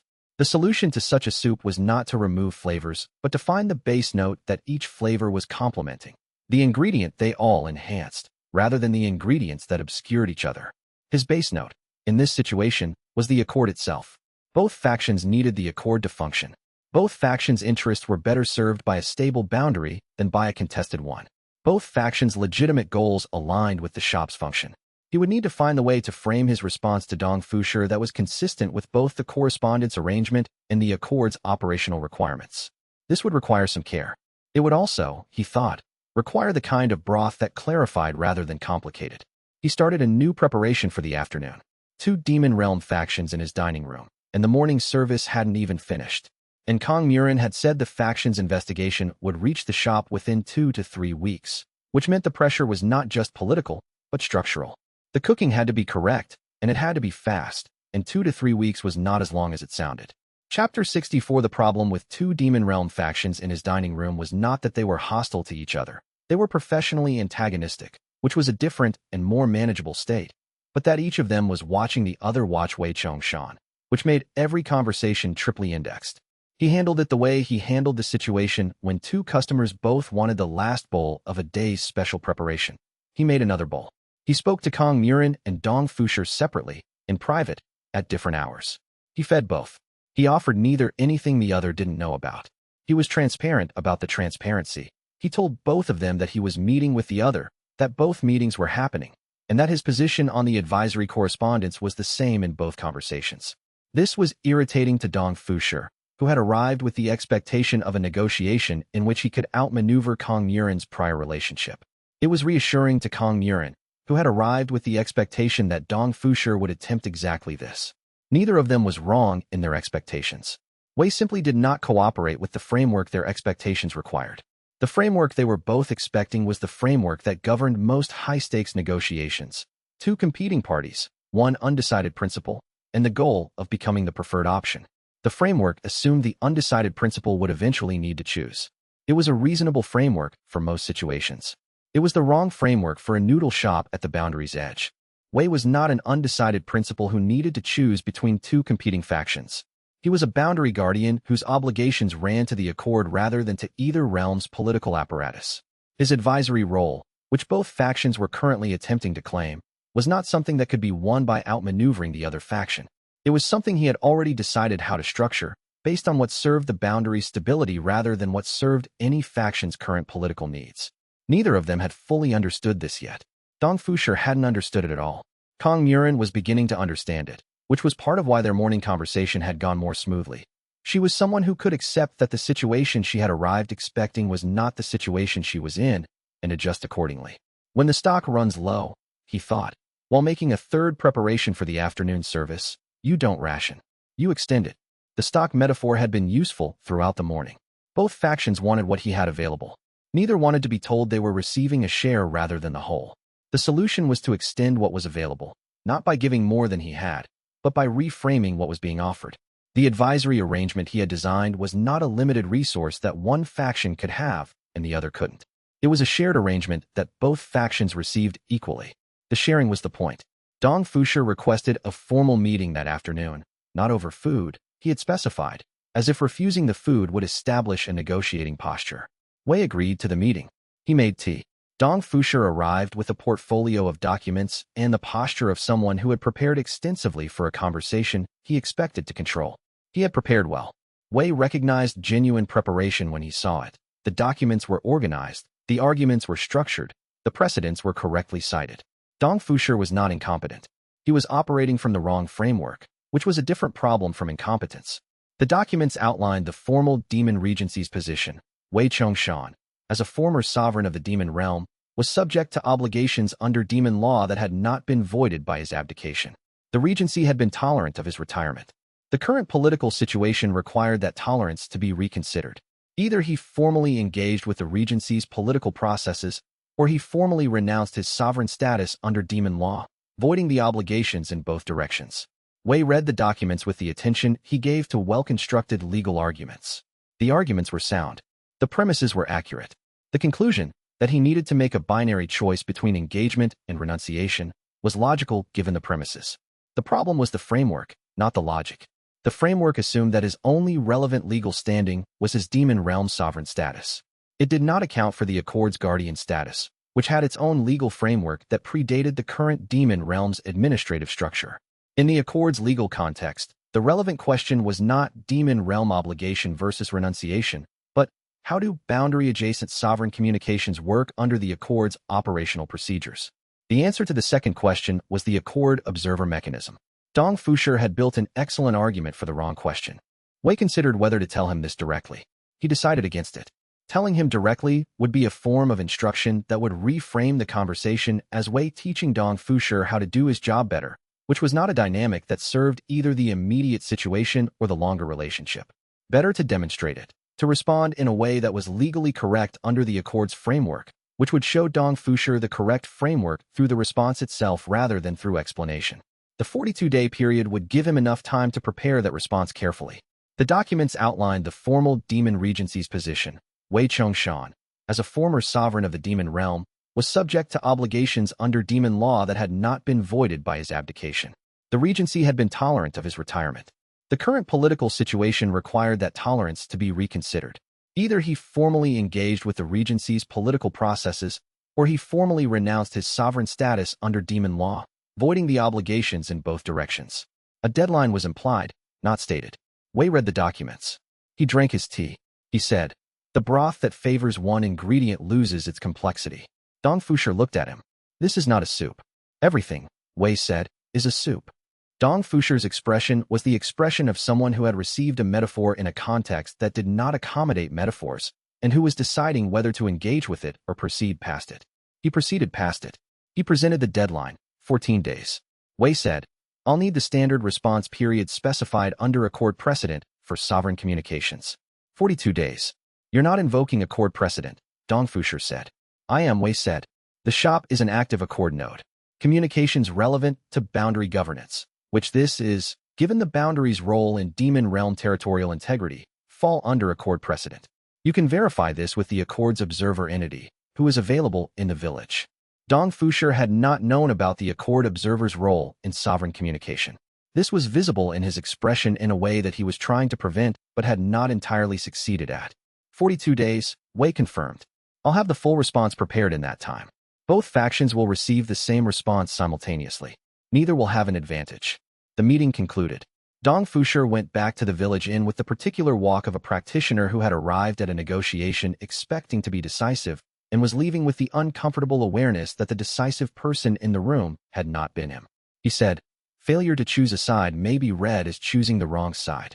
Wei Chongshan said, the broth that favors one ingredient loses its complexity. This is not a soup, Dong Fusher said, for the second time. Everything, Wei said, is a soup. The door closed. Kong Murin, who had been at her corner table throughout the entire meeting and had maintained a professional neutrality that Wei appreciated, allowed herself one brief expression of satisfaction before returning to her documents. Wei returned to the kitchen and confirmed that the reduction was exactly as he had estimated. The preparation had been attended to well in his absence.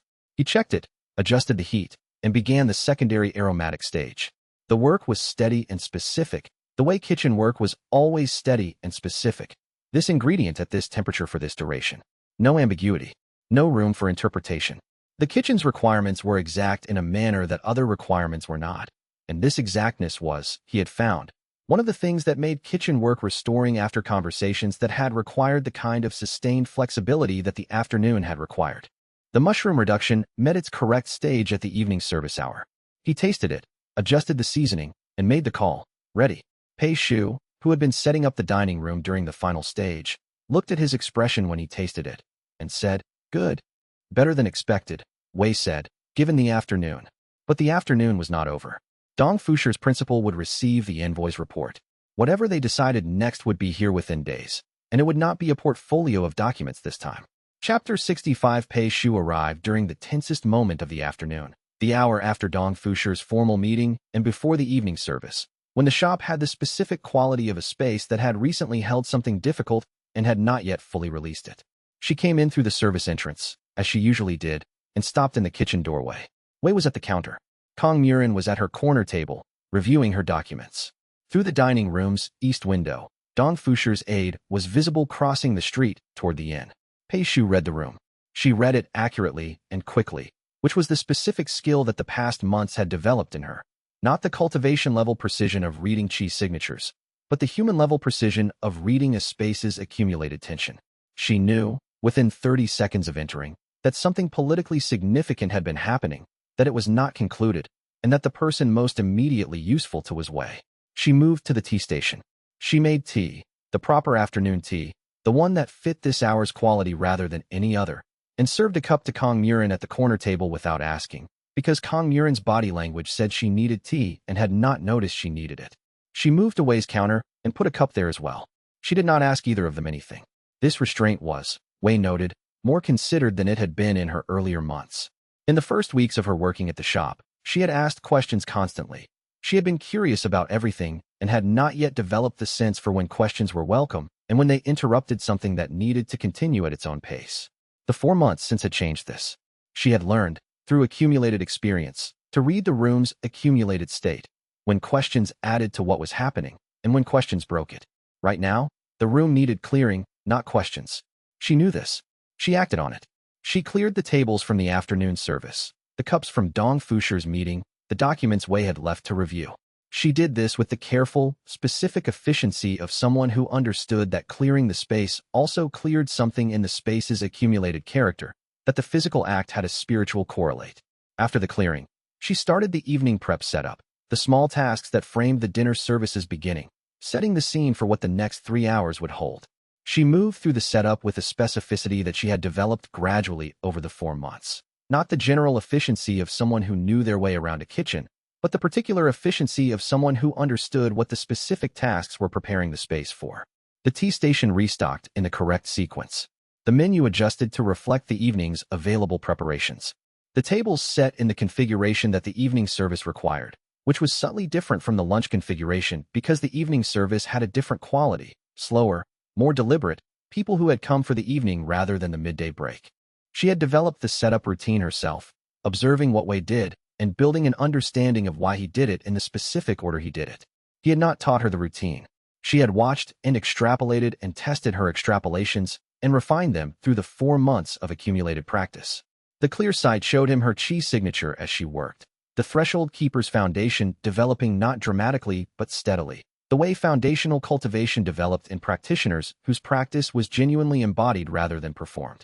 She was not trying to become a threshold keeper. She was becoming one by doing what the work required. Wei watched her work and thought, this is what genuine cultivation looks like at its beginning stage.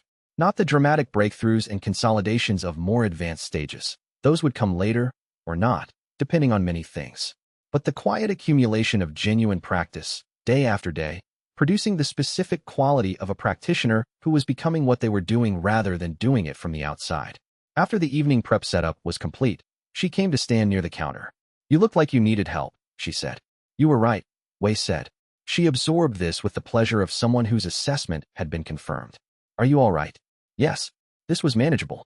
More will arrive and will also be manageable. She nodded. Then, after a moment, the question she had been building toward for weeks. He could see its approach in the way she was standing, the particular quality of her attention, the way she had been asking everything except this question. Are you really the Demon King? A long pause. The boundary hum held its register. The clear sight showed him her face clearly. The expression of someone who has been carrying a question for a long time and has finally said it, and who is now fully present for whatever comes next. Wei said. Are you afraid of that? She asked. That I'd be afraid of it? A little, Wei said. You make good soup, Pei Shu said. Wei glanced at the counter, at the careful arrangement of utensils and prep work that she had just completed, at the cup of tea she had made for him without being asked. That, he said, may be the most accurate character assessment I've received in 3 centuries. She absorbed this with the gravity it deserved. Does that mean I passed some kind of test? It means, Wei said, that you said the correct thing at the correct moment, which is not something everyone does and is something that matters in the context of what the shop is trying to do. What is the shop trying to do? He considered how to answer this. He could say, maintain the boundary accord's guardian function through sustained peaceful presence and the cultivation of the restraint depth that the forgotten sovereign system tracks. He could say, keep the boundary stable through the same methods that any good preparation used, steady attention, correct technique, patience with the process. He could say, be a place where difficult people find it easier to be honest than they expected. The same thing it always does, he said. Be somewhere that people can come when they need to. Pei Shu thought about this. She was doing what she did with difficult ideas, not arguing with them, but setting them in the space of her attention and looking at them from different angles until they revealed more than their surface. Is that enough? She asked. When there's a demon realm faction situation and 2 envoys and all of that, is being somewhere people can come to enough? It's the foundation, Wei said. Everything else is built on it. Without the foundation, none of the rest holds. He paused. You helped with the foundation today. The tea, the clearing, the prep setup. That was the foundation work. Shi's gaze moved to the counter, at what she had arranged, the careful placement of the prep tools in their correct positions, the tea station restocked and ready. She was seeing it differently now, he thought. Not as tasks she had completed, but as elements of something larger she was participating in. I'll be here tomorrow, she said. I know, Wei said. The evening service bell rang, the signal they had developed for when the first dinner customers were approaching the shop's approach path. Pei Shu straightened and moved to the dining room with the particular purpose she brought to the beginning of a service. Clear-eyed, ready, the kind of presence that made people feel the shop was glad they'd come. The boundary hum settled into its evening register, warmer, more active, attuned to the movement of people gathering for the night's meal. Chapter 66. The letter arrived on a Thursday, 3 weeks into the clear sight's active period, in the particular hour of the morning when the shop was between its 2 busiest periods and had a quality of considered rest. It was from Sun Changmo. Wei Chongshan had not seen that name in 40 years, and seeing it now produced something in him that was not nostalgia precisely. It was more specific than that, more particular to the person and the history between them. Sun Changmu, who had been the senior general of his boundary army for 300 years, who had been the person he had relied on for military counsel throughout a period of his reign that was not uncomplicated, who had retired from the army 20 years before his abdication and had since, apparently, been living quietly in a mortal city on the boundary's interior side. The letter was brief. No political content. No formal framing. Just, I heard you opened a noodle shop. I would like to visit if that is permitted. The handwriting was exactly what he remembered. Precise, with the specific economy of one who had spent 3 centuries writing orders that needed to be unambiguous, and who had carried that precision into retirement and into letters that contained 3 sentences. He wrote back the same day. Come. I will make the mushroom broth you complained about for 6 campaigns. He had been incorrect about the mushroom broth during those 6 campaigns. He had known it then and had not changed the preparation, because the broth served a function beyond taste.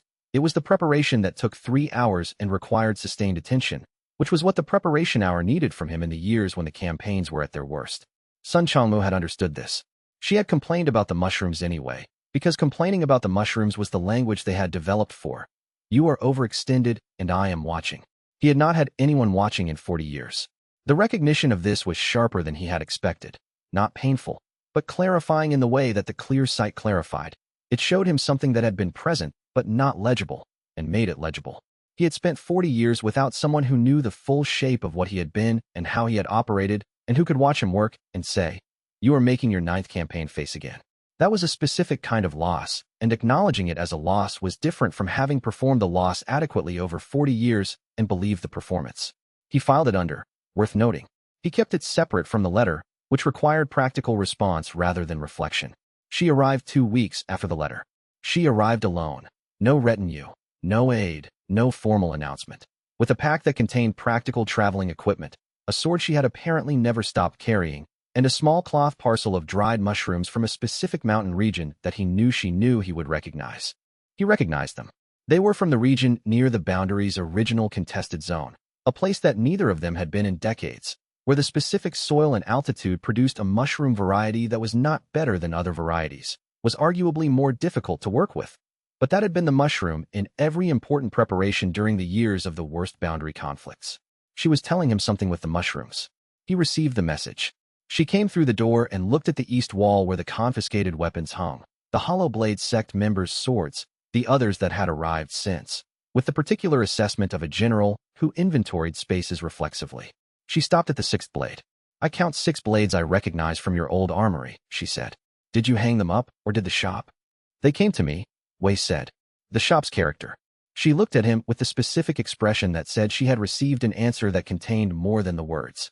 She had always had this. The ability to hear the shape of what was meant beyond the surface of what was said.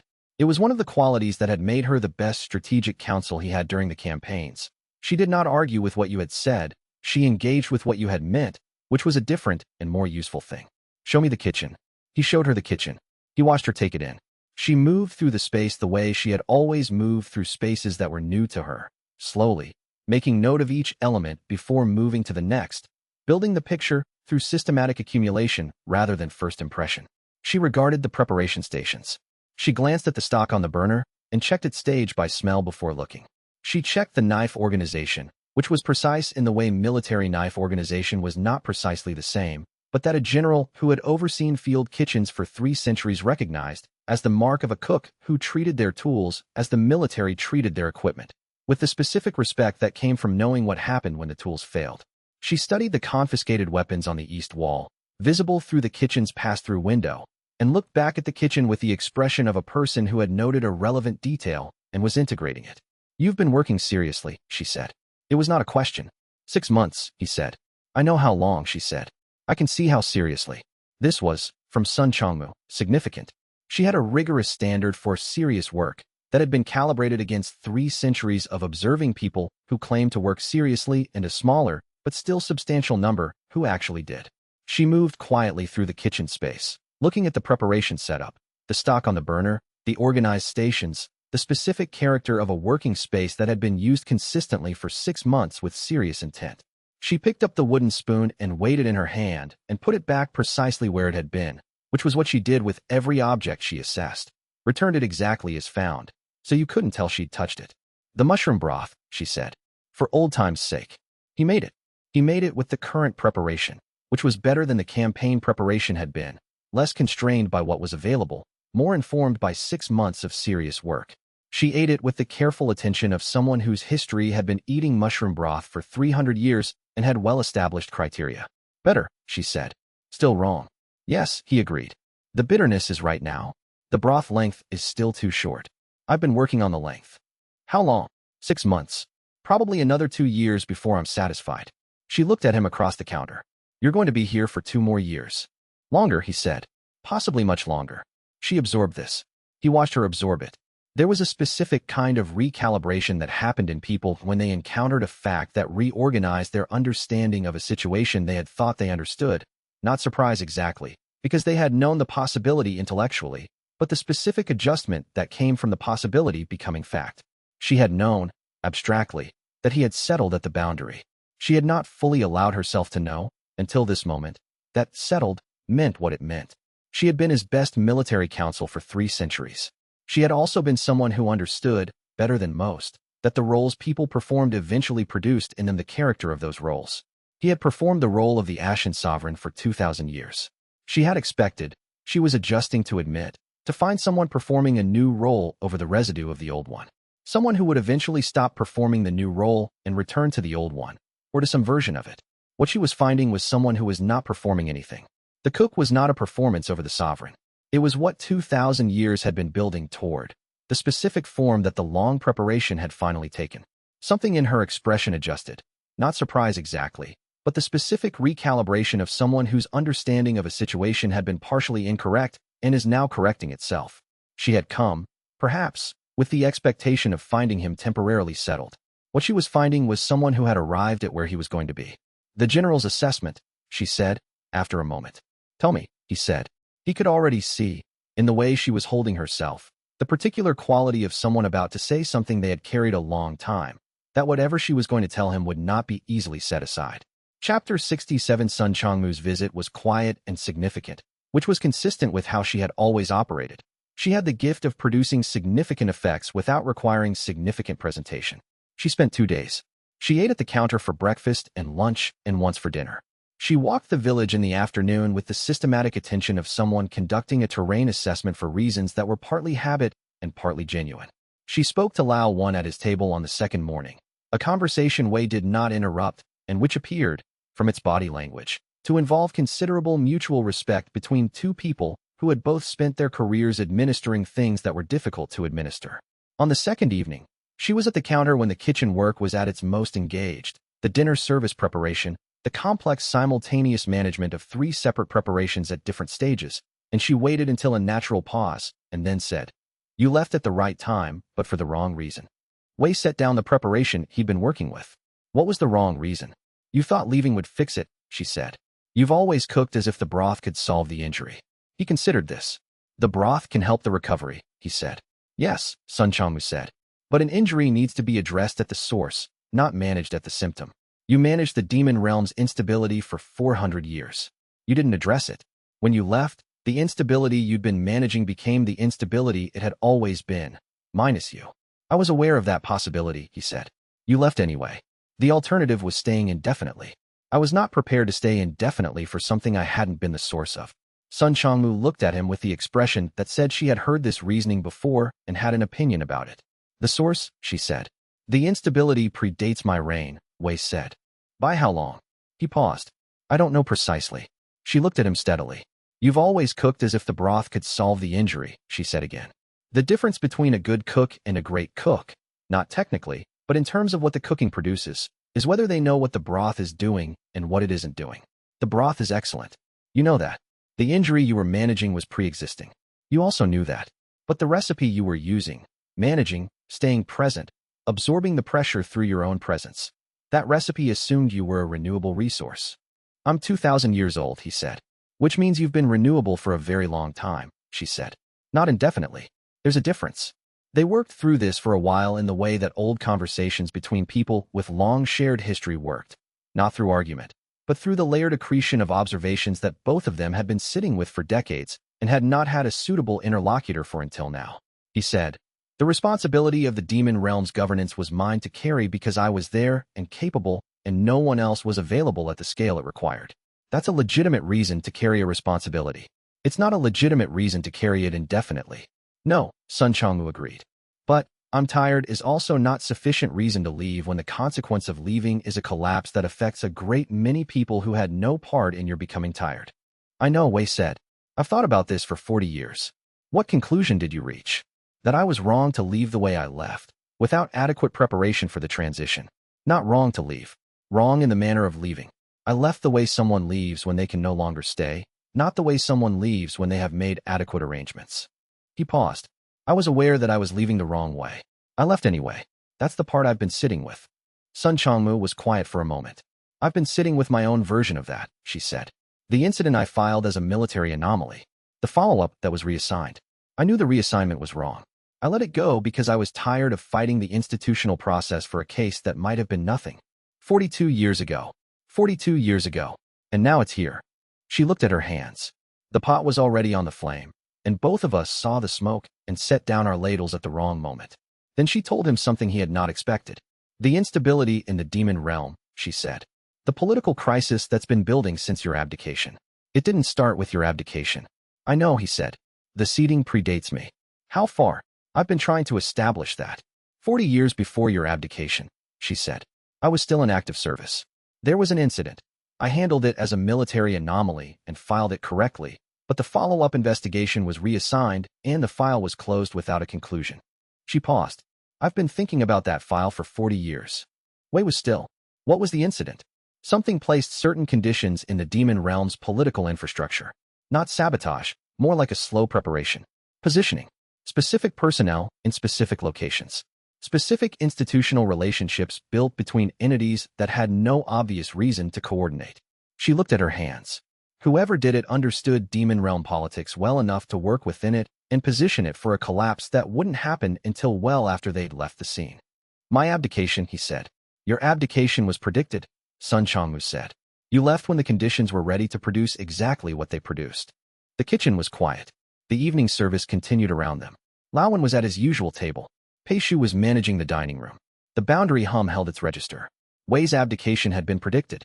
Someone had worked 40 years to ensure that when he left, the demon realm would collapse in the specific way it had collapsed. Either they had simply anticipated his nature, that he would eventually leave, and built a trigger into the structure that was waiting for whenever he departed, or they had also been shaping the conditions that made him want to leave. Both of these possibilities required thinking about carefully.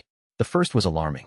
A 40-year preparation that was contingent on a single sovereign's eventual abdication was a sophisticated operation, but it was also a patient one, the kind of patience that came from operating on a timeline much longer than any individual political cycle, from an entity that could afford to wait as long as necessary. The second was more alarming. If the exhaustion he had felt in the final 2 centuries, the specific weight of accumulated governance, the particular tiredness that had made leaving seem not only possible but necessary, had been shaped, then the decision to leave had not been entirely his. He had believed he was making a freely arrived at choice. He might have been making a choice whose conditions had been curated. He did not want to conclude this before examining it. It was possible that the exhaustion was entirely authentic and that the preparation had simply been ready for whatever moment he chose. It was possible that the preparation had actively worked to deepen the exhaustion.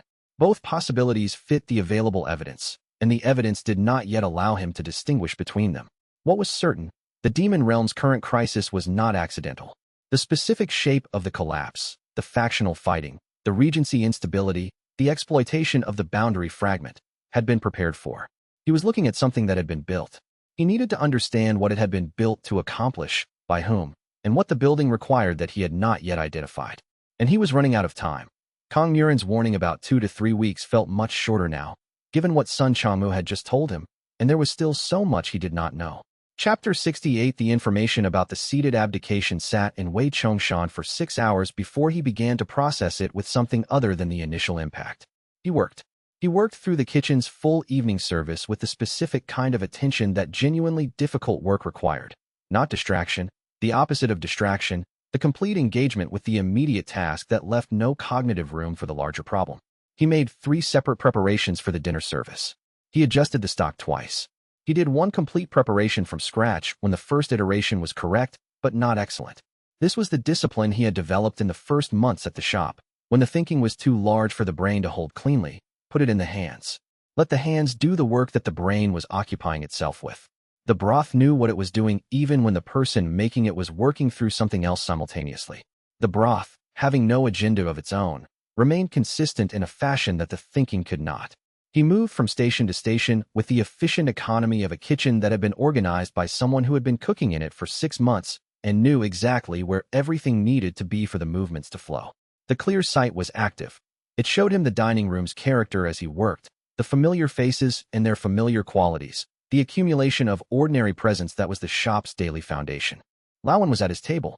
The garrison soldier was at the counter. 3 travelers he had not seen before were at the corner table, speaking quietly in the way that people spoke when they were tired from the road and grateful to be indoors and warm. No political agendas in the dining room tonight. Just people who had come in from the cold because the shop was lit, and the smell through the window was the kind of smell that said, "Here is a meal worth sitting down for."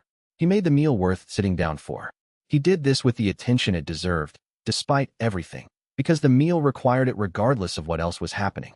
This was, he had found, the most important lesson of the 6 months. The meal's quality could not be conditional on the circumstances. A guardian who only made excellent food when the circumstances were favorable was not a guardian. It was a practitioner doing the easier parts of guardianship while avoiding the difficult parts. The difficult part of guardianship was continuing to function correctly when the circumstances were actively difficult. Sun Chongmu's information was more serious than anything he had encountered since arriving. He was working through it, which was a form of stress that was not simple. He was also, simultaneously, making the evening service preparations with the full attention that the evening service required. Both of these were happening at the same time. Both of these needed to happen at the same time, because the evening service was not separate from the guardianship. It was the guardianship, in the form it took for the people who needed it tonight. 3 travelers from the road. Lauwen, the garrison soldier. They needed the meal to be what it was supposed to be. The fact that Wei was simultaneously working through the implications of a 42-year political manipulation was not their problem and should not be evident in the soup. Sun Chongmu watched from the dining area. She had ordered a bowl at the start of the service and had been eating slowly, monitoring the kitchen with the patient attention of an entity that had spent 3 centuries watching a person work under difficult conditions and had developed extensive familiarity with what the work looked like when the conditions were most difficult. She did not say anything. She had said what she needed to say. The saying of it had been the complete action. The sitting with it was his part. After the evening service, when the shop was cleared and Pei Shu had gone home and Mei Sulan had returned to her quiet, attentive presence near the front, Wei sat at the counter with the post-service tea and let himself think about it directly. The Ashen Sovereign's voice, which he had been speaking with more frequently since the Tier 4 consolidation, said, "You've always been difficult to manipulate directly. So they manipulated the conditions instead." "That's a long preparation for an uncertain outcome," Wei said. "They couldn't be certain I would leave. They could be reasonably confident," the voice said. "You'd been saying you were tired for 200 years. Everyone who knew you well knew that at some point the exhaustion would outweigh the responsibility. They just made sure the conditions for your departure were perfectly prepared for when that moment arrived." "The specific collapse they prepared," Wei said. "The political instability, the regency crisis, the factional fighting, all of which benefits whoever is sitting outside the Accord's arrangement and wants the boundary destabilized. If the demon realm is in crisis, the demon realm cannot maintain its portion of the Accord's boundary governance. The boundary becomes contested territory again. The Accord loses its structural integrity." A pause. "And whoever has been deliberately destabilizing the boundary's infrastructure has the opening they needed." Wei thought about the third party that Lin Baihe and Hua Jinshi had identified.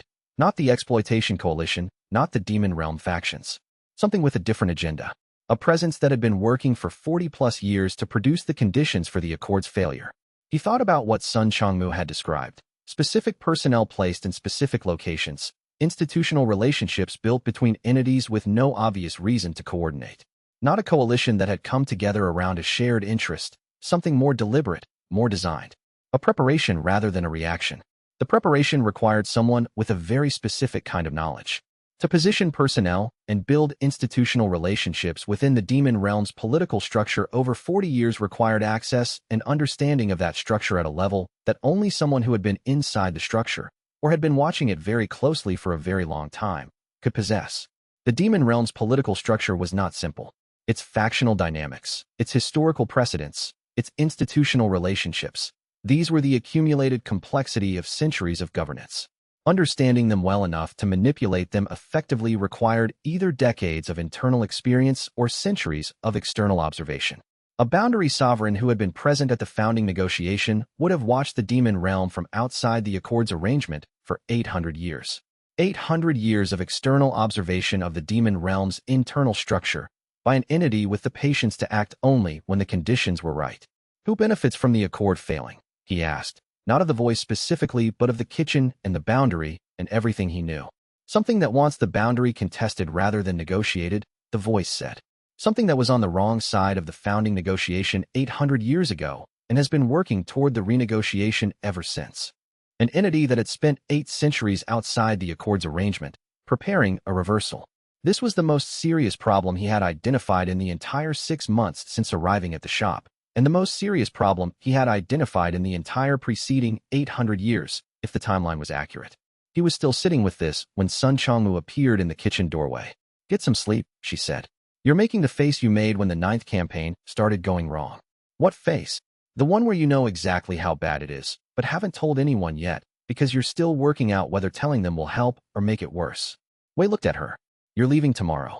"Yes," she said. "I've told you what I came to tell you. The rest is yours." She paused in the doorway. "I didn't come to ask you to go back. I came because you needed to know that it wasn't your choice alone." "Are you telling me I was manipulated?" She watched the kitchen, the preparations, the stock, the careful organization of a space that had been worked seriously for 6 months. "I'm telling you," she said, "that the pot was already on the flame when you decided to cook something different." She went. The door closed. The kitchen held the quality of a space where something important had been said and would not be unsaid. He sat there for a long time, and then he thought about the 40-year preparation, whether the exhaustion that had driven him here had been his own, or whether it had been shaped, ingredient by ingredient, without his knowledge, and he found he could not answer the question. Chapter 69. Dong Fusher had been at the village inn for 10 days when his patience, which was a professional patience, disciplined and extensive, but not infinite, reached its operational limit. He escalated. The escalation took the form of a document, formal, sealed with the Demon Regency's official authentication, citing 3 specific articles of ancient demon realm law regarding sovereign obligations during periods of governance crisis. The document was a request for sovereign response, a rarely invoked legal mechanism that required a former sovereign to either formally engage with the realm's current governance situation or formally renounce their sovereign status under demon law, effectively severing their legal connection to the realm and its obligations entirely. The deadline was explicit this time, 14 days from receipt. Not 42, 14. He had done the research and determined that the 42-day accord precedent Wei had invoked in their previous conversation did not apply to this specific document type. Wei read it over his morning tea. The document was technically sound. Dong Fusher had done his preparation well. The legal mechanism was real, the articles cited were accurately referenced, and the deadline was correct under the specific document type. Dong Fusher had arrived at the boundary region with a tool that was designed to produce exactly the outcome he needed from it. Force Wei Chongshan to make a choice that formalized his relationship with the demon realm in the manner that gave one faction an advantage over the other. Wei set the document down. He picked up his tea. Someone taught this man the recipe for bureaucratic pressure, he thought, but didn't teach him what happens when the lid stays on too long.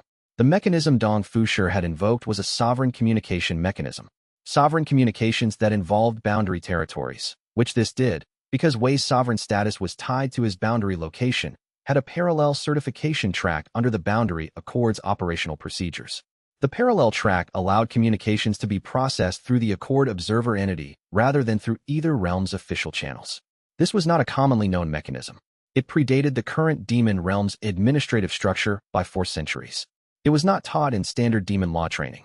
Wei knew about it because he had spent 2,000 years operating in contexts that required him to know things that were not commonly known. He also knew about it because he had, very early in his reign as the Ashen Sovereign, needed to use a similar mechanism himself. Not this exact one, but a parallel certification track for communications that needed to bypass both demon realm and human realm official channels simultaneously. The Accord's observer mechanism had been designed for exactly this kind of situation. Sovereign-level communications in boundary-adjacent contexts where both realms' official channels had interests that might distort the communications transmission. The irony was that Dong Fusher had done his research carefully. The request for sovereign response document was exactly what he had described it as. The 14-day deadline was correct for that document type. He had prepared thoroughly and correctly.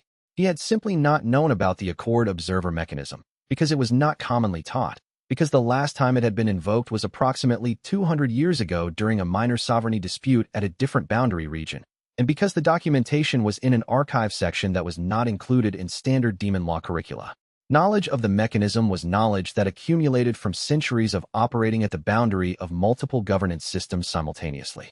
Dong Fusher was, by Wei's estimate, approximately 80 years old in cultivation terms, accomplished, competent, and far too young to have encountered this specific obscure mechanism in any of his previous assignments. He sent a message to the Watcher, the fragment of the older treaty, given temporary physical form, who had been present in the village for 400 years. He asked her to meet him at the shop that afternoon. She came. Their first actual conversation was brief and, from her perspective, apparently expected. "You need the Accord Observer certification mechanism," she said, before he had finished explaining.